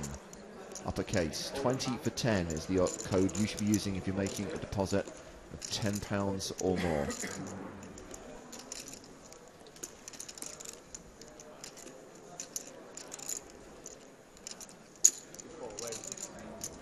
In celebration of that offer, Nick, I'm going to play a play money spin and go.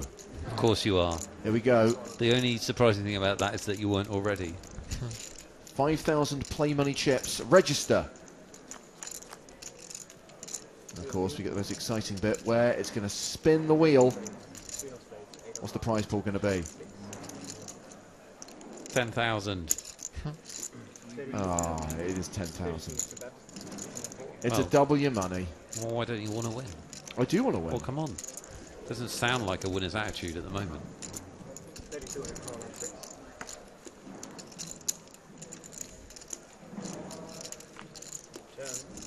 Ragan and Marmion. All in a call. Quick call. Top set. That's probably the best hand at this juncture. Oh no, it's not. It's not. It's not. Double gutter, Hush yeah. my mouth.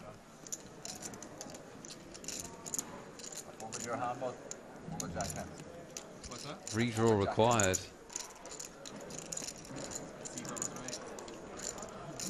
What a turn. Oh, disgusting. And Marmion's the player at risk, right? Yeah. So he's going to Marmion has need top set. the board to pair on the river, or he is going out in 11th place. He's out. I mean, that's pretty gross because Ragan could easily just fold the flop. I mean, Yeah, pretty gross. Short stack, wake up with aces on the bottom, flop top set, and turn out to be no good.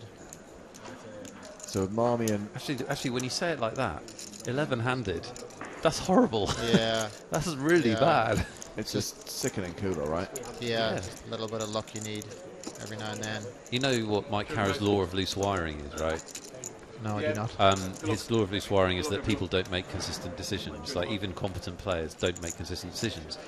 And in another snap moment in time, Ragan doesn't float on the flop. Yeah. You know, he just decides, well, just not going to contest this. Yeah. Just give up. Yeah, instead now he's got a huge stack. Yeah, you can see it, he's pretty gutted. So, Rational Group employee Ian Marmion exits in 11th place. I think kudos to him. I would not have taken that well. Honestly. Yeah. I would have been sad. Yeah. What can you do, I guess? Yeah. It's obviously gut-wrenching at the time, but... So now we're 5-handed on the main stage, 5-handed on the outer table, one more elimination, and we're going to have the final redraw of the tournament as the final 9 come to the main feature table. Yeah, this is obviously a great time to pick up some hands. I mean, obviously it's always a great time to pick up some hands, but you know, you're short-handed, you can really apply the pressure. Because obviously some people will be looking to final table. They'll tighten up a little. You can attack some of the stacks. So, you know, for someone like Finton who has a lot of chips, should be opening a lot of pots now. You can see here he's opening this pot. But this guy, the German guy, he looks quite competent. And Big Blind Hard, he's quite competent, so I'm sure they won't be run over very easy. Right, can defend from the small blind.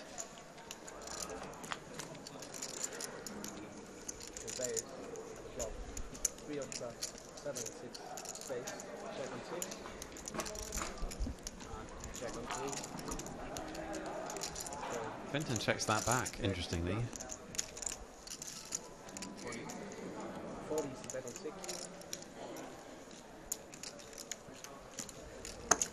Sort of feel like when he checks back that flop, he's got something, at least ace high. Yeah, he could. Yeah, ace high. I mean, pretty bad board. I mean, for his range. I mean, there's going to be a lot of high cards that are going to mess that board.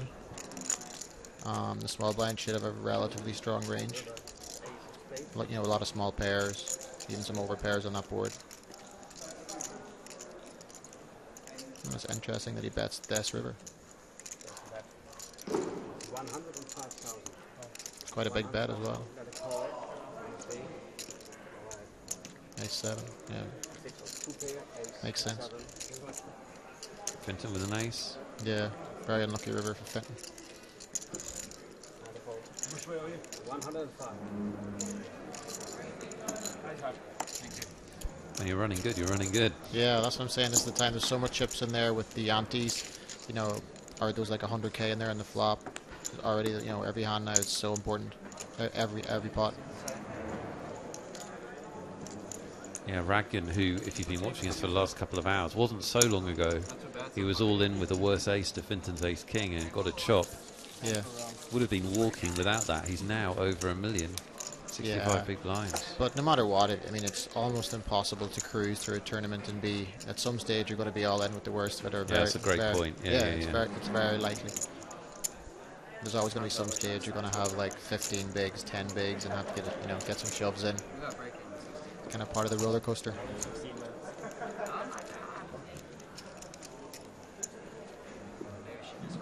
Everyone's pretty deep, as you can see, apart from Christopher Corkill, who's just folding there.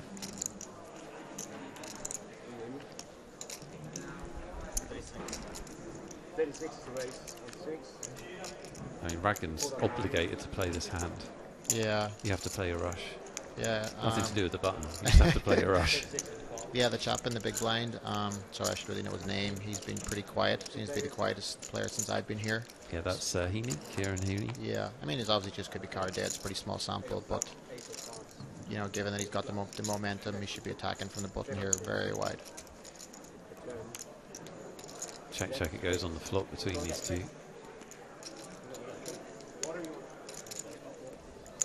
I wouldn't expect Ragdan to fold this turn very often. Almost never. Because if he had nothing, he bets the flop. Against Heaney, he's not. Looks like he's going to play pretty straightforward. You know, he would just stab with a lot of his air hands on the flop. No, he could be. You know, he'll have an ace here, a decent amount, or a jack, which is obviously very strong now.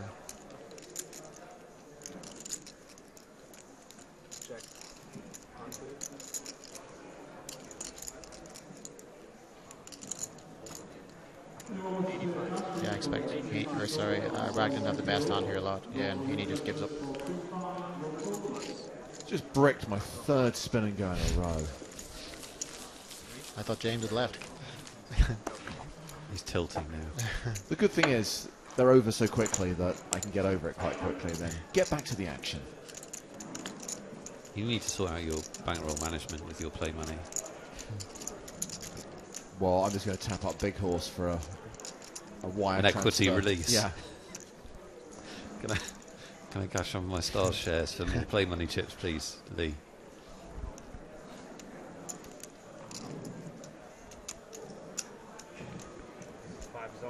Open shove. And the hood goes on. Should be a good final table tomorrow. There's a lot of good players still on. Yeah, we're looking forward to it. You're not going to want to miss it at home. Really, really good players at this final table.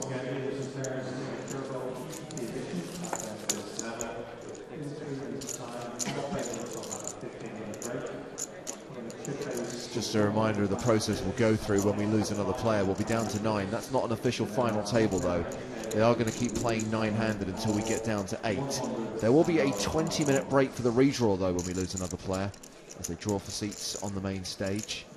And final table bubbles can take a while. A lot of prestige in being able to come back to the final table, and of course still be in contention for the title and the first prize of nearly £66,000. Yeah, it changes things. Like, you think these guys are playing 5-handed and they're in the blinds or they have the button every 3 hands. So to go to 9-handed, you can understand why it slows down a lot. It kind of takes a hand to clash, generally.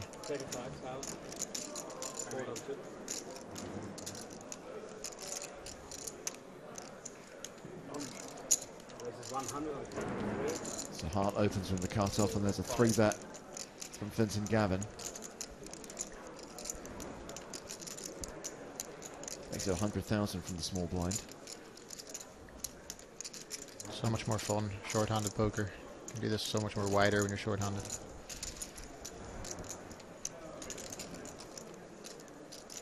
You know, all of a sudden, like, you know, ace-10 is a big hand for either player here.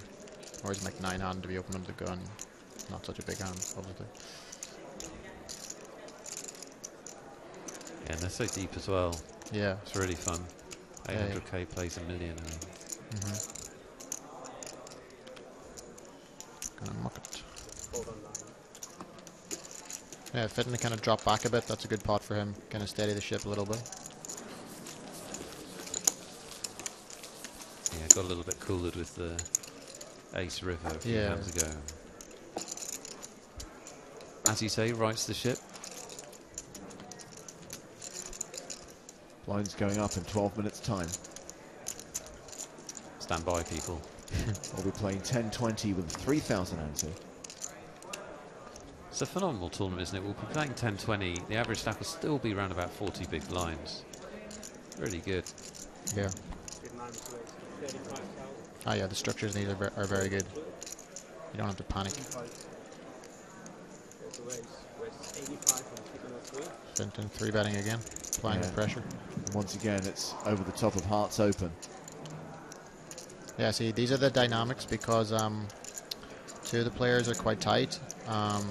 Obviously, Hart knows that, so he's opening wider, or could be opening wider, and Gavin obviously knows that. And then we get a 4-bet shove here from Christopher Corkill. Not ideal. Not ideal. Fenton doesn't have too big a hand. Fenton Gavin calls and says good luck. Ace Jack the hand for Corkill. Fenton Gavin. Not ideal. Not ideal. Hey, he's got 2 life cards. He has. Not that bad a shape. It's like 40%.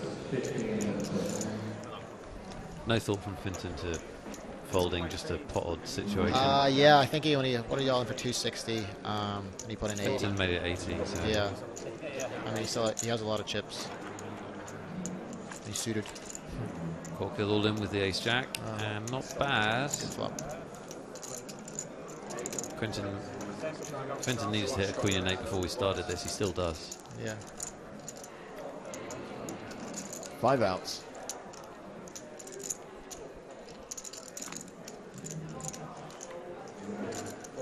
I'm worried for Corkill because Fenton's good in these spots. All tournament players are. All the winning ones. All the winning ones, yeah. That's right. You need to hit a few of these along the way. The Elkies and Codys of this world. It's a king, not a queen on the river, so Corkill gets the double up through Gavin.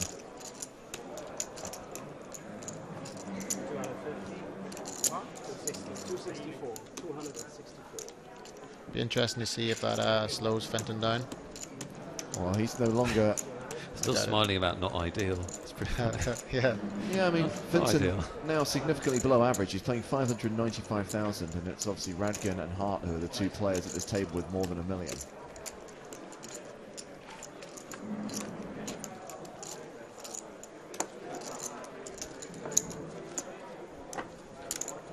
Fenton now playing 37 big blinds. He and Christopher Corkill now pretty evenly stacked. Big swing. Oh yeah, So no one at immediate risk at the feature table. Not sure of the chip distribution at the secondary table, at the outer table. Not sure if there's anyone who is in the proverbial danger zone right now. First time I re-raised light Fenton gave the speech. First time he re-raised light. Fenton. I love it. Yeah. For regular watchers of the show, that is not correct. That is not a correct statement from Fenton. And you had as well, it was like 36,000. If you two hadn't just been out of the hand before, Right, okay. Yeah, I know what you mean. Yeah, I thought I'd get a bit of momentum going here, you know.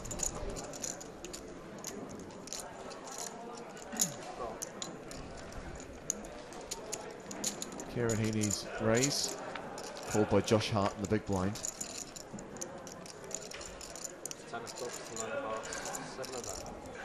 10-9-7 on the flop.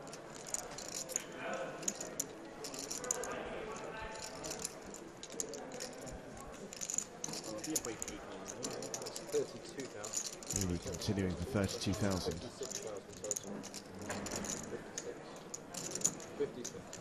56,000 and a fold from Hart. So we're going to take a look at the players at the outer table. Try and get a view of their chip stacks. We do think that David Hill, who is the former tournament chip leader, is actually the low man right now, playing 330,000. So he's playing around 20 big blinds. Not involved in this hand, but guess who is? Aggro Ludo.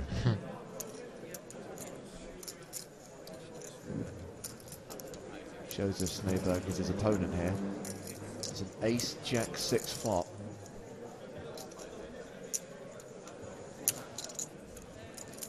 And Sneyberg bets the flop, Ludo calls. The turn card brings the 8 of spades.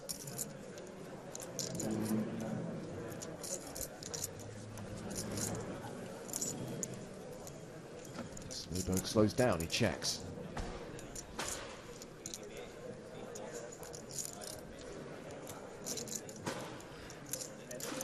So Ludo takes over the betting.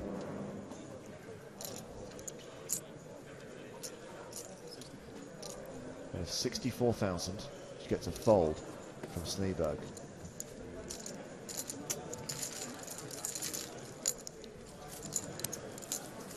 So Ludo looking quite healthy in chips. We think that Martins has got a big stack as well at that table, but David Hill is probably the short stack in the entire tournament right now with around 20 big blinds.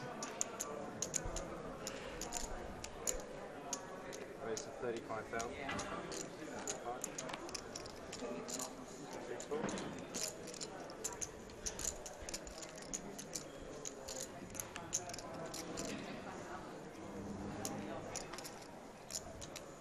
Re-raise to 80,000. 3 bet here from Josh Hart, Craig Corkle, the original raiser.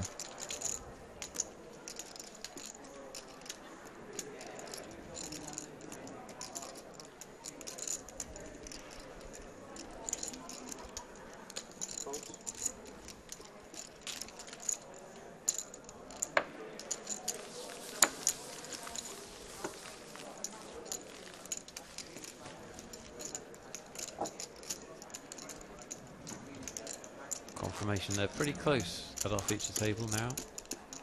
Everyone can hurt everybody else. Yeah. Bring the pain. Not that I particularly want Real in front of the boss, but I hope they can stay deep for the final table tomorrow.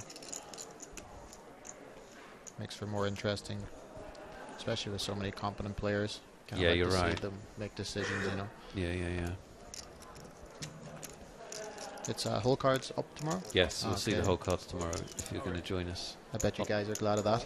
It definitely makes it easier. Yeah, for sure. I don't mind watching without whole cards at all, but obviously it makes it easier. Yeah, 1 PM British summer time is when we kick off our live coverage with whole cards of the final table of this event. Well, I also quite like putting the guests under pressure when there's no whole cards. Tell me his exact range immediately. Yeah. This is space, yeah?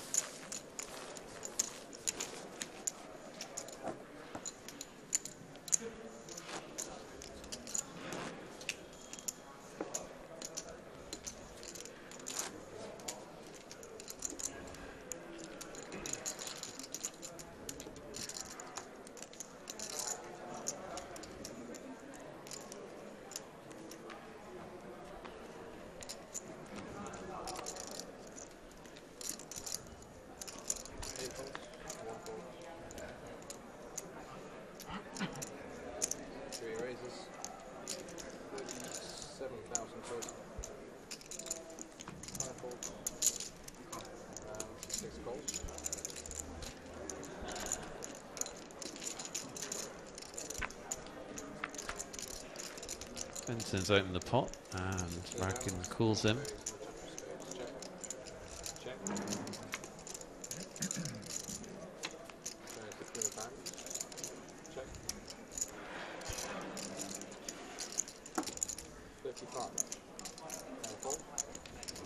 Benson takes it down and shows the Shows a nuts. king. Trying to be trappy on the flop.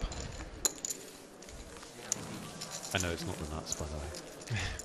It's the virtual nuts. Yeah, pretty strong hand. Pretty strong.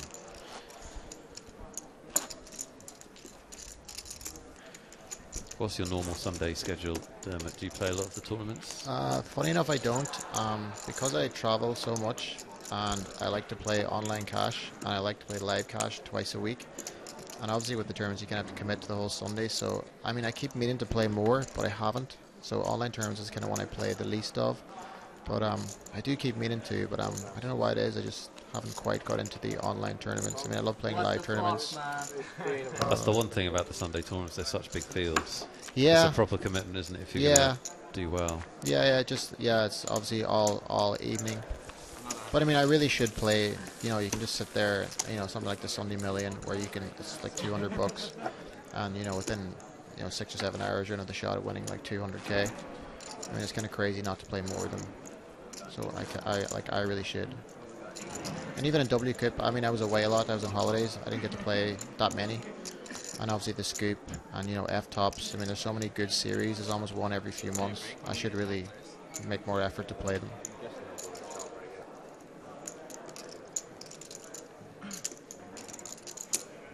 So we each try and play a suit. What were you asking me? 2 3 raises to 36 now. 4 pounds to 8.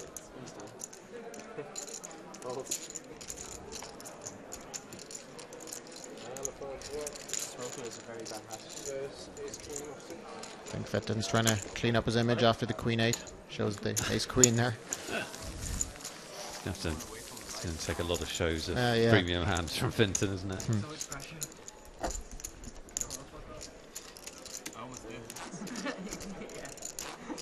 I did. Oh, I came in this time.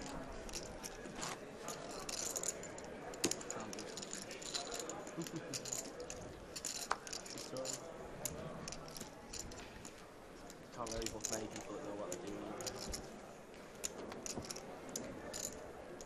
Lines are about to go up, James. 38 seconds on the level. Probably the last hand. The last hand will have the company of Dermot Blaine. The ante goes up as well. Yeah, it's quite a big jump. Yeah, it is, isn't it? And force the action a little more. 8.16.2 goes up to 10.23.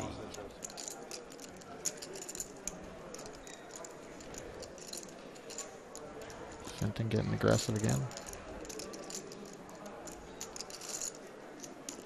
He's in the big blind, yeah, so he's wrapping a pretty strong hand here. I wouldn't expect him to be messing around here very often.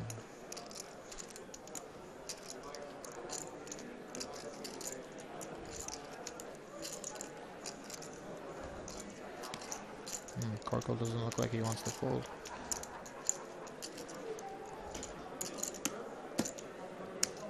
He's all in. All in with authority. Oh wow, he was messing around. Shows how much I know. Very, very quick fold. Yeah, it was very quick fold, right? And Corkle adds 106,000 to his stack. So huge thanks to Dermot Blaine, Full Talk Poker Tour ambassador, for joining us on UKIPT Live. Great to see you, Dermot. Thank you. Yeah, guys, thanks for having me on. Not at all. Thank you for your insights. Pleasure. Awesome stuff. See you in London. Yeah, for sure. Cool. As Dermot Blaine departs, we are saddling up Big Horse because Lee Jones is going to join us to discuss his amazing run, his phenomenal results in the UKIPT Isle of Man main event.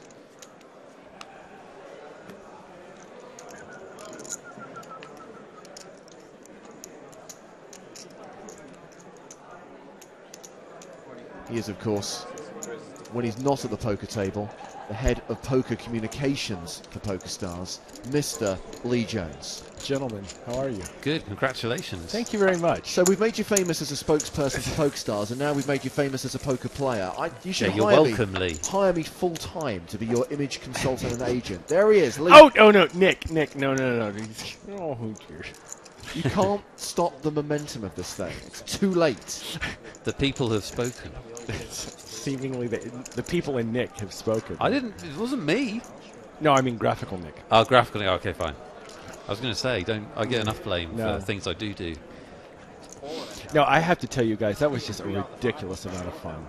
I mean, I just wish everybody could have the opportunity to play at a, PokerStars event feature table. Just because really the money's aside. Whatever. I mean, money comes and money goes. But an experience like that, you never forget. Yeah, that's great. Really, really fun. So I probably have to write a blog about this, but just the one. But it's just. Well, it's like one for day 1, one for day 2, one for day 3. Actually, day 3 parts 2, 1 and 2. Every hand reveal. I don't think Brad Willis would tolerate that. But I mean, the point is that it's like you're in a party, right? And you get to be in this party and you're having this great fun. But then at some point, if you run out of chips, they make you leave the party. Yeah. And it's not even so much about the money. It's like, I just want to stay at the party, okay? That is how tournaments feel, especially when you go out. Yeah. It's like everybody else keeps to stay at the party. Yeah.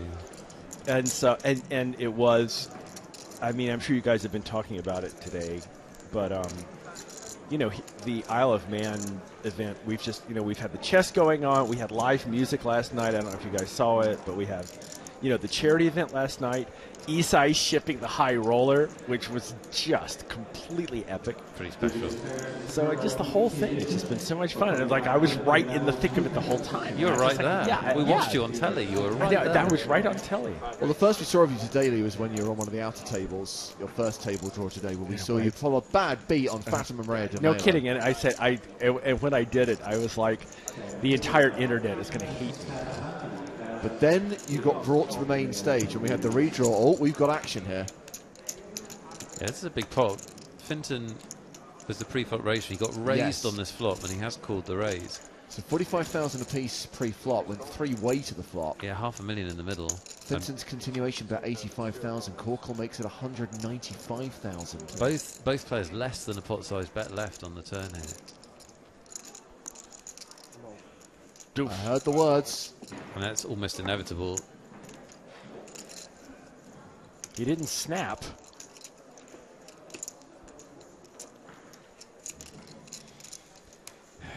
Chris is known as Chippy Chris in the local poker games because he works at the local Chippies. Ah. I do find it fascinating that there are people who play poker living on the Isle of Man who haven't somehow ended up working for PokerStars. Finton calls. So Corkle's all in with 6-5 with of peanuts. And Jack 8 of hearts. Turn the hearts. Wow. Wow. As Corkle says, he still has a sweat. And Vincent Gavin's the player at risk here, by the way. Absolutely. If he doesn't hit a heart on the river, we are down to 9 and we lose a former UKIPT champion. Look at Chris, man. He just pretty much flopped the joint there, didn't he? Yeah, monster flop.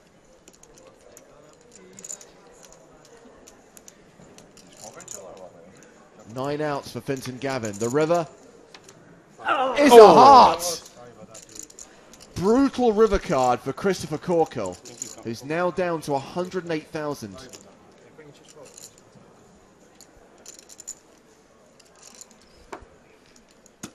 Poker's no fun sometimes. I mean, it's fun for Finton in that hand, but it's just brutal. I mean, what are you supposed to do? Look, they flop you the biggest hand in the whole world. You get the other guy to put the money in, and then it's like, no, denied. No, you can't win. No, that is brutal. But yeah, after we got down to 3 tables, Lee, down to the final 24, and we had the redraw, and we had the ultimate combination of Lee Jones and Ludovic Geilick, two of the most popular characters on the circuit, and there you were facing off against each other. I think it's fair to say that you held your own against Mr. Geilick. Well, I mean, he was obviously just raising every other hand and making life miserable for everybody. He's kind of good, right? And yeah, and I mean, which is really your job. But I don't have that game. I mean, I couldn't play that game if I wanted to. But finally, I caught a hand, and it was actually a very interesting hand because when we got to the river, I kind of said to myself, he doesn't have to have an ace, and if he doesn't have an ace, I got the nuts. And the way the hand played out, we got to the river, and he made this massive bet, and I just thought, I just don't know what to do here, but the bet just feels a little too big. And then the other thing I thought was, could he have backed into hearts? could he have had a pair of kings with the king of hearts and then backed into hearts? And I checked and I had the king of hearts. And I said, no, he couldn't. I call. So Finton Gavin opens. I'm rooting for Chris Corkill here. Yeah, well, he shuffled just 5 big blinds here. Oh, then call feature. Queen off suits. Check 8. And he's got it in with a decent hand. Yeah, I think he queen. did it blind as well, or he looked like he did it blind. But Good to know. Finton Gavin is running well and has 2 live cards here. And Corkill needs to win this one and then about 6 more. But this will be a start. Hey, this will be a start. I think our hand is so horrible with 10 players left in like a massive event for him. Oh yeah, absolutely. Corkill's all in, by the way, is for around 105,000, not 5,000 as it says there.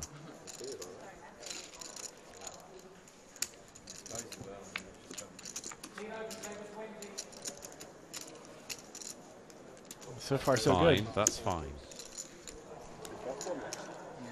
How's he going to do it to him this time? Yeah, really. Just put the 8 on there and give me recovery. Just bury me now. You know what? He's showing good humor about the whole thing, which is really all you can do in life.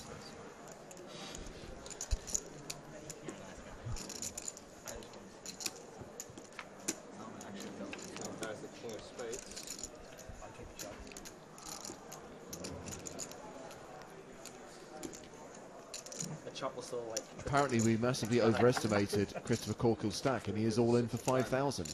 Is that right? He now has significantly more than 5,000. Wow, so that hand was literally for... They almost had identical stacks when they played the big pot then. Wow. So he's going to need a lot more of those before he's quite really a few back double ups. Lee, I want to ask you about another hand. Obviously, you talked about the big hero call you made against Ludo. With That was not a hero call, dude. I had a second pair. Well, even so. What about the hand where Chris Moneymaker was in the booth, analysing your play, and I think at this point you had around 17 or 18 big blinds. You opened from under the gun, and Linus Sweeney then moves all in for a similar size stack. Chris Moneymaker is adamant that Lee Jones is never raise folding in this spot. He's going to call when it gets back around to him. It folded, and forgive the impersonation, but it was something along the lines of, "Oh, Lee, what are you doing?" I'm trying to remember the hand. I mean, I'm trying to remember what I had.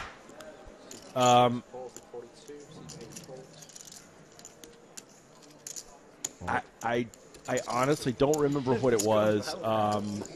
It certainly would have been on the light end of my range because I'm not going to open. I'm not going to raise fold 17 or 18 big blinds very often.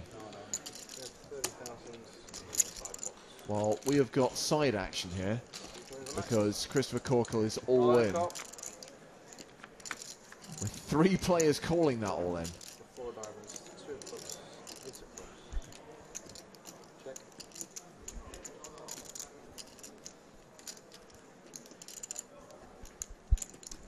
That probably doesn't bode well for Chris. Yeah, but if he gets the others out, unless he's... Yeah, he flopped top pair. Oh, he's live. So I can see an ace. And a king. Now he's picking up the big hands. Now yeah, but he still can't beat Finton. He needs to catch. Oh, you're too generous. You're too kind. I don't know why I feel like this. I don't know. This one gives me a chance. Turn a 3. There you go. And river a 5. Aces, kings, and 5s. You know what? That's a set versus a made straight. I mean, you could do a lot worse than that. But it's a queen. So that is the end of Christopher Corkill's run in the tournament. Boo, poker, boo. And we are down to 9, and that means it's time for the final redraw of the UKIPT Isle of Man main event. The unofficial final table will soon be set, and the final 9 will take seats on the main stage, and we will continue tonight until we lose one more player and have our official final table of 8. Finton Gavin up to 1.26 million. And we'll see how everyone is stacked up when all 9 players come to the main stage once they've taken their new seat assignments. More live action in around 10 or 15 minutes' time here from the Isle of Man leg of the UKIPT.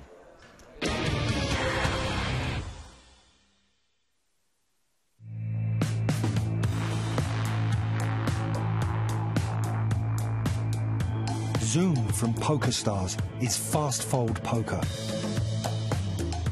No waiting, just straight to a new hand with new opponents. More poker in less time. We are Zoom. We are poker.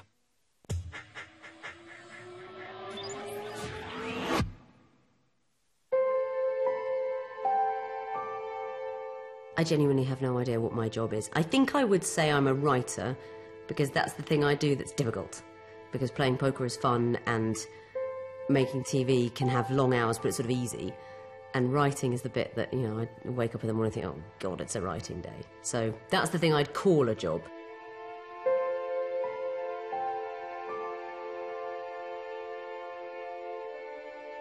My father was a writer, and my mother was a doctor, so a fairly straightforward and middle-class childhood, except my dad was sometimes on TV, which I suppose is weird, although it didn't seem weird to me at the time. I just thought that's what people did. Professionally, I'm sure I was influenced by my father. I mean, I think a lot of people want to be writers or dream of being writers. I think the problem is they don't think it's possible. People wonder sometimes, they say, oh, is it easy for you if you have a famous parent or a parent who does the same job? The advantage is really that you think it's possible. As soon as I was writing, it was sort of professionally. I wrote a newspaper that I sold at school for 10p. It was a newspaper with sort of fake news about girls at school, and I think it cost me 6p to make each copy, and I sold it for 10, so I was making 4p a copy.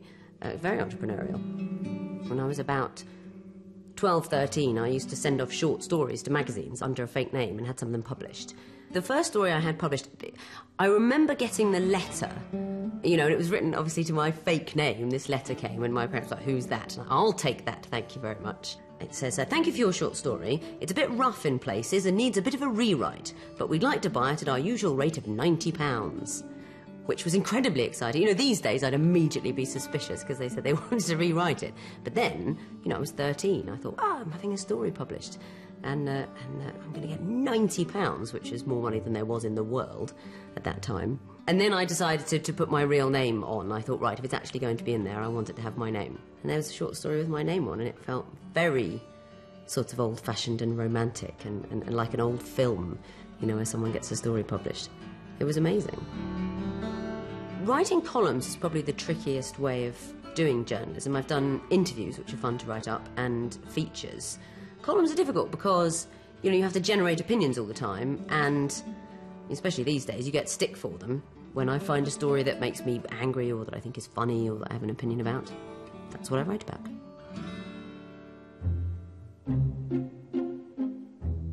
I do a big project, you know, every maybe 3 or 4 years.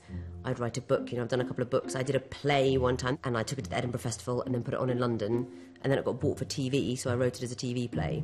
And then I had a sort of adventure with my friend Charlie. We had a sort of comedy job as porn film reviewers on a magazine. What we did was they'd send us these X-rated videos, and we would review them as though they were proper films. So we would talk about plot and character and say, you know, I found the character of the plumber, you know, wasn't as convincing as he might have been, and, you know, his trousers came off a little early in the scene. So we came to feel we could make a better film than these ones we were reviewing. So we thought, well, let's put that to the test. Let's go and make an adult film, which we did.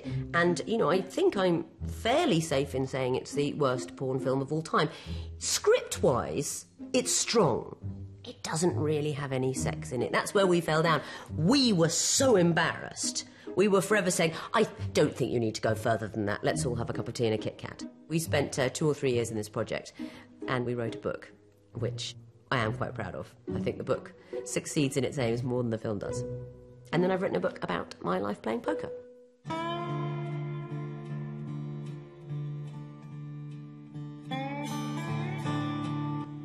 The place of poker in my weird life sort of changes all the time. I mean, it was always a hobby, and I think it still is one. I just no longer really go and play small tournaments to unwind, because I play big tournaments and they can come with their own sort of pressure. I still have a home game every Tuesday in my house, small stakes, old friends. It's still a hobby, but it takes up more of the time and accounts for more of my income, I guess. It was interesting. I won the UKIPT London in 2006. Vicky shows 6-7, she flopped and that's straight. And that felt like a story arc. I thought, okay, I can see the shape of it, because I started playing poker, you know, as a teenager around the kitchen table for, you know, a few quid with my brother's friends, and 20 years later I've won $1 million in this sort of record-breaking tournament, and there's all this press about it, and I could see that's a journey. And I wanted to get into the book, you know, my life, the truth of the people I know and that I've played with, the game of poker itself, all the stuff I wanted to do, so it was kind of daunting as an idea. But once I started, it wrote itself. I had 20 years of funny stories and weird stories and sinister moments and amazing highs of winning lots of money, and sort of terrible nights of being stuck in Vegas, kind of broke, trying to figure out how to get my hands on a few quid to pay the hotel bill. And as is true of any story that you're really meant to write, it was just easy. It just, you hold the pen, or, you know, put your fingers on the keyboard, and there it is. I think it must be a sign that my TV career is the thing I care about least, because I don't remember it very well. I remember the writing stuff and the poker, but, you know, I presented a few series of late-night poker, I did commentary on TV, and I do this quiz, Only Connect. I think it's a brilliant quiz. I think it requires detective work like poker does. It's quite like that. It's that part of the brain, the sort of working out, but only you have to do it really against the clock. And it's like a poker game where you always have a minute and a half to make every decision, which is a great idea for a poker tournament, by the way. The presenting of it is quite fun. I mean, obviously, I get sent the questions in advance, you know, they're not a surprise to me, and I always play it as a quiz. You know, I get the scripts, and, you know, I play them. I normally score pretty well, but the show, it gets harder as the series progresses, so by the time I'm looking at the questions for the final, I'm usually just giggling. I don't even know what they mean. I'm making a documentary this winter. I haven't done a documentary for a while, actually, so I'm looking forward to it. It's about P.L. Travers, the author of Mary Poppins.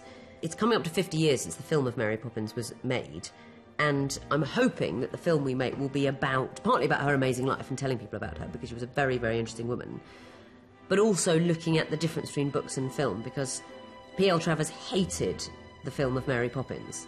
She thought it was a travesty of the books that she'd written. I was a huge fan of the books as a kid, and I'm very sympathetic to everything she did to try to really stop that film getting made. The thing with documentaries is, I get asked, I would say, between 2 and 5 times a fortnight if I want to make a documentary about poker or gambling.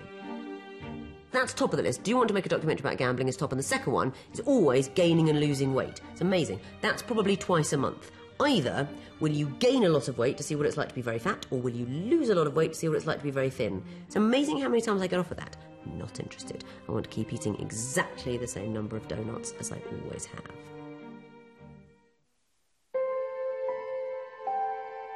It's something that people ask you quite a lot. You're either in poker or out of it. What are you hoping to achieve next? What do you want to win? What do you want to do? I never really think like that. I don't have a sort of game plan. I don't think, I want to be the world champion, I want to win the Booker Prize, I want to host a variety show. It's probably very much jack of all trades and mistress of none. But I don't want to stop doing any of them. So, you know, I think I want to have another year doing the things I like doing, trying to be a bit useful and, you know, pay the mortgage. Maybe I should have bigger goals, but I think small, little goals.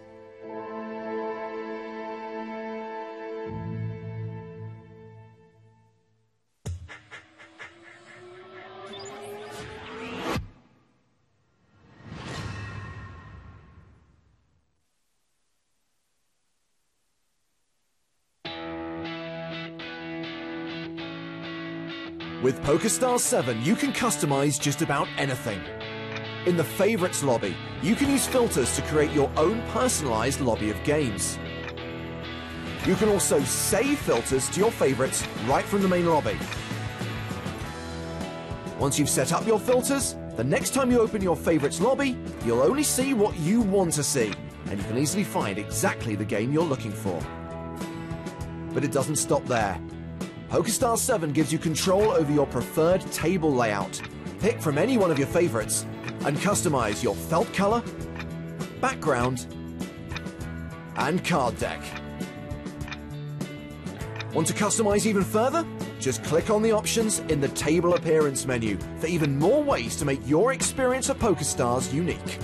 Decide how you want to look to the other players by choosing a player image from hundreds of choices, or upload your own custom image to use on all PokerStars tables. Every poker player is unique, and PokerStars 7 has been designed to make your experience totally custom made.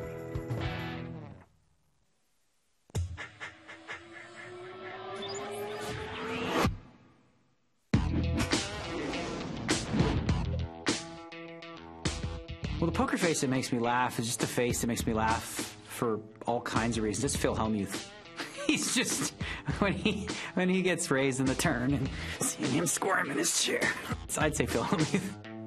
Michael Mizrachi has a real tough read. When he gets his chips in, you never know if he's got the nuts or he's got absolutely nothing, and that's how he just puts you to the test every time. Liv Marie has an incredible poker face. She has this like stare down that it's like she's trying to see past your eyes and into your soul. It's really intense. I don't know if it's the best poker face, but it's definitely the most noticeable. That's Timex, Mike McDonald. Okay, let me do an impression.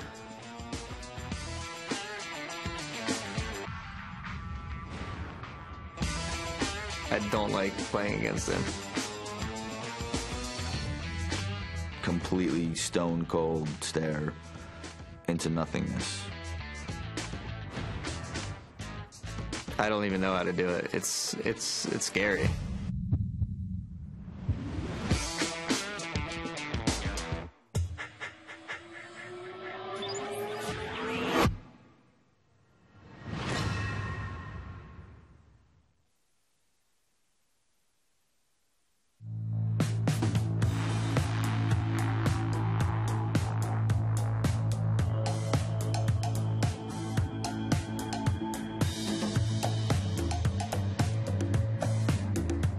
PokerStars has more players than any other site, creating the biggest tournaments with the greatest prize pools. We are the richest online tournaments in the world. We are poker.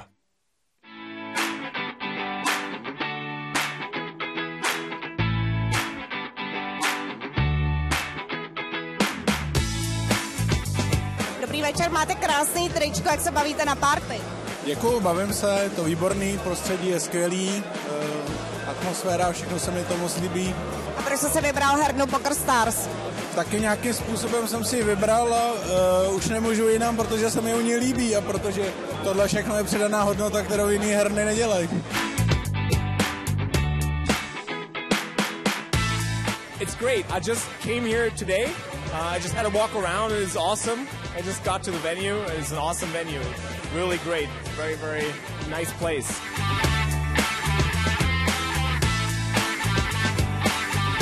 Jak dlouho hraješ poker? Teď přesně rok. A co tě přimělo jít na VIP party PokerStars? Tak víceméně jsem se do toho dočetl, že tady kamarád to hraje taky na PokerStarsu. Měli jsme tam nějaký ty VIP body, takže jsme se dohodli, že prostě pojedeme. Takže si myslím, že to byla i příležitost taková podívat se a tak.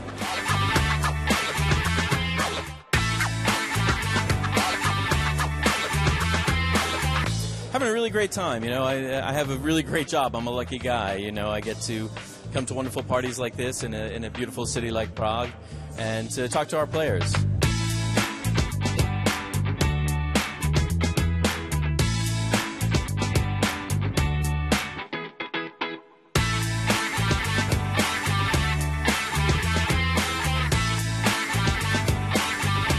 Tak zatiaľ je to úplne super a sme celkom prekvapení, na akej úrovni to tu je. Čakali sme trošku také skromnejšie niečo a je to úplne skvelé a sme naozaj spokojní a bavíme sa tu so chalanmi. Ahoj Marty, první PokerStars party, VIP party v Praze. Co tě sem nalákalo? Tak já to mám jako povinnost. Ne, nemám to asi jako povinnost, ale samozřejmě se zúčastním takovýhle akce a sám jsem zvědavý, jaký to bude. Jak dlouho jsi vlastně u Staru? 5. rok. A co tě u něj drží? Asi ta spolupráce vyhovuje obou dvou stranám. Kam se chystáš letos? Teď určitě jedu za týden nebo za pár dní do Vídně na Eureku a EPT.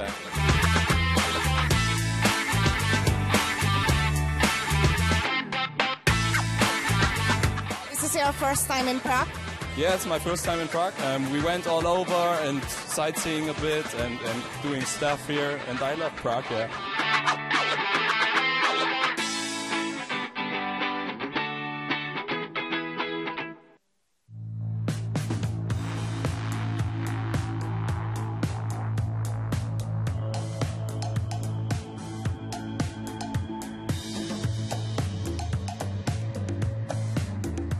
PokerStars has more players than any other site, creating the biggest tournaments with the greatest prize pools. We are the richest online tournaments in the world. We are poker.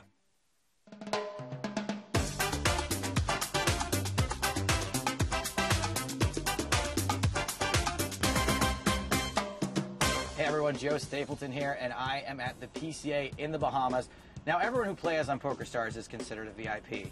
I am considered a VIP on PokerStars, even though I only play $11 tournaments, and that's when I've washed Daniel's car that week. So, there are people that are a lot more important than me who play on PokerStars, who are VIPs, and we're talking about Supernovas and Supernova Elites. And those folks are entitled to stuff like champagne and limousine rides when they come on these trips. And I've actually got a Supernova with me right now. It's the only reason I'm allowed in the back of this limousine. Alex Millar, thanks, man. Thanks for letting me tag along on this. No problem. Tell me about this. Like, why are we in here? This is the pickup service from the airport. You get to the airport, you go outside, and PokerStars give you a limousine. You get in, you get free champagne, you get a ride to the hotel, and then, yeah, you get the odd limo ride while you're here as well. Did you say it's free champagne? Free champagne. I mean, you can have some more too if you want. Thanks. You're a Supernova, but not Supernova Elite. I know Elite. It takes a lot of effort to get Supernova Elite. These guys play like 12 hours a day, 6 days a week. Also, I'm old for an online poker player. I'm 28. And, I can see the gray hairs coming in. I know, they're on their way. So I play 4 tables at once. These guys are playing 16, 24 tables. It's crazy. So 4 tables for me. I play how much I want to play, and it gets me Supernova. It gets me stuff like this. It's fantastic. You're like one of the big dogs. I mean, you play some of the highest stakes online. Yeah. Thanks. And how do you feel about, like, do you want to be like a big name poker player, like a household name? I did enjoy the VIP parties and stuff. The London one was really crazy. They had contortionists, they had VIP area of their exclusive London club.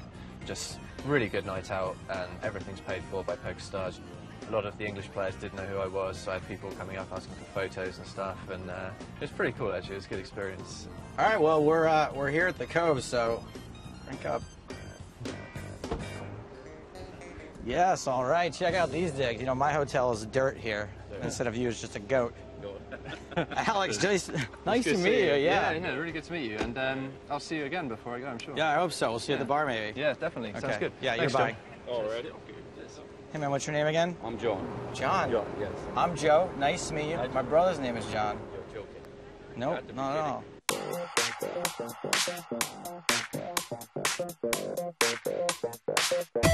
Oh, look at this. This is Marc-Andre Ladouceur, by the way. You are a Supernova Elite, right? Right. Which means you got a free upgrade to stay in this hotel? I did. Do you think you could take us to see one of the rooms? Yeah, come check it out. Really? Yeah.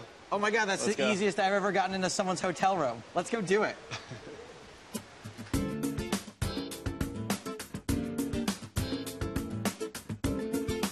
You've been a Supernova Elite for the last 4 years? That's right.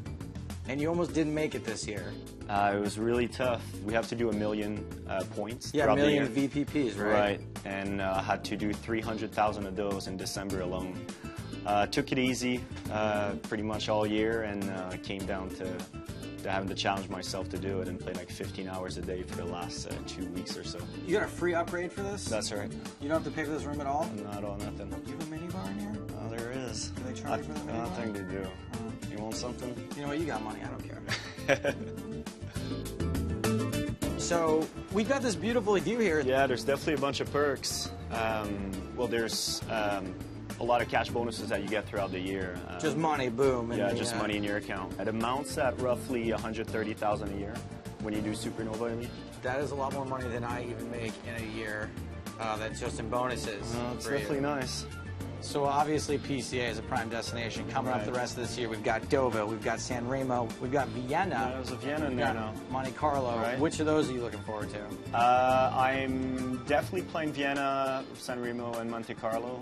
Monaco is just, to me, still the best one out there. You're staying Monte Carlo Bay, and the hotel is amazing. The poker room with the retractable roof is just sick. Chill. I kind of have to go, and that's cool. I'll just chill. I'll just chill here for. You mind if we just head back down together? Sure. Yeah. No problem. It's fine. Very cold. Hey, Alex. Oh, Mark. How's it going? How's it going? Yeah, good stuff. You going to poker room? Yeah, I'm about to go. You want to head on? Yeah, All right. let's go. Thanks, John. All right. Hey, John. Cheers, man. Cool. Thanks, John. Just wait. No. Cheers. Cheers. Guys, come on. Come on, it's all Stapesy here. You guys know me. Sorry, Joe. What's wrong with this guy? Guys, it's cool. But no. Jeez. Watch the feet. My feet are my livelihood. It's cool. I'll get the next one. I'll get the next one. No? So I'll just walk. It's better. Cardio.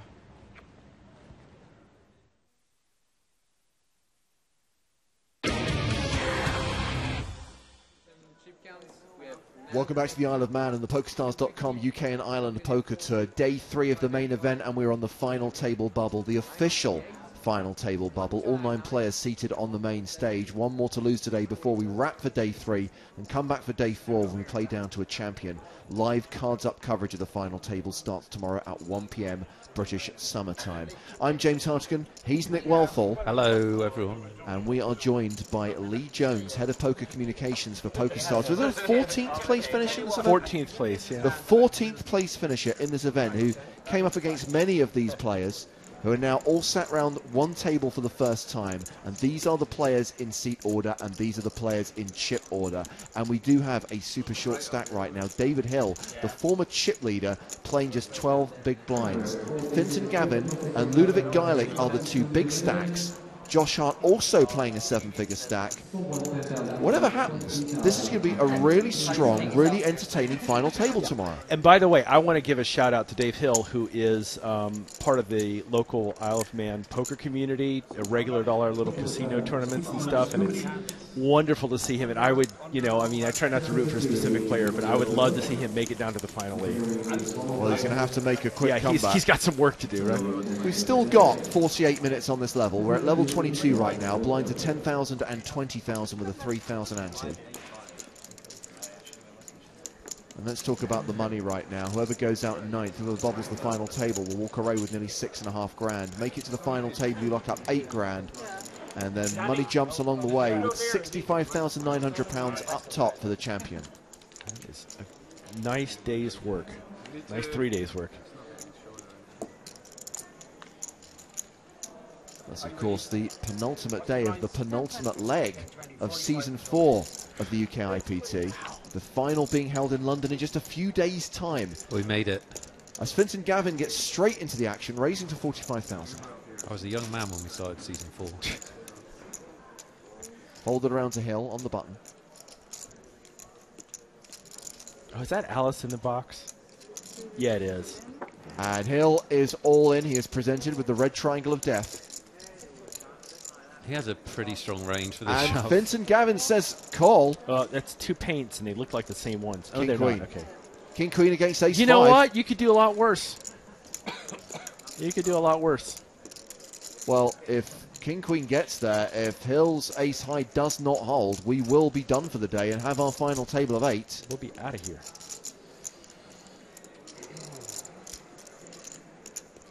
Hill, a 59% favourite with 5 cards to come. Come on, Dave. Flop an ace. Bingo.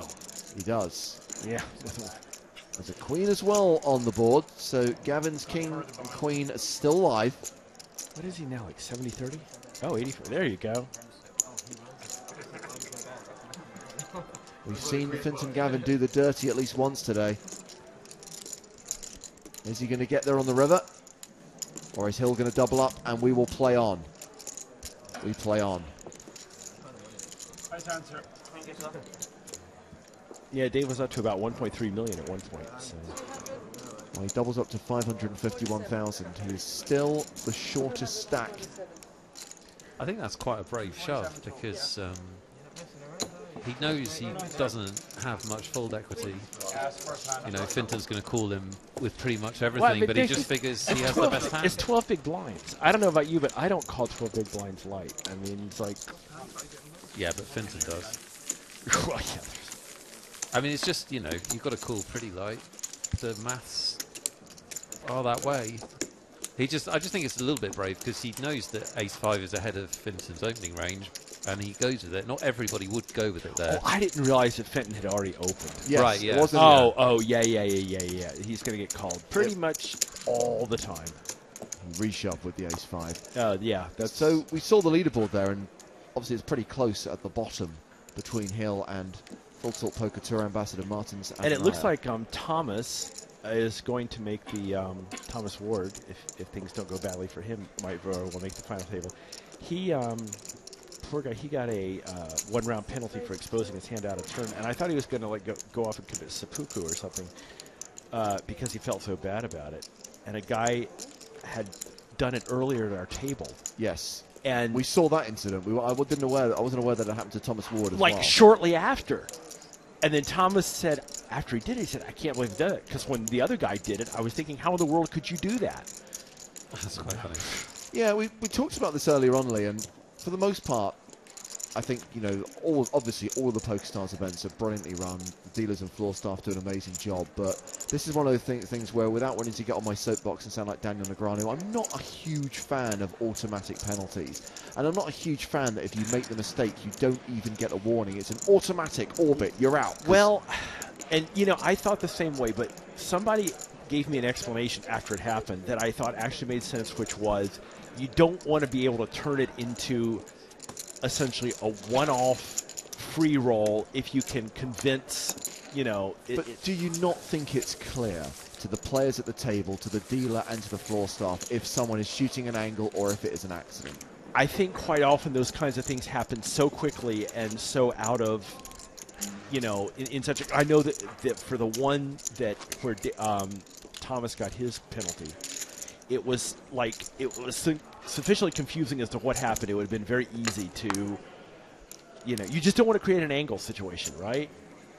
And by just having that, it's just like, I feel like if I did it and I got the penalty, I'd say, okay, fair enough. You know, I get the penalty, but that way the game's protected. What are the blinds? 10-20. It's the third time this level Fintan's inquired as to what the blinds are. Still 10-20. Still 10-20.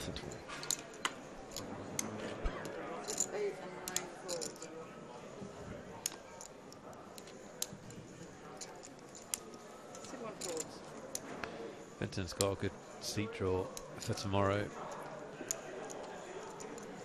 assuming that both he and Ludo come back with big stacks. Yes, that will work well in his. By the way, Martins has a horrible seat draw because he's got Ludo and Fintan to his left. He's not one of these psychos that has to defend. See? One thing we didn't comment on, by the way, is when David Hill got that double up, is that by virtue of that, Ludovic Geilick took the chip lead. 1.3 million to Fintan Gavin's 1.27 million. Didn't look likely at the start of the day, did it? When Ludovic came back with 77,000 and about 17 big blinds or whatever it was. No, between Ludo and Fintan, there's going to be action aplenty. If you want to get in touch with us in the booth, the hashtag on Twitter is UKIPT Live.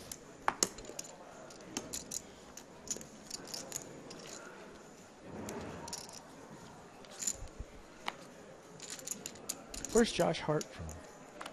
From the UK.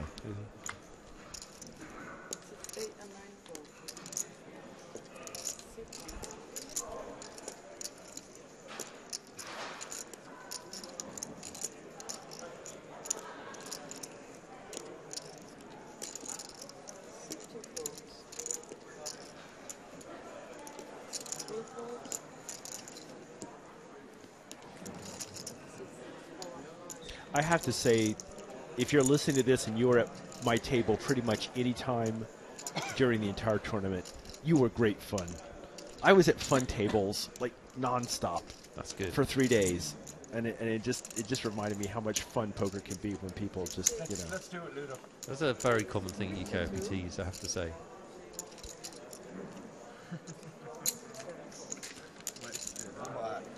What was that?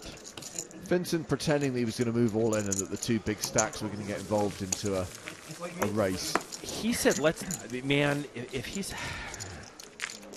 See, you got to be careful what you say. Let's do it is, in my opinion, perilously close to binding, right? No. Come on, Lee. Let's do it. It's not binding. What's he want to do? He was moving chips and saying, let's do it. He had a stack moving in one hand.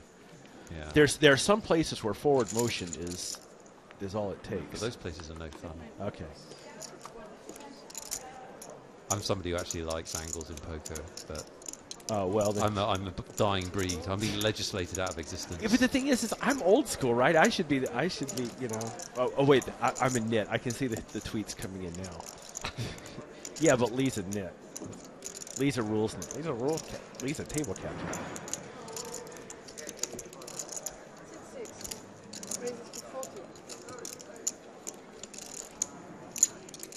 I have to give Ludo full marks for he's got this little ritual he goes through before every hand, and he's got it down to a science, and it's just every single time.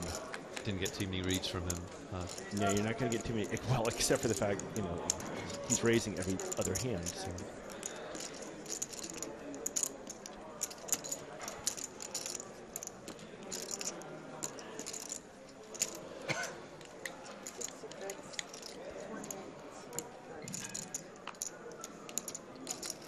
You know, it's interesting. I tell students that, you know, there's kind of this popular myth about watching people's facial expressions and all this other stuff.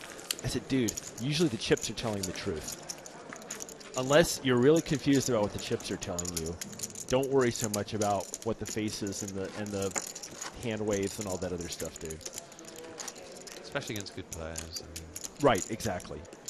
And actually, that was really funny last night when they were down to heads up in the high roller, and it was Isai and what's his name? The kid from Spain who's actually Team PokerStars online. But anyway, you can see the kid like looking at Isai for tells, and Isai's just like sitting there with his hands on his arms on the rail, and I can see the kid looking at Isai for tells. I'm like, dude, he's done bigger deals. I don't think you're gonna get much out of him probably here. Not too nervous right now. Yeah, exactly. It was a major sweat on when they were down to 5, of course. It was only paying 4, and we knew that Isai really needed that min cash. Well, the weird thing is that, I mean, you were saying that, but you don't realize how correct you are in the sense that what Isai really needed to do was not bubble, because he was gonna be in a black mood that would have covered the island if he had bubbled that thing. Yeah, it affects everybody the same, right? And that's what the thing that made it to me so beautiful about watching Isai play. Obviously, the money means exactly 0 to him, right? And so that meant he was playing just solely for the joy of the game, which is fun to see. Yeah, it really is. And he so didn't want to bubble, just because he didn't want to bubble.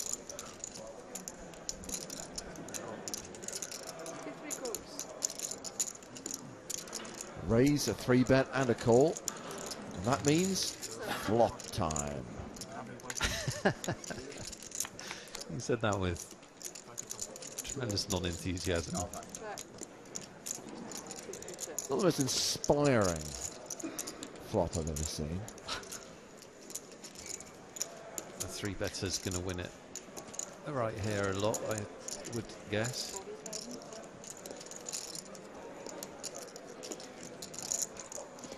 At one of our tables, when the dealer went to do a seat draw, you know, to figure out who was going to get the first seat card, she put a straight flush on the board. Okay, this is ridiculous. You know, this place is rigged. 3-better does win it. One for Schneiberg. which, let's all be honest, we don't know the correct pronunciation of, so apologies if we butchered it. Wait, what was that tweet you guys got? Great commentary. That was Harkins saying that he managed to satellite into the UKIPT London main event while watching the live stream. Well done, sir. See you at the is it also at the Connaught Rooms? It is at the Grand Connaught Rooms. Fantastic. And Tom Ross tweets to say, I agree with Big Horse. Forward movement and let's do it should be binding. Well, you're both wrong. I mean, I don't think you should. I mean, I certainly wouldn't enforce it the first time. But if I were a floor person, I'd be like, dude, don't, you know, let's not get into any weird areas here.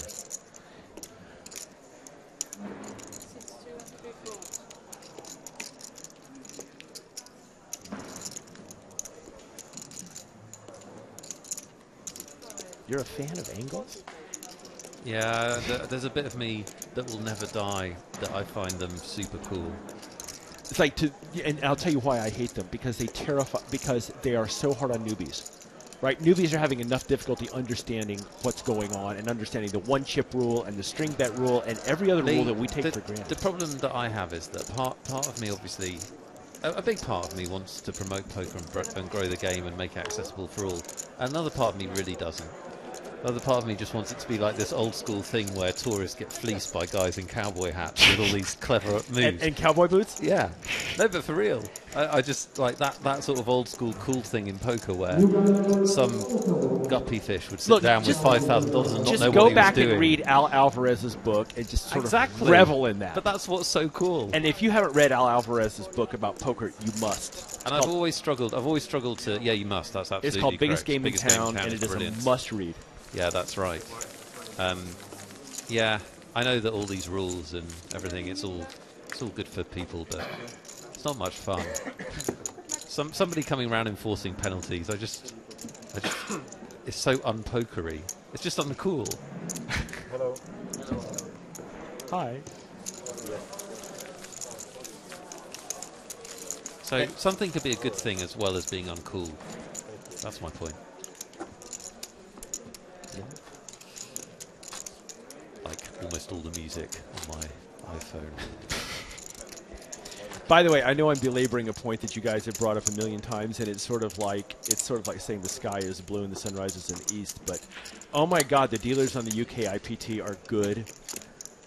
Very good. Well, I felt that last night just playing in the charity event. And so I thought, you know, especially when you've got people who may not be taking the game that seriously. You've got people who've never played poker before and may need more assistance. Yep. And then you've got people who possibly have had one too many shandies. Yeah, so you combine all those elements and the fact they're able to keep the game on point and then handle all those different personalities, that's why they deserve a lot of praise and a lot of respect. Yeah. Absolutely. And they are just, I mean, they are just absolutely unflappable. And it's a joy. And if you go anywhere else and you play in other casinos or other tournaments and stuff, and then you have these guys, you just go, wow, I am so lucky.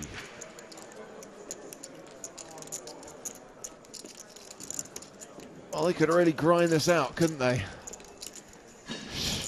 Come on, you guys. It's what? It's 8:30. It's like, believe me. Exactly. It's 8:30. We've been here since midday. That's an 8.5-hour day. That's a standard working day.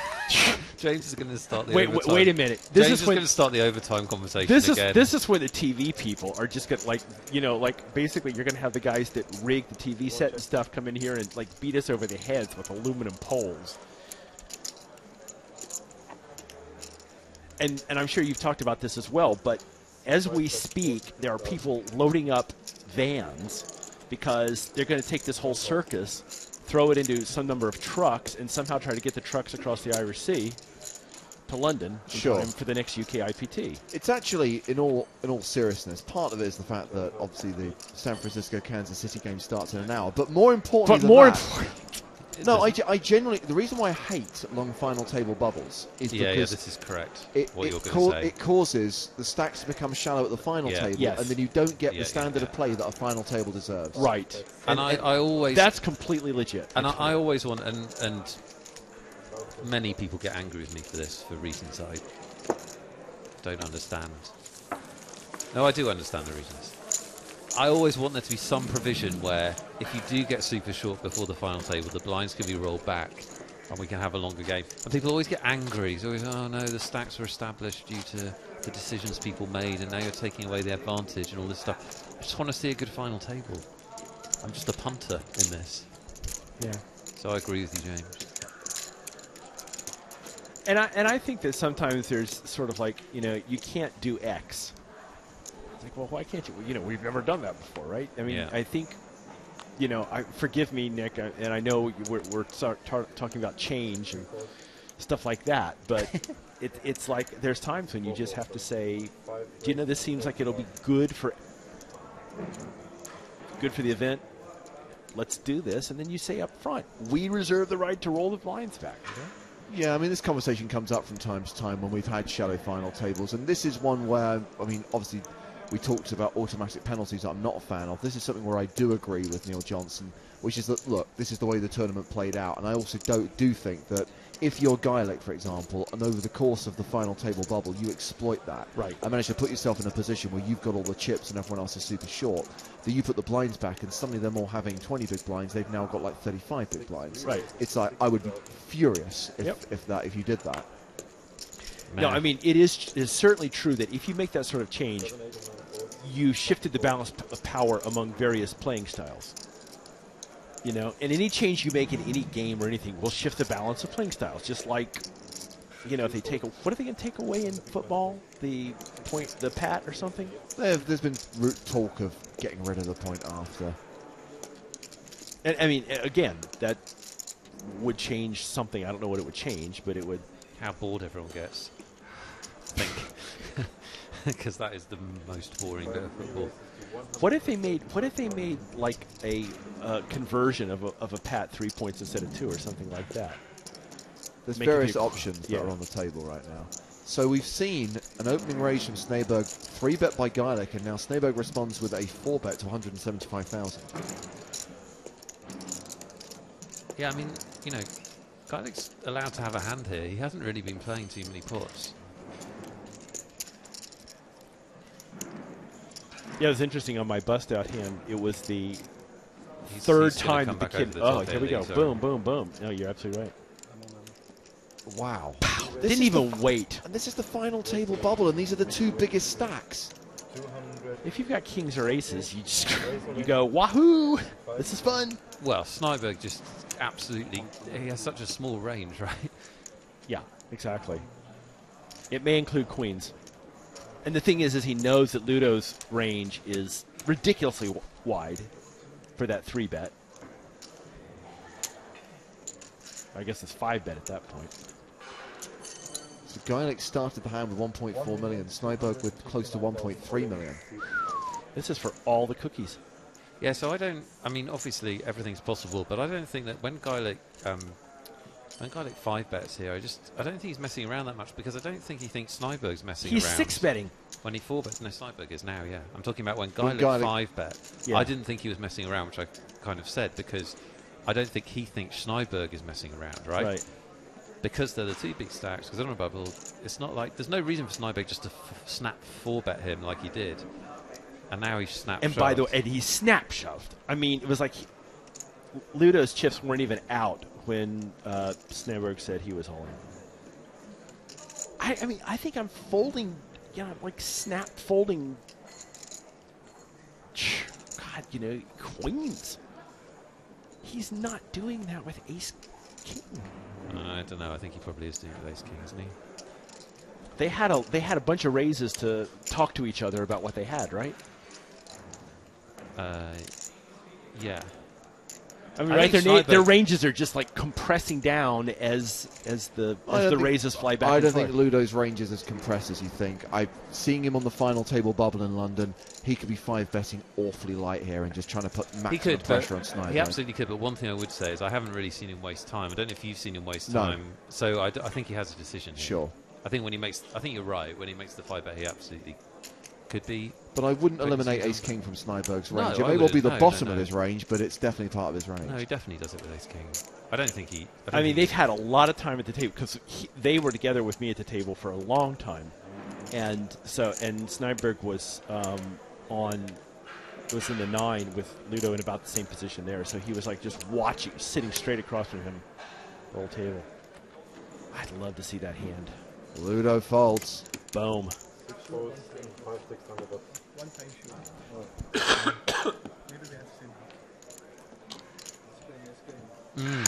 And nothing gets shown. And Snyberg now takes the chip lead with 1.6 million. Geilick down to third in chips. David Hill, still the shortest stack at the table, but with 25 big blinds, doesn't necessarily have to do anything silly. I mean, you've commentated on him with cards up. I don't know if you can remember, James. Does he ever tank there just to save face?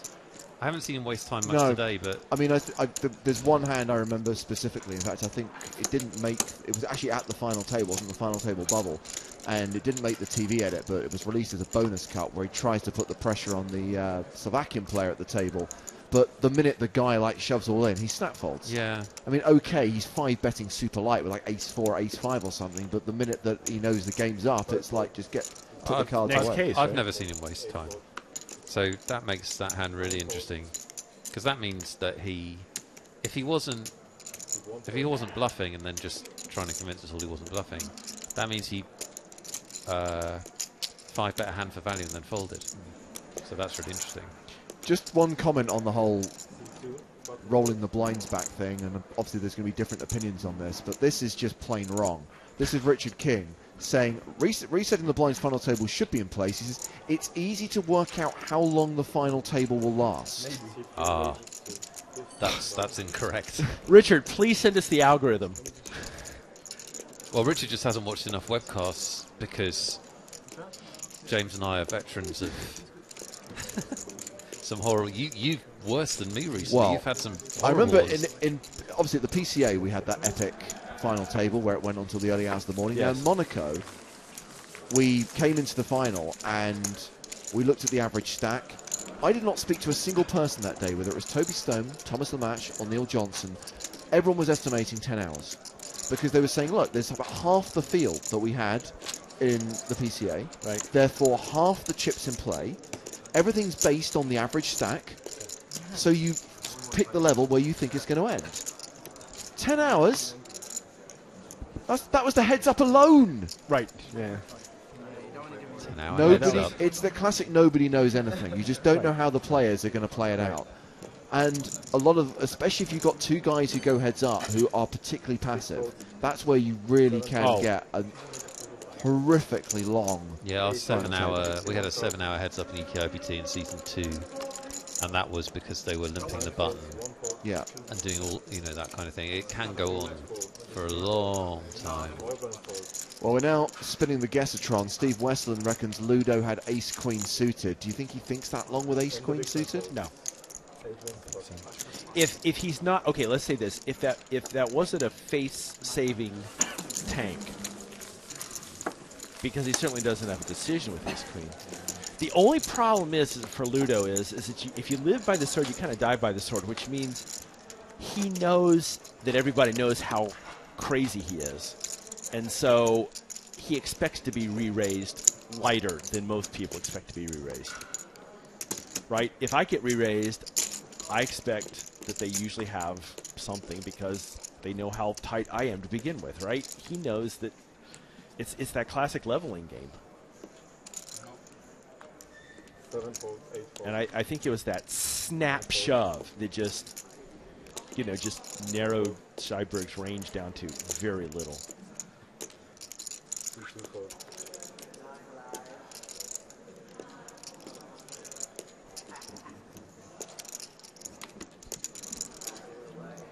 Do you know, I really like the wool cap, the knit cap. Yeah. I think it works well for Josh. Are you thinking of modelling that look in the next Major Life tournament you play? Thinking? No. No, we're done.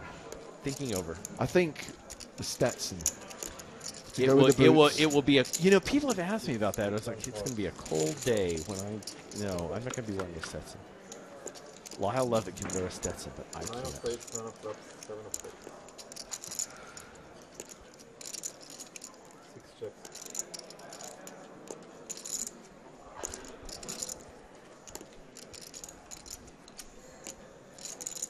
Has Martin Zedina played? Not since with the 9-handed. I don't think we've seen him in action. Wow. But he only has 25 big blinds. Yeah. Right. Yeah. So so it's he's just waiting for his chance. no real incentive for him to play. That's the other thing with that hand as well, that it is 1 and 2 in the chip stack. Yes, it was. I mean, you just, you know, there's a massive disincentive to gamble it up there if you think it's close. You know, if Lido thinks it's close, then you should probably lean towards folding, because, you know, he probably does have a skill edge on the table, and he, you know. Yeah, you just always go back to work. And the day 1A that I played, there was a guy, Gary Whip, who is out of Jersey, actually. Doubled up a woman that flopped Broadway when he flopped 2-pair. Got himself down to 3,000 chips on the first day, and just went right back to work, and just like pound, and got it back up to 35,000. Just no time flat. You know, it's like it's no limit hold'em. Exactly, but the point being that if you have that, and he did it by just like constantly putting aggression, pressure on the table, just the way Ludo does. If you can do that, then why would you want to flip for all the chips?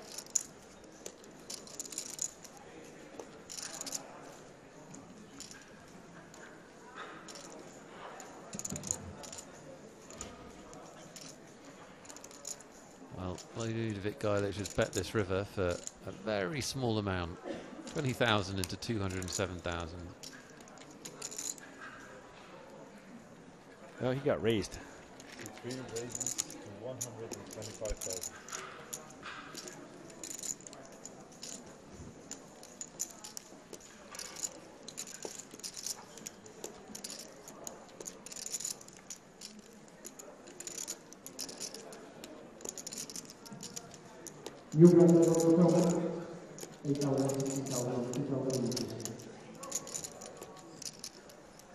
Not impossible that Hart has a king here. He was the pre-flop raiser. He bet the flop and then check on the turn.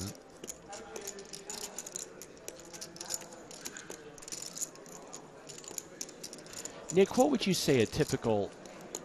Why is somebody betting 20,000 into a 200 and whatever 1,000 pot? I mean, what's? Well, in his case, he could do it for any number of reasons. He could do it it could just be a simple value bet where he just thinks he has the best hand and his opponent has a really weak range, and he just wants to get exactly 25,000 more chips or 20,000 more chips. Weaker players do it as a blocking bet because they don't want to face a big bet. Right.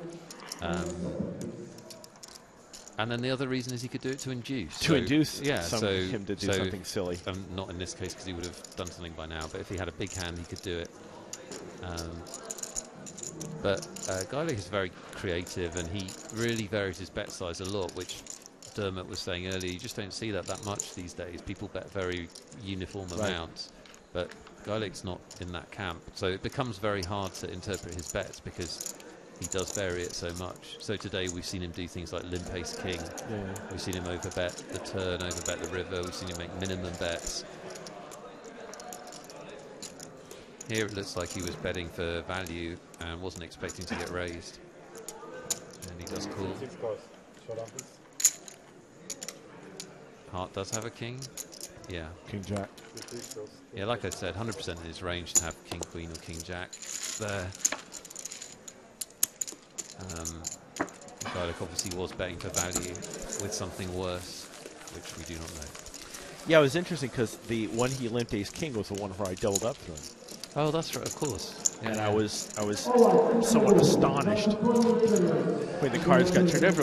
When he went into the tank, when I shoved on him, I thought it's supposed to be a big ace with the tanking he's doing, right? But he limped it, so.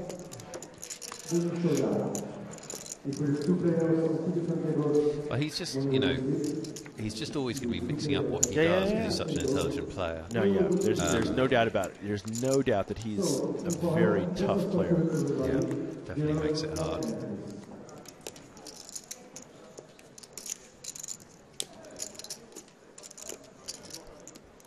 Dave Hill looks like he's got a plan. Hopefully his plan is to fix the PA system.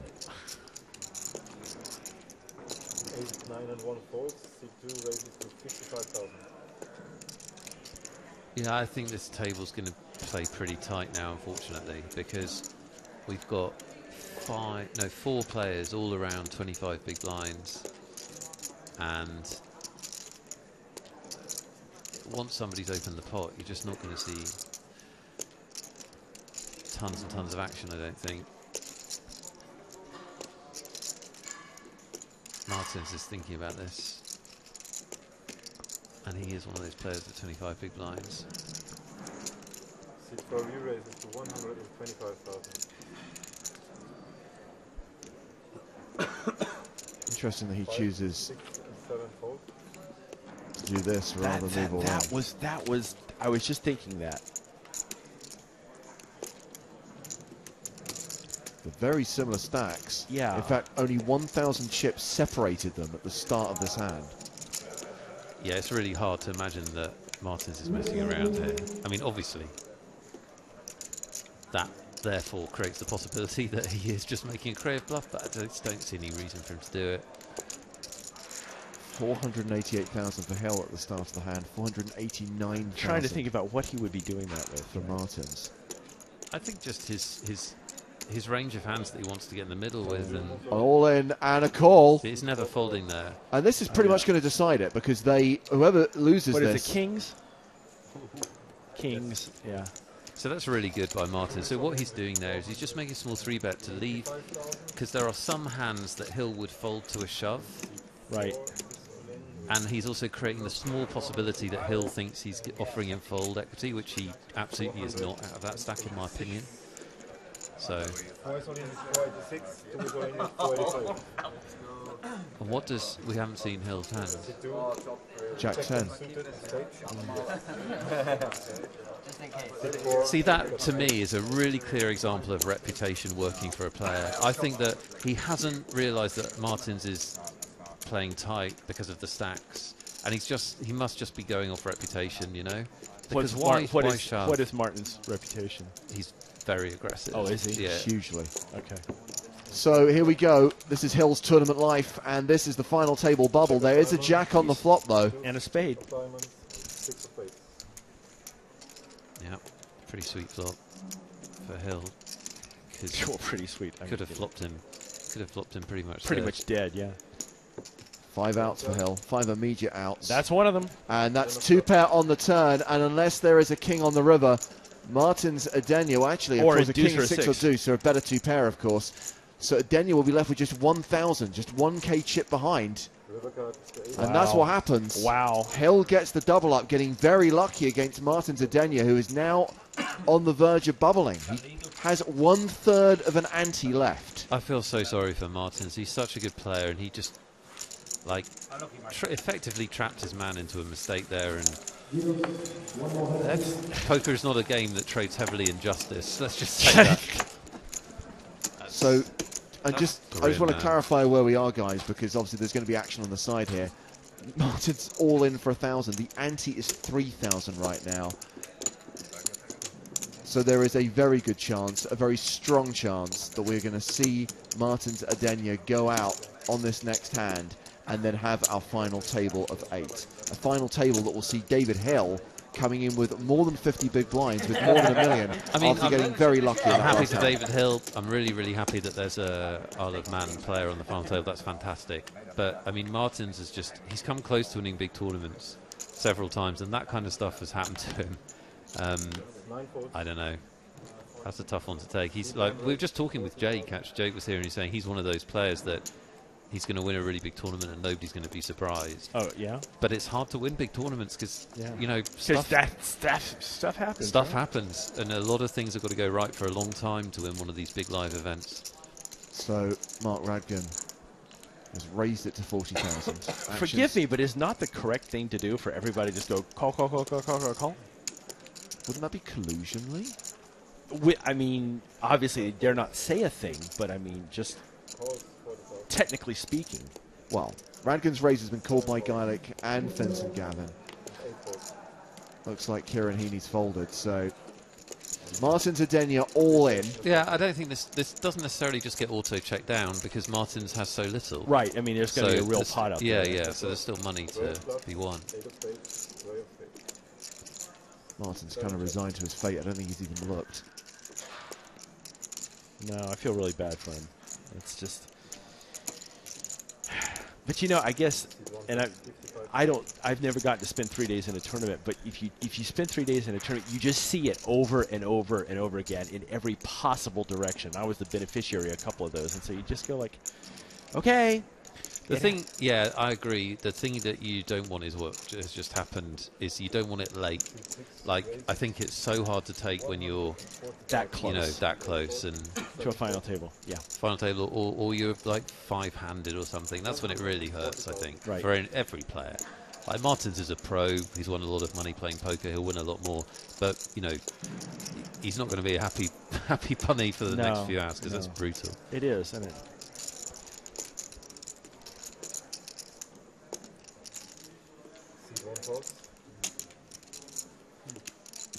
Well, here we go.